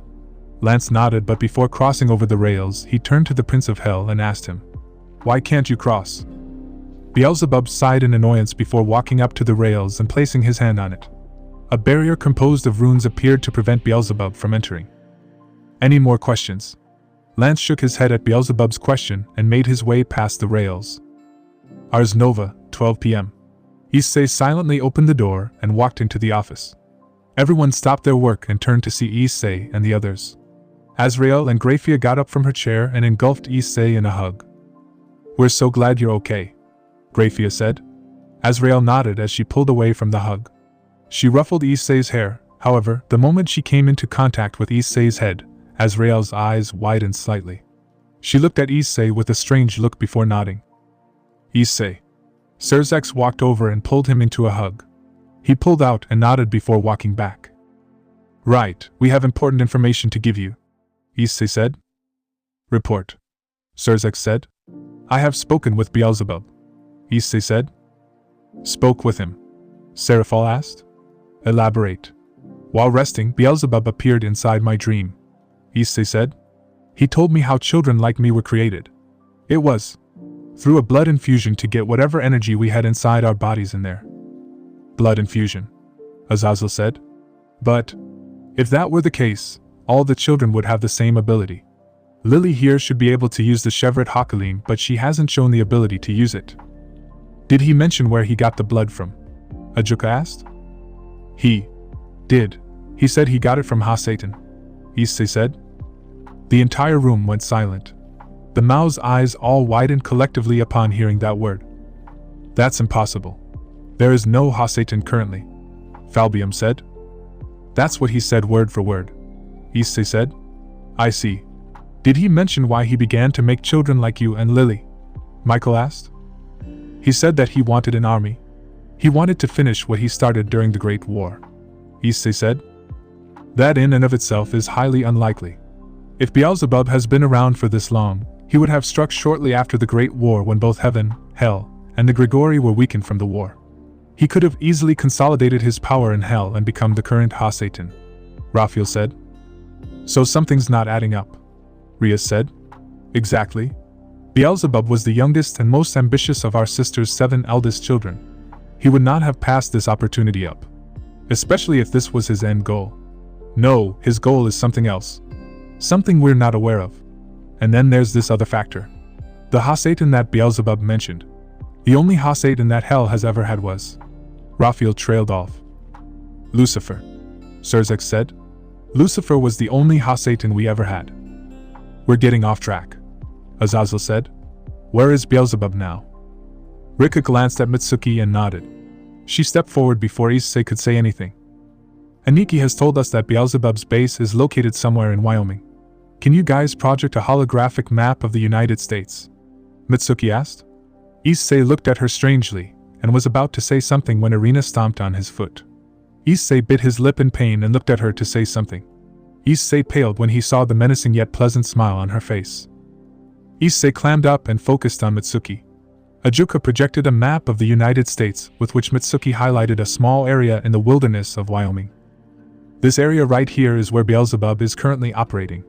We believe that there's something there that he wants, Mitsuki said. Curious, Beelzebub told Issei all this. Seraphal asked. Yeah. Right, Aniki, Mitsuki said. Huh. Yes, of course. He was so sure that I'd be one of the people that died in his little Hunger Games that he decided to give me his plan, Issei said. The archangels narrowed their eyes but said nothing. So do we have any surveillance footage of that area? Serzex asked. Let's see, Azrael said. She opened her hand and a small magic circle appeared inside it. The circle projected an image of the area that Mitsuki pointed to. The image was grainy as if it were experiencing a massive amount of interference. We can't get a clearer image, Gabriel asked. No, there's something there that's preventing me from clearing it up, but from what I can see, there's a massive amount of devils flying around and concentrating their efforts in getting past. No way, Azrael said. Is that? Serzex asked. A Solomon's key. A barrier developed by King Solomon specifically to keep devils out of an area. Or keeping them in, Azazel said. So there's something in there that Beelzebub wants, and that Solomon's key is keeping it trapped inside, Rias asked. Presumably, Serzex said. So what's our next move? Issei asked. We move against Beelzebub effective immediately before he finishes whatever the hell he's planning, Serzex said. He turned to Issei, Valley, and Mitsuki. I want you three to spearhead this mission. Issei, we're officially making whoever is here from your Azazel Cup team as honorary emergency members of DXD. Your mission is to go to this location in Wyoming and stop Beelzebub before he can achieve his plans. Wait, Rias said. What is it? Seraphal asked. Did you guys forget? Devils can't enter the area. That Solomon's key is going to keep us out, Rias said. There's a way around it, Azazel said. Come here. Rias nodded and walked over to the former Governor General. He held out his hand and a series of runes appeared around Rias. The runes circled rapidly around her before sinking into her body. Rias looked at her arms and her body before giving Azazel a confused look. It's a counterspell we developed against Solomon's keys. Solomon's keys can be configured to trap or keep out angels, so we in heaven developed such a spell, Azazel said. I see, Rias said. Come over here. I'll cast it on the rest of you, Azazel said. One by one, the devils went up to Azazel to get the spell cast on them. After they were finished, Azazel returned back to his place with the other archangels and the four Mao. Serzex coughed and stepped forward. Right. Once again, the main focus of this mission is to prevent Beelzebub from achieving whatever the hell it is he wants from inside that key. Eliminate him if you have to, but it is preferable if you capture him so that he may be brought before the Celestial Council, Serzex said. Gabriel stepped forward and gave them all a mischievous grin. Since this is a place that none of you have ever been to, I shall be the one to transport you there. Any questions? Gabriel asked. No one said anything, prompting Gabriel to clap her hands. All right then. Please keep your hands and feet inside the vehicle at all times and remember to have as much fun as you can have stopping a demon lord with great destructive powers from before you were born, Gabriel said. Everyone gave the archangel a strange look. Gabriel was unfazed by their demeanor and snapped her fingers, teleporting everyone away from the room. Michael glanced at his younger sister, who had a contemplative look on her face. Her jet black eyes stared off into space. Michael walked over and placed his hand on her shoulder, causing her to jolt out of her reverie. Huh. Azrael turned around to look at her brother. What's wrong? Michael asked. You know what's wrong. You can sense it, Azrael said. Michael went silent. He did sense it. That all too familiar sensation. They had to deal with it more than once during the Great War. I sensed it, Michael said. So I wasn't crazy then, Gabriel said, turning around. Crazy about what? Seraphal asked, butting her head in next to Gabriel. Gabriel narrowed her eyes down at the diminutive Devil King. Nothing, she said. Issei's soul. Azrael began. At the mention of Issei, everyone turned around and looked at her. Issei's soul has been earmarked for damnation. In 1 year, his soul will be dragged to hell and there is nothing anyone can do to stop it. What? Grafia yelled. What do you mean Issei's soul is damned for hell? Surzek said. His soul. It has the mark of someone who sold their soul, Azrael said. And there's nothing we can do, Ajuka asked. Well, there is. We can find the one who holds Issei's contract and eliminate them, thus voiding the contract, but I can imagine how hard it would be to track down the one who made the deal with Issei, Azrael said. Everyone remained silent upon hearing Azrael's words. Don't tell anyone, she said. I can imagine that he wants to be the one to tell them. Lance stepped foot into the cemetery, clutching the gun in his left hand. He spotted what Beelzebub had meant. A large mausoleum in the middle of the cemetery amongst all the other headstones. He walked over to the large black iron doors of the mausoleum. The door was intricately designed with a massive flaming pentagram emblazoned into the door. A large hole was located at the center of the pentagram. All I have to do is do this, Lance said, holding the gun. The images of everyone that he's killed in the past games that Beelzebub had held appeared inside his head. He could never go back to his family after this, but in the end, his sister would be alive and healed. That is, if Beelzebub's words were true. Lance froze and turned around, seeing Issei and the others. He gritted his teeth as he took a defensive stance. Issei. And you? Lance looked at Mitsuki in a confused manner. Issei stiffened as he heard Lance's words. You know me? Mitsuki asked. You're supposed to be dead, Lance said. What? Mitsuki looked at him confused. You died. You were pierced in the heart. I saw you get impaled right through the chest, Lance said. Mitsuki went silent as shock completely overtook her body. Her hand unconsciously moved to her chest where a lingering phantom pain pulsated inside her chest cavity. Lance. Stop this. Give up and put the gun down, Issei said. I can't, Issei. I can't. I'm too far gone, Lance said as a series of blackened marks appeared on the side of his neck. His eyes began to glow violet. It's not too late to stop this, Issei said. It is. And I'm sorry for this, he said. For what? Issei asked. For targeting your sister a second time, Lance said. His eyes began to glow as he raised his hand. Mitsuki's eyes widened as her hands flew to her throat, gasping for air. Michan, Issei said as he and the others ran to assist her. Lance nodded before running towards the mausoleum door. He sighed as he stuck the barrel into the keyhole of the door. Issei. Go. We got her, Irina said. Issei nodded and ran towards Lance. He appeared behind Lance in an instant, prompting him to turn around. Lance's vision became filled with Issei's fist as he was sent flying across the cemetery and crashed into a tombstone. Issei appeared above a downed Lance as he grabbed his collar. I never got to pay you back for last time, Issei said. Does she know? Lance whispered in pain. Know what? Issei asked. That you made a deal, he answered. I didn't make a, Issei said. Don't even bother to lie. I know you did it. I made a deal with Beelzebub that he would heal my sister if I won the games and did everything he said. Lance croaked. How long do you have? Issei asked. Until he sees fit to get rid of me. If you haven't noticed, we were nothing but this man's pawns, Lance said. So what does he want? Issei asked. That door that's about to open is a portal to the deeper levels of hell, and in that level is an army of demons waiting to be freed. And that gun that opens the door is one of the only things that can kill him, Lance said. Issei's eyes widened when he heard those words. Can we stop it? Issei asked. No, we're too late. And now that I told you this, Beelzebub will kill me, so promise me one thing, Lance said. Why should I promise you anything? Issei asked. Because everything I did for her, Lance said. It's like you throwing your soul away for your sister. Issei remained silent, unable to talk back to him. So what do you want me to do? Issei said after a few seconds. Protect her. Protect my sister, because after I die, Beelzebub will go for her next and kill her. Please. I know I don't deserve your help, but as one brother to another, keep her safe. Lance said. Issei nodded before shaking his head. Tell her that yourself. Come on, Issei said, extending his hand. The sound of gears shifting brought everyone out of their stupor. Issei's eyes grew wide. He had forgotten to retrieve the Colt from Lance. Everyone watched in horror as the emblem slowly put itself together.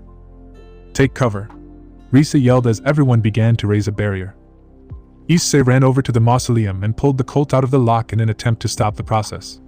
It didn't work. The locks continued to undo themselves with each click, bringing the door closer to opening. Banging sounds could be now heard from behind the doors. Aniki.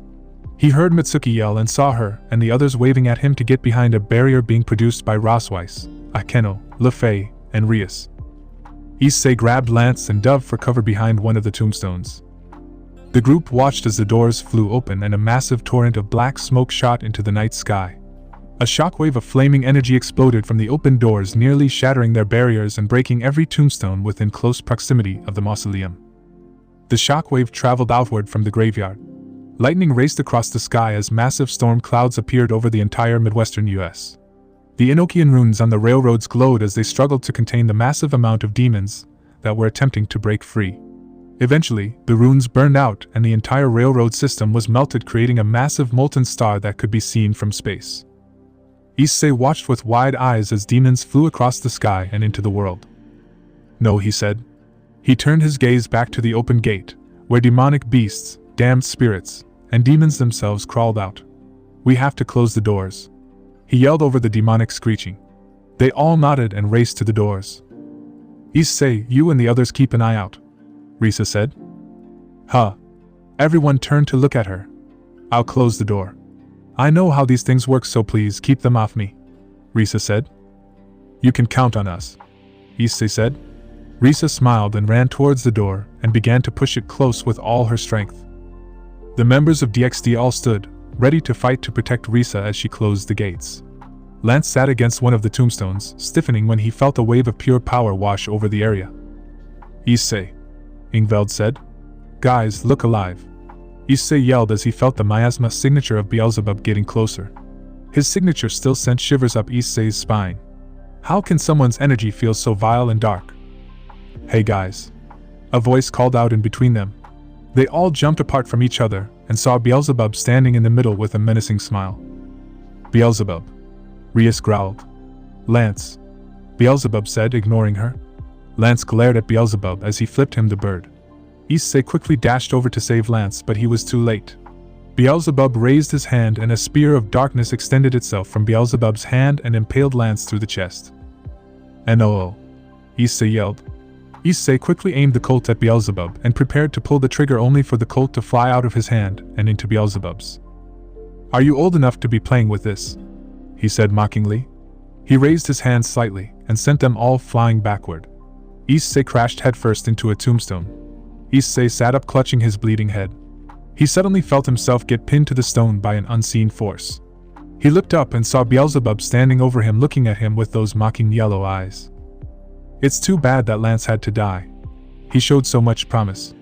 He even inherited the power of Luxuria from the blood, but it seemed to have no effect due to the fact that he was weak, Beelzebub said. Issei glared at him.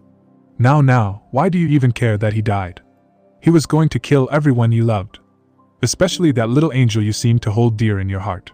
She was going to become his little plaything. I wonder how good her screams would have sounded, Beelzebub said. His question was answered by Issei ramming his fist into his face, forcing the demon to drop the Colt and release the others. Beelzebub crashed into the forest, causing the entire area to shake. Don't you dare speak about him that way. What do you know about him? About the rest of us? You ruined their lives. You placed my family in danger just by putting this in me. You forced him and people like him to kill children and each other, Issei said. It was a culling, Issei. To see who was weak. To see who needed to be weeded out, Beelzebub said. You're sick and we're stopping you right here right now, Issei said, summoning the boosted gear. You're welcome to feel free and try, Beelzebub said, levitating into the air. Everyone was pushed back as Beelzebub's oppressive aura exuded from his body. The final battle against Beelzebub had begun. Unnamed Cemetery, Wyoming, United States, March 16, 2020, 5 p.m., current time. 3 minutes till midnight. Beelzebub stood across from the squads deployed by DXD with a cocky smile on his face. He crossed his arms and eyed them, more specifically eyeing Valley Team and Gremory Peerage.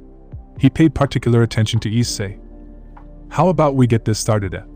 Beelzebub asked as he lowered his arms. At the sight of the gesture, everyone stiffened as he began to slowly walk towards them. Their caution, they felt, was completely warranted. The man before them was no Shalba Beelzebub. No, this being was a true monster. A god wearing the skin of a devil. He made Shalba look like a child with the oppressive aura he was radiating. Were they all afraid? A little, but fear was healthy in a situation such as this. Fear stimulates the need to survive. The need to survive fuels the need to fight harder. And it wasn't as if Beelzebub was the strongest opponent they've ever fought. His power was lesser than that of Resivim Levon Lucifer, but the sheer difference in malevolence could be felt. Well, is no one going to take the first shot? Beelzebub asked. No one moved. He was baiting them, but why? They had the Dragon Emperors on their side as well as the wielder of Telos Karma. What could he gain by baiting them? I guess I'll go first then, Beelzebub said. He took a step and vanished from their sight. He appeared next to Issei and Valley and grabbed them, slamming their skulls into each other. His sudden display of speed surprised them as they never expected him to be so fast. Mitsuki formed an energy blade and swung it at Beelzebub. Beelzebub ducked and threw Valley into her, sending them crashing into the forest. Rosweiss, Akeno, Lefay, Rias, and Ingveld summoned and pulled together a massive amount of magical power. A polychromatic, iridescent magic circle appeared in front of them as they fired their combined spell. Everyone moved except for Beelzebub, who merely raised his hand and froze the spell in front of him. A massive shockwave flew past him from the force of such a dense ball of energy being stopped so suddenly. Everyone's eyes widened when the spell fizzled out and turned into streams of light that were rapidly absorbed into Beelzebub's hand. A little spicy from the power of destruction being added in, but I'll take it, Beelzebub said. He quickly dodged when Kiba swung Graham next to his face. The air behind him shifted, causing him to summon two dark blades to intercept the swords of Zenobia and Rika. Beelzebub grinned as he raised his hand. Kiba. Zenobia. Rias yelled. Rika. Irina screamed. An omnidirectional pulse of pure kinetic energy exploded from Beelzebub's form, sending the three flying back. Biko, Kuroka, Arthur said, tightening his grip around Caliban. Back me up. Biko and Kuroka nodded. Kuroka summoned blue flames to her hand as her left eye turned green. Biko spun Rijingyu Bang as Arthur took off in a burst of speed towards the Demon Lord.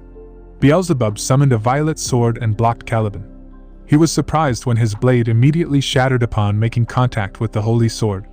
He flipped as Arthur swung Caliban, the swing generating an extremely thin wave of air that sliced apart all of the headstones and trees in its path. Kuroka and Biko appeared above Beelzebub, their respective weapons brandished and ready to tear into Beelzebub. Beelzebub rapidly turned and unleashed a massive swathe of darkness at them, pushing them back. He then used his other hand to telekinetically pull Arthur towards him. He slammed his fist into Arthur's torso, breaking 5 of his ribs and sent the young Pendragon crashing into a tombstone. Brother! Lefay screamed. She growled and glared at Beelzebub. She raised her staff and summoned a massive magic circle. A summoning circle keyed with Fenrir's energy. Sensing the power of the god-eating wolf from the circle, Beelzebub raised his hand and fired a blast of energy at her. Lefay dispelled the circle to raise a barrier, deflecting the blast. Taking advantage of his distraction, Rika and Bova appeared next to Beelzebub and let loose a series of devastating attacks. Rika kicked Beelzebub into the air and summoned the Agniastra, firing it as a massive blast of fire. Bova opened his jaw and fired a meteoric blast of flames. Wait! Toka yelled. He can absorb energy-based attacks. Her warning went unheeded as Beelzebub raised his hand and absorbed the flames into himself. He smiled as he righted himself in the air, using his 12 wings as stabilizers. I can do more than just that, Beelzebub said. He raised his hand once more, this time summoning the very flames used to attack him. The flaming sphere grew in size and luminosity, mimicking the very sun itself. The heat that radiated off the sphere was palpable as small plants began to rapidly combust and turn to ash. "What the?" Bova said. "Here.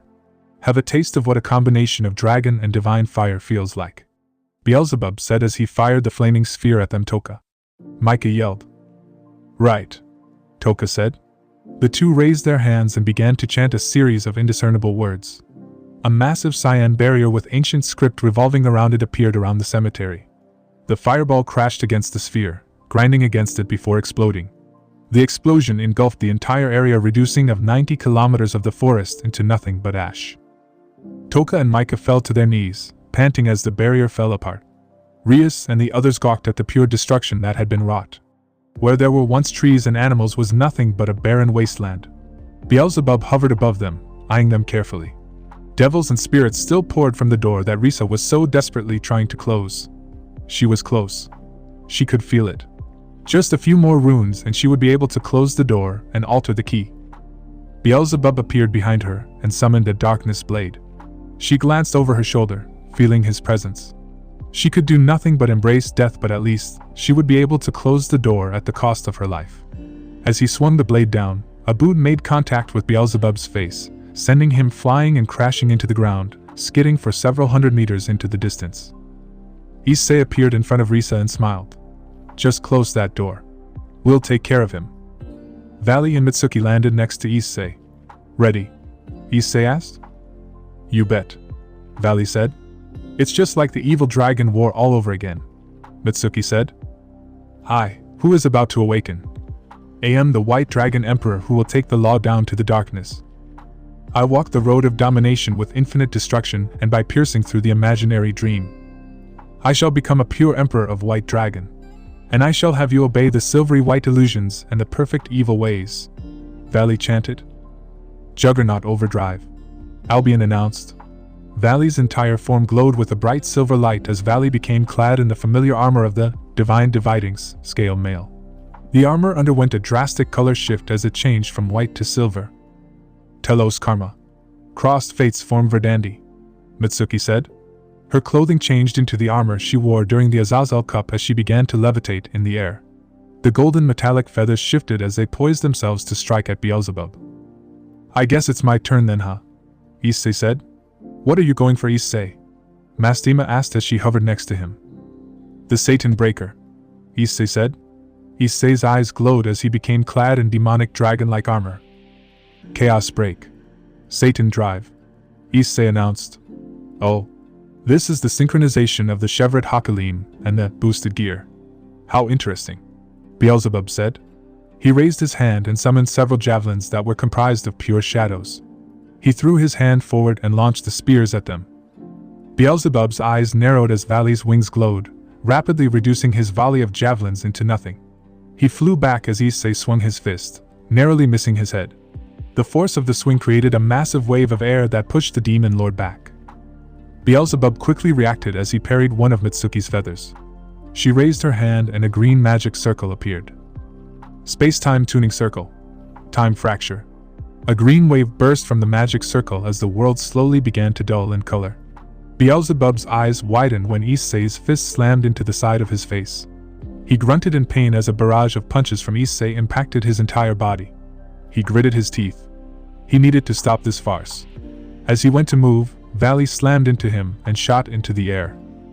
"Take this," Valley yelled as he shot past Beelzebub, tearing a massive hole in his side. Beelzebub gasped in pain before sensing a massive pulse of pressure coming to his side.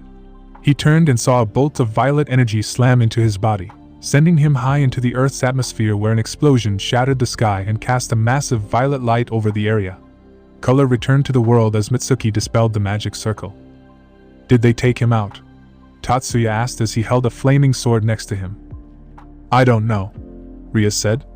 Issei, Mitsuki, and Valley all stood ready. They knew that Beelzebub wasn't dead yet. If the man managed to survive for that long, then a combined attack wouldn't be enough to do him in, but it would sure as hell leave him extremely injured.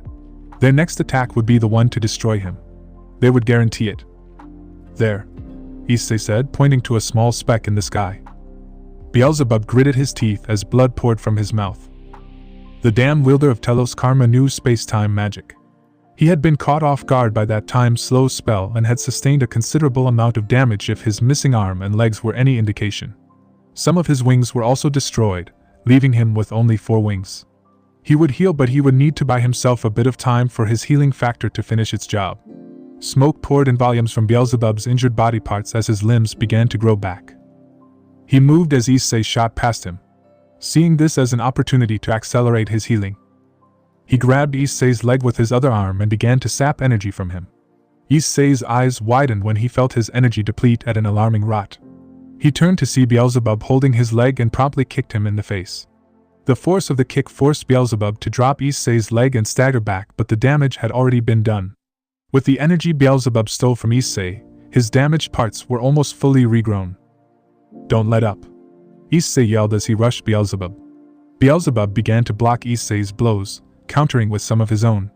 Behind him, Rika appeared and slashed her swords at him. Beelzebub's eyes glowed as Rika's swords were stopped in mid-swing. He kicked Issei away and summoned a dark sphere of energy to fire at Rika. Rika twisted her body out of the way and flew back. Beelzebub made to pursue and kill her when a massive water serpent swallowed Beelzebub whole. He scoffed. He could just absorb this technique. A red glow caught his attention as he glanced to his left and saw Rias through the dragon's translucent skin. She held a small power of destruction orb in front of her and began to charge it. The hyperdense sphere of magic began to warp the light around it as its G-force increased. Pseudo-singularity, Rias whispered as she fired the sphere into the snake. The sphere exploded, pulling everything in from the charred topsoil to even some of the tombstones. Beelzebub desperately tried to avoid the sphere only to fail and get sucked in. "Akeno. Don't let him recover," Rias yelled. Akeno nodded and fired a torrent of holy lightning. Asia and Aaron assisted alongside Rossweiss, who unleashed a hail of magical spells. Irina compressed a massive sphere of light between her hands and fired it into the water dragon. As the attacks were pulled into Rias's singularity, the dragon emitted a massive shockwave. "Shit," Ingveld cursed as her dragon dispelled. Rias's singularity warped and fluctuated as the pull grew stronger. This time, everyone was being pulled in, even the escaping devils. Everyone flared their auras as they tried to keep away from the sphere. After a few moments, the sphere emitted a small pulsating violet light, and the orb completely collapsed into a small black and red marble that hovered above Beelzebub's hand. In his other hand was a compressed sphere of their spells. He smiled as he crushed the orb, absorbing it into his body, which had been fully healed. He raised his other hand containing the spells and fired them. "Get down." Yu raised his hand and formed a massive golden barrier around them. "Let me help," Lefei said as she cast a secondary barrier around Yu's. The conglomerate of spells smashed into Lefei's barrier, causing cracks to appear. "Damn it," Irina said as she glanced at her bracelets. "Sync myself with my soul. Sync, sync, sync," Irina chanted frantically. Beelzebub. Issei engaged Beelzebub in an aerial fistfight, taking great care not to add any energy to his attacks as to not give the old Mao any energy to amplify his strength or heal himself. Issei boosted 20 times and threw a punch at Beelzebub. The old Mao dodged it and placed his palm in front of Issei's torso. Heh! Beelzebub laughed as Rias's power of destruction formed in his palm. Issei's eyes widened as he was sent crashing into the ground. "Aniki!" Mitsuki yelled. She charged at Beelzebub, not giving him any room to breathe. Beelzebub dodged and evaded her attacks. Her speed was annoying. She blitzed him at every turn, landing more attacks on him than he could dodge or block. If things didn't get worse for the Demon Lord, Valley capitalized on this and began to blitz Beelzebub as well. Beelzebub found himself caught between two extremely powerful devils, blocking their attacks. He roared and unleashed a shockwave of energy that knocked them back. "Why won't you scum just lay down and die?" Beelzebub yelled. He appeared in front of Valley, catching the devil off guard by his sudden increase in speed. He grabbed Valley's helmet and slammed his head into the ground at high speeds. The ground shook from the force of the impact as a large crater formed in the charred forest floor. Mitsuki appeared behind Beelzebub in order to rescue Valley. The demon was prepared for her attack and swung his fist, slamming his arm into her torso. She coughed and was sent flying into the cemetery, crashing into a tombstone. "Stay down this time, girl," Beelzebub said as he raised his free hand. He fired a bolt of dark energy at the helpless Mitsuki. Mitsuki gritted her teeth as she saw the energy coming for her. "Redirect," Mitsuki mentally yelled. However, she didn't need to activate her sacred gear. A blur of blue shoved Mitsuki out of the way and reappeared a few feet away from the destroyed area. Mitsuki's eyes widened when she saw Irina standing by her. Irina's hair had been dyed silver as her ponytails disappeared. Her eyes shifted from violet to gold with small targeting reticles that surrounded her pupil. Her exorcist combat gear changed color and now possessed white accents. The combat gear parted in the middle, revealing some of her cleavage. Sleeves that were open at her shoulder covered her arms, and a high collar with a large blue gem hanging in the middle appeared. Her boots changed from black to white, and a fall that had blue feathers and was decorated with gems and gold accents appeared. Behind her, there were 2 extra pairs of wings, from her usual 6. Her halo also drastically enlarged and became large enough to fit several dinner plates. Beelzebub eyed the girl as she turned her smoldering golden gaze on him. Dawnbreaker. Code Seraphina. Irina announced. She unlocked her codification. At this time. Talk about luck, Micah said. The stress must have forced her to unlock it, Ingveld said. Let's just hope she can last long enough to allow us to recover a little, Rika said. Don't worry. My sacred gear's balance breaker should be able to get everyone back to peak condition, Asia said as she activated Twilight Healing's balance breaker. Her nun outfit disappeared as she became clad in a revealing golden armor that resembled that of a Valkyrie's. Erin turned away as she stood next to him, raising her arm to emit a healing field. Her eyes caught him as she smiled. I don't mind if it's you, she said meekly. No flirting on the battlefield, you two, Ingveld said as she felt her wounds heal. Good thing Asia's here. Our ultimate support mage, Biko said. A large noise alerted them back to the fight. This was inconceivable. All of this was this angel that stood by Issei's side. He was so sure that she wasn't a danger, but here she was, inflicting damage on him. Every hit with that damned holy blade of hers was like a sting, but a million stings could prove fatal, especially if they all happened simultaneously. Irina deftly evaded one of Beelzebub's swipes. Flash. Phantom Clayum Solace. Irina muttered as she swung Hauteclair a million times within the span of an instant. Beelzebub recoiled in pain as several cuts appeared all over his body. His regeneration kicked in as his wounds began to heal rapidly. He roared and formed a blade from pure energy, and swung his blade at Irina. Irina blinked out of existence, and appeared behind Beelzebub. Thousand Star. Irina yelled as she slammed her palm into Beelzebub's back. 1,000 explosions happened all at once and sent Beelzebub flying. How? Beelzebub yelled as he righted himself in midair. His eyes spotted the small logo on her bracelet. Black light. Beelzebub growled. How much more are they going to keep interfering? More and more, Rika whispered. Rias raised her hand and coated Obsidian right with the power of destruction. She swung the blade and inflicted a deep wound on his back. Beelzebub gritted his teeth and kicked her away. Milady, Naima said, bowing before a white-haired woman who sat in the air. The woman observed the battle with great intensity as her toxic yellow eyes drank in the information of the combatants.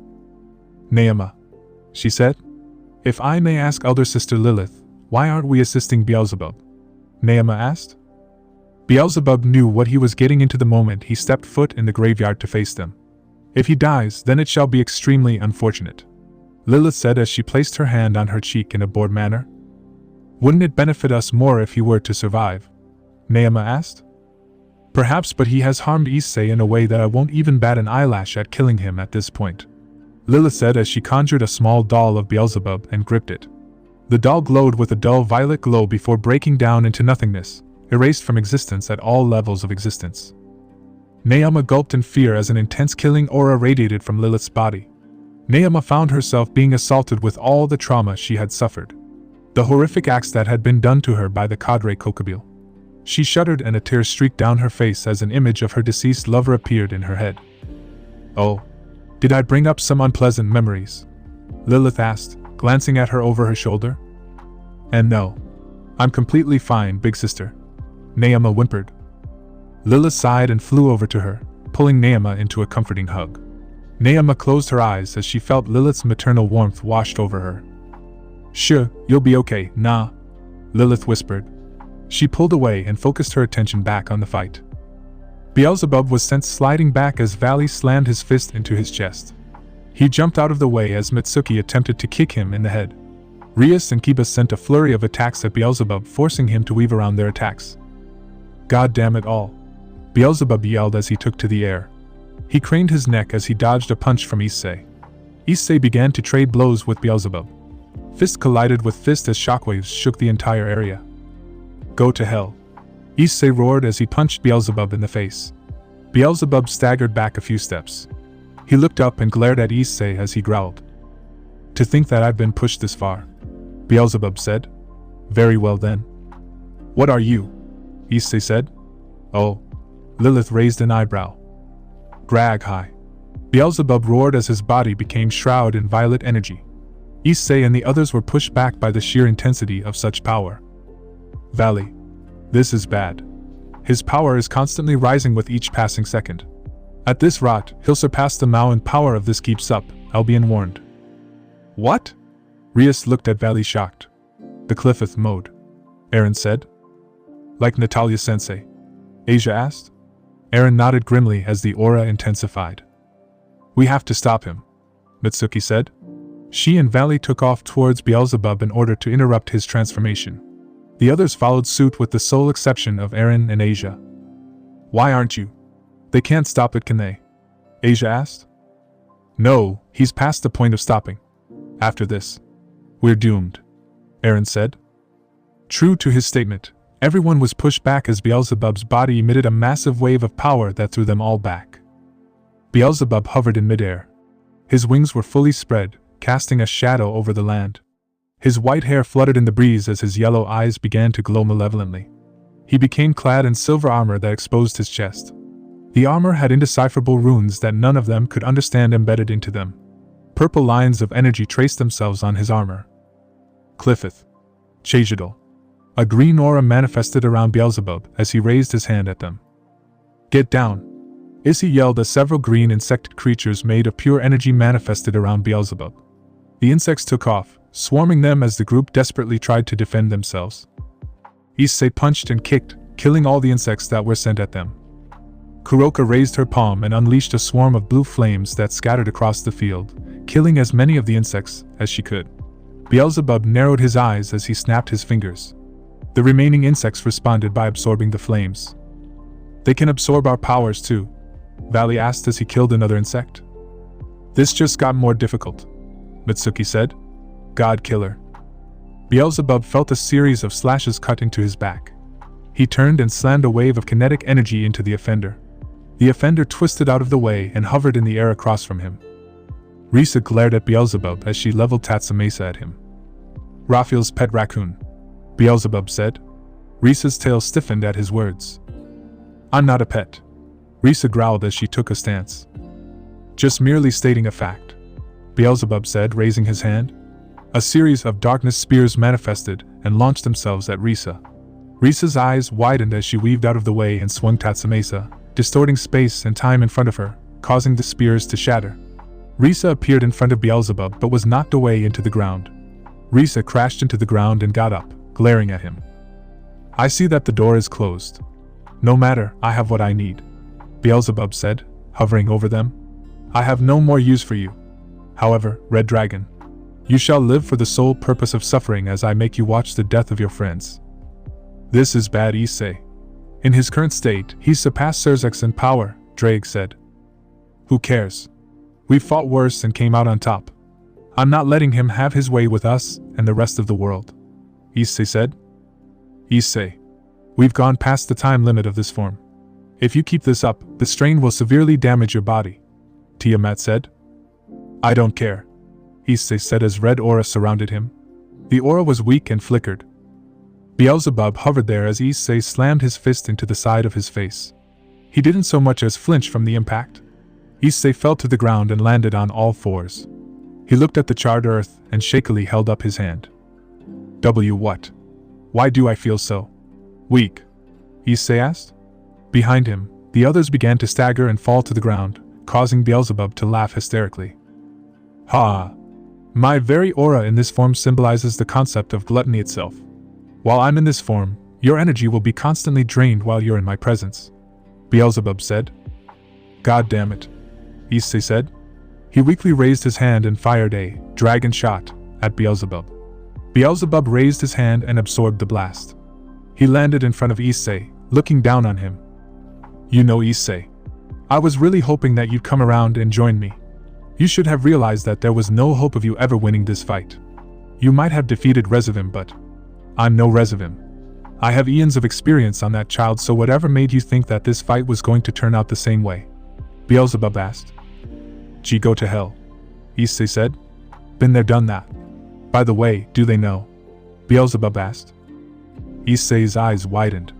He looked up at Beelzebub, who had a sick grin on his face. They don't? Oh, this is rich. Ahaha. No one was suspicious of this. How Mitsuki suddenly came back to life without an explanation, Beelzebub said, cackling like a madman. Mitsuki glanced at her brother, who shook in anger. Everyone else looked at Issei, wondering what was happening. The reality of the situation suddenly hit them as they realized what just happened. Mitsuki had come back to life in perfect condition with no explanation as to how. Or perhaps they already knew that deep down inside, Issei had something to do with this and that. Whatever price he was going to pay or paid, it wasn't going to be pleasant for him in the end. Tell me, how long do you get? Beelzebub asked. Issei remained silent. Oh, not going to say anything. 10 years. 1 year. 5. Beelzebub asked. No way. Rika gasped, connecting the dots. Irina glanced over at her. What? What's going on? Irina asked. He made a deal to bring Mitsuki back to life, Rika said. What? Irina felt her entire world shatter at Rika's words. Not going to say, Beelzebub asked. He sighed and walked over to Mitsuki, who backed away slightly. She hid her hand behind her back and readied whatever power she had left into this strike. However, she needed to distract him. Tell me, do you know what happened back in that town? Beelzebub asked. And no, Mitsuki said, partly to keep him rambling, partly to find out what he was going on about. Well, to put it simply, you died saving your brother, Beelzebub said. Mitsuki's eyes widened as memories of the pain that very moment came rushing to the front of her mind. She closed her eyes and shook her head, reminding herself of what she was attempting to do. I see that you remember, Beelzebub said. It's ironic. What is? Mitsuki asked. You sacrificed your life so that Issei could live, and what does he do? Take that sacrifice and spit on it, Beelzebub said. Get to the point, Mitsuki said, the ferocity of her glare intensifying. Humph, rather impatient, I see. Very well then, your sacrifice was in vain. Issei will die within a period of time that he is unwilling to disclose, though if I were to bet, I'd guess that he has at most less than 5 years, considering how high-profile your soul was and how much of a high-profile soul Issei would be hooked up to the meat rack within Bir Shakath, Beelzebub said. Shut up, Mitsuki said lowly. What was that? Beelzebub asked. I said shut up, she yelled, swinging her arm. She caught Beelzebub off guard as her energy blade sliced his throat open. He stumbled back, smoke pouring from his throat as it began to heal. I, soul. NT. Beelzebub gasped as his vocal cords began to knit themselves back together. Issei. Now's your chance. Attack. Drake urged. Right. But this attack will reduce my energy, Issei said. Just do it, Mastima yelled. Issei shot off towards Beelzebub, slamming an armored fist into the side of his face. Beelzebub flew off, crashing into the ground and sliding several hundred meters before coming to halt. Issei landed in front of Mitsuki. Mitsuki, Issei said. We'll talk about it later, she said, deploying her blades. Irina. Rossweiss. Issei glanced over at them. The two remained silent, preferring to ready themselves for battle. Now's not the time to discuss this, Issei. Right now, we need to get ready. Besides, I noticed something. When you knocked him away, my energy stopped depleting, Valley said. Meaning? Issei asked. His draining aura only works within a certain range. All we have to do is keep out, but then we'd be unable to attack due to him being able to absorb ranged attacks of any kind, Valley said. So what do we do? Aaron asked. I'll go into Diablo's Dragon Lucifer and use my Satan compression divider to negate his aura. That way, we can go in and deal damage to him, Valley said. Why can't we just use it to divide him out of existence? Rias asked. Because there's the chance that he'll be able to absorb it, and redirected at us. Valley said. You saw it earlier. He consumed the flames of a divine sword and used them against us. I'm just being cautious. Right. Issei said. So, me and Mitsuki go in and deal heavy damage after you compress it. Valley nodded. Seems like a plan. Issei fell to his hands and knees as pain coursed through his body. Your body's reached its absolute limit maintaining this form. It's been several minutes since you activated it, Drake said. My limit had to be reached now of all times. Issei growled as he struggled to keep himself on all fours. His armor flickered with a few orange flashes before disappearing. Your body's reached its limit with that form, Valley asked. What do we do now? Mitsuki said. We continue. Rias. That other form of yours. Can you and Mitsuki deal major damage to him? Valley asked. Rias nodded. Count on me. A massive cloud of dust and debris exploded in the distance as a green streak shot into the sky and hovered there for several seconds. How many times must they get in the way? Over and over and over. He growled. No more. Look out. Mitsuki yelled as Valley's face was suddenly covered by Beelzebub's hand. Albion. Valley thought. His armor became silvery white as jet black accents appeared on the arms, legs, and torso of the armor. 12 draconic wings burst from Valley's back as he held his hand out. Satan Compression Divider. Beelzebub let Valley go as his entire draining shroud was divided into nothingness.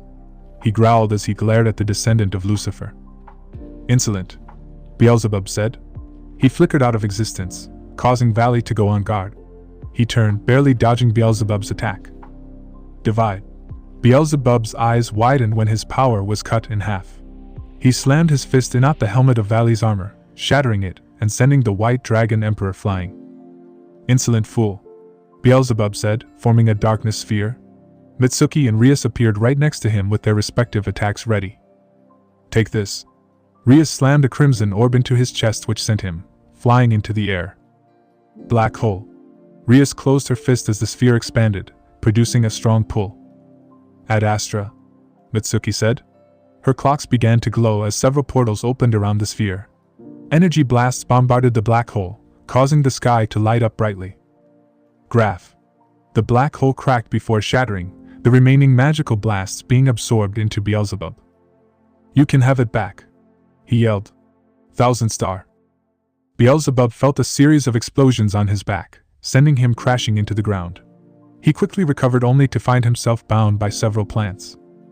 Now, Aaron yelled as he held the plants together.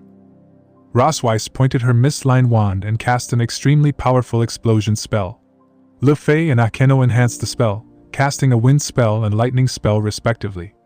A massive flaming tornado appeared, consuming Beelzebub as barrages of holy lightning struck the defenseless Mao. A buzzing noise was heard inside the roar of the flames and the crashing of thunder. Their eyes widened as the elemental cyclone was ruptured by a swarm of flies. Toka fired a lightning blast at one of the flies, causing it to explode violently. Don't let them touch you, she yelled. Satan Compression Divider. A silvery white flash of light erased every fly in existence. Valley appeared in front of them, holding his arm out. How much longer? Valley asked. 6 more minutes, Albion responded. Issei sat, using a gravestone as support. His body was weakened from the strain of maintaining his Satan drive for too long. He needed to find a way to help them.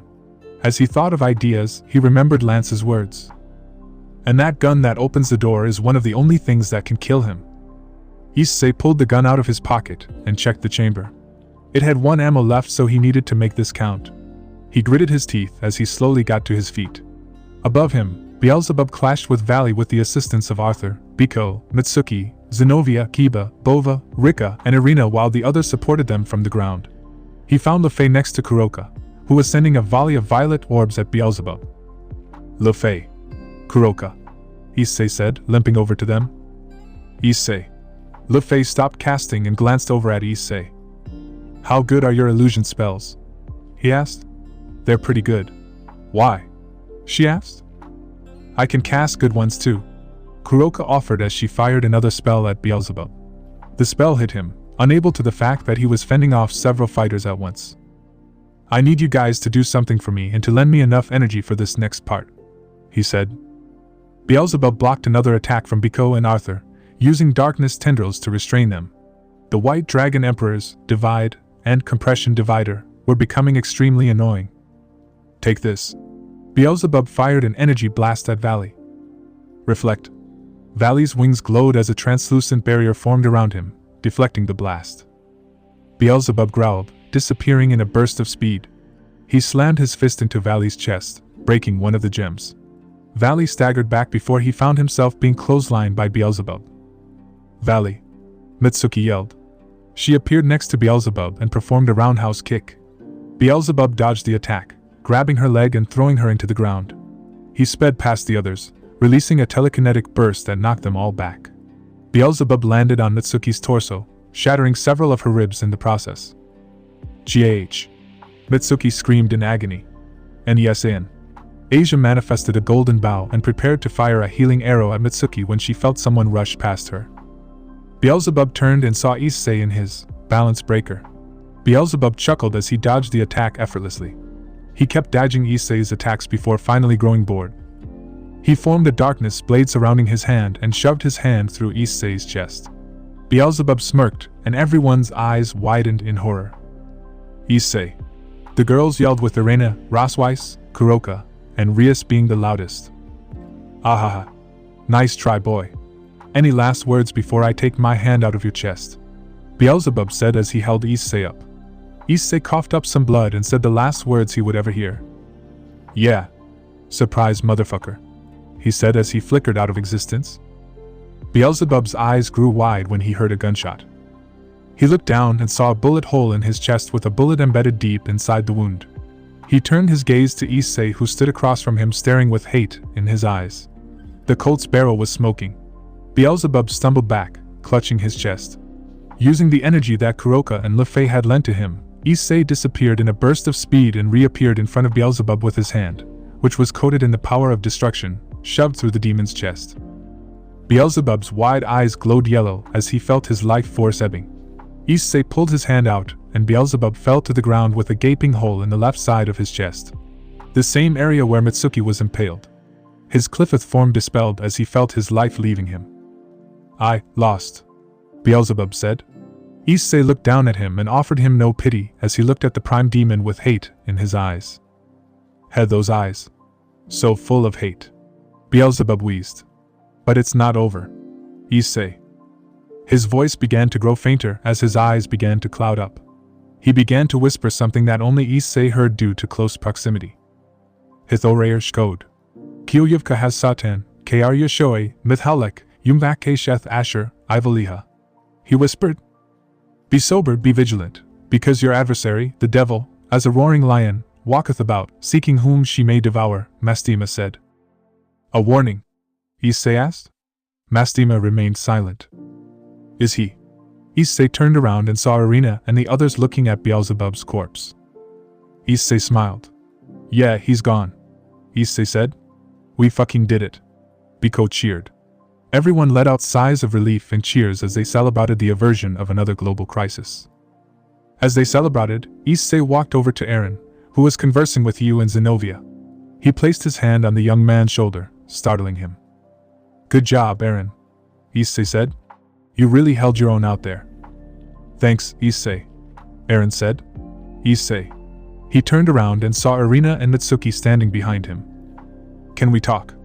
Irina asked. Sure, Issei said. Excuse us, Mitsuki said as they walked off. Rosweiss looked over Rias' shoulder as she saw Issei, Irina, and Mitsuki walking away, no doubt to figure out what Issei had gotten himself into. Want to follow them? Rias asked. Rosweiss blinked when she saw Rias staring intently at her. Akeno, Asia, Koneko, and Kiba also gave her a similar look. She nodded and the six snuck off to follow the trio. Issei walked silently through the charred forest before stopping at a place that he deemed was far enough to have a private conversation. So? Issei asked. So? That's all you have to say. So? Irina asked. Why, yeah, Issei said. What's wrong with you? She screamed. You'll have to be more specific, Issei said, trying to lighten the mood with a humorous tone. Now's not the time to make jokes, Aniki, Mitsuki said. Come on, Michan. Irina. We just saved the world again. Can't we at least celebrate before you start to interrogate me? Issei asked. Issei, Mitsuki said. Issei went silent. She never called him by his name before, even during the antagonistic period of their lives. Did I die? She asked. Issei remained silent, staring blankly ahead. Images of her dead body flashed at the forefront of his mind. Did you sell your soul to bring me back? Mitsuki asked. Irina watched silently as several different emotions flashed through Issei's face in the span of an instant. No. Come on. I'm not like those mothers who made those deals with Beelzebub, Issei said. Tell me the truth, Issei, Mitsuki said.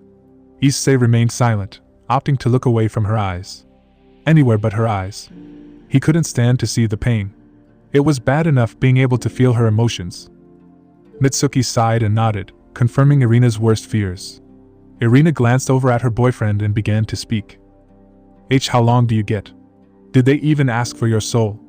Irina asked. Yeah, they did, and I get 1 year, Issei said. How could you do that? Mitsuki asked. Because it's my job. It's my job to protect Dash. No, it's not. We made a fucking promise to protect each other no matter what. How am I supposed to fulfill my end of the promise when you go and do this? She said, shoving Issei. Issei stumbled back and saw the raw pain inside his twin sister's eyes. Tears streamed down her face as she took a step forward. You saved me over and over again during the war. And all I did was go and get hurt over and over again. So why, when I had the chance to save you, you went and threw your life away for me? How do you think I feel? I can't bear the thought of a world without you. You're my twin. My literal other half.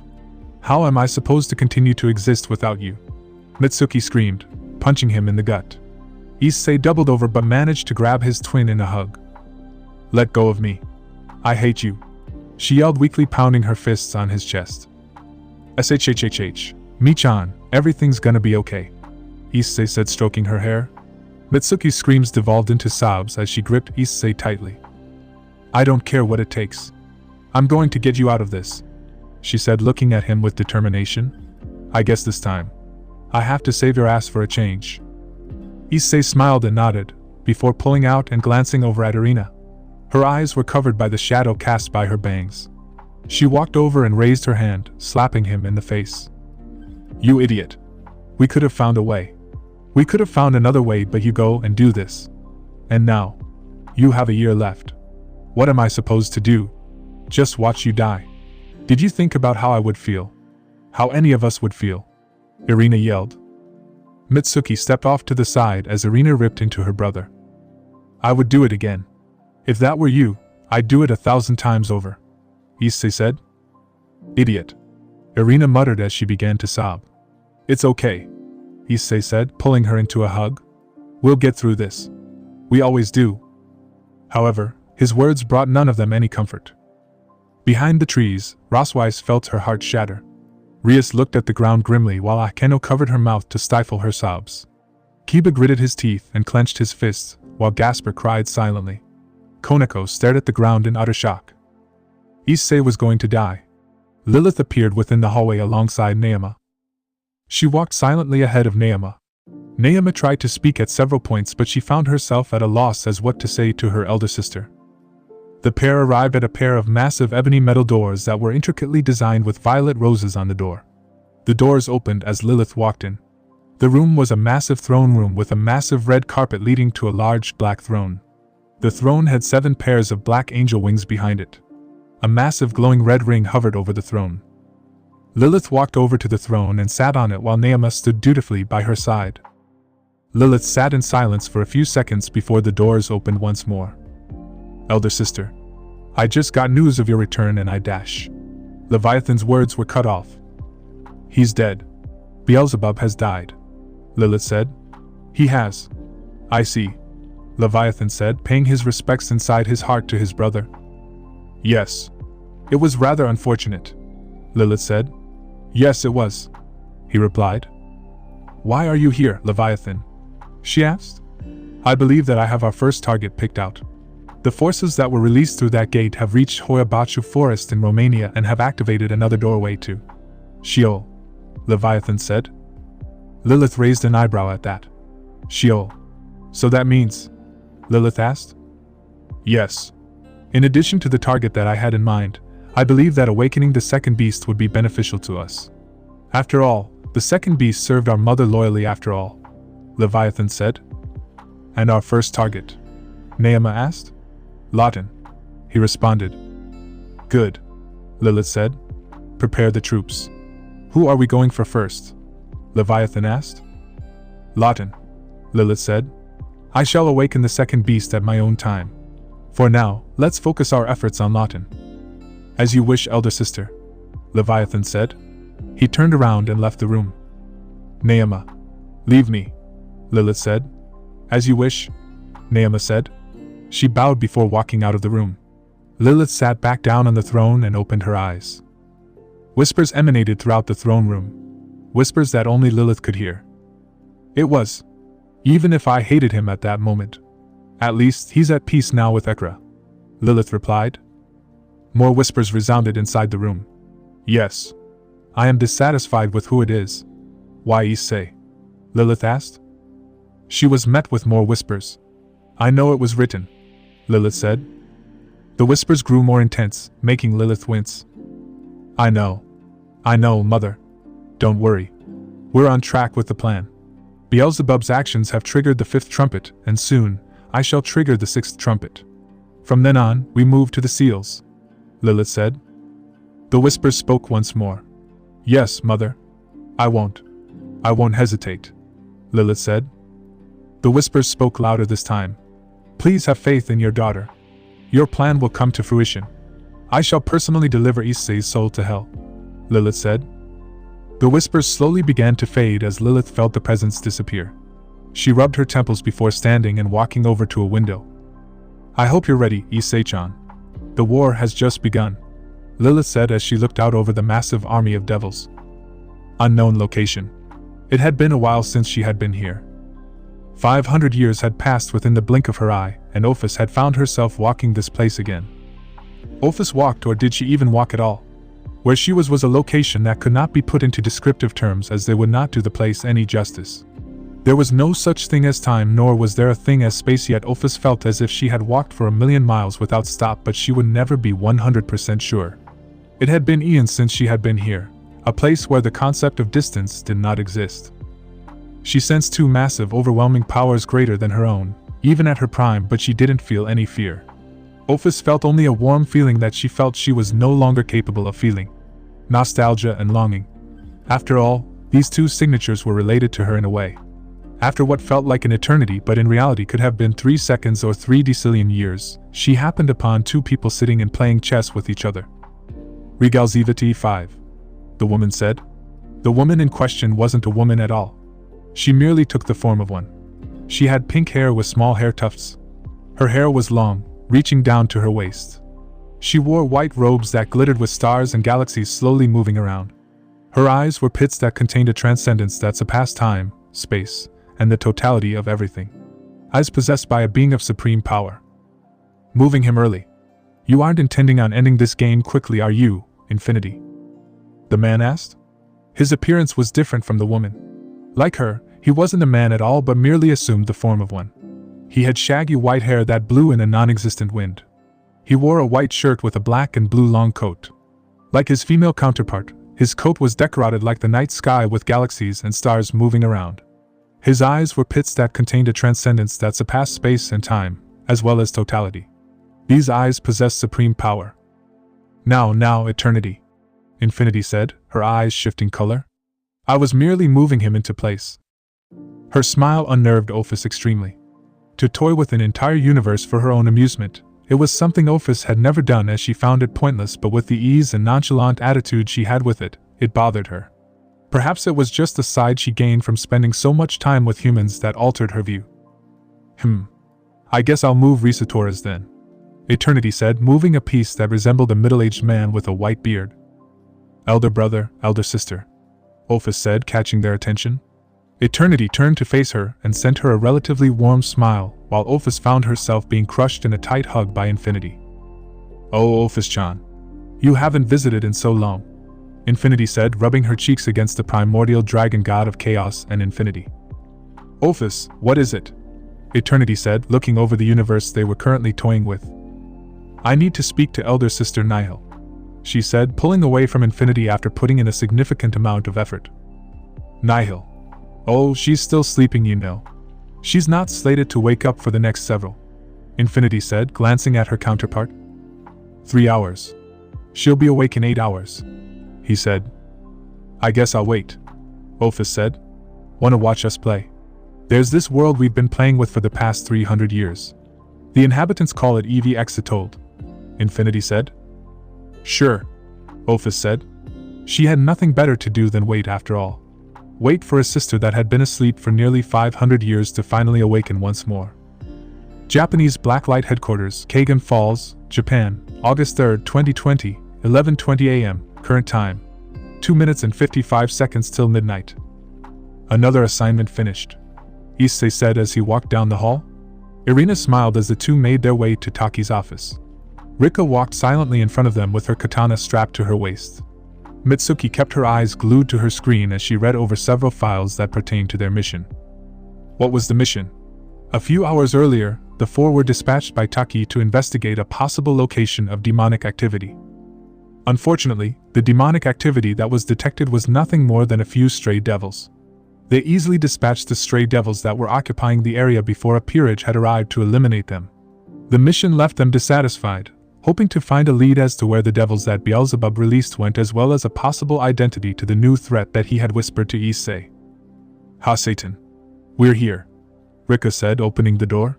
The four walked in to see Taki sitting behind his desk going over several documents.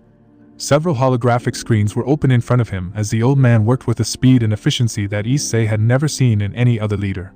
Most leaders that Issei had met tended to be lazy or a pervert, or both. Old man, Rika said, catching his attention.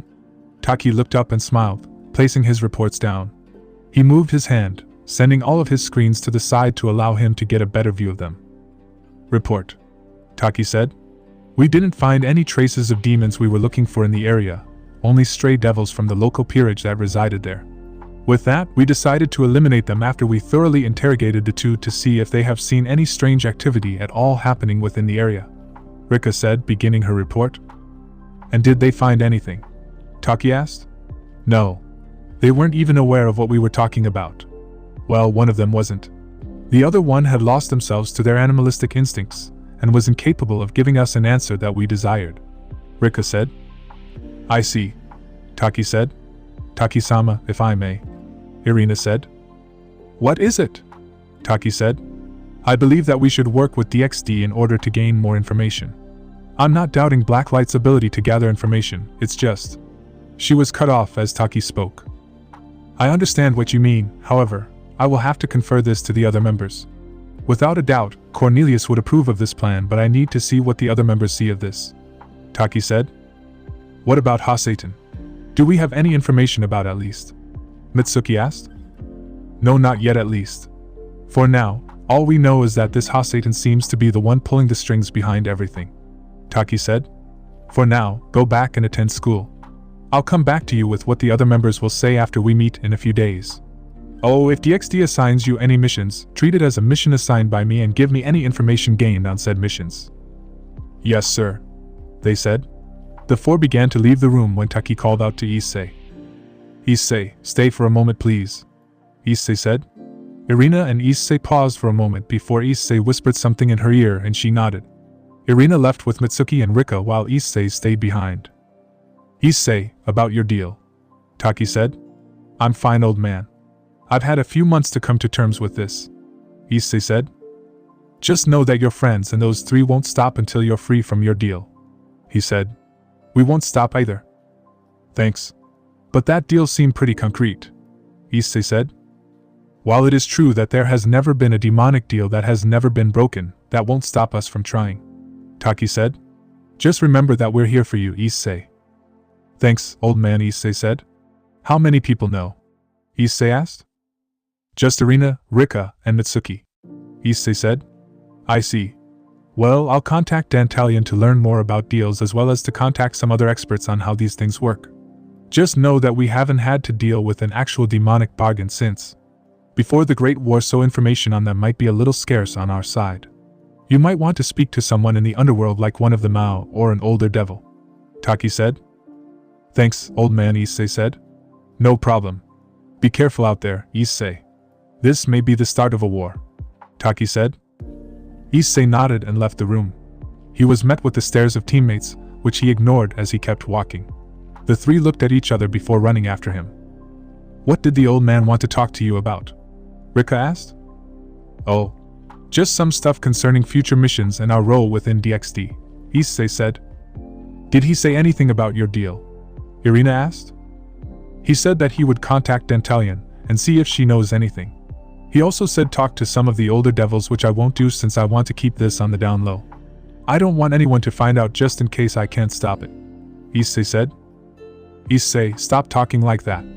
We'll definitely find a way to break this deal, Irina said. Irina's right, Aniki. We'll find a way to break this deal, Mitsuki said. Let's not focus on that for now. We need to report to the underworld. Surzexne contacted us before we got back that there would be a meeting between the Celestial Council for the first time ever, Issei said. I thought the meeting location was at Mount Everest, Mitsuki said. It was, but the council building is behind schedule, so it won't be finished for another 6 months, Rika said. That being said, when are we inviting Bova into the group? Why Bova specifically? Issei asked. He helped us with this, and I feel like he deserves to know. Plus, wouldn't it be nice to have someone close to a Dragon King as an ally? Rika asked, slightly fidgeting with her hair. This brat. I'm a Dragon King too, Tiamat piped up inside Issei. Calm down, dear. She didn't mean it, Drake said. It would be, as well as give us sway and information within the dragon community, Issei said. Do you want me to contact Bova? Irina asked. No, I'll go and get Bova myself, but I'll do it sometime later. Right now, we need to get to that meeting, Issei said. Ars Nova. Surzex pinched the bridge of his nose as the deities in front of him argued like a bunch of school children. Next to him, Serafal had long since dozed off while Ajuka was busy tinkering with his tools. Falbium was surprisingly paying attention as he gave Surzex a glance. Surzex nodded and flared his aura, quieting the room down. The gods stopped their blabbering and turned to face the Crimson Satan. Now, as we were saying, we were proposing making DXD the main combat task force for this. Even with Beelzebub gone, we still need to hunt down all the rogue devils that sided with him on this matter. Let me give you all an example, Surzex said. He projected an all-too-familiar image. The yellow eyes and black hair sent shivers even down the spines of the most powerful chief deities. The Eater of Gods, Neema. Your faction's greatest assassin, Zeus said, stroking his beard. Yes, she is still at large, as well as the devils that call themselves the original Gremory, Citri, and Phoenix. Perhaps there's even more out there that we don't know about, Surzex said. Surzex, if I may, Odin said. Yes, Lord Odin, Surzex said. From my understanding, we have severed the head of the snake, yet you act as if there is still a threat we need to deal with. Is there something you are aware of that we are not at the moment? Odin asked, his eye twinkling. I agree with Odin, Shiva said. What's going on, Surzex? The warning that Beelzebub gave us before his death. Issei told it to me and we translated it from Hebrew, but basically, it refers to a devil, Surzex said. So your pantheon is behind another calamity yet again, Indra said, crossing his arms. And we're left to clean it up. The other gods chorused in agreement, all turning to glare at the representatives of the Abrahamic faiths. Yes, how do we know that it isn't another devil with a grudge against you four, or a devil that was insane enough to unleash a terror that can fight equally with the dragon gods? A woman said. She possessed sun-kissed blonde hair that reached down to her waist. Her figure was extremely curvaceous, even more so than Asmodeus, who was considered the second most beautiful female devil. Her skin was free of any blemishes on her skin. Unlike what you would expect when one hears her name, her clothes were rather conservative. She wore a black button-up uniform with a green ribbon as well as a black shoulder cape. The uniform had a black brooch with an emerald embedded into the center. Her caramel brown eyes bore into Surzex and made him feel small. Oh, Lady Aphrodite, I can assure you, while they are devils we do not associate them with our pantheon. A voice spoke up. The gods turned to see Asmodeus sitting in one of the chairs, lazily sipping tea. Mammon and Belphegor sat next to her. "Niece, how nice of you to join us," Michael said, smiling at Asmodeus. "Uncle," Asmodeus said, walking down the row. Aphrodite watched silently as the three walked past her. She sighed and sat back down in her chair. "The demon we faced, Beelzebub, was the mastermind behind the mass murders that occurred across the globe in which he sent the resurrected clan heads that died during the Great War. With him gone, we've effectively removed the head from the snake, wouldn't you all agree?" Asmodeus asked, crossing her arms. The gods began to whisper amongst each other before nodding in agreement at her words. "However, it isn't the end. As Serzex said, the fact that Neama and the others are still at large presents an opportunity for new leadership among them. To claim the title that all devils recognize as the supreme ruler." Asmodeus said. "Ha Satan," Parvati said. "Lucy Chan's old title. A defunct title," Kali said. "Only a member of Eli's 7 eldest is capable of claiming that title like you, Asmodeus. I'm flattered that you think I'm able to assume that title, but I cannot, for I am not the oldest," she said. Kali's eyes widened at the implications of her words. Her parents also narrowed their eyes, as did Ra, Odin, and a few other gods. Michael placed his hand on his chin, already knowing who she referred to. "The true head of the snake," Kali said, sighing. "If you're right about this, you know that we are in a war against what we, even now, consider the ultimate demon." "I am very aware," Asmodeus said. "Which is why we can't afford to look weak. Right now, from what I see, this council is a disordered front. When the elder gods united in the past, the world and human advancement accelerated, but now. Are you saying that we are incapable of working together?" one god asked. "I am," she said. "Judging from how long and what Serzex Chan had to do to calm you down." "Lady Asmodeus, we're getting off track," Serzex said. "My apologies," she said, taking a seat within the biblical pantheon's tables. "As I was saying earlier, I propose to make hunting down Beelzebub's cohorts their top priority," Serzex said. "What of the remaining members of Kao's brigade that are scattered across the world?" another deity asked. "We shall keep that as a priority, but for now, we need to keep this from escalating into something we can no longer handle," Serzex said. The gods looked at each other, mumbling as they contemplated Serzex's proposal. He gulped, feeling nervous. He needed them to accept this proposal, or else they could have something far worse than the evil dragon war on their hands. He felt a hand on his shoulder and instantly calmed down. He looked to his side and saw his mentor, Mammon, standing next to him. "Remember what I taught you," she said. "A calm mind," Serzex said, "is your greatest weapon." "Good," she said. "Lord Serzex." He turned to see Aphrodite standing before them. She looked at him with dull eyes that had been worn down with years of pain and heartache. "We accept and are placing our full support with your idea. Father and Sister Athena have offered a proposition that Artemis be allowed to lead a squadron of our own choosing with DXD as to cement our pantheon's contribution to the anti-terror organization," Aphrodite said. Serzex blinked and nodded gratefully. "We humbly and graciously accept your terms." "Don't thank us," Zeus said. "We're doing this because it's the right thing to do, and besides, if a war happens, I'll have less time to sample all the beauties of the world OW." Zeus turned to see Aphrodite holding a frying pan. She glared at her father, causing him to shut up. "I am very sorry for my father's degenerate comments, Serzex," Aphrodite said. "It's fine, milady," he replied. "Serzex, we, the Hindu pantheon, place our support behind you," Shiva said, "as we did during the evil dragon war." "Don't mistake this as a handout, Bat," Indra said. "Era, little Indra, don't be rude," Parvati said, smiling. "As my mother and father said, we shall support you. I, myself, shall become a part of DXD, Kali said, causing Serzex to smile. "We, the Egyptian pantheon, also place our support," Ra said. "As does the Norse. Issei still owes me a couple of panties. We can't have that if there's an outbreak of war going on," Odin said, snickering. His wife, Frigga, sighed and pinched the bridge of her nose in exasperation. One by one, more and more pantheons agreed until it was an overwhelming majority vote, with only 15 pantheons not agreeing to Serzex's terms. "Lord Rudianos, you didn't agree," Serzex said. Rudianos was a man who wore black and white robes. His right arm was wrapped in bandages, and his right eye was covered by bandages. In his left hand, he had a cane and sported an X-shaped scar on his chin. I believe that this is pointless. What would the point be in going to war with the combined might of the world's gods?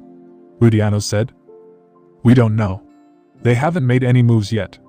No amount of scrying, sensor magic, or clairvoyance from any pantheon has located them, so either they're biding their time, or they're not planning to attack at all, though I'm doubtful at the possibility of the latter being a choice of action for them. Ajuka said. What's your point? Rudianos asked. My point is that they can strike any time they want, and we won't even know it. They're a hidden enemy that we need to be constantly prepared for. You're a god of war. You should know that this is a basic tactic to do against a hidden enemy. Ajuka said. We can also lure them out. Think, what could they possibly be after? Athena pointed out. Until we can figure out a motive, we can't make any moves. Why did Beelzebub release the demons? Odin asked. We don't know, Michael said. We are just as much in the dark as the rest of you. We haven't had any new information other than that warning Issei gave us from Beelzebub about a new Ha-Satan. Any progress on that, by the way? Shiva asked. I thought if anyone would be the new Ha-Satan, it would be Asmodeus-chan. Me. No, I'd rather not. I'm retired, Asmodeus said, rubbing the back of her head. Can we get back to the topic at hand? Aphrodite said. Of course. Would anyone like to bring anything up relating to today's topic? Surzex asked. No, I believe that we have nothing else to say on this matter, little Surzex, Parvati said, calmly sipping her tea. We have nothing more to say on this matter as well, Odin said. I do, Zeus said. Yes, Lord Zeus, Surzex said. I'd like to have Artemis's squadron stationed around Olympus if you don't mind, Zeus said. And your reasoning for that is? Ra chirped. I just have a bad feeling about something, and I'd feel better if she was on Olympus so she can be deployed at a moment's notice. If the rest of you recall, my pantheon is where the international prison of Cocytus is located, Zeus said. I can see how that's a problem considering all the high-profile criminals we kept locked down there. Kokabil, Kronos, Samel, Ra said. Anyone opposed to this? Surzex asked. No one raised their hand. Zeus had made a sound point. Keeping a prison where the world's most dangerous supernatural criminals safe was a good point to bring up. If all the criminals were released from Cocytus, they would have global chaos on their hands, and the fragile barrier between humans and the supernatural would be shattered as the prisoners would rampage and riot across the entire planet. This is, of course, ignoring the damage that they could inflict on the supernatural world as well. Motion carried, Surzex said. Is that all? Aphrodite asked. Yes, I believe that is all, unless if someone wants to say something, Surzex said. No one uttered a word, wanting to return to their respective pantheons as soon as possible. Surzex nodded, and the gods began to teleport away one by one until there was no one left except for the Hindu goddess of destruction. Kali sat in her seat, calmly sipping her tea. Kali-sama, are you waiting for someone? Surzex asked. Yes, I'm waiting for Issei, she said. As if on cue, Issei, Mitsuki, Irina, and Rika burst through the door, panting. Are we late? Issei asked. You're more than late, Kali said, glancing over her shoulder. It's done, Mitsuki asked. Kali smiled a little and nodded. Sorry we're late, Surzex-sama. Michael-sama, Irina said. It's far all right. We'll go over what happened during the meeting with you, Michael said. Why did something interesting happen? Rika asked, standing straight. Yes, Asmodeus said. Something did. Sit. The group looked at each other before they all sat down. Kali remained standing, watching them before returning her attention back to the front of the room. We've sort of done a bit of shuffling around with the XT, Ajuka said. For starters, we have new members and new cells within the group. Lady Kali, here, will be the leader of such a group, as well as Lady Artemis of the Greco-Roman Pantheon. Really? That's wonderful, Irina said. We could use all the help right now.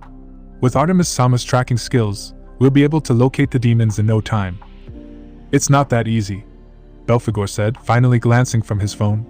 They're suppressing their energies so that they feel and appear human to the senses of a supernatural being, and using some sort of cloaking magic to keep themselves from being detected. On top of that, I've noted that they're using some sort of odd method for transportation that's not teleportation, but that's all for now.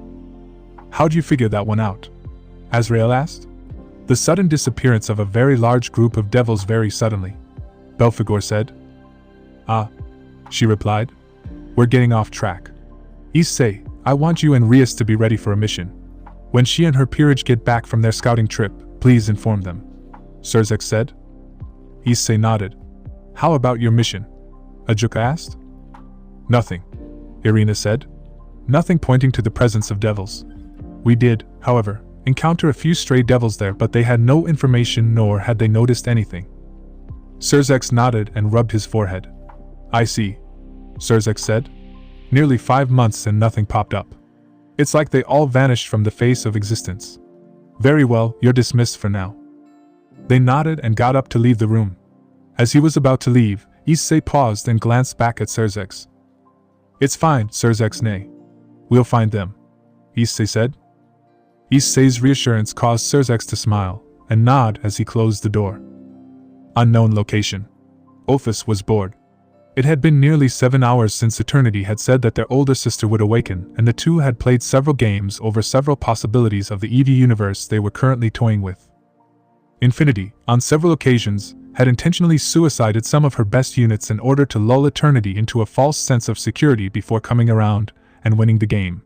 Honestly, if she wasn't in such a hurry, Ophis would have joined in just to relieve her boredom, but she was here for something important. Oh, Eternity said as he held his Risatora's piece in his hand. Ophis froze when she felt it. Overwhelming, all-consuming power had washed over the three. The place that had no definition nor substance began to quake. Massive waves of power shook the endless realm. Infinity and Eternity got up and stowed their game board before walking over to where Ophis stood. The three stared off into the vast endless distance before them as the quakes got stronger. The epicenter could not be determined as the waves seemed to be coming from everywhere and nowhere all at once. The colors of the place rapidly shifted through every possible and impossible color in existence, as whatever was causing these quakes began to emit a stronger presence. It was a presence that could only be described as omnipotent. A being of such power that even the two next to her would be barely able to match this thing in its totality. She's taking longer to wake up, Infinity said, playing with her hair. Am I now? A melodious yet fear-inducing voice echoed throughout the realm. The sounds came from everywhere outside them, yet they also heard it in their heads. The featureless space around them began to ripple and quiver as the ground seemingly converged into a single spot. The floor suddenly behaved as if it were a gelatinous material, oozing and merging together, shaping into a vaguely humanoid form. A large throne appeared from nothingness, as the being who sought it began to take on more defined features.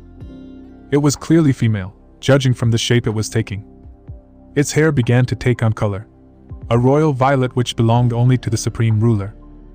Its eyes were gold, far more so than the metal that man craved so much. She had a slender figure much like Ophis's own. Her chest was far smaller than Infinity's, but what she lacked in bust she made up for with her rear. As the body formed, clothes began to appear on her. Her dress was almost impossible to describe due to its alien appearance, but from what could be seen, the woman wore a strapless dress with several cutouts that exposed shoulders and chest. The dress's skirt contained 4 purple wings that surrounded her waist, while her arms were covered in long violet gloves with sharp blades located at the top. She had an odd feather-like ornament on decorating her hair. Her shoes were high heels with a feather-like design and long socks that crossed each other. Ophis felt fear for the first time since the dawn of everything when the being opened her eyes. In her current state, she was nothing more than a grain of sand beneath her older sister's feet. Her golden eyes focused on Ophis with a sheer intensity that did not match the expression on her face. Ophis, the woman said, placing her hand on her chin. Elder sister Nihil, Ophis said, bowing slightly. What is it that you want? Nihil asked, checking her nails for non-existent dirt. I wish for your assistance, Ophis said.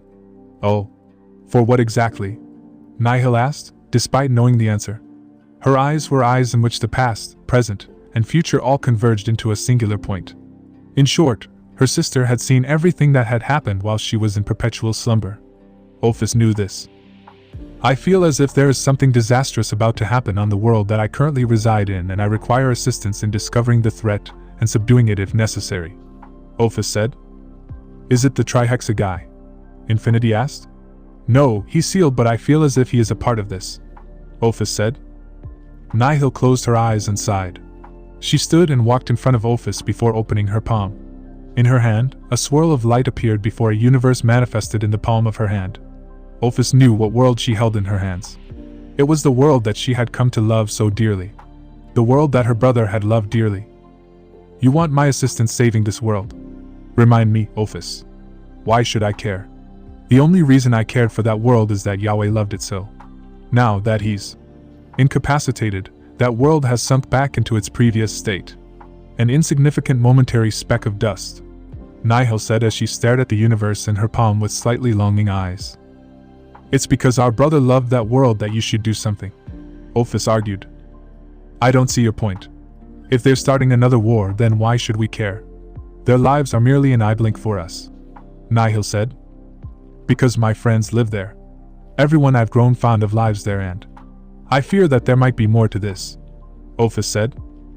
More to this how? Nihil asked. She's right, Eternity said. That world is getting harder and harder to view even if I access the time stream.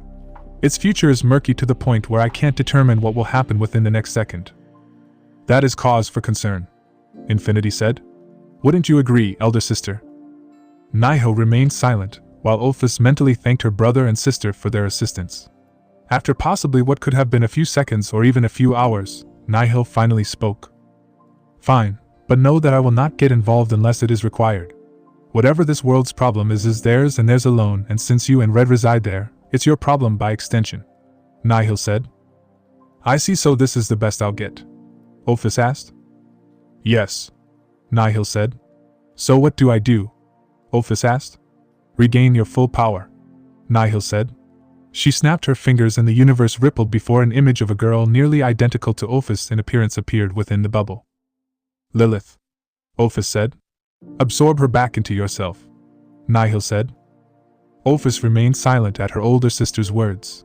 She would be lying to herself if she said she hadn't grown attached to her shard. A shard that was created from her expelling her power. I sense your apprehension about this, Nihil said.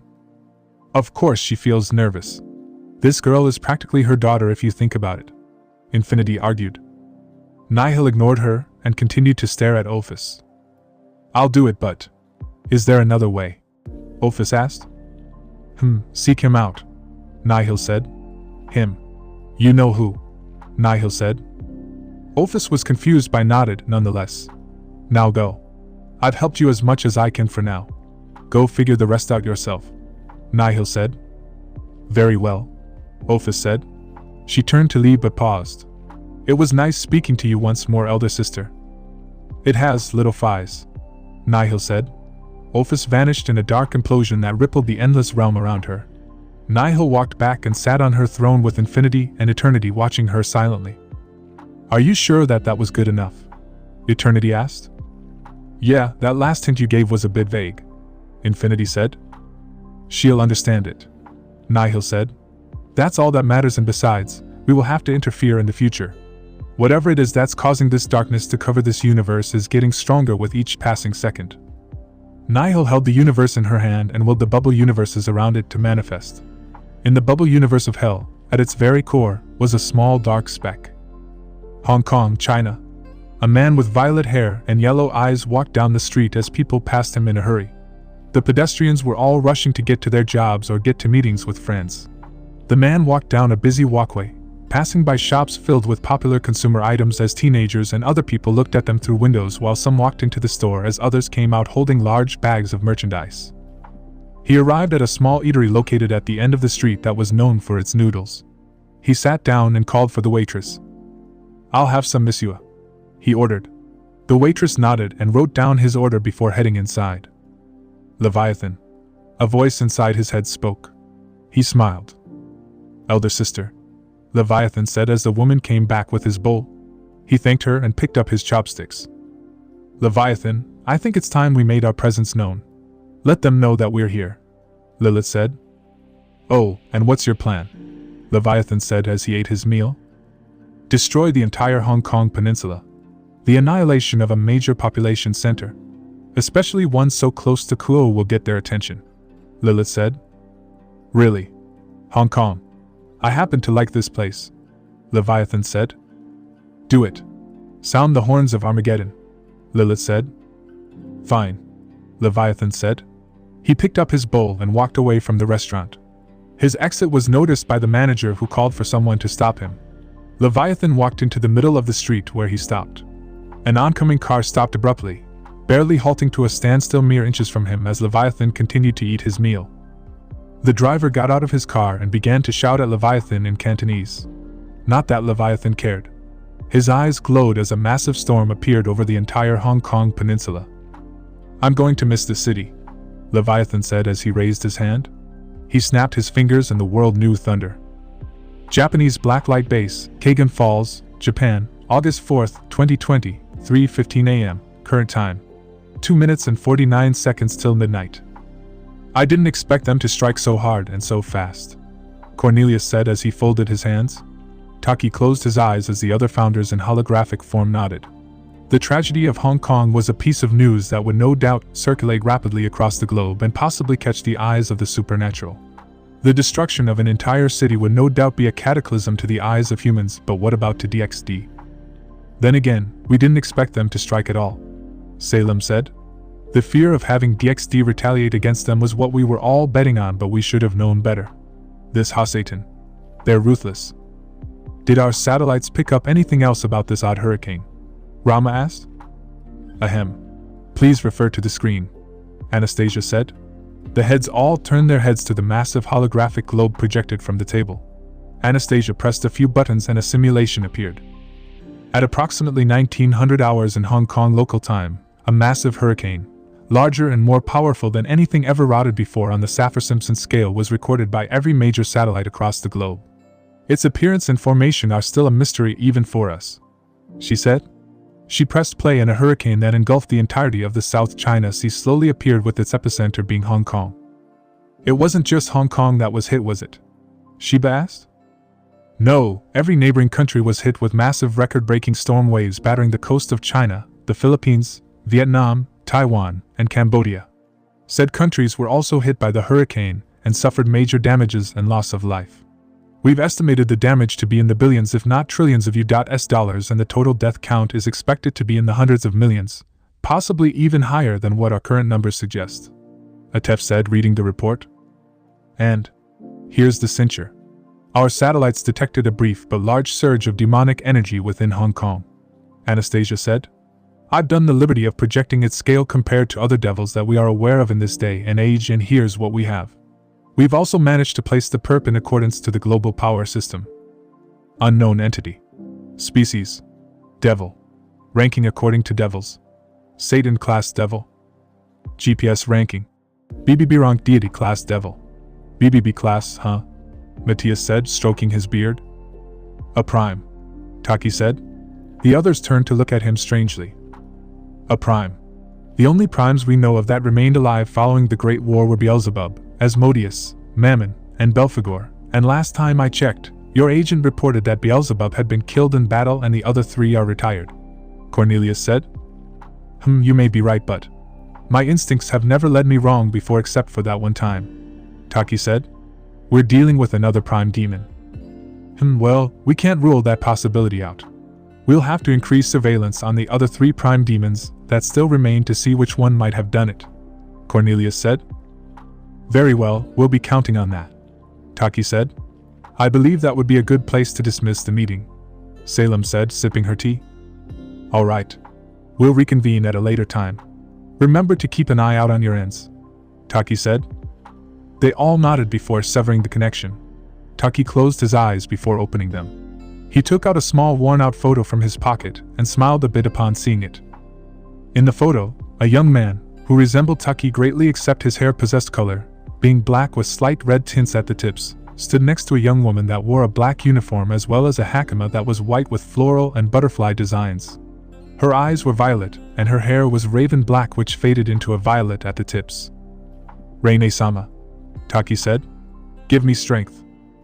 "Hayata Manor, Kuo, Japan, 10 a.m. Ah," Irina said as she bounced a baby on her lap. The baby had gray hair with azure blue eyes, similar to Surzex and Rias. She cried out in happiness as she babbled her baby speak, reaching out for Irina. "So what's her name, Ain?"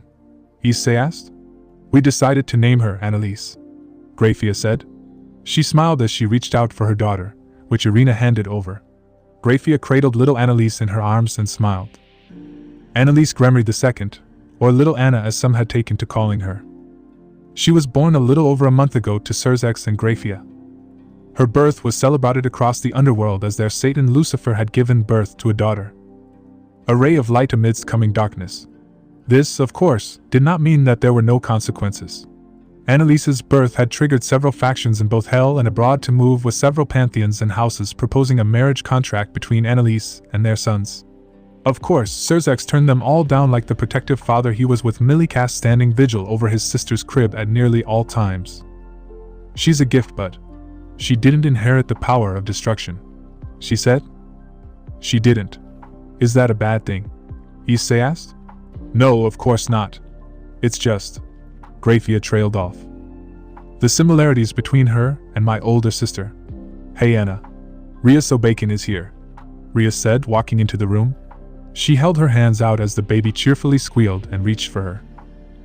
She's right. She's just like her namesake, Graphia said. The sound of the door opening caught their attention as the sound of small footsteps raced across the wood floor. A red blur hopped on Issei's lap, engulfing him in a hug with their tiny arms. Lily, Issei said, stroking her hair. Nay, guess what? Today, we learned about shapes and... Lily began as she explained her entire day to Issei. It had been nearly a year since Issei had found and adopted Lily into their family with a little help, of course. During the summer, Issei had helped her mellow out and become more outgoing. As a result, she began to smile and talk more, and with his parents' permission, Issei enrolled Lily in Kuo Elementary, where Issei and Graphia were planning to transfer Milicast to later this year. Sorry about that, Rosweiss said, stumbling in as she took her shoes off. She walked over to Issei and planted a kiss on his cheek. How was your day? Irina asked. Oh, the usual. I'm kind of peeved that you guys left me to deal with the third years, Rosweiss said as she walked over to the fridge in the kitchen. She pulled out a can of iced coffee and opened it. You brought little Annalise in? Rosweiss asked, poking the baby's cheek lightly. The baby squealed in happiness, grabbing Rosweiss's fingers. Yeah, I figured it would be good for her to get to know her other family. You know, the ones that aren't in hell so often, Graphia said. And besides, I'm still on maternity leave. Natalia-chan is down there taking over my duties for me and running Issei's paperwork. Must be hard, Ria said, being the one in charge of Oni-sama's paperwork. She'll learn. Besides, it'll be an invaluable experience for her once she fully takes over as head of House Neama. She said she might go out and find other members of the house. I thought the house was extinct, Issei said. It was, but there might have been some deserters during the Great War that are hiding. We know that some did during the Civil War, Graphia said. A beeping sound went off in Issei's pocket. He reached in and pulled out his AS, shifting it into a phone and scrolled through it. It was a text and the contact was Rika-senpai. Come now. The old man is calling us to the base. Bring Bova too. I think now would be a good time. Did you get one too? Mitsuki asked, looking at her phone. Yeah, senpai sent us a text asking us to meet her, Issei said. Meet her where? Graphia asked. Rika was an oddity that she welcomed. The girl was mature and elegant, and had a way of drawing you in with her social ineptitude. She wants to meet us in Kyoto, and is asking us to bring one of our other teammates from the Azazel Cup, Irina said. Maybe she's planning a reunion, Ria said. Yeah, anyway, we got to go, Issei said. We'll see you later then, won't we? Graphia said, holding her daughter up. Say goodbye to Aji-chan. Annalise gurgled as she reached out for Issei, a sight that warmed his heart. I'll go get Bova, Mitsuki said. You two go ahead to Kyoto and meet with senpai. Issei and Irina nodded as the three disappeared from the living room in a burst of red and yellow lights. Nikko National Park. Rika leaned against the railing as tourists passed her, all chattering and taking pictures. Her red eyes scanned the crowd for the rest of her team. Ingveld had sent her a text that she would be arriving separately due to some things she had to take care of back in America with Toka and Micah. She sighed. The old man had suddenly called her back from a solo assignment in the Himalayas. But she was sort of grateful, being covered in several liters of Yeti blood and the stark cold of one of the most inhospitable locations on the planet on top of a massive storm that had appeared out of nowhere was not an ideal way to spend her day. Senpai. She perked her head up and looked to her side to see Issei and Irina heading towards her. You're here. Where's Mitsuki? She asked. Mitsuki went to go get Bova, which I may ask, this is a bit sudden, but why choose now of all times? Irina asked. Killing two birds with one stone. We already decided that we would induct him, did we not? Rika asked. We did, but we assumed that he would be inducted when the time was right and not when we're dealing with all this, Issei said. Well, we'll need all the information we can get, Rika said. I assume you two know why you're here. They shook their heads, causing Rika to sigh. I'm guessing you've seen what's been happening on the news, she asked. You mean the hurricane? Issei asked. That's why we're being called out here. Yes. The Divine Ten believe that a prime demon is behind this, and they want us to keep surveillance on the ones that we know are alive to see if we can find out if one of them is the Satan that Beelzebub mentioned right before he died. To do this, we need to go to Greece to their R&D department to pick up some equipment to monitor the primes, Rika said. I don't think it would be any of the remaining ones. They're too mellow for that sort of thing, Issei said. It's just an air of precaution. They need to be sure beyond the shadow of a doubt that it wasn't them, she answered. Hey. The three turned to see Mitsuki with Bova in his human disguise walking towards them. He smiled when he saw Rika, waving at her. Rika waved back with a slight red tint on her cheeks that thankfully went unnoticed by her teammates. Here too. Rika jumped as she felt a hand touch her shoulder. She whirled around quickly to see Ingveld holding in her laughter. Senpai. I think you need to get your game up if a little shoulder tap was enough to scare you, Ingveld said. Rika pouted before composing herself. Shall we go? She asked. Wait, don't we need to brief this big lug right here on what's about to happen? Issei asked, punching Bova lightly on the shoulder. The young dragon smiled and slugged Issei back. Right. Bova, follow us, Rika said as she began to walk. Confused, Bova nodded and followed after them. What's this about? He asked. Well, Rika-senpai here decided that you were worthy enough, Issei said. Worthy for what? He asked. The two stopped outside of a small shrine. Rika walked towards it and pressed the nose of a kitsune effigy. The eyes of the effigy glowed red before a clicking sound resonated from behind the shrine. Come on, Rika said, going to the back of the shrine. Behind the shrine was a metallic sliding door with a small spherical indent on a panel next to it. Rika pulled out her AS and pressed it on the indent, causing the door to open. She walked inside, followed by Issei and the others. The doors closed and Rika pressed a small button and the room began to move. So where are we going exactly? Bova asked. Bova Tannen, what you are about to see is something that you must absolutely not reveal to anyone. Not even your own father, Rika said. Must be one big secret if I can't even tell Dad, Bova said. So what's the secret? Right. You, Bova Tannen, have been scouted, evaluated, and selected by me, Rika Kuroyuki, codenamed Black Snow, to become a member of the Black Light organization, she said, adding a bit of dramatic flair. Behind her, her juniors all felt a bead of sweat roll down their faces. What's Black Light? Bova asked. Like, what does it do? They're like the men in black, Issei said. That's it, guys. Thanks for watching and supporting us. See you in the next part.